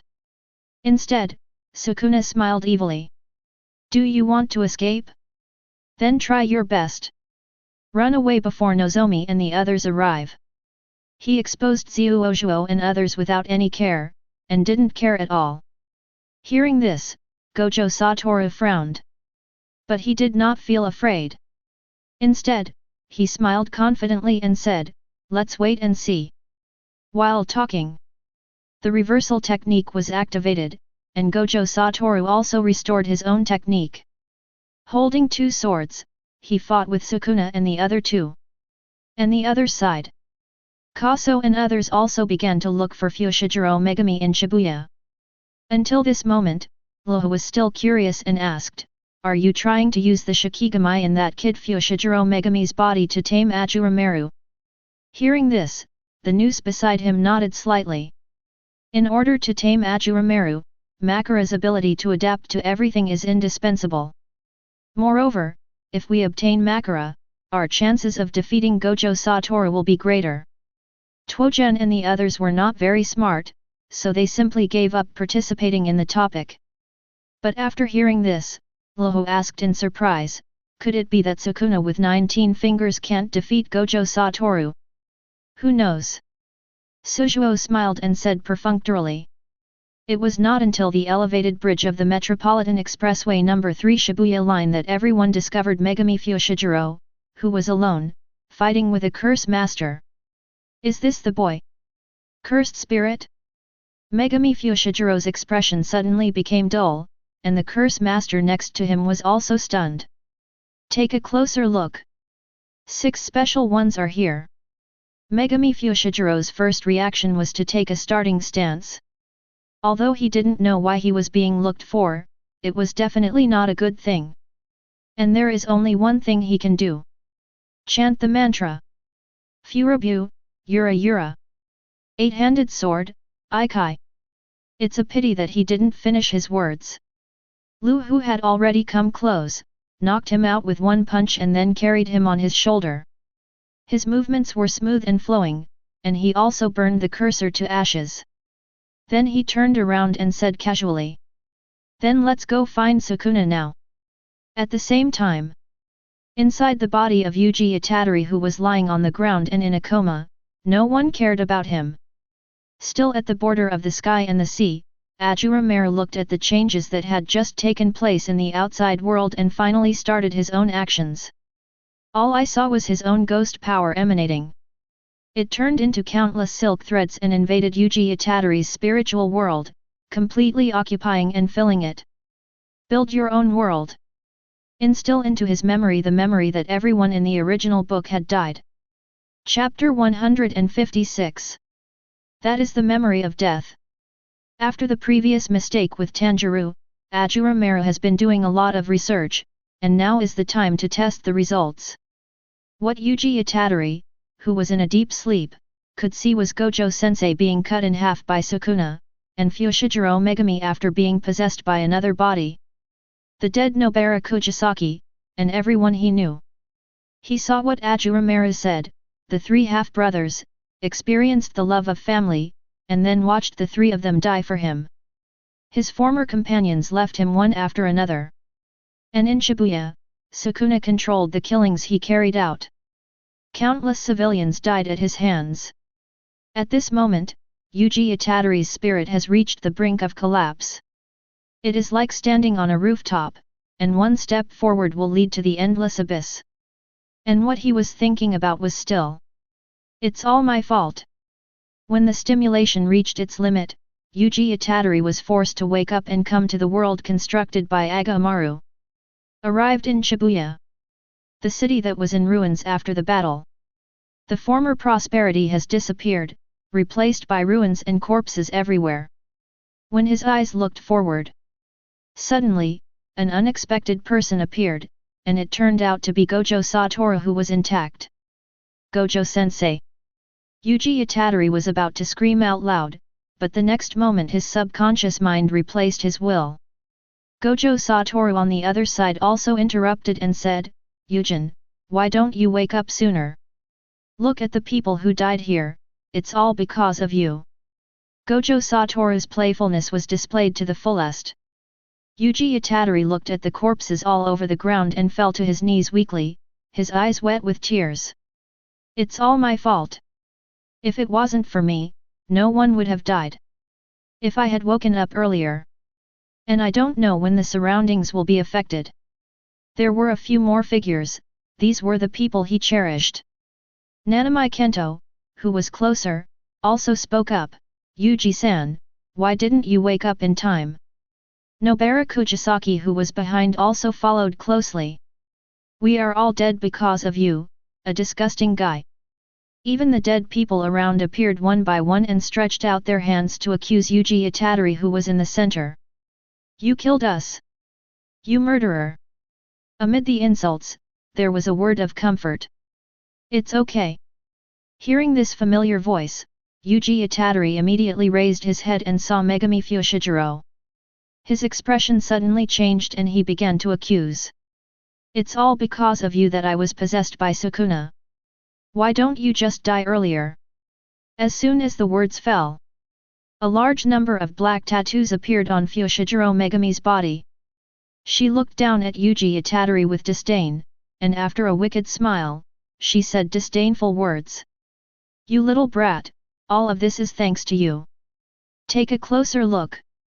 This is all your masterpiece." As the line of sight shifts, those who had originally accused him also fell in a pool of blood again and turned back into cold corpses. Under successive blows, Yuji Itadori's consciousness was about to collapse, but at this moment, a voice sounded in his ears again. "Revenge for us, Yuji Itadori. Don't you want to avenge us? Are you trying to escape? So many people died because of you, don't you feel ashamed? Fight for our revenge with all you have." Countless voices rang in his ears and entered his brain, making him feel extremely miserable for a moment. But Yuji Itadori, who followed, also became a little crazy and shouted, "Revenge? Yes, I want revenge." Just when he was about to fall into the abyss, a pair of warm, shriveled hands tore through the darkness and rested on his shoulders, and his grandfather's last words rang through his mind once again. "Yorin, you are born stronger than others, so you have to protect others. If possible, Grandpa hopes that you can die surrounded by everyone in the end. Hearing this, Yuji Itadori, who was about to fall into the abyss, seemed to see a bright light and tried his best to escape from here. When you cross the darkness, you will see the dawn. He seemed to see through his own heart and at the same time strengthened his choice. His expression became extremely resolute, and he stood there and said in a deep and determined voice, "I will avenge you, even if it means sacrificing everything I have. This is my promise." Those firm words have made clear his resolute heart. At this moment, he will never feel confused again. What follows? The illusion was shattered, and he once again returned to the border between the sky and the sea. Standing in front of him at this moment was Ashura Maru, who had been waiting for a long time, and his pair of red eyes met his. Until now. After his subconscious mind disappeared, Yuji Itadori finally realized that everything that had just happened was fake. And Ashura Maru also spoke proudly.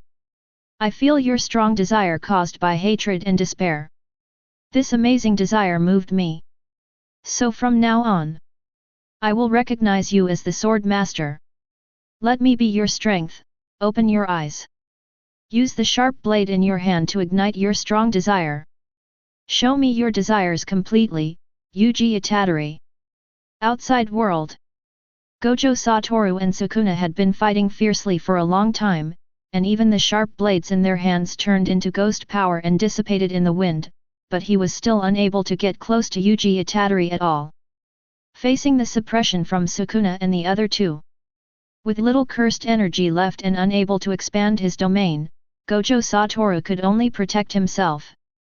But even so, he was unwilling to leave. Until he saw the figures of Zosuo and others. And the most important thing is the Megami Fushiguro they brought. Seeing this, Gojo Satoru finally realized something, and his originally calm and confident expression disappeared. "You guys! Woo, you are too impatient." Seeing this, Nozomi made a sarcastic remark, and then Rokugo behind him threw the unconscious Fushiguro Megami next to Yuji Itadori. Just waiting for Sukuna to take the flesh. When Sukuna came closer and looked at Fushiguro Megami's body, the corners of his mouth unconsciously raised and he said, "If it weren't for the Ashura Maru in that brat's body, I might be more optimistic about you." As he said this, he was about to repeat the previous action and transfer the soul again. It all seems to be too late. But at this critical moment, Yuji Itadori, who was lying on the ground and unconscious, opened his eyes. Chapter 157. The next moment, a tremendous ghost power suddenly burst out from his body, sweeping over like a violent gust of wind, forcing Sukuna and others around him to retreat. In the dark smoke, a figure slowly stood up from it. This sudden change also attracted the attention of everyone present. Wait until the smoke clears.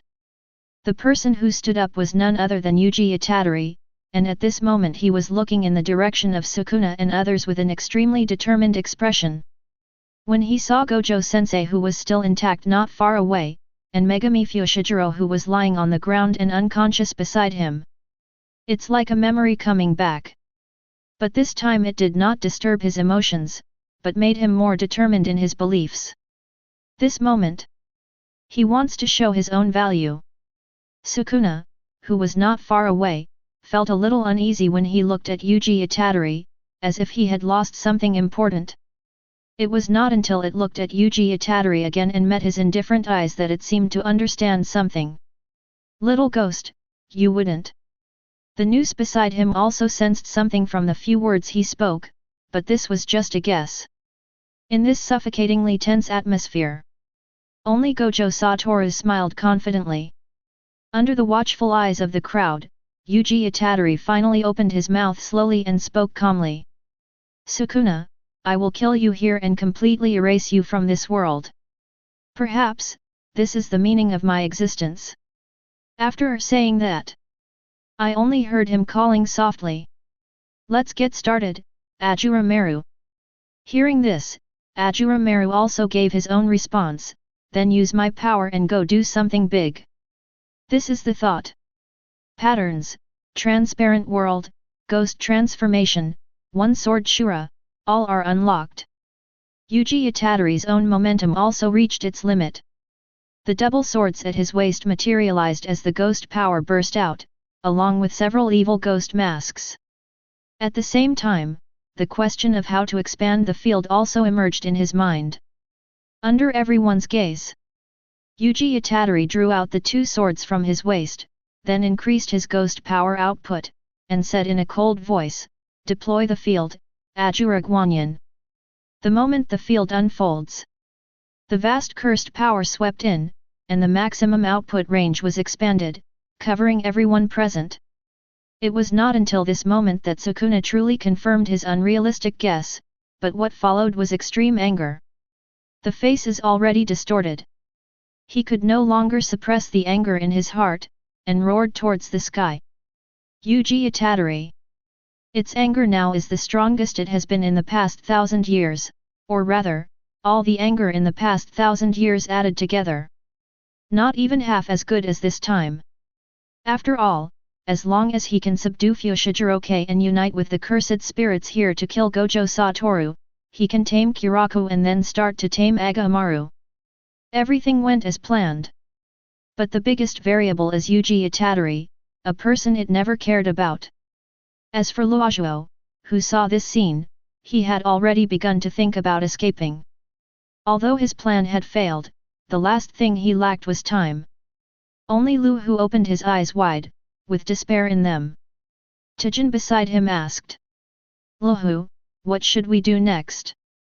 That guy has already been recognized, there's no way we can win. Hearing this, Lu Hu came back to his senses, and a resolute look flashed in his eyes, which was the determination to die. This is our last chance. Even if this kid is recognized, he is at his weakest right now. We only have one chance.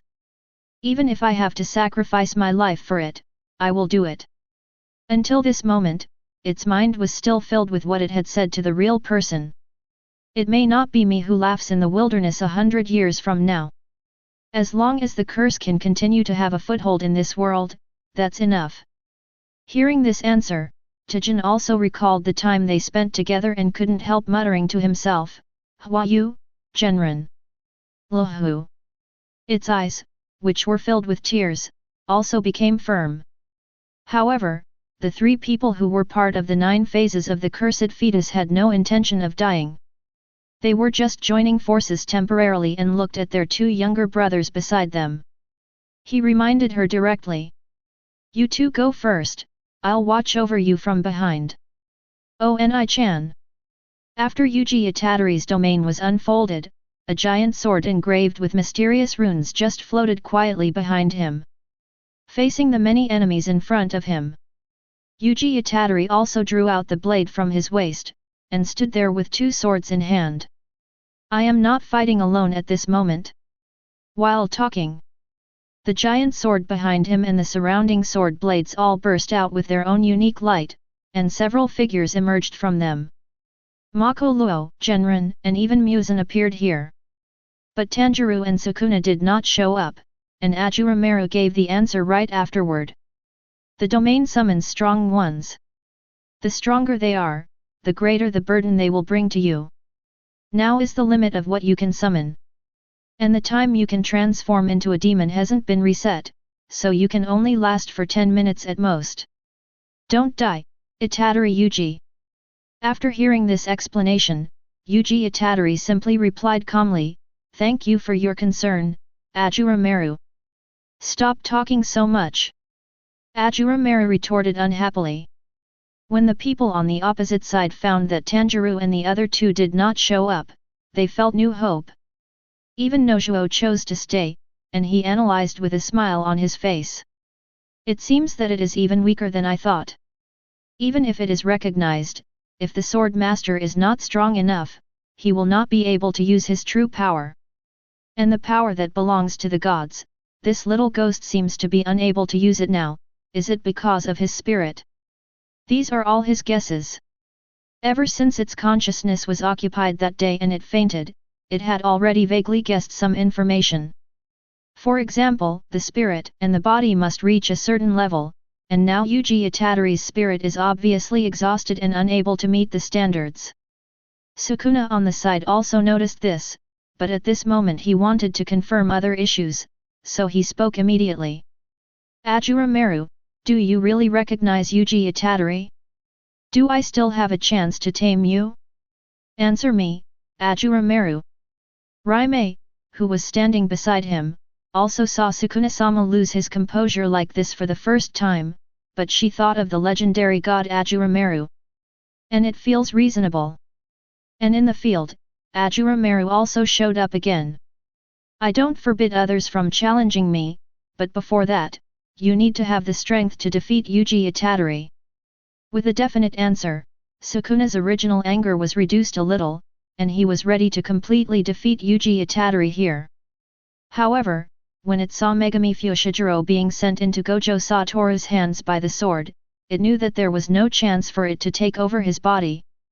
So, Sukuna said without turning his head. Li Mei, take out the things. Okay, Lord Sukuna. Raimei hurriedly took out a dried head that she was carrying with her and handed it forward respectfully. Chapter 158. This dried head looks 90% similar to the transformed Sukuna, and the origin of this head is Sukuna's predecessor. After death, one will turn into a god or Buddha. This head has a power equivalent to that of a finger. Originally, it was intended to be eaten after receiving meat from Megami Fushiguro. At the same time, Noose also expanded his own domain to counter the guaranteed hit effect of Ashura Guanyin, and he was seen with his hands crossed behind his back. The field expands, the fetus is everywhere. Behind him rises a tree of sin made of blood and spirit, its trunk made up of strange faces of various shapes that are closely connected.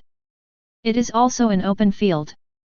The noose expands the range of one's own technique to the maximum, while at the same time setting up restraints to reduce the power of the technique to increase the range of the domain. Only in this way can it be on par with a Juro Guanyin and maximize the neutralization effect. And after that, Luo and Tuijin rushed out directly, both of them moving forward with the determination to die. Sukuna and others followed closely behind. On the other hand, the many figures behind Yuji Itadori also quickly stepped forward and rushed out, engaging in a fierce battle head-on with the attacking Rugo and others. However, Mako Luo was fought against by Li Mei, and Su Suo also tried his best to mobilize his domain to suppress him. In the field, Yuji Itadori looked at Sukuna who was attacking him, and the blade in his hand burst into flames. Thinking back to the past, he couldn't help but say, "It's time to end this, Sukuna." Sukuna replied with disdain, "You annoying little brat, you really are like a bug and make me feel sick from the inside out." The words fell. The two of them gathered their strength and moved forward almost at the same time. Sukuna, who had not yet resumed his technique, raised his forearms, clenched his fists, and added cursed power to smash towards the weak points of Yuji Itadori's body. At the same time, Yuji Itadori swung his double swords to fight back, God of Fire Kagura, Flame Dance. The two swords moved forward, and in an instant they cut out 4 flaming circles, which collided with the 4 iron fists wrapped in surging cursed power. This time, the blade did not cut off the arm, but merely broke the curse, leaving a scar on his fist that was deep enough to see the bone. But under the healing technique of the reversal technique, this wound will heal itself quickly, but the demon power attached to the blade will also flow into Sukuna's body through the wound. After the two of them got close, the moment the sword and fist separated, a fierce fight broke out on the spot, and neither of them moved at all. Until Yuji Itadori found an opportunity, his spiritual clone leaped up from behind and slashed towards Sukuna's head with both swords. The God of Fire Kagura, Biraton. At the same time, Yuji Itadori below also drew his sword, God of Fire Kagura, Yang Huetu, Hiran Kajiro. The blazing slash from above, along with the blade thrust forward with several circles of blazing flames surrounding it from below, attacked Sukuna in front of him. But faced with this situation, Sukuna did not dodge but instead faced the challenge head-on, using his two fists wrapped in cursed energy to catch the blade. The right fist below gathered power and hit Yuji Itatori's abdomen fiercely. Hit at the same time as its blade. The moment the blade pierced through his chest, a dark lightning flash also burst out from Yuji Itatori's abdomen. Sukuna's punch created a black flash, which accelerated the recovery of the technique. He looked at Yuji, who was flying backwards, and immediately swung his right arm forward. "Untie!" The words fell. Several invisible blows instantly landed on Yuji Itatori's body, leaving behind hideous blood marks. Feeling the pain in his body, Yuji Itatori stabbed his two swords into the ground and slid for several meters before stopping. Sukuna on the opposite side had also followed closely behind, launching a release attack towards Yuji Itatori's position, while at the same time using all his strength to perform a reversal technique. Repair the spell fuse on the brain. The two sides engaged in a fierce fight in the field, and for a while neither could defeat the other quickly. Available over time. The first to feel the pressure were Sukuna's side, especially the demonic hollow, whose roulette wheel on his head had already turned twice in a row. If you turn it once more, you will be completely adapted to the gravity technique. By then the realm will no longer be able to restrain it. But none of them present had the ability to kill Mokuluo with one blow. Kojuo frowned and could only hope that Sukuna could win as soon as possible. Luo was also caught in a tough battle. As for the three brothers of the Curse Fetus 9 Phases diagram who were originally within the range, they had already escaped at this moment. A moment later, Yuji Itatori and Sukuna separated again. And at this moment, Sukuna's technique fuse was finally repaired. Without any hesitation, Sukuna immediately formed seals with both hands, expand the field, subdue the demon and control the cook. The moment the field unfolds. Since the guaranteed hit effects of the domain and the Noosa's domain cancel each other out, this also means that Sukuna's domain can still maintain the guaranteed hit effect. In an instant, countless slashes attacked Yuji Itatori in the direction of the giant sword behind him at the same time. Faced with this overwhelming slash, Yuji Itatori could only raise his two swords. He covered his entire body with surging ghost power, including the area around the giant sword behind him, and the surging black ghost power also erupted to resist the incoming slash. However, this level of ghost power output is also rapidly reducing the time of ghost transformation. At this moment, the light purple lines on Yuji Itatori's body have begun to spread around his body. Ashura Maru, who was watching the show, also gave appropriate reminders. In 3 minutes at most, you will completely become a ghost. However, your spirit is almost at its limit, and you may not be able to hold out until that time. Hearing this, Yuji Itatori's expression remained unchanged, but he could not hide his dejected look. Ashura Maru, is there no way for me to hold on a little longer? Or the ability I used to defeat Makoto?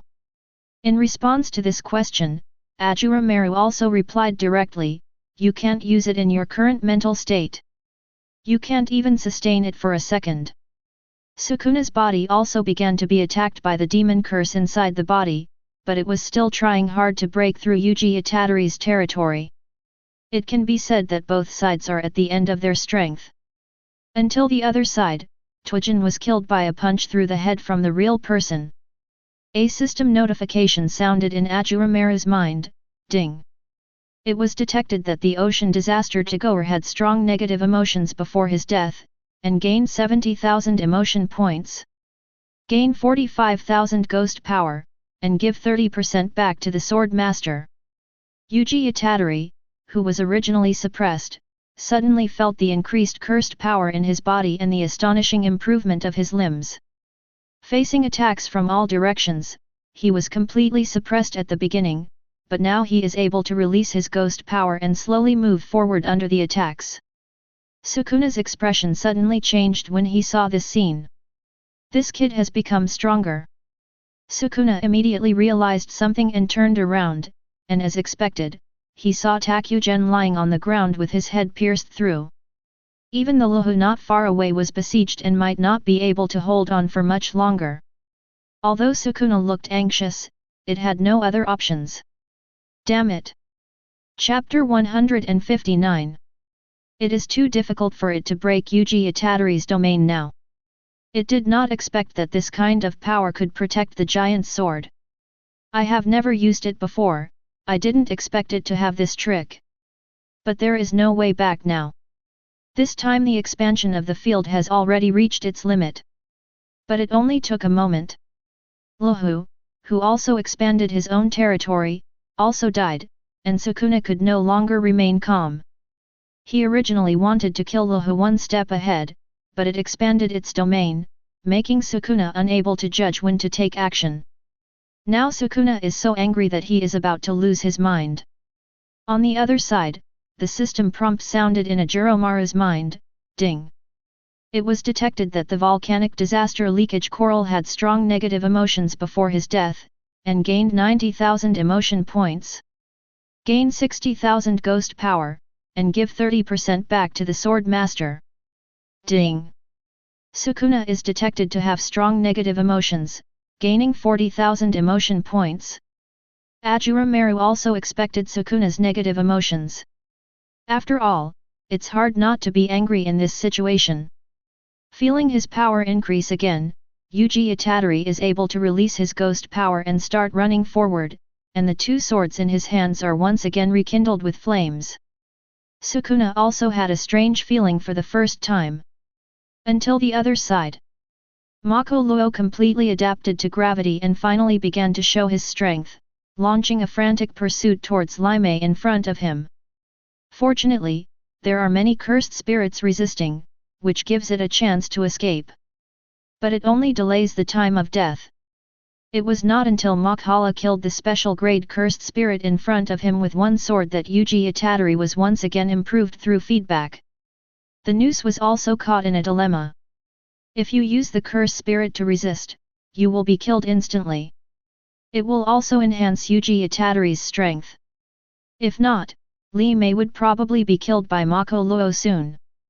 At this moment, the noose is standing at a crossroads of choice. But it was not given time to think. Mako Luo had already arrived in front of Lin Fan, and slashed forward with the demon-repelling blade in his hand, while Lin Fan also used the ice spell to resist. But his techniques were also adapted by Mako Luo. This knife hits the vital point. On the other side, Yuji Itadori had already arrived in front of Sukuna with a knife in both hands. At this moment, his spirit had reached its limit. Only the instinctive will is still struggling to hold on. But under the instinct of his final will, he still used that move. When the world turns grey. Time seemed to stand still, only the blade in Yuji Itadori's hand was still slashing forward. Until the body can no longer bear it, until blood is flowing from all 7 orifices and the muscles are torn apart, all of one's will is infused into this one knife. One knife Rakshasa. In an instant. 12 sword types, slashed out in an instant. Facing this knife, Sukuna, who was already at the end of his strength, could no longer remain calm. You damn brat. There is no fear before death, but more anger. Why? Why could this kid who can be found everywhere and whose name is not even worth remembering be recognized by Ashura Maru? Why would I die at the hands of such a brat? It was despised and looked down upon by the little devil that it had taken away Ashura Maru, and now he had taken away its life. It is a huge shame that cannot be washed away. It would rather be killed by Gojo Satoru than by this little devil. But it was too late. At this moment, all Sukuna can do is to fight back with a single strike with maximum cursed power output. When the blade in the hand of the unconscious Yuji Itadori fell, Sukuna's head flew out instantly, and his body was cut into several pieces. The last bit of Yuji Itadori's will also died down, his ghost power dissipated and was instantly cut through the abdomen by the knife, and he fell completely to the ground. The giant sword disintegrated, and the domain was shattered. But at the moment before Mako Luo disappeared, the demon-repelling sword had already cut Lin Fan in front of him in half. The winner is decided. Yuji Itadori, who was beheaded, was also lying on the ground, his consciousness completely plunged into darkness, but in the darkness a warm hand pulled him out. When he opened his eyes again, I found myself standing under the blue sky and white clouds. Figures kept passing by. They were people he knew and was close to. When the breeze brushed his cheek, Gojo Satoru trotted past him, turned back and smiled, "Yujin, you've disrupted your sleep time again." Following closely behind was Fushiguro Megami, who also turned around and said, "It's time to exorcise the cursed spirit, Yuji. You still owe me a meal. When will you treat me to a meal? You are not going to default on your debt, are you? I never thought you were such a man." Kojisaki Nobara also appeared in sight. "Yuji-san." Familiar people passed by him one after another. Looking at these figures, tears unconsciously flowed from the corners of Yuji Itadori's eyes. This is the future I want to lead to. Outside world. The domain was shattered. Luojuo had never expected such an outcome. Everyone in the entire domain died except for it. When the snipe and the clam fight, the fisherman benefits. This was completely beyond its expectations, but this result was the best for it. Although Yuji Itadori was beheaded to death, but after the body is repaired, he can use it as a brain replacement and continue to use it, inheriting his technique, the legendary god Ashura Maru. This unexpected surprise came a little too suddenly. But this joy also makes it ignore the existence of a person. He only heard someone talking in his ear. The field expands, infinite space. Relying on the reversal technique with all his strength outside, Gojo Satoru also temporarily repaired his brain and unfolded an incomplete field. But the effect is still overbearing. The noose was immediately affected by the sure hit effect, and a large amount of junk information was instilled into the brain, causing the brain to crash. And Gojo Satoru had already appeared in front of him. Looking at the body of his former friend, he was reluctant to let go. He still has to destroy it. "I'm sorry, Jay." The words fell. With a single punch carrying cursed power, his head was completely shattered. Before he could even react, Nozomi was completely killed by this punch. This time it can be said that it was killed in seconds as soon as it showed up. Its death caused the cursed spirits it had subdued to lose control and riot. Chapter 160. In an instant, the place where Noose died was like a black hole with cursed spirits constantly emerging from it, roaring and screaming to vent their desire to regain their freedom. All the cursed spirits controlled by the cursed spirit manipulation technique emerged. There were thousands of them, including some special grade cursed spirits. Faced with this chaotic scene, Gojo Satoru could only curl his lips helplessly. It's really troublesome. Although he knew that killing the noose would cause the cursed spirits to riot, if he didn't kill it just now, the problem would be much more serious than it is now. "Oh, I can't clean up this mess now. I have to hand it over to someone else." Fortunately, he had foresight. Before coming to Shibuya, I had already called for support, and they should be arriving soon. As he said that, he turned and came to Yuji Itadori. Looking at his student's body that was cut in half, Gojo Satoru frowned. The place that was hit was the cursed power core in the abdomen. The reversal technique could not repair it at all. It can be said that Yuji Itadori is dead. It was impossible to tell what he was thinking from his deep eyes, all he could hear was his somewhat heavy voice. It would be better to kill all those old guys in the General Directorate. There was murderous intent in his words, and it was obvious that he had made a final decision. But just as he bent over to collect the body of Yuji Itadori, he discovered that there were black threads spreading outward from Yuji Itadori's severed body. Until it connected with the other half, they intertwined with each other and pulled the severed body together again. Seeing this scene, Gojo Satoru, who had originally had a gloomy expression, was stunned for a moment, and then he couldn't help laughing. As expected of the legendary Ashura Maru-sama, I never thought that he could be saved from being cut in half. But he didn't get an answer. Gojo Satoru didn't care. Instead, he turned around and threw the still unconscious Fushiguro Megami here. Then he sat on a huge rock and looked at the army of cursed spirits rushing and rioting in front of him. Because the residual cursed power left over from the previous battle was too shocking, all the cursed spirits instinctively chose to avoid this place and flee in other directions. This is true even for special grade cursed spirits.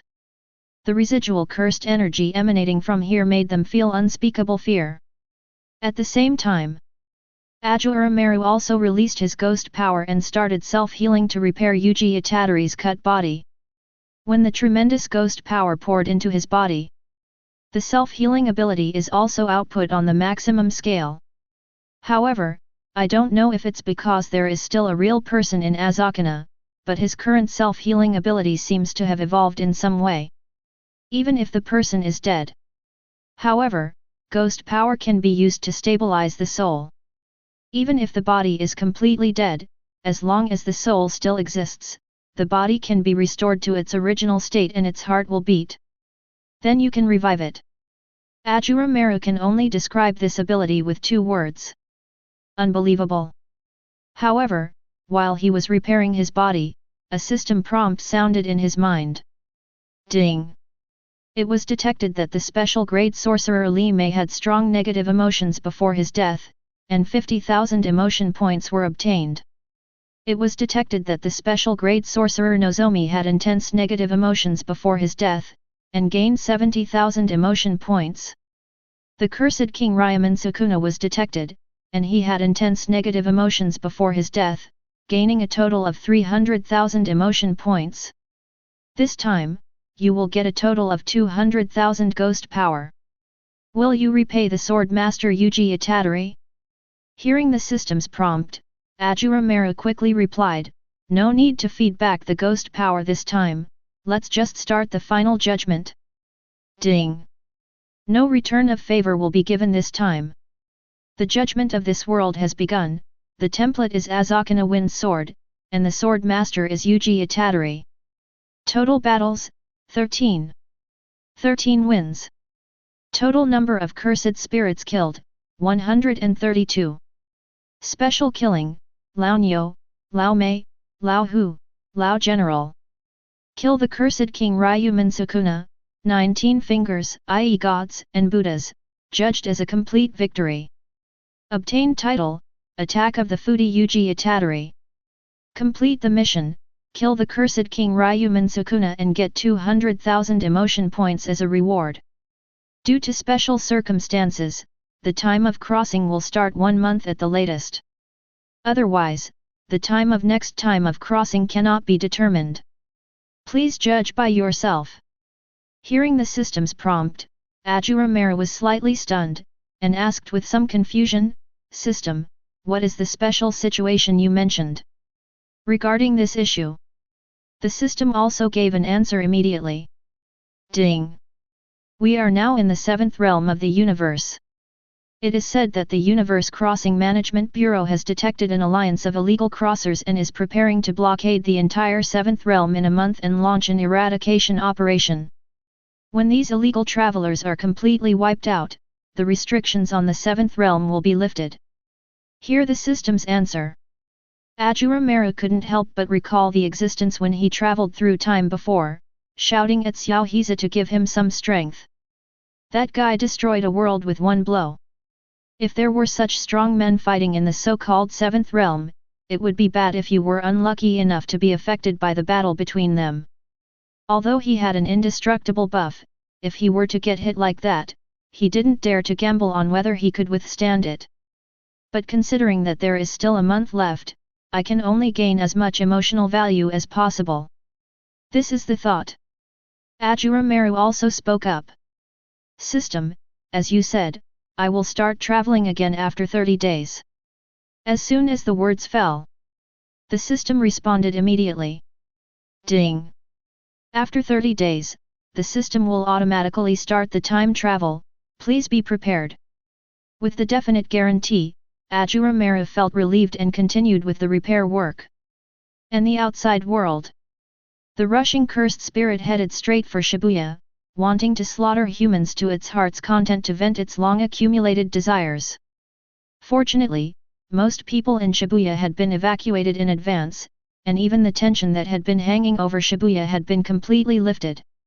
The humans who had been there had long since departed. Shibuya at this time. There are only sorcerers. But when they saw the attacking army of cursed spirits, they still felt a little scared. 100 Demons Night Parade? This time the scale is much bigger than the last time. Panda said in a muffled voice as he looked at the attacking cursed spirits. So what is the situation now? Kusakabe, who was standing beside him, couldn't help but twitch his mouth slightly as he looked at the spectacular scene in front of him. I really want to go home. In the crowd, Zenon Maki followed suit and suggested, Shibuya is deserted now, and this number of cursed spirits is beyond the ability of a few of us to handle, so we should leave here first. Let's wait for that guy Gojo Satoru to handle it. Chapter 161. Then let's listen to Sister Maki and go. Kujisaki Nobara also came forward, obviously not wanting to face the night parade of 100 demons. After all, there is no one here who needs protection anymore. But the words had just fallen. Behind him appeared a sexy lady with long golden hair, with a weird-looking bone dragon hovering above her head. The person who came was none other than Kyujoko Yuki, who was also a special class warrior. He was seen leaning forward slightly to show off his figure more vividly. It looks a bit troublesome. Where's that Gojo Satoru guy? Everyone looked in the direction of the voice and saw the person coming. Kusakabe almost cried out in surprise. Kyujoko Yuki, why are you here? Hearing this, Juju Yuki replied angrily, it was Gojo Satoru who asked me to come. Now I can't find him. I really want to beat him up. As she spoke, she seemed to have noticed something. When he turned around, he saw 3 more people rushing over, namely the Ming Ming duo and a figure that shouldn't be here. Special grade sorcerer, Yuta Atsutsu Kota. He just walked slowly in front of everyone, as if giving everyone present a shot of adrenaline. With 2 special grade sorcerers joining the battle, the night parade of 100 demons will no longer be a problem. Among them, the panda ran forward excitedly. Yuta, I missed you so much. Facing the panda that was hugged by him, Yuta Okotsu just smiled. Senior Panda, you're too excited. For now, let's deal with the cursed spirit first and quickly find Gojo-sensei and the others. Looking at Yuta Atsutsukotsu, Yuki Kyujoku also asked a question that contained his soul, what kind of woman do you like? But what he got was a roar from Rika. Fortunately, the farce was over quickly, and then everyone adjusted their state and launched a fierce battle head-on with the attacking army of cursed spirits. I don't know how much time passed. After being busy for a long time, Ashura Maru finally completed the repair of his body. All his injuries healed on their own.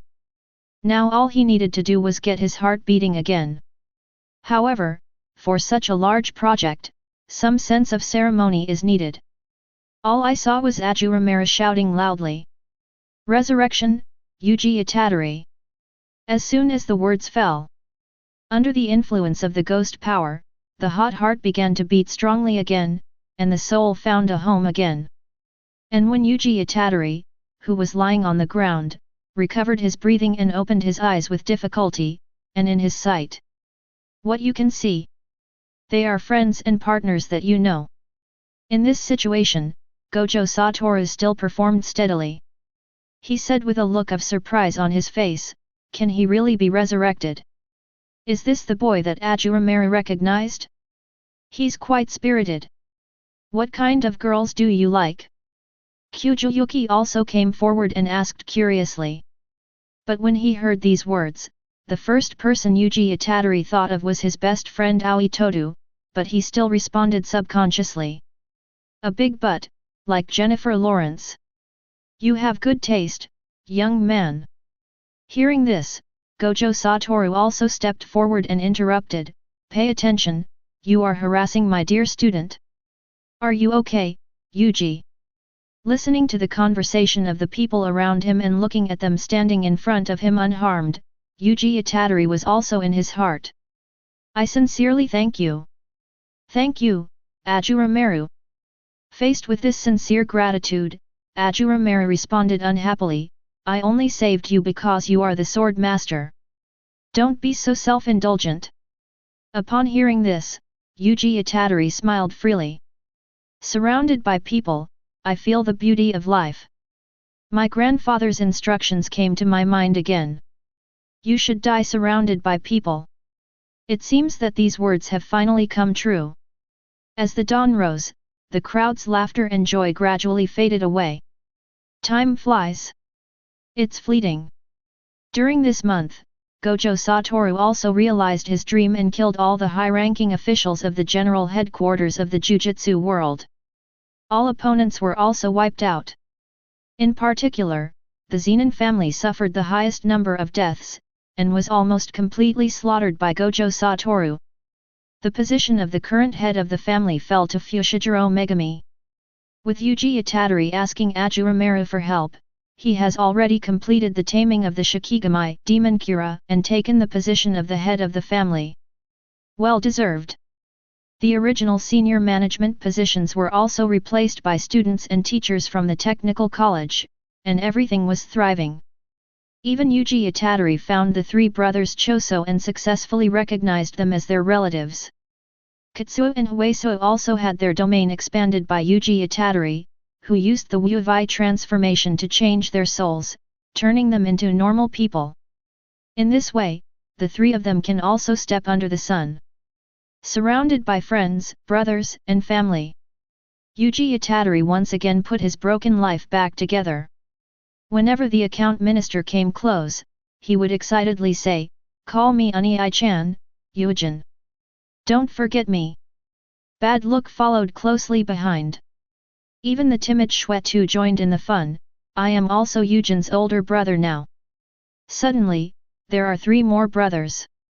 Yuji Itadori is overwhelmed. Fortunately, life finally returned to normal, until one dark night, when Yuji Itadori was lying in bed and sleeping. Suddenly he was taken into the spirit world by Ashura Maru. At the junction of sky and sea, Yuji Itadori also saw Ashura Maru in front of him after a long time, and he greeted him with a smile very naturally.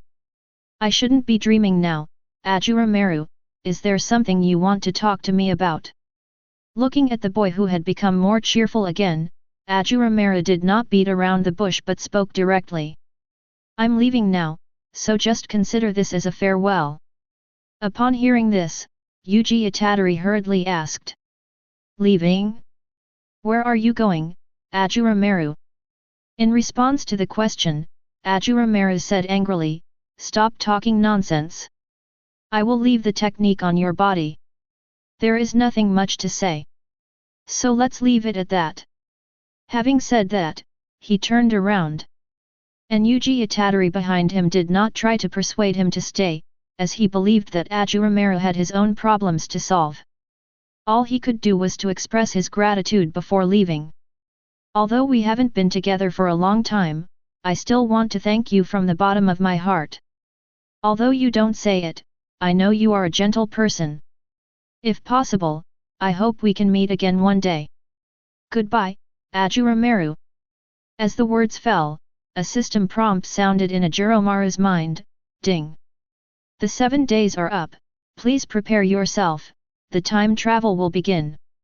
Under the gaze of Yuji Itadori behind him, Ashura Maru, with his back to him, did not refute but just waved his right hand. Then his body turned into light particles and gradually dissipated between heaven and earth. All that remains is this spiritual world. It will exist completely as Yuji Itadori's birthplace. Chapter 162. And the dissipated Ashura Maru once again experienced the feeling of traveling through time. "I watched myself gradually leaving this world and coming to the universe of the heavens, but this time everything seemed so calm. There is no trace of the solemn and murderous feeling that the system mentioned. I don't know how long it took, but I finally arrived at the end of this journey. The moment you enter the world, Ashura Maru only felt a black screen in front of his eyes, and his senses disappeared completely. When he came to his senses again, he found that he had appeared at the waist of a young man. The system also gave a reminder at this time. Ding! The crossing was successful. In view of the host's perfect performance in the previous world, this world will create a perfect identity for you. Across the world, One Punch Man. Fabricated identity, demonic sword Ashura Maru. According to legend, the god in charge of the magic sword can grant supreme power to the sword master he recognizes, but no one knows his whereabouts. The sword master has been bound to you, unlicensed knight. This mission, hunt down Boros. There is no limit on the number of people in this mission, and rewards will be given according to the damage caused. His death will directly start the next crossing. Hear about this world and the mission objectives. Ashura Maru really almost couldn't hold it in. System, are you serious? You want me to fight Boros with an unlicensed knight? Hearing this, the system seemed to feel that something was wrong and immediately explained. Ding! Although we are hunting Boros, there is no limit on the number of people. However, considering that the sword master is too weak, the host can choose to spend 10,000 emotion points. Select the second sword master. Note, the selected sword master needs to be recognized by the world. Hearing that there was still a chance to choose a second sword master, Ashura Maru hesitated for a moment and then asked tentatively, "Can I choose Saitama?" As soon as the words fell, the system gave a reply. Ding! The world rejected your request. Hearing that he was rejected by the world, Ashura Maru frowned and continued to ask tentatively, "What about Atomic Samurai?" Ding! The world has rejected your request once again. His request was rejected once again, and Ashura Maru began to seriously think about the rules here. After pondering for a moment, he made a third request. "I choose Sonic as the second sword master." This time, the system did not reject it immediately, but also paused for a moment before giving a positive response. Ding! The world agreed to your request. After saying that, various system prompts began to sound in Ashura Maru's mind. Ding! Automatically deduct 10,000 emotion points, and start binding Sonic, the second master of the sword, and set a reasonable identity for you. The system prompt sound completely fell. Ashura Maru felt that he had two visions and could see every move of the unlicensed knight and Sonic clearly. And the system still didn't stop speaking. Ding! Do you want to extract the third template? After the prompt sound, a large turntable appeared on the system panel in front of Ashura Maru, filled with various magic sword templates. I don't know what I'll get this time. Ashura Maru began to extract with a serious expression. As the turntable spun rapidly, it finally stopped at a pitch-black hilt with the profile of an evil spirit engraved on it. The blade looks like a broken mirror, covered with fine cracks, but the sharp edge still emits its own cold light. The first time he saw the sword, Ashura Maru recognized its identity. Demonic sword with 1,000 blades. But now Ashura Maru is not happy at all. In the One Punch Man world, isn't the demonic blade 1,000 blades too weak? Ding! Congratulations to the host for obtaining the template, Demonic Blade 1,000 Blades. Unlock 3 templates cumulatively, and you can consume 10 million emotion points to upgrade the template for the first template, Ashura Maru. After hearing the latter sentence, Ashura Maru felt even worse. 10 million? You can't get so much even if you make me mad to death. After calming down, I opened my personal panel helplessly. Host, Lin Fan. Template, Ashura Maru. All unlocked. Azakana. All unlocked. Demonic sword with 1,000 blades. Possessing exclusive sword spirit form. Template ability, controlling objects, unlocked with 30,000 emotion points, which can consume ghost power and mental power to control objects remotely. 1,000 blades, unlocked with 20,000 emotion points, the blade can be freely controlled to turn into 1,000 fragments. Break the seal, unlocked by 100,000 emotion points. After unlocking, the magic sword 1,000 blades in the 1,000 blades state can penetrate the energy and ignore the seal. Looking at the abilities brought by the template, Ashura Maru can only be said to be somewhat useful, but not very useful. Plus, this world is full of dangers. Ashura Maru thought about it, looked at his emotion value which was close to 1 million, and decisively chose to consume. System, give me the 2 abilities of control object and 1,000 blades first, and other than that, give me a diamond 10 draw combo. Ding! A total of 150,000 emotion points have been consumed, and the template abilities control object and 1,000 blades have been unlocked. Open the 10 consecutive draw of diamonds. Thank you for your patronage, thank you for your patronage, Platinum level ability enhancement card, thank you for your patronage, thank you for your patronage. Just when Ashura Maru thought that the 100,000 was going to be wasted, he suddenly heard a new prompt in his mind. Ding! Congratulations on obtaining the space-time ability, Flying Thunder God. You can mark the Flying Thunder God on the object of your choice, and consume ghost power to transfer space-time. This time, Ashura Maru's originally helpless mood finally found a little comfort. Flying Thunder God? It seems that it is not impossible to match it with the demonic sword 1,000 blades. If every piece of the blade is engraved with the mark of Flying Thunder God, it should be very effective.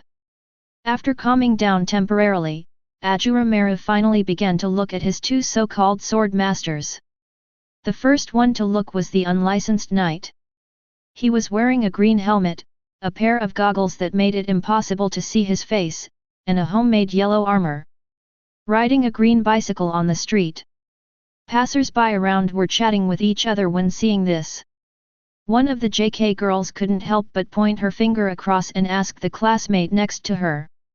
Isn't that the unlicensed knight who is the first C-class hero? Heroes are divided into 4 levels from S to C. The classmate looked over when he heard this, and then said excitedly, "Really? That's a real person. I've always liked him. Do you want to go over and get an autograph?" The 2 girls were talking excitedly, and so were most of the passers-by around them. Chapter 163. It's no wonder they were so excited. After all, being a hero, even at the lowest sea level, was already something that ordinary people could not match. After all, we can see it from the original work. Saitama participated in the selection of the Hero Association. There were a total of 6 venues, with more than 10,000 people participating, but in the end only Saitama and Genos passed. As the first unlicensed knight in Class C, it is reasonable for him to have a large number of fans. It was not until he saw a little boy standing alone under a tree, wiping his tears, that he stopped on his bike. He put the bicycle on the side of the street, trying not to cause trouble to others, then looked down, smiled cheerfully and asked with concern. "Why are you standing here crying alone? Have you lost your family?" But the boy turned around when he heard this, and pointed with tearful eyes at the red balloon that was pinched on the top of the branch in front of him. "I'm not lost, my balloon flew into the tree." Hearing this, the unlicensed knight smiled cheerfully. "It's okay, I'll help you take it off." "Really, really?" Under the gaze of the boy and passers-by, facing the banyan tree that was several meters high, the unlicensed knight climbed to the top of the tree in just a few breaths. He took off the balloon easily, then returned the same way, handed the balloon to the boy in front of him and reminded him with a smile. "Don't be so careless next time. Leave here and go home early." As soon as the words fell, a few blocks away, an office building collapsed, creating a powerful shock wave and billowing smoke that filled the sky. Seeing this, passers-by around hurriedly dispersed. Only the 2 unlicensed knights were still standing there. Compared with these passers-by, the boy was not frightened at all. Instead, he stopped crying and replied bravely. "Thank you, big brother on a bicycle. You should go home early too and be safe. The unlicensed knight smiled, raised his right arm and gave a thumbs up to encourage. Then he turned around and rode his bicycle towards the direction of the smoke and dust to perform his duty as a hero. After seeing this scene, Ashura Maru now had a general idea of what kind of person the unlicensed knight was, but he was not sure how determined his will was. Find an opportunity to test it out. It seems that Deep Sea King's place is good, but what time point is it now? With this doubt in mind, Ashura Maru continued to look outward. City F. On the street, a group of bald men wearing black combat uniforms with Hokage stripes were walking towards us, running rampant on the street. Destroy everything that stands in your way. The leader among them was none other than their leader Hammerhead. He stood among the crowd, his strong body over 2 meters tall making him stand out from the crowd. Shouting slogans. Labor is shit. We are all bound by labor. Are you really happy when you work? No. Definitely not happy. So someone has to change all this.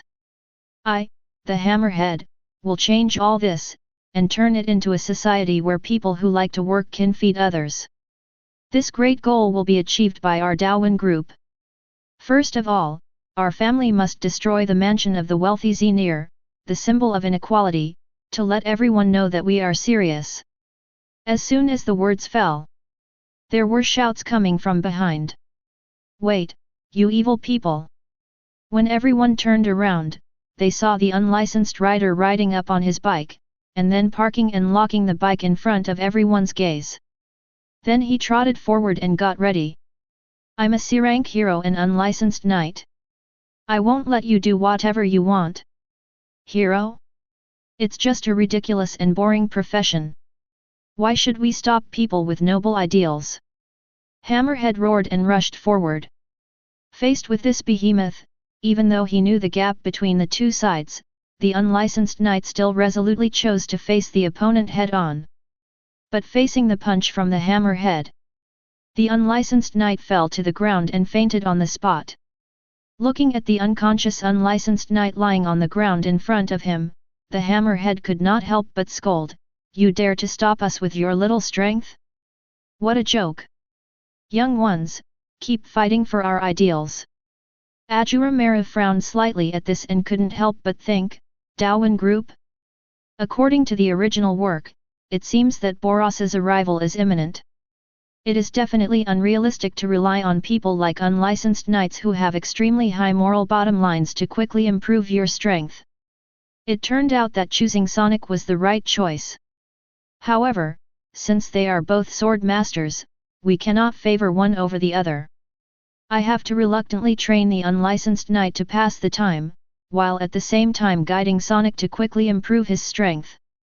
After basically confirming what he had in mind, Ashura Maru began his first communication with the sword master. I saw a pitch-black thread that was difficult to see with the naked eye released from the blade and slowly touched the body of the unlicensed knight. Pull him into the spiritual world. By constructing a perfect illusion based on his memory, he can also put him into a subconscious state. The same scene happened again, but this time the unlicensed knight took the punch from the Hammerhead, but the punch still made him spit blood. I couldn't help but stagger and fall to the ground. The Hammerhead, under the control of Ashura Maru, slowly walked forward and sneered and mocked. You heroes are just a bunch of guys pursuing fame and fortune, how can you compare with us who have lofty ideals? Do you want to become famous by defeating us? You are such a sinister guy. As he said this, the younger brothers behind him laughed unscrupulously and mockingly. Ha ha ha, I don't understand what this weakling is thinking. Should I say that even a weakling like this is worthy of being a hero? Does the Hero Association accept anyone nowadays? Faced with their ridicule, the unlicensed knight did not get angry. Instead, he forced himself to stand up and responded firmly. I became a hero just to protect the weak. I stand on the right side and do my best to protect the truth called justice. You can laugh if you want. I will never compromise with the justice in my heart. Hearing this, Hammerhead stepped forward and knocked him to the ground with one punch again, then stepped on his head and mocked him viciously. You won't compromise? Then I'll beat you until you have to compromise. After that, he started punching and kicking.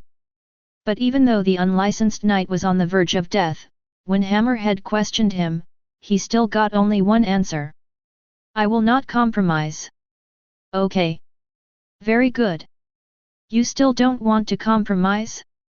Then I will kill all the weak people you want to protect. Hammerhead turned around and was about to leave. But the unlicensed knight below relied on his last bit of willpower and firmly held onto the left leg of the Hammerhead. As long as I'm here, you won't succeed. Chapter 164. But he was still met with an inhumane beating from Hammerhead until he was completely dead, and the bloody hands never left his left leg. See this scene. Ashura Maru was also somewhat moved. I'm so bad. But this also reveals the inner thoughts of the unlicensed knight. He is a good person and worth cultivating. But now is not the time to recognize him. Ashura Maru moved his mind, and the unlicensed knight, who had completely lost his life, opened his blood-stained eyes with difficulty again. In his sight, the original ferocious Hammerhead had disappeared, and was replaced by a beautiful girl, but he could not see her face clearly because of the blood. At the same time, his consciousness was in a drowsy state. Until Ashura Maru, who was standing in front of him, slowly spoke, "Little boy, I have sensed your desire to protect others. Tell me your name." Hearing this, the unlicensed knight responded almost subconsciously and intermittently, "My name is Suzuki Satoru, and who are you?"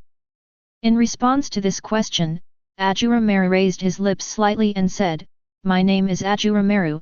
If you want power, then you must risk everything to gain my approval. I will be watching you." After saying that, then he was sent directly out of the spiritual world. Outside, the unlicensed knight was already lying on a stretcher and was being taken away by an ambulance. After doing all this, Ashura Maru turned around and looked at the demonic sword Thousand Blades template curiously to see if there was a sword spirit. System, does the demonic blade Kyunran have a blade spirit? As soon as the words fell, the system gave an answer. Ding! The demonic blade Kyunran has its own exclusive blade spirit. Hearing this, Ashura Maru almost shed tears, and didn't want to wait any longer and quickly said, "What are you waiting for? Change it for me now." Ding! Open the sword spirit template dress. As the system's prompt sounded, Ashura Maru also felt the changes in his body, and some new power emerged in his body. But in a flash I came to my senses. When he created a mirror in the spiritual world and looked at himself, Ashura Maru frowned and couldn't help but question. System, you call changing clothes a template change? You did it on purpose, didn't you? Only in the mirror. It was still the same posture as his original Ashura Maru, but there was an extra dark purple demon mask on the left side of his head. There was also a purple wheel floating in the air behind him, and some purple light armor that fit his body closely appeared on his body. Looking at her current appearance, Ashura Maru's pretty face darkened. The system also hurriedly explained. Ding! I am the system. I will not deliberately target the host. The sword spirit of the magic sword template is the demon lord. It has no real entity, but relies on the sword master to possess it and appear in the world. Hearing this, Ashura Maru also understood, and immediately retorted unhappily, "You're possessing me without the sword master, right? 2 templates in a row. There was no chance to change the sword spirit. Was it because I was just unlucky, or was it the system doing it on purpose?" He sighed helplessly, then released the possession and turned his attention to the other sword master, Sonic. City F. The Golden Shit building is located in the city center. On the top floor, an old man in a suit stood in this luxurious room and looked at his boss and reminded him anxiously. "Mr. Zinnier, please run away quickly." On the other side, the middle-aged man in a luxurious bathrobe, with a bloated body and short golden hair, seemed a little worried. But they are terrorists. If I run away, it will give people a bad impression, right? Just as the two were hesitating, by the window behind him, there was a man in a special combat uniform and a purple scarf. There were two purple lines at the corners of his eyes on his handsome face. His black bangs fell down on his forehead, but the hair at the back was tied together. Sonic appeared here at some point, and not caring about attracting the attention of the two, he spoke slowly and coldly. That's not necessary. After he finished speaking, he finally caught the attention of the two people. Facing the two's gazes, Sonic crossed his arms and continued calmly, "You're lucky. I didn't expect something like this to happen while you were employing me." Hearing this, Xenier seemed to have seen a life-saving straw, and hurriedly asked, "Oh, Sonic, can I leave it all to you? I'll pay you more." The moment the word "add money" was spoken, Sonic's figure by the window disappeared instantly, and in the blink of an eye he had arrived at the entrance behind the two of them. "Of course, no problem. What you need to worry about is their lives. What you should consider is how to deal with the piles of corpses. Thugs in new combat uniforms? I'll kill them all myself." After saying that, the figure disappeared in an instant. But the murderous aura released just now still frightened Xenier and the other two, making them sweat all over, as if they were just a step away from death. Ashura Maru and the sword also witnessed everything that had just happened. The first thing that came to his mind was sympathy, but what followed was satisfaction with the sword master. What he needs most now is a sword master who is decisive and powerful, and Sonic perfectly meets his expectations. Next, all we have to do is make him want to become stronger quickly, and we'll be done. And you don't need to worry about this. You said so, Saitama.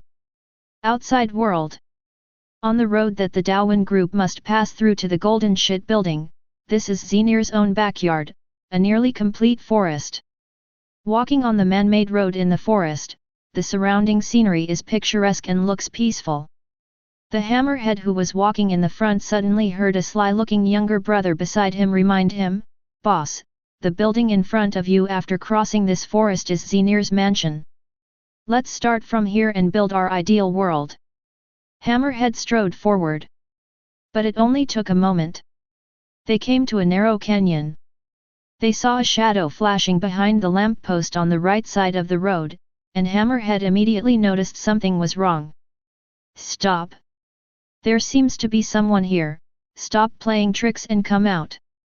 As soon as the words fell, a dark mist bloomed from the dark shadow behind the lampstand, and Sonic appeared in everyone's sight and spoke slowly. "Hammerhead, I've been waiting for you for a long time." As he spoke, he walked forward and pulled off the mask on his face. "Before I start, I'll remind you that I've never let anyone I've fought come back alive. I'll think the same way from now on. I'll execute my job perfectly. Surrender now and I will spare your life." Under the arrogant gaze, there is murderous intent. "Tell me what you decided." Even when facing a murderous killer, Hammerhead has no fear as long as he wants to avoid going to work. "Stop talking nonsense. Get rid of it." Chapter 165. The younger brothers who received the order, wearing combat uniforms, attacked Sonic's direction with great momentum and speed. But Sonic, who was standing there, grinned when he saw this.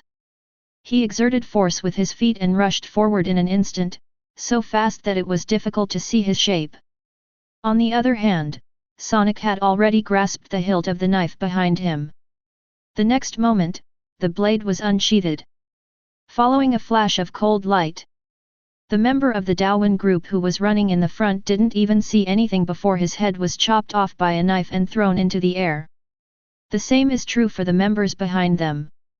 Sonic's figure was nowhere to be seen, and all they could see in their sight were flashes of cold light and the flying heads of companions. The few people at the back were beheaded with one blow before they even understood the situation. What's going on? What exactly happened? Even the strongest hammerhead was nowhere to be seen, with cold sweat dripping down his forehead. It was not until the younger brother in front of him was also beheaded that he instinctively raised his arms and covered his head in fear to avoid the same fate. This is bad. This guy is so powerful. But when fear reaches its extreme, it becomes anger. You damned BD! Hammerhead roared, raised his arms and slammed the ground beneath him. The ground beneath his feet instantly collapsed and began to spread outwards. This move also successfully forced Sonic back. What are you doing? Are you trying to scare me? And you can't see me, right? Hanging upside down on a branch beside him, Sonic's mind was no longer on Hammerhead, a weakling who could be killed at any time. What he was wondering now was what was wrong with his body. Why did he suddenly become stronger from just now?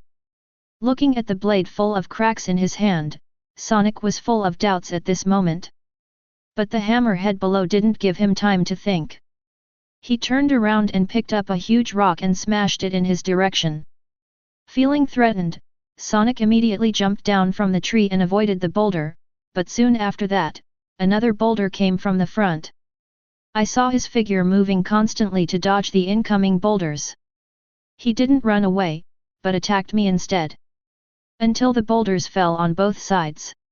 It was trapped in the passage left in the middle, and Sonic's mouth opened into a grin, a smile of joy at seeing prey. But it was immediately blocked by Sonic's hand. No, my bad habits are back again. The hammerhead on the side of the passage also sneered, you are just a hired dog of Xenir, but I am fighting for a noble ideal. Do you think I would lose to a dog?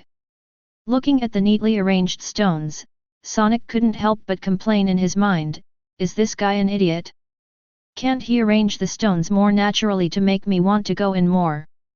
But the hammerhead sneered. There are still a lot of rocks, keep throwing them if you don't stop me.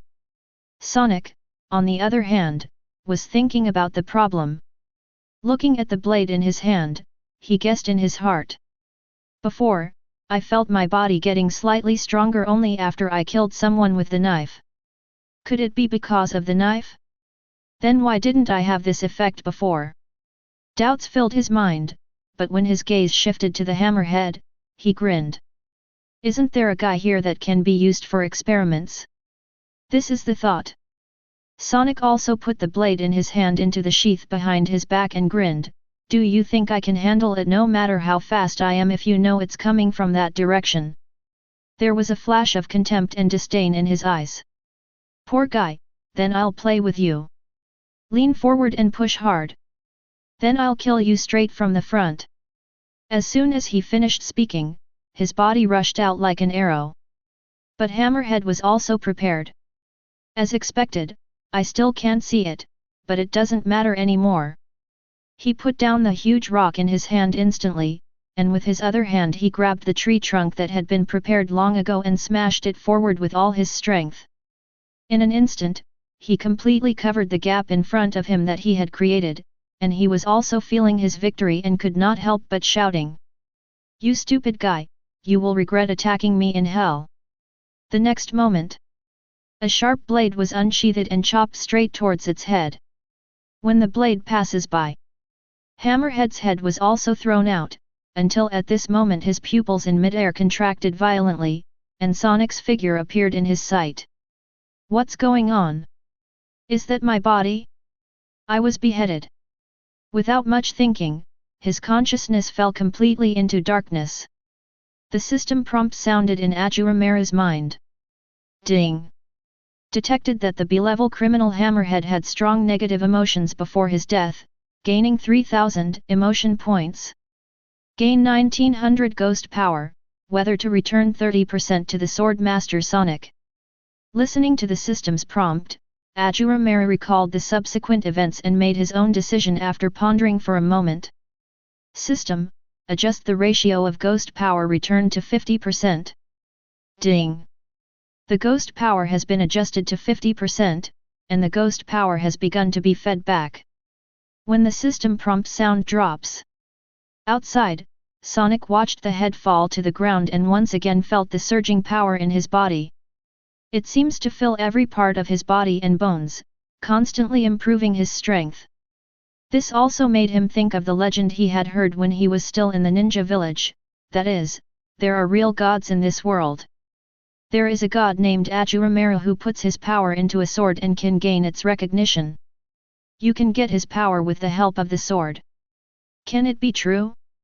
Sonic looked at the cracked blade in his hand and was a little confused for a moment. After all, this blade has been with him since the ninja village. Even though he didn't want to believe it, his body had really become stronger. Thinking of this possibility, the corners of Sonic's mouth began to rise unconsciously. But it was at this moment. Another bald young man in a yellow uniform and a white cloak appeared in the nearby jungle. The person who came was Saitama. Sonic was originally still excited, but when he saw more members of the Daowen group appear, he couldn't suppress the smile on his face. The figure flashed and disappeared from the spot in an instant. At the same time, Saitama, who was walking in the woods, couldn't help but complain expressionlessly, "It seems that we can't find it. It's better to go back early to buy some discounted food." But just as he was about to turn around and leave, a sharp blade flashing with cold light appeared behind him and slashed towards his neck. Chapter 166. The blade shone with a chilling cold light, as if it was about to cut his head off in the next moment. But Saitama, who had his back turned, raised his right hand in an instant and easily grasped the attacking blade. Then he turned sideways and looked at the young man in front of him who was still swinging the knife. He seemed to realize something and reminded him immediately. "Hey, you're wrong." As he spoke, he increased the strength of his hands. But the blade remained motionless, which made Saitama's dead fish eyes quite curious, even though he didn't use much strength. But this was the first time he had seen a blade that couldn't be crushed, so it must be very expensive. Thinking of this, he quickly let go of his hand. Ashura Maru in the sword was also worried for himself, and only after making sure that there was nothing wrong with him did he finally breathe a sigh of relief. "It seems that your ability is quite reliable." The next moment, the system responded immediately. "Ding! The system's products must be high quality. You can doubt my products, but you can't doubt my merchandise." On the other hand, Sonic on the other side quickly stepped back, sheathed his sword, and asked with a gloomy expression, "What went wrong?"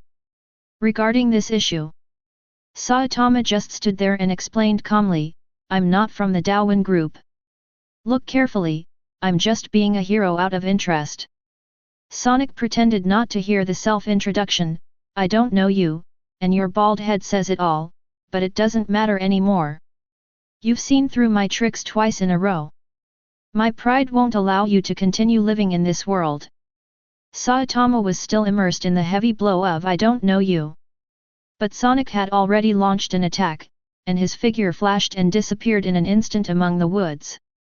With Saitama as the center, the figures kept moving in all directions. "My speed now exceeds the speed of sound. Can you keep up with this speed?" The figure flashed, and he launched an attack fiercely by stepping on the tree trunk, and his hand was already on the hilt of the knife behind him in mid-air. Everything is ready to go. But it was at this moment. Saitama below turned his head at an indescribable speed and asked calmly with his dead fish eyes. "I say, can I go back now?" This time, Sonic's senses, honed through countless life and death crises, kept reminding him of the danger. This guy. No time to think about it. The figure immediately flipped several times in the air, and its feet carried a shock wave that exceeded the speed of sound and smashed towards Saitama's head. Wind blade kick. But facing this kick, Saitama dodged it easily by turning sideways while raising his right fist upwards as if waiting for his prey to fall into his trap. "Checkmate your army." The words fell. Sonic in midair had completely lost the ability to dodge, and his body fell straight towards the fist below. And the crotch is right in front of the bullseye. The moment this punch hits the target, the sword master's Ashura Maru couldn't help but take a breath of cold air, and through his perception of the sword master's body, his expression froze. "It's broken." It's actually broken. This time I'm really going to be a solitary testicle ninja. And the outside world. Seeing this, Saitama felt a little embarrassed and quickly apologized. I'm sorry, I didn't mean to do that. I just wanted to stop at the right time and get the momentum going. On the opposite side, Sonic's figure flipped. He immediately retreated to a safe distance, endured the severe pain in his crotch, and spoke in a cold voice with an indifferent expression. I'm the strongest ninja, Sonic the Speed, but I won't be working for the time being. Now that I've found a good opponent like you, I can only keep training until the winner is decided. After saying that, under the piercing pain, Sonic could no longer maintain his calm expression, and at this moment he was. He clamped his legs together and his body was shaking slightly uncontrollably, with cold sweat pouring down his body, but he still pointed at Saitama in front of him and questioned him. May I have your name? Seeing Sonic's expression almost distorted, Saitama had no choice but to reply. Saitama. After getting the name he wanted, Sonic continued to point at him and reminded him, Saitama, the next time we meet will be the day you die. I, Sonic the Speed Sonic, will definitely kill you. Faced with such passionate remarks, Saitama also gave his own response. Then come on. But to Sonic's ears, these words sounded like a provocation. But that's it. Completely losing the ability to resist, Sonic did not bother him for too long. He only saw a few shurikens appear in his hands. Throw it towards the ground in front of you. In an instant, a cloud of dust filled the sky, and Sonic's figure completely disappeared in the dust. Wait until the smoke clears. Saitama stood in the woods, looking at the disappearing figure, but without paying too much attention, he turned back in the direction he came from. Why don't we go eat udon tonight? The other side. Sonic escaped and tried to get as far away from this place as possible, but the injury in his crotch made him suffer. When Ashura Maru and the sword saw this scene, he knew it was his turn to take action, and immediately released the jet black silk thread. Connect to Sonic's body and draw him into the spirit world. It's also an illusion. But Ashura Maru did not let it enter the subconscious state. To be honest, it was probably because of sympathy and not wanting to waste too much time. In the illusion, Sonic's vision turned and he found himself still standing in the woods he had just escaped from, but his body was intact. Saitama in front of him was also standing there with an expressionless face as before. What's going on? Looking at everything in front of him, Sonic frowned and noticed something strange at the first moment. I began to quickly analyze the situation in my mind. Was everything just now an illusion? No. How could that sense of reality be an illusion? Then what is going on now? Look around carefully. His hand was already on the blade, and he once again looked at Saitama in front of him and questioned in a cold voice. Who the hell are you? Hearing this, Saitama on the other side responded expressionlessly, I am Saitama, a hero who does this out of interest. A similar answer sounded again, and Sonic felt his body at this moment, and it was indeed intact. This doesn't seem to be an illusion. But how do you explain what happened just now? Faced with this situation, Sonic quickly calmed down and tried to find some important clues. It wasn't until his gaze shifted to one side and he looked at the headless corpses piled on the ground that a sudden idea struck him. It seems that he has realized the truth behind this. Chapter 167. You are not Saitama. My feeling is always accurate. Sonic's eyes flashed coldly, and his sight was fixed on Saitama opposite him, trying to find flaws in his expression and gaze. What a pity. Saitama on the opposite side looked as if he wasn't listening, and I couldn't find any flaws at all. But Sonic didn't stop, and continued to express his views. My body has been strengthened to a certain extent after I killed someone before. At that time, I wondered whether the blade in my hand was endowed with power by the legendary god. It's just that I haven't had the time to explore it, but according to the legend, the god will test the master of the sword. Combined with the current situation, I have only one answer. You are God. And this is just a test for you. Hearing these accurate guesses, Saitama on the other side raised his lips slightly. Interesting, did you see through it so quickly? While talking, Saitama's body disintegrated into a ball of dark smoke, from which a pair of blood-red eyes were staring at Sonic in front of him. After getting this answer, Sonic still had doubts in his heart and did not let down his guard at all. Instead, he asked more seriously and tentatively. Tell me, what is your test? You seem a little too arrogant. Ashura Maru controlled the ghost power, and in an instant, the pitch-black sharp thorns that emerged from all directions instantly pierced through his body. Completely controlled it in place. But Sonic, whose body was pierced and held in place, remained undeterred, and asked in a cold voice, if you want to test me, hurry up. Can gods also talk nonsense? His whole body is soft except for his mouth, which is really hard. Ashura Maru had witnessed this.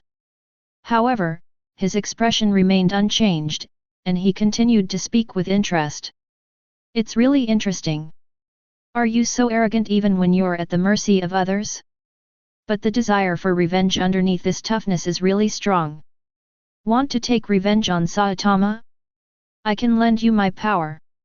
Originally he thought there would be some special test, but now Sonic was somewhat caught off guard by the fact that he could be given power directly.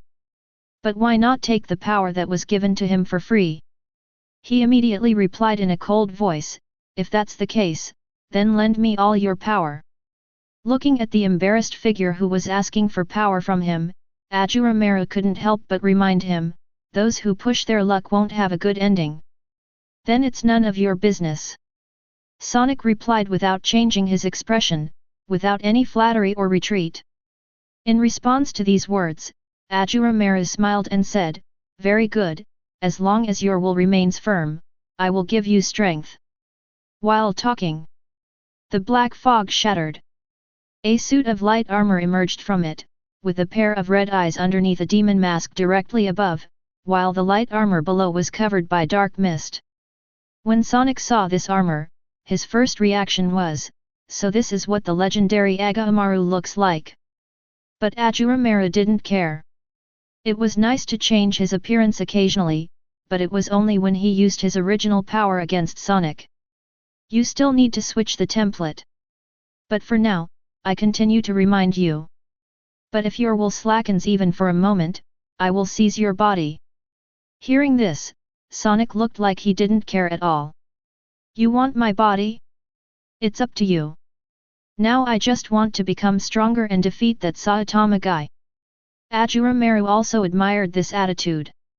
You should have felt the changes in your body, that's after you used me to kill the strong.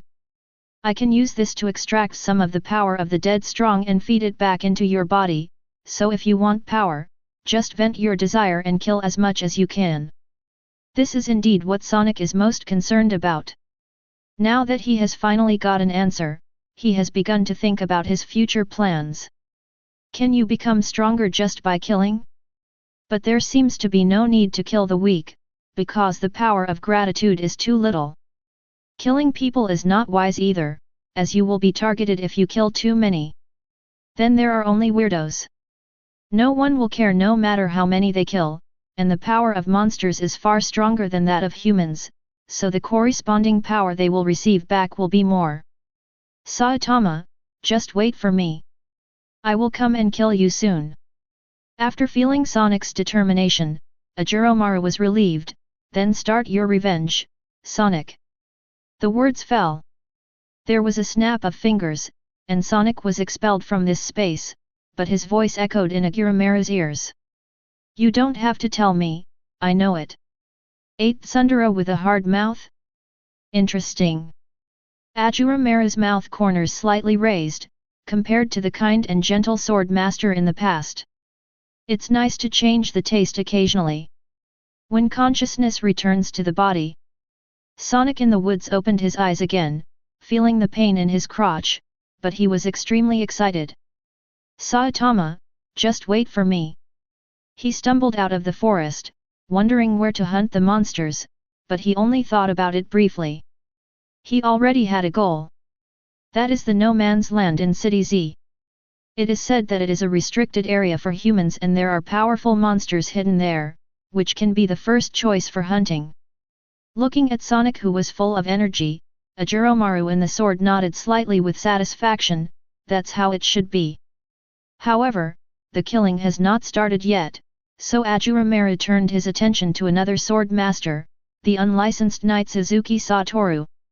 He was seen outside the Ina hospital in City F, with a bandage on his hand, surrounded by many reporters taking pictures. A female reporter came forward, holding a microphone and smiling professionally, saying, "It was thanks to the unlicensed knights that we were able to resolve this attack. I only contributed my little bit, and it was not me who defeated those villains. Please understand this." Facing the admiration of the crowd, Suzuki Satoru appeared extremely calm and restrained, and had no intention of taking all the credit for himself. He did not stand up for the credit. For the admiration of others. The reason he stood up was that he just wanted to protect what he believed in justice. But these reporters don't care about this. They just talk to themselves in front of the camera. The unlicensed knight is too modest, but he is still a hero who protects F City. Looking at these hypocritical reporters, the unlicensed knight smiled helplessly, turned his back to everyone, and came to the carport alone. He found his bicycle, took out the key to unlock it, and then rode away from there. However, halfway through the ride, he kept thinking back to that figure in his mind. Chapter 168. The one who was in a coma. The girl I saw in the dim light and the words she said to me. It seems her name is Ashura Maru. If you want power, you must try your best to get her approval, and she is still looking at you. But when he thought about it carefully, he felt that he might be overthinking it. After all, this kind of thing should not happen to an ordinary person like him. Give up this unrealistic idea. Suzuki Satoru suddenly noticed unusual movement from the pager distributed by the Hero Association on his waist, and quickly parked the car aside. Take it out and take a look. It was clearly written on it.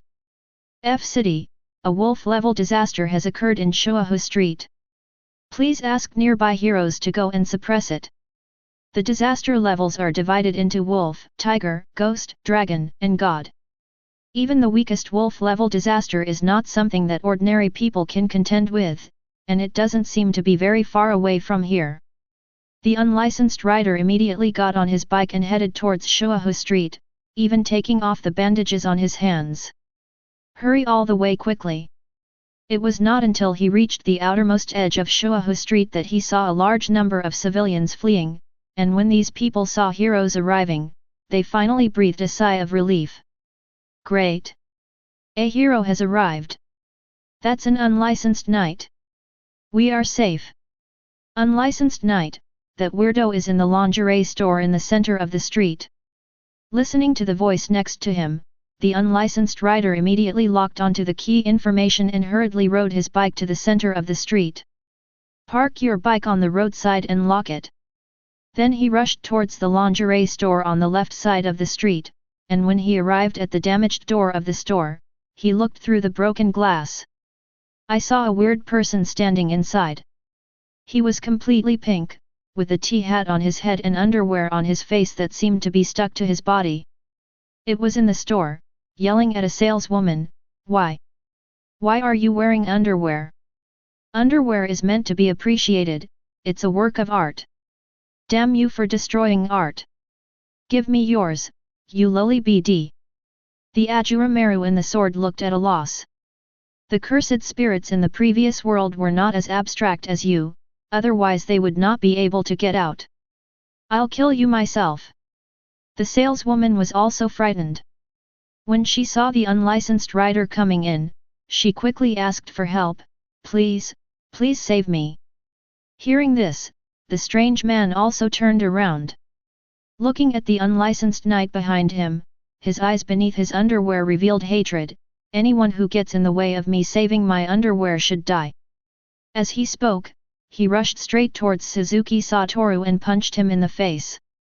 Fortunately, Suzuki Satoru raised his right arm to block the force, but the huge force still made him take a step back. What a great strength! Looking through the weirdo at the salesperson who had taken the opportunity to escape, Suzuki Satoru felt relieved and got ready to fight the weirdo head-on. This seemed like a farce to Ashura Maru in the sword. Until Suzuki Satoru was knocked to the ground by a punch from the weirdo because he was unable to resist in time due to the injury on his arm, and the weirdo walked up to him and shouted, "Give me your underwear too." When Ashura Maru in the sword thought of this scene, he couldn't hold it in any longer. As expected, "You'd better die." The ghost power was immediately released and flowed into Suzuki Satoru's limbs and bones, and the injury on his arm was also healed. At the same time, a pleasant voice sounded in my mind, "Get rid of it for me." The voice in his head made his body tremble, and this gave the weirdo an opportunity, and he punched him in the face. But this time, the fist landed on his face, but Suzuki Satoru didn't even feel any pain, and even his injured left arm had recovered. That's not a dream. In that case, the girl is real. The sound just now. She's watching me.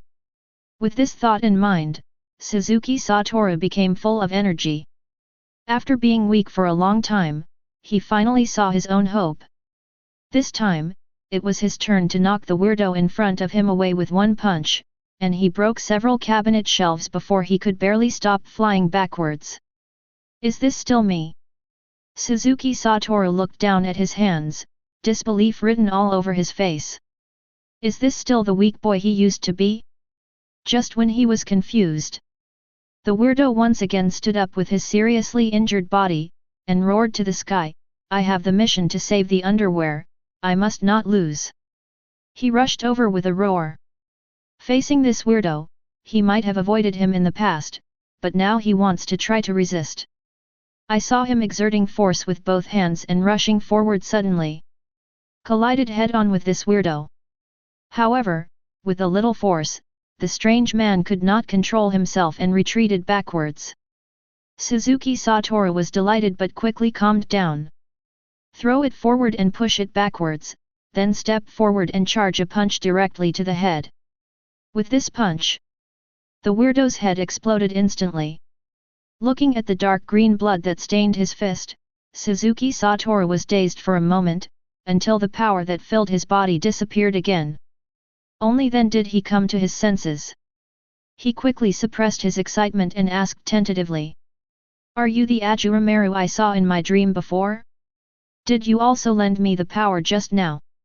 In response to the question, Ashura Maru in the sword also spoke out, "Lending you power this time does not mean that I recognize you, it's just because that weirdo makes me sick." Hearing the voice in his head again, Suzuki Satoru was completely immersed in joy and couldn't help but ask out of curiosity, "Who are you then? Why did you lend me your strength?" And in my dream, it was. The words haven't finished yet.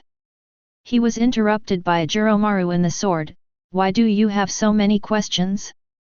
I have already said everything I need to say. You just need to know that I am the sword behind you. Don't bother me if there is nothing to do." Even though he was scolded, Suzuki Satoru still couldn't suppress his excitement. God knows how much effort he put in. Train your body and learn to fight. He even went to various martial arts schools to try to learn boxing, but others forbade him to join in and study on the grounds that he had no talent. From the very beginning, he could only rely on himself. Now that he finally has the possibility of becoming stronger, how can he not be excited? Even under the goggles, the tears in the corners of his eyes could not be suppressed and flowed out, finally I can become stronger. But other than that, his mind couldn't help but recall the hazy figure. To him, this was the angel who came to save him. But at this moment, a brave ordinary person finally approached the door and saw the dead monster inside. Finally, they cheered happily. A moment later, the reporters who came after hearing the news came to find nothing. Now all that was left was the body of the strange man, while the unlicensed rider had already quietly left on his bicycle. Chapter 169. Time flies. Time passed in a flash, and in the blink of an eye, it was already several days later. During this time, Sonic had come to the uninhabited area of City Z alone, and in just a few days he had killed more than a dozen monsters. Especially when you feel the overwhelming power in your body, you can't suppress the excitement. However, even if you are in an uninhabited area, it is not an easy task to find a monster. Sonic, who has been busy all morning, has not found even one monster. I couldn't help feeling a little irritated. He asked in his mind, looking at the blade behind him. Hey, if we kill one more monster, we can unlock the 1,000 blades, right? The words fell. Ashura Maru's voice also rang in his mind, that depends on the strength of the monster you killed. According to the so-called classification, the minimum strength must be demon level. Hearing this, Sonic scolded with a cold face, "Stop talking nonsense and find the weirdo as soon as possible." Facing this scolding, Ashura Maru also responded unhappily, "Who do you think you are commanding? Get your attitude right." The two quarreled daily. But soon, Ashura Maru changed the subject and reminded, "Go to the east, there are monsters fighting there." Is it finally here? Sonic also adjusted his state immediately, and in an instant his figure disappeared silently from the spot. At the same time, a few blocks away, a battle was also taking place at this time. On the broken side of the street, an unconscious middle-aged man was lying. Standing in the middle of the street was a middle-aged man in a green suit, holding a rapier. This man was the 33rd ranked hero in Class A, Springbeard. He looked at the strange man in front of him who was covered in black and had a lot of kelp growing on his head, and asked in a deep voice. "I'm a little curious, are you a weirdo born in this ghost town?" In response to this question, the weirdo also answered calmly, "I came from outside because I heard that there are many super powerful weirdos here, but now it seems that rumors are just rumors after all. But it's not bad for me to achieve this goal. Monsters in a ghost town, doesn't it sound cool?" While talking, the large amount of kelp above his head rushed forward like tentacles, and the kelp, which was as hard as steel, attacked at the same time as he swung it with all his strength. Springbeard could only hold the sword with one hand, throw the pager that had already sent a call for help aside, and face this weirdo head-on. When Sonic arrived, Springbeard had already fallen to the ground covered in wounds, and the weirdo was still complaining to himself. "It's so boring. It's rare that I defeated two heroes without even a scream. But there doesn't seem to be anyone here. Why not just kill our way to the residential area?" The words haven't finished yet. Sonic saw the right opportunity and appeared behind it, pulled out the blade behind him, and slashed at its neck without hesitation. But the strange man also noticed this, and the kelp on his head instantly wrapped itself around to block the knife. At the same time, the kelp in the rear also launched a counterattack.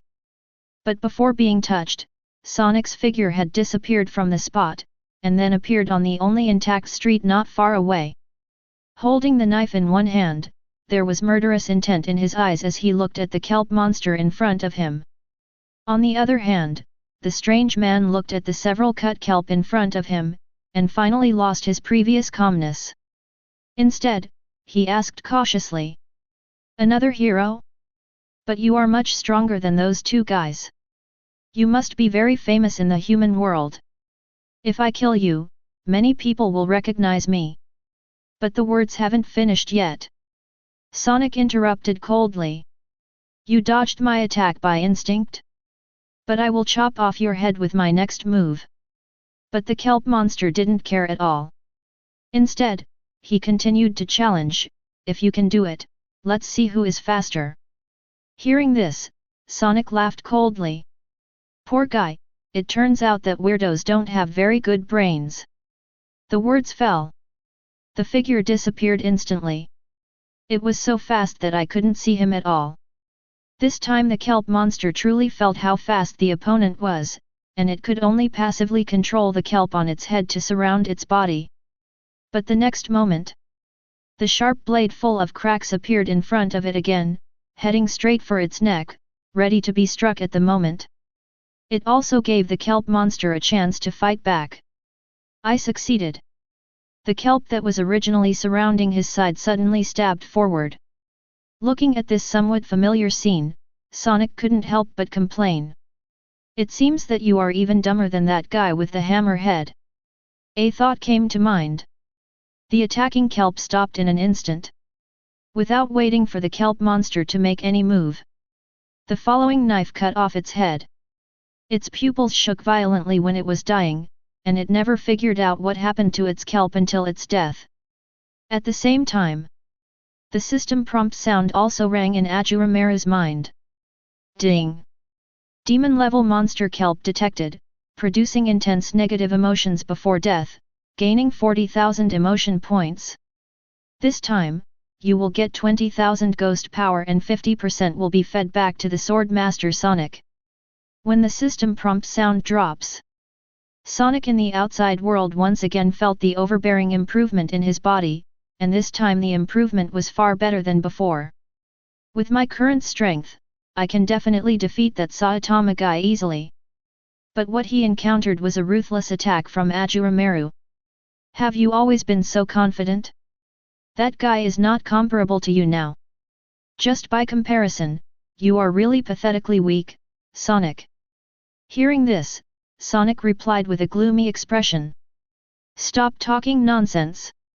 Since I can't beat him now, I will continue to hunt monsters to become stronger until I can defeat him. Quickly locate the next weirdo for me. As he spoke, he looked at the two A-level heroes lying unconscious on the ground, and after weighing the pros and cons, he finally decided not to kill them. Instead, he watched the blade in his hand shatter into countless pieces under his own will. Every fragment is controlled by him at will. So this is what is called the 1,000 Blades. At this moment, an idea came to his mind. Only attack, no defense. Maybe this is not an advantage for others, but for a ninja like him who is good at speed, it is the best weapon. With a thought, the fragments gathered into a blade again, and then the knife was sheathed. Feeling his body getting stronger again, Sonic smiled evilly and said, Saitama, just clean your neck and wait. Chapter 170. Looking at the energetic Sonic, Ashura Maru in the sword nodded slightly with satisfaction. If he continues to improve like this, maybe I can really fight Boros head-on. However, seeing that things were getting on the right track here, Ashura Maru shifted his attention again to Suzuki Satoru on the other side. However, he was at home at the moment, exercising while tentatively asking the blade in front of him, Ashura Maru, what should I do to gain your approval? Unfortunately, no response was received. And when he held the sharp blade, he couldn't help but recall the past. At that time, he was just an ordinary high school student. When he was attacked by a monster again, he went forward to save people but was almost killed by the monster. If I hadn't found this knife in the pit dug by the monster and used it to block in front of me, he might have died long ago. Since then he has always carried the knife with him, but unfortunately, he could not pull the blade out of the scabbard no matter what he did. It was as if it was sealed. It was not until Ashura Maru appeared that he understood why this was so. Perhaps only those who were recognized could draw their swords. Seeing that no one answered, Suzuki Satoru did not feel disappointed at all. Instead, he continued to train more seriously, muttering to himself. Ashura Maru, I will definitely get your approval. Until noon. During a short break, Suzuki Satoru turned on the TV and saw that the neighboring city J was being invaded by monsters, which were defined as tiger level. A tiger level disaster? I have to do what I can. After taking a look, he turned around without hesitation, put on his equipment, put Ashura Maru on his back, and went out directly. Ride your bike straight to J City. However, Ashura Maru, who also saw the news on TV, had different ideas. What the female host just said was that the Deep Sea tribe has landed, which means that the Deep Sea King is coming. Thinking this way, Boros is one step closer to arriving. Sure enough, the time was too tight. The question now is whether to reveal his power when facing Deep Sea King. After all, there are too many organizations hiding in the dark in this world, and they might be targeted by someone with ulterior motives. This is the first time that Ashura Maru has been caught in such a dilemma. The biggest problem here is that my own strength is not yet enough to ignore everything. Let's just take it one step at a time. Shift your focus to the outside world. I don't know how much time passed. Suzuki Satoru was seen riding his bicycle to the overpass outside J City, dialing the association's number with his pager. I am an unlicensed knight. I am on my way to the scene. Please tell me the exact location. The words haven't finished yet. But what came on the phone was, the line is busy at the moment, please try again later. But at this moment, someone not far away suddenly shouted and reminded, hey, you'd better not go over there. It's not our sea-level turn to play now. Hearing this, Suzuki Satoru turned around and saw 6 C-rank heroes in the minivan beside him, including a masked hero sitting in the passenger seat. Also specifically reminded. This is the news we just received. As soon as the words fell, the entire J City was filled with the Hero Association's announcement, the disaster level has risen from Tiger level to Devil level. Citizens of J City, please evacuate quickly. Under the constant repetition, the young man standing on the truck followed suit and said, this is what was reported. A C-class hero would only be a burden if he went there now. But Suzuki Satoru just gritted his teeth. Thank you for your reminder, but I still want to go. After saying that, he rode his bike directly towards J City. The people behind didn't know what to say when they saw this. Although we admire your behavior, this is too presumptuous. A ghost-level disaster requires an S-level hero to resolve. At the same time, J City. The Deep Sea King strolled leisurely on the streets of the city, looking at the overcast sky, as if it would rain at any time. From time to time, evacuation warnings rang in my ears. But it smiled evilly, its eyes revealing greed and amusement, seeking refuge? You are a bunch of idiots, I won't let any of you go. I saw that he was over 2 meters tall, with dark green muscles all over his body, and a crown on his ugly white face. Lightning Max, an A-class hero on a nearby rooftop, looked at the Deep Sea King below through a telescope and fell into a brief contemplation. This guy was the one who defeated the Stinger. Can I win if I play alone? It's better to find a chance to run. But before he could take action, Deep Sea King had already appeared behind him and punched him directly into the next floor. He walked closer and looked at the so-called hero with interest. What are you trying to do sneakily? Are you trying to sneak up on me? Looking at the hero who seemed to have lost the ability to resist, Deep Sea King smiled evilly, picked him up from the ground, and threw him straight towards the wall in front of him.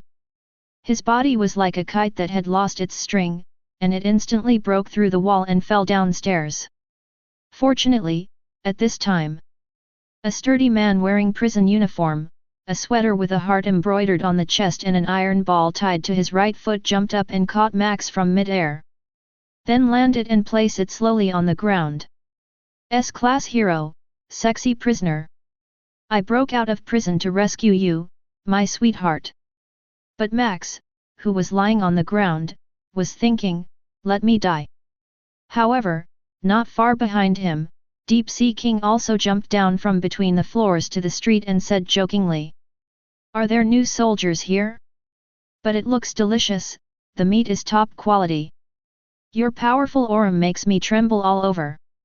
But you actually dared to hurt my Max and Stinger sweetheart. Have you thought about how you will die? Just use half of your strength first. The sexy prisoner clenched his fists and used the power hidden in his body to instantly burst the heart-shaped sweater, which made him go berserk. That's a sweater my boyfriend knitted for me. You are unforgivable. What a disgusting creature! I have lost my appetite to eat you. The Deep Sea King looked at him with disgust. I couldn't stand it anymore, so I just punched him. And the sexy prisoner punches back. The difference between the two sides was apparent after just one punch. Even though the side of Deep Sea King's face was sunken in this collision, he also suffered considerable damage. But the most important thing is that the profile of the Deep Sea King returned to normal the next moment, and he was still smiling without changing his expression. It hurt a little. It hurts a little here too. The sexy prisoner showed no sign of weakness, but this time, in order to prevent this guy from ruining other men, she had no choice but to transform. Be prepared, and transform. Sexy prisoner, angel form. Under the dazzling light. Chapter 171.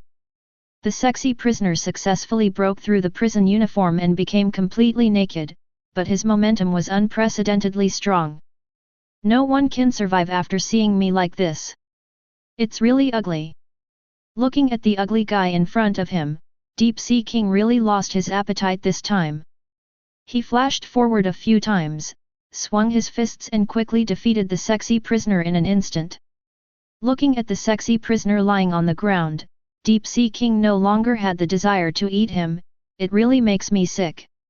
It was originally a piece of top-quality Wagyu beef, but now there's a bunch of garlic on top.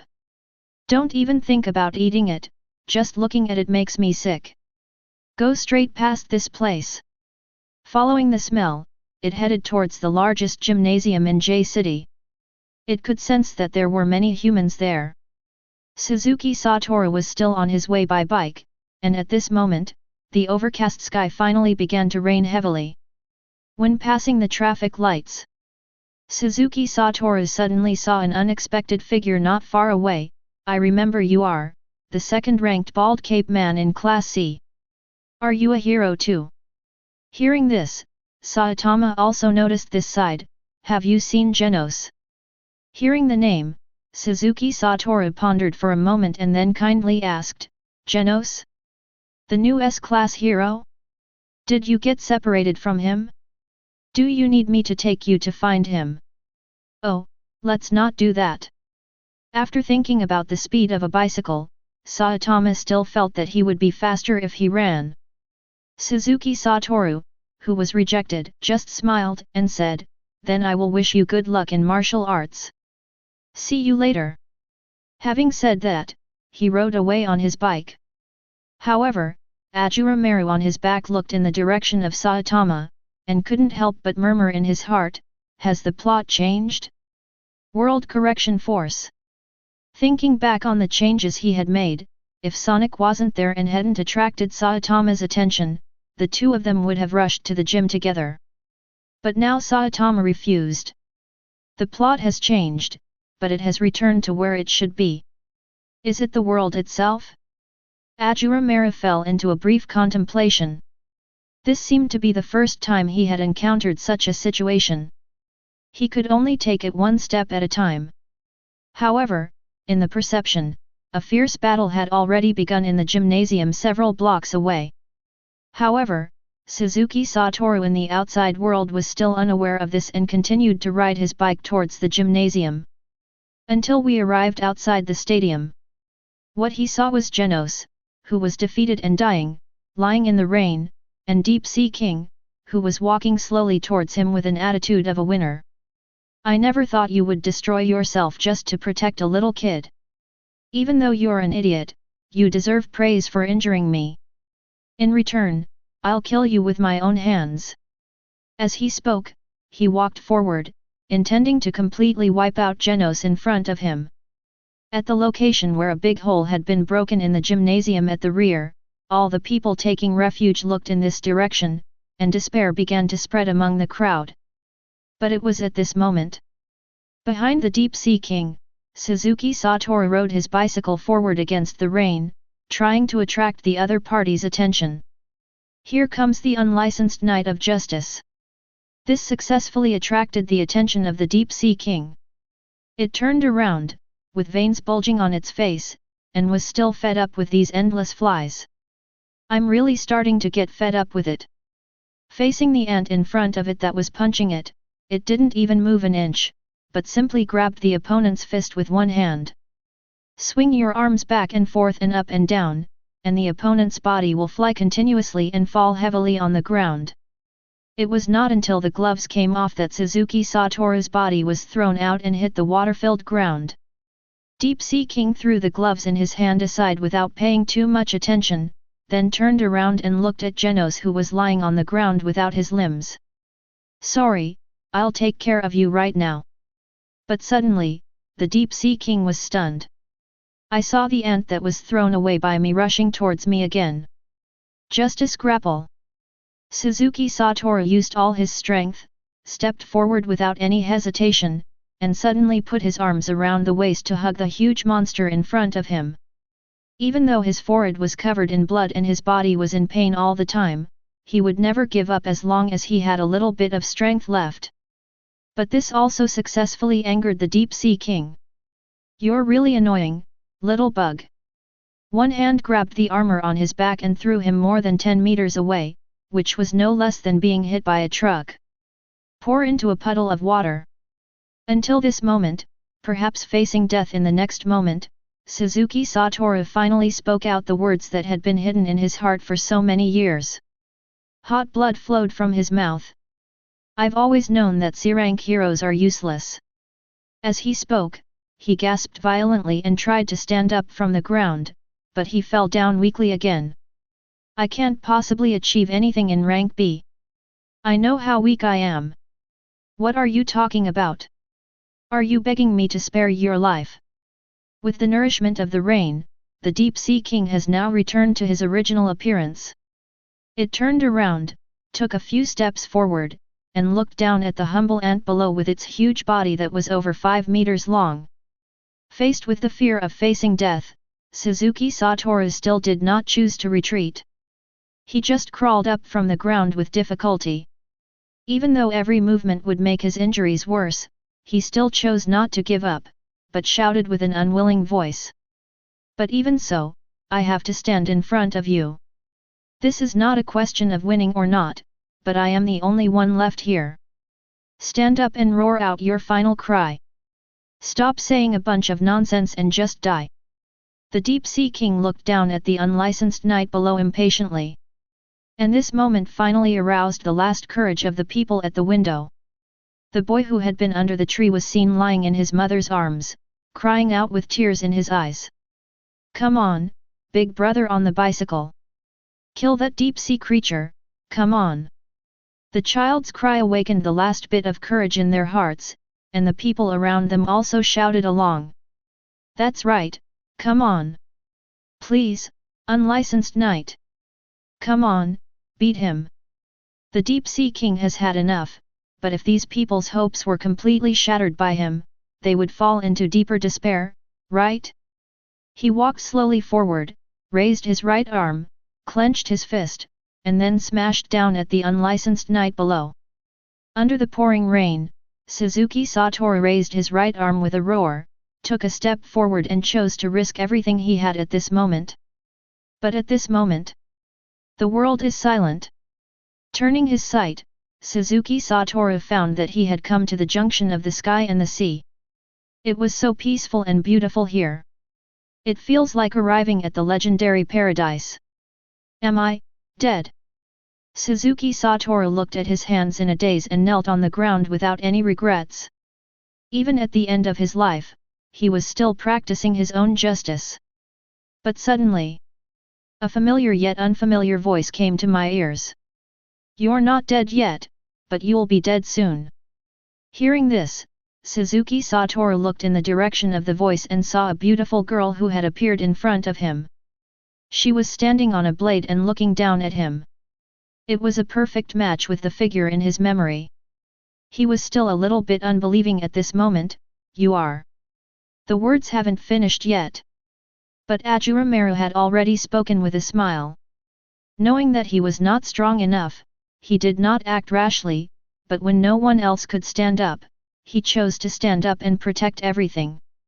Is this what you call justice? Interesting.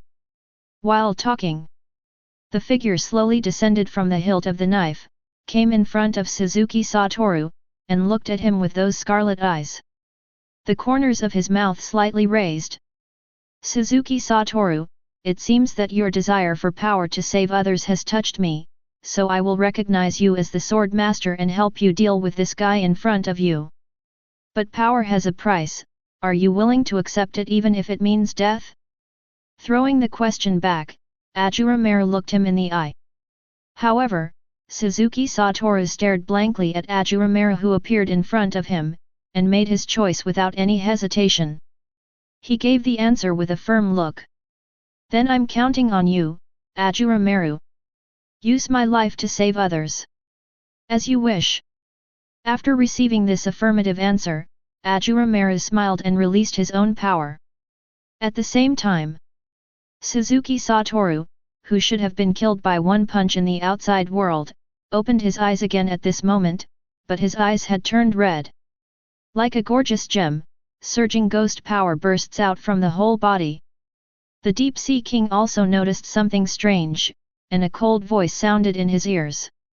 It seems like it's time for me to stretch my muscles after a long absence. Chapter 172. The words fell. Facing this incoming heavy punch, Ashura Maru also released his ghost power and punched back. The moment when the fists collided, with the two of them as the center, the erupting air waves formed a vacuum zone, and even the continuous rain could not get close at all. This time even the Deep Sea King was stunned. An ant that he could crush to death at any time was actually able to block his punch. What exactly happened to this guy just now? Before it could think about it anymore. The two were originally evenly matched, but Ashura Maru's sudden increase in strength knocked him several meters away with one punch. The Deep Sea King flew backwards, flipped in the air, and slowly landed on the ground. He hurriedly looked at his aching right hand. There was a fist mark deep enough to see the bone, and a pitch-black smoke was clinging to the wound. What is this? Looking at the recovered fist, Deep Sea King did not care too much. Instead, he once again shifted his attention to the strange ant in front of him. Have you been hiding your strength before? You are really despicable. But you are completely different from the trash before. Really? Maybe your strength is too weak. Ashura Maru looked at Suzuki Satoru's broken right hand without raising his head, and released his ghost power to heal it instantly. At the same time, feeling Suzuki Satoru's current physical condition, he couldn't sustain a high-intensity battle for long. But in my perception, Saitama will be here soon. Why not try to kill this guy? With this thought in mind, Ashura Maru calmly said, "System, give me the Platinum Skill Upgrade card and use it on sharpness." As soon as the words fell, the system gave an answer. Ding! Use the Platinum Skill Upgrade card on the Silver level ability, Sharpness. The ability has been upgraded to Platinum level. Ashura Maru wasn't sure how sharp the blade was now, but he just had to find a target and cut it. Coincidentally, there is a very good target right in front of me. And it was at this moment.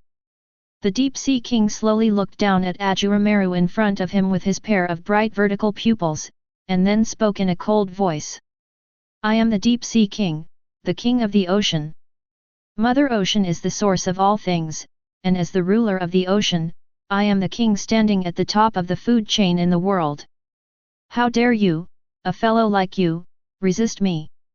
Faced with this arrogant attitude, Ashura Maru below, however, pretended not to hear anything and placed the blade behind him on his waist, with his right hand also resting on the handle.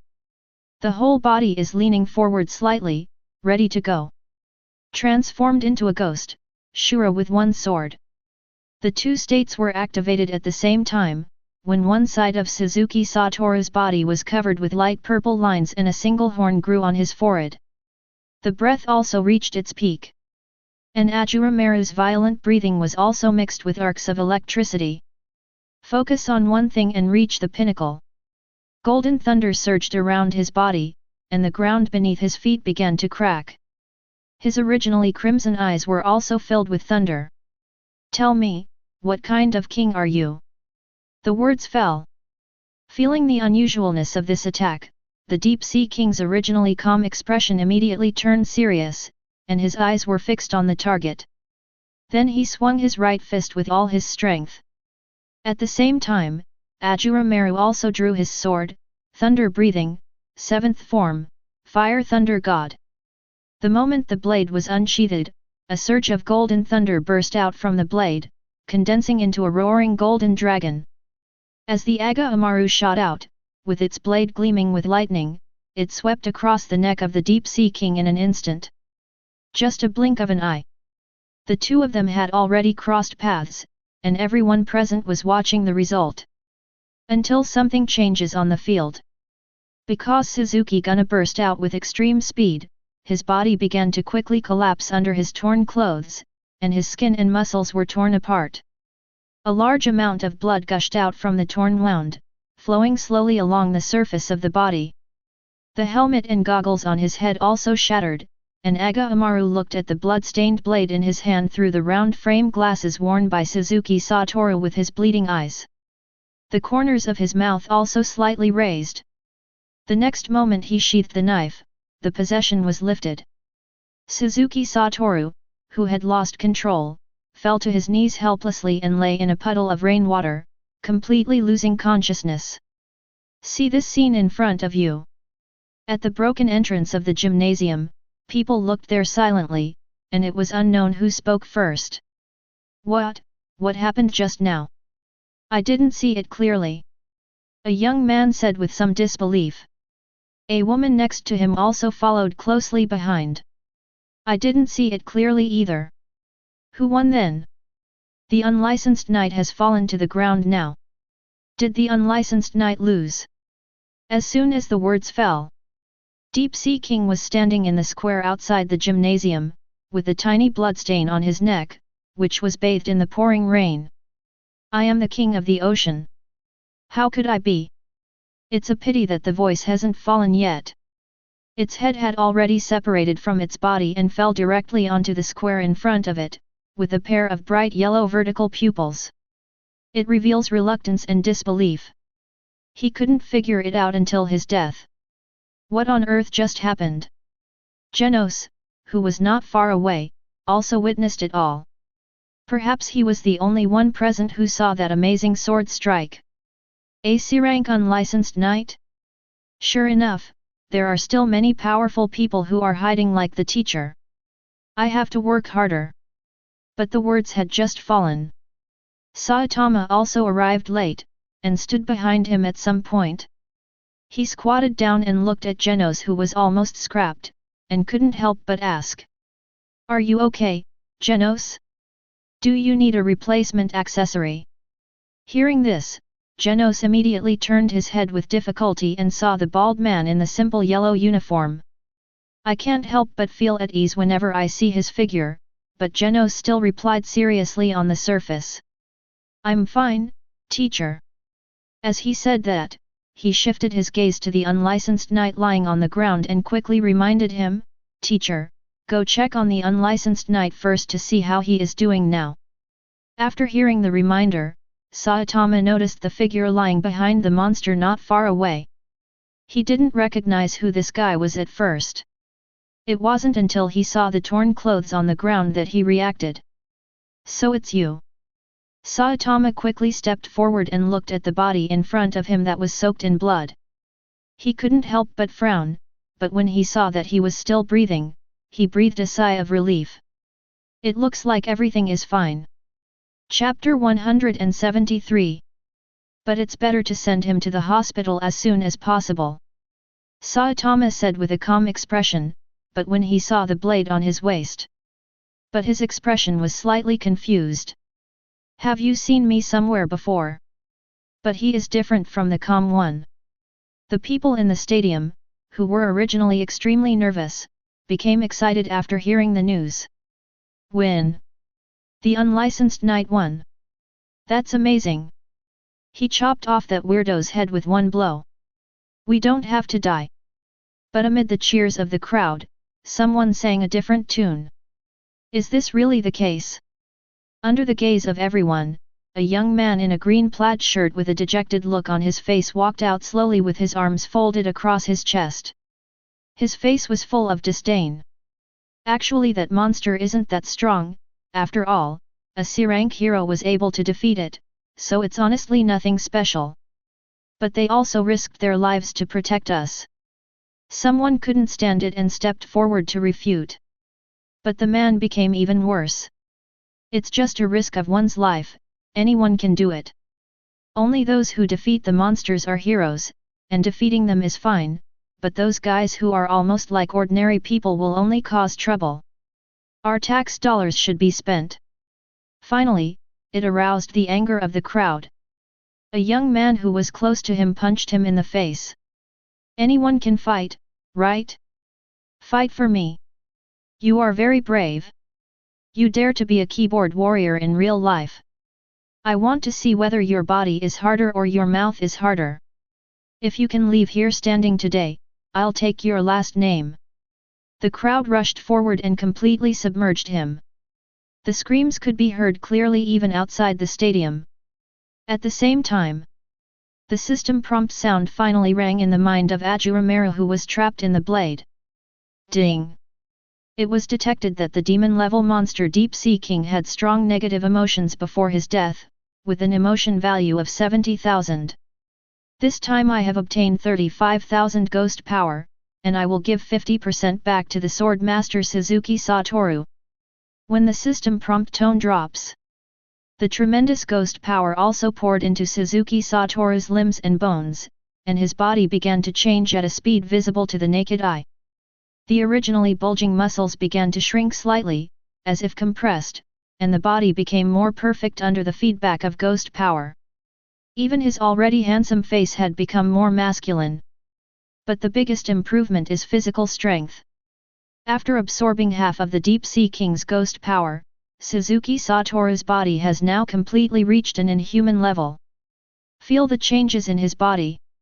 Ashura Maru didn't take it too seriously, but continued to release his ghost power to heal his body. Until the ambulance arrived. Suzuki Satoru was put on a stretcher and sent to the nearest hospital in J City. Time flies. 3 days later. Lying on the clean and tidy white bed, surrounded by various instruments, facing the sun outside the window shining into Suzuki Satoru's eyes. His fingers moved slightly, and he finally opened his eyes, but at this moment he still seemed a little confused. What's wrong with me? After being confused for a moment, he finally remembered what happened before. Am I not dead? But he soon looked around, and only after seeing the sword on the hospital bed did he finally feel relieved. He sat up from the bed and took the knife in his hand. I couldn't help but ask carefully and tentatively in my heart. Ashura Maru, are you still there? However, Suzuki Satoru was a little disappointed that he didn't get an immediate reply. But the next moment, Ashura Maru's very familiar voice rang in his mind, but the tone did not seem very friendly. If you have something to say it quickly. Hearing this, Suzuki Satoru's originally dim eyes instantly became bright, and he asked his question excitedly. So that wasn't my illusion before I died. Who are you? Are you really the so-called god who controls knives in this world that I found out through my research? In response to this question, Ashura Maru did not shy away from answering it but answered it directly. That's right. After receiving this affirmative answer, Suzuki Satoru was so excited that he could hardly calm down the shock in his heart. The legend turned out to be true.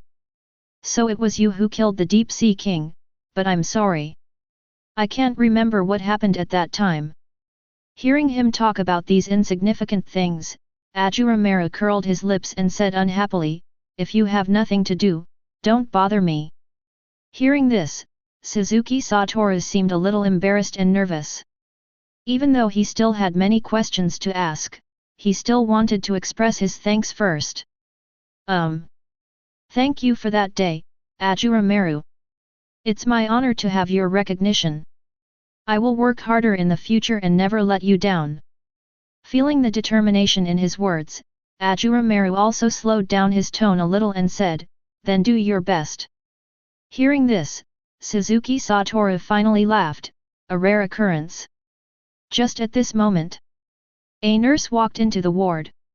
When she saw Suzuki Satoru awake, she couldn't help but exclaimed, "You're awake." Then her pretty face turned red, and she hurried forward and continued, "Unlicensed knight, I'm your fan. I didn't expect you to be so handsome behind the mask.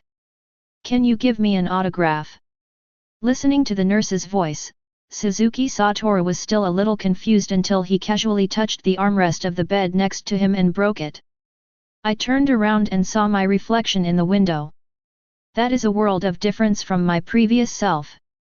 I couldn't help but ask in my mind, "Did you make my body and my face, Ashura Maru?" Regarding this issue, Ashura Maru in the sword was thinking of a response, and he slowly said, "Do you feel it? As long as you keep killing, I can make you stronger. Don't you hate your own weakness? Killing can quickly make you stronger, allowing you to abandon your weak self." The words were full of temptation. Who can understand the feeling of a person who longs for strength to protect others but cannot become stronger no matter what, and then suddenly tells you that you can climb again one day? But Suzuki Satoru suppressed the throbbing in his heart and said, "Thank you, Ashura Maru, but I will not easily take the life of others just to satisfy my own selfish desires. It's up to you. It has nothing to do with me." After receiving this familiar yet strange answer, Ashura Maru replied unhappily. Then he stopped talking completely. However, Suzuki Satoru's expression suddenly became dull, and after a moment, a special training method appeared in his mind. It is called Breathing of Thunder in the complete collection. Chapter 174. And the other side.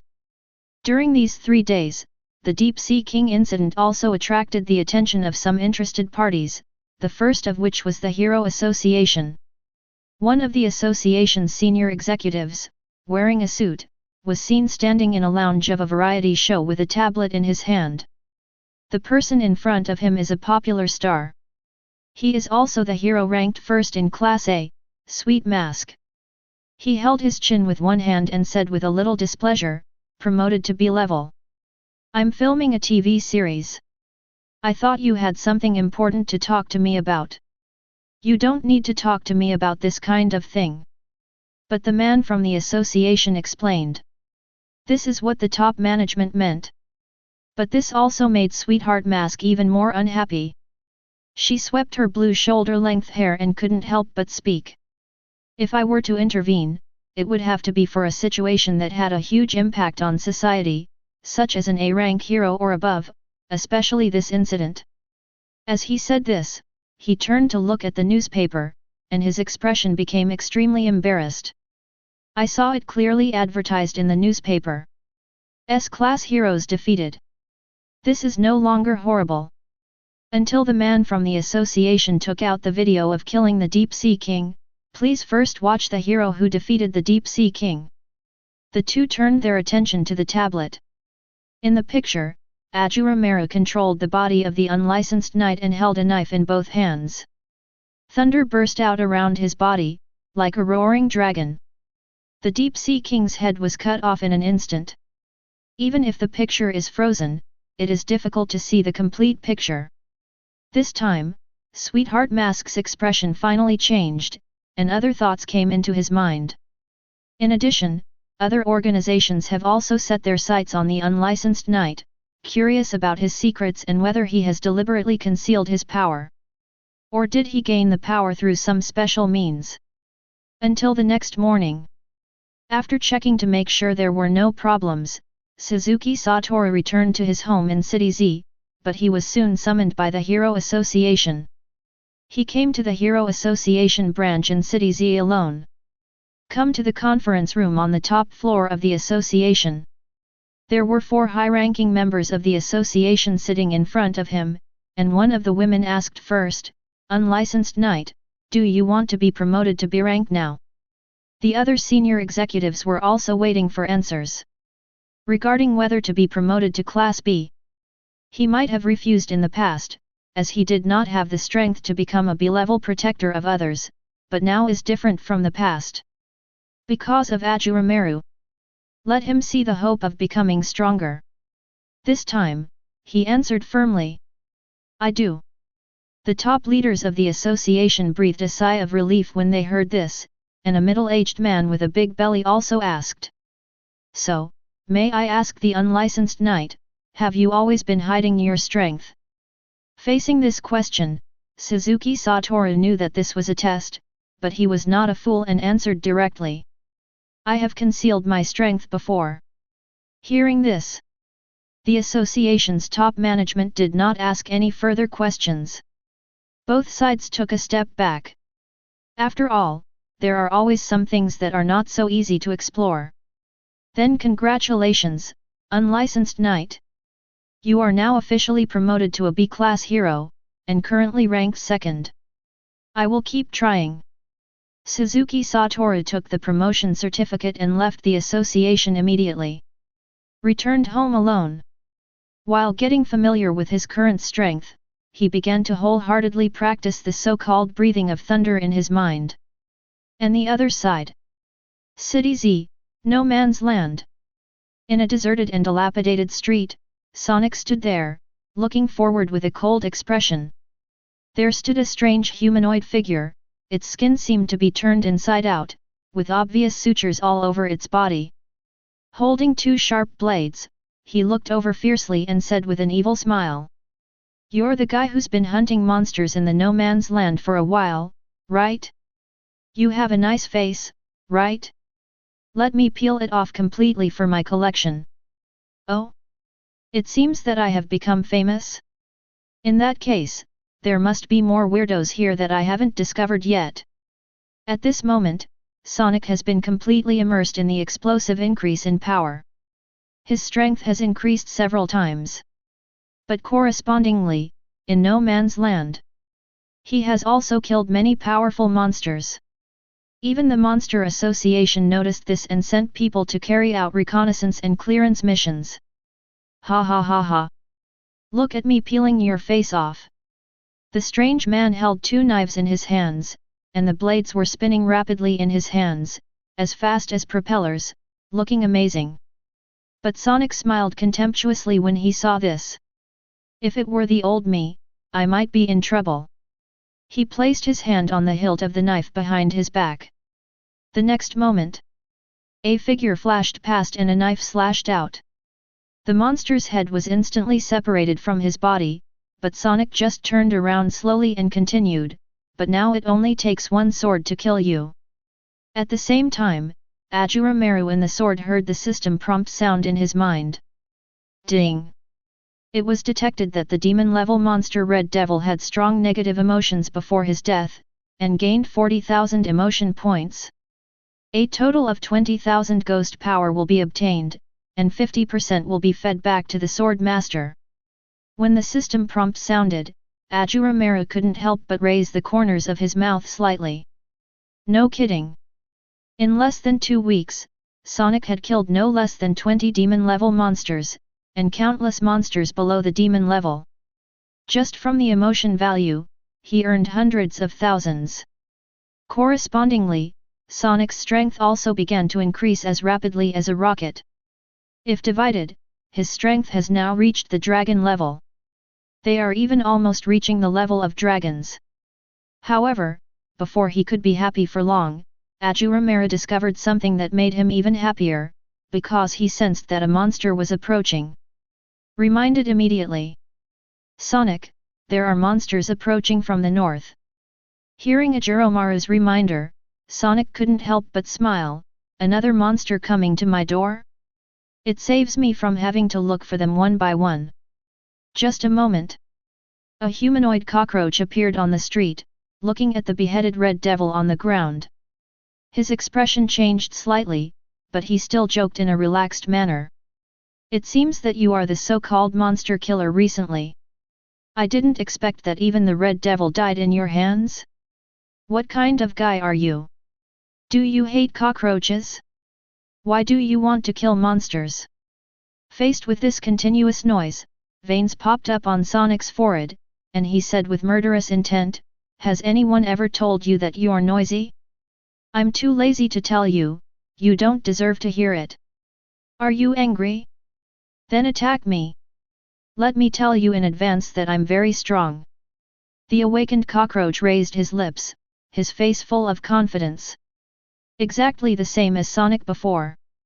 But facing this posture, Sonic couldn't help but recall the harm and humiliation Saitama had caused him, and he saw that his hand holding the handle of the knife was constantly exerting force. Until his joints turned white, Sonic's figure disappeared from the spot in an instant. Silently. A knife pointed straight at the throat. Chapter 175. But the next moment, the awakened cockroach standing in place also noticed Sonic's disappearance in the next moment. Damn, his speed is even faster than mine, I can't even see him. But it was too late to run. Without any extra thought, almost instinctively, he raised the 3 pairs of arms on both sides to block his body. The moment when the blade and the fist collide, the blade shattered instantly. It's like a mirror shattering into countless pieces.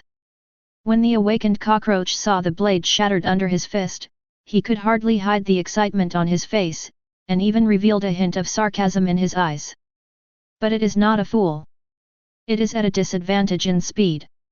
When it is unsure whether the opponent has a trump card, escape is the best option. Although you are very fast, you can't kill me with a broken knife. But the words were not finished. Light purple energy was released from the broken blades, connecting them together in the air and passing straight through its fist. Instantly cut off the head of the monster in front of him. Sheathing his sword, Sonic looked at the dead awakened cockroach in front of him with disdain. How can a mere weirdo understand the power of Ashura Maru? Even though he would normally quarrel with Ashura Maru, he would never tolerate anyone insulting or slandering Ashura Maru. My knife, only I can speak. Anyone else who says anything will die. However, feeling his body improving once again, as if breaking free from some shackles, Sonic could clearly feel his body evolving. And this is the 3rd time. In a short period of time, he leapt from a ghost to the level of a dragon. Having unlocked almost all of his abilities at the same time, Sonic couldn't help but ask in his mind, Ashura Maru, can I defeat Saitama now? Sensing his thoughts at the moment, Ashura Maru hit him mercilessly, you are not qualified enough to defeat that guy now. But even facing this certain answer, Sonic still sneered, even if I can't defeat Saitama now, if I want to leave, he won't be able to stop me. Even if I can't beat him, I still want to see the gap between us. After making up his mind, Sonic disappeared from the spot in an instant and rushed straight to Saitama's home in the uninhabited area of Z City. At the same time, the outer area of City Z. At this time, Suzuki Satoru was standing in an empty square, holding a knife in both hands, constantly adjusting his breathing and swinging the blade in his hand. As if he had understood something, he leaned forward and placed his hand on the blade. The next moment, he drew the sword out of its sheath, thunder breathing, Form 1, Thunderbolt Flash. The figure was accompanied by lightning, and he slashed with the sword in an instant. I succeeded, Ashura Maru, I finally succeeded.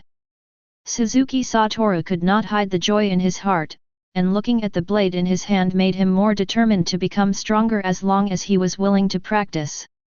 Even without killing, he can still become stronger. Ashura Maru, who saw all this, was not surprised. First of all, Suzuki Satoru himself had practiced various martial arts, and he now had a strong physique. They have already far exceeded the threshold for practicing the breathing of thunder, and what the breathing of thunder values is the determination to move forward. It can be said that the breathing of thunder is a perfect match for Suzuki Satoru. Combined with the traces of attacks left by Ashura Maru when he used his body previously, all these factors combined allowed Suzuki Satoru to comprehend the breathing of thunder so quickly.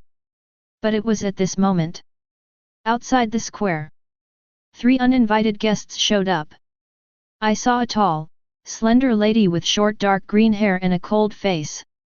She was wearing an elegant tight skirt and a flawless mink draped over her shoulders. The person who came was none other than the number 1 in Class B, Hell's Fubuki. Together they came behind the unlicensed knight. The 2 young men in suits beside her, the thin one took a few steps forward and called out, "The second-ranked hero in Class B, the unlicensed knight. Our team leader has something to tell you." His words were full of arrogance, and he didn't take fellow hero Suzuki Satoru seriously at all. Hearing this, Suzuki Satoru put away his blade and turned around. When he saw the people, he recognized their identities. He probably already guessed the purpose of coming here. But before he could speak, Fubuki had already spoken. "Unlicensed knight, you should also know that there are many factions within the Hero Association. I believe you know why we are here, so what is your answer?" Those sharp eyes were full of confidence. But Suzuki Satoru refused righteously, "Sorry, I refuse." Upon hearing this, Fubuki's pretty face turned slightly cold. The 2 people beside him were even planning to take action, but even in the face of this situation, Suzuki Satoru remained calm and spoke calmly. "You want to suppress me? There's no need. I don't care about the hero rankings. I became a hero just to practice my own justice." But Fubuki's expression turned cold, and he ordered directly, "Is it all up to you to talk? Eyelashes, Shan Yuan, teach him a lesson." The words fell. The 2 people who had been ready to attack immediately took action. Looking at the 2 people attacking him, Suzuki Satoru's eyes flashed with disappointment. "Did you become heroes just to pursue fame and status?" He wasn't preaching.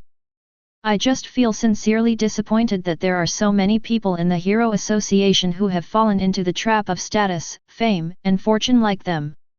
He even attacked himself, a fellow human being, just to suppress himself. This is the dark side of human nature. The inner silence will eventually be broken. Since they have fallen into the darkness called fame and fortune, let the sharp blade in my hand become the dawn that dispels the darkness.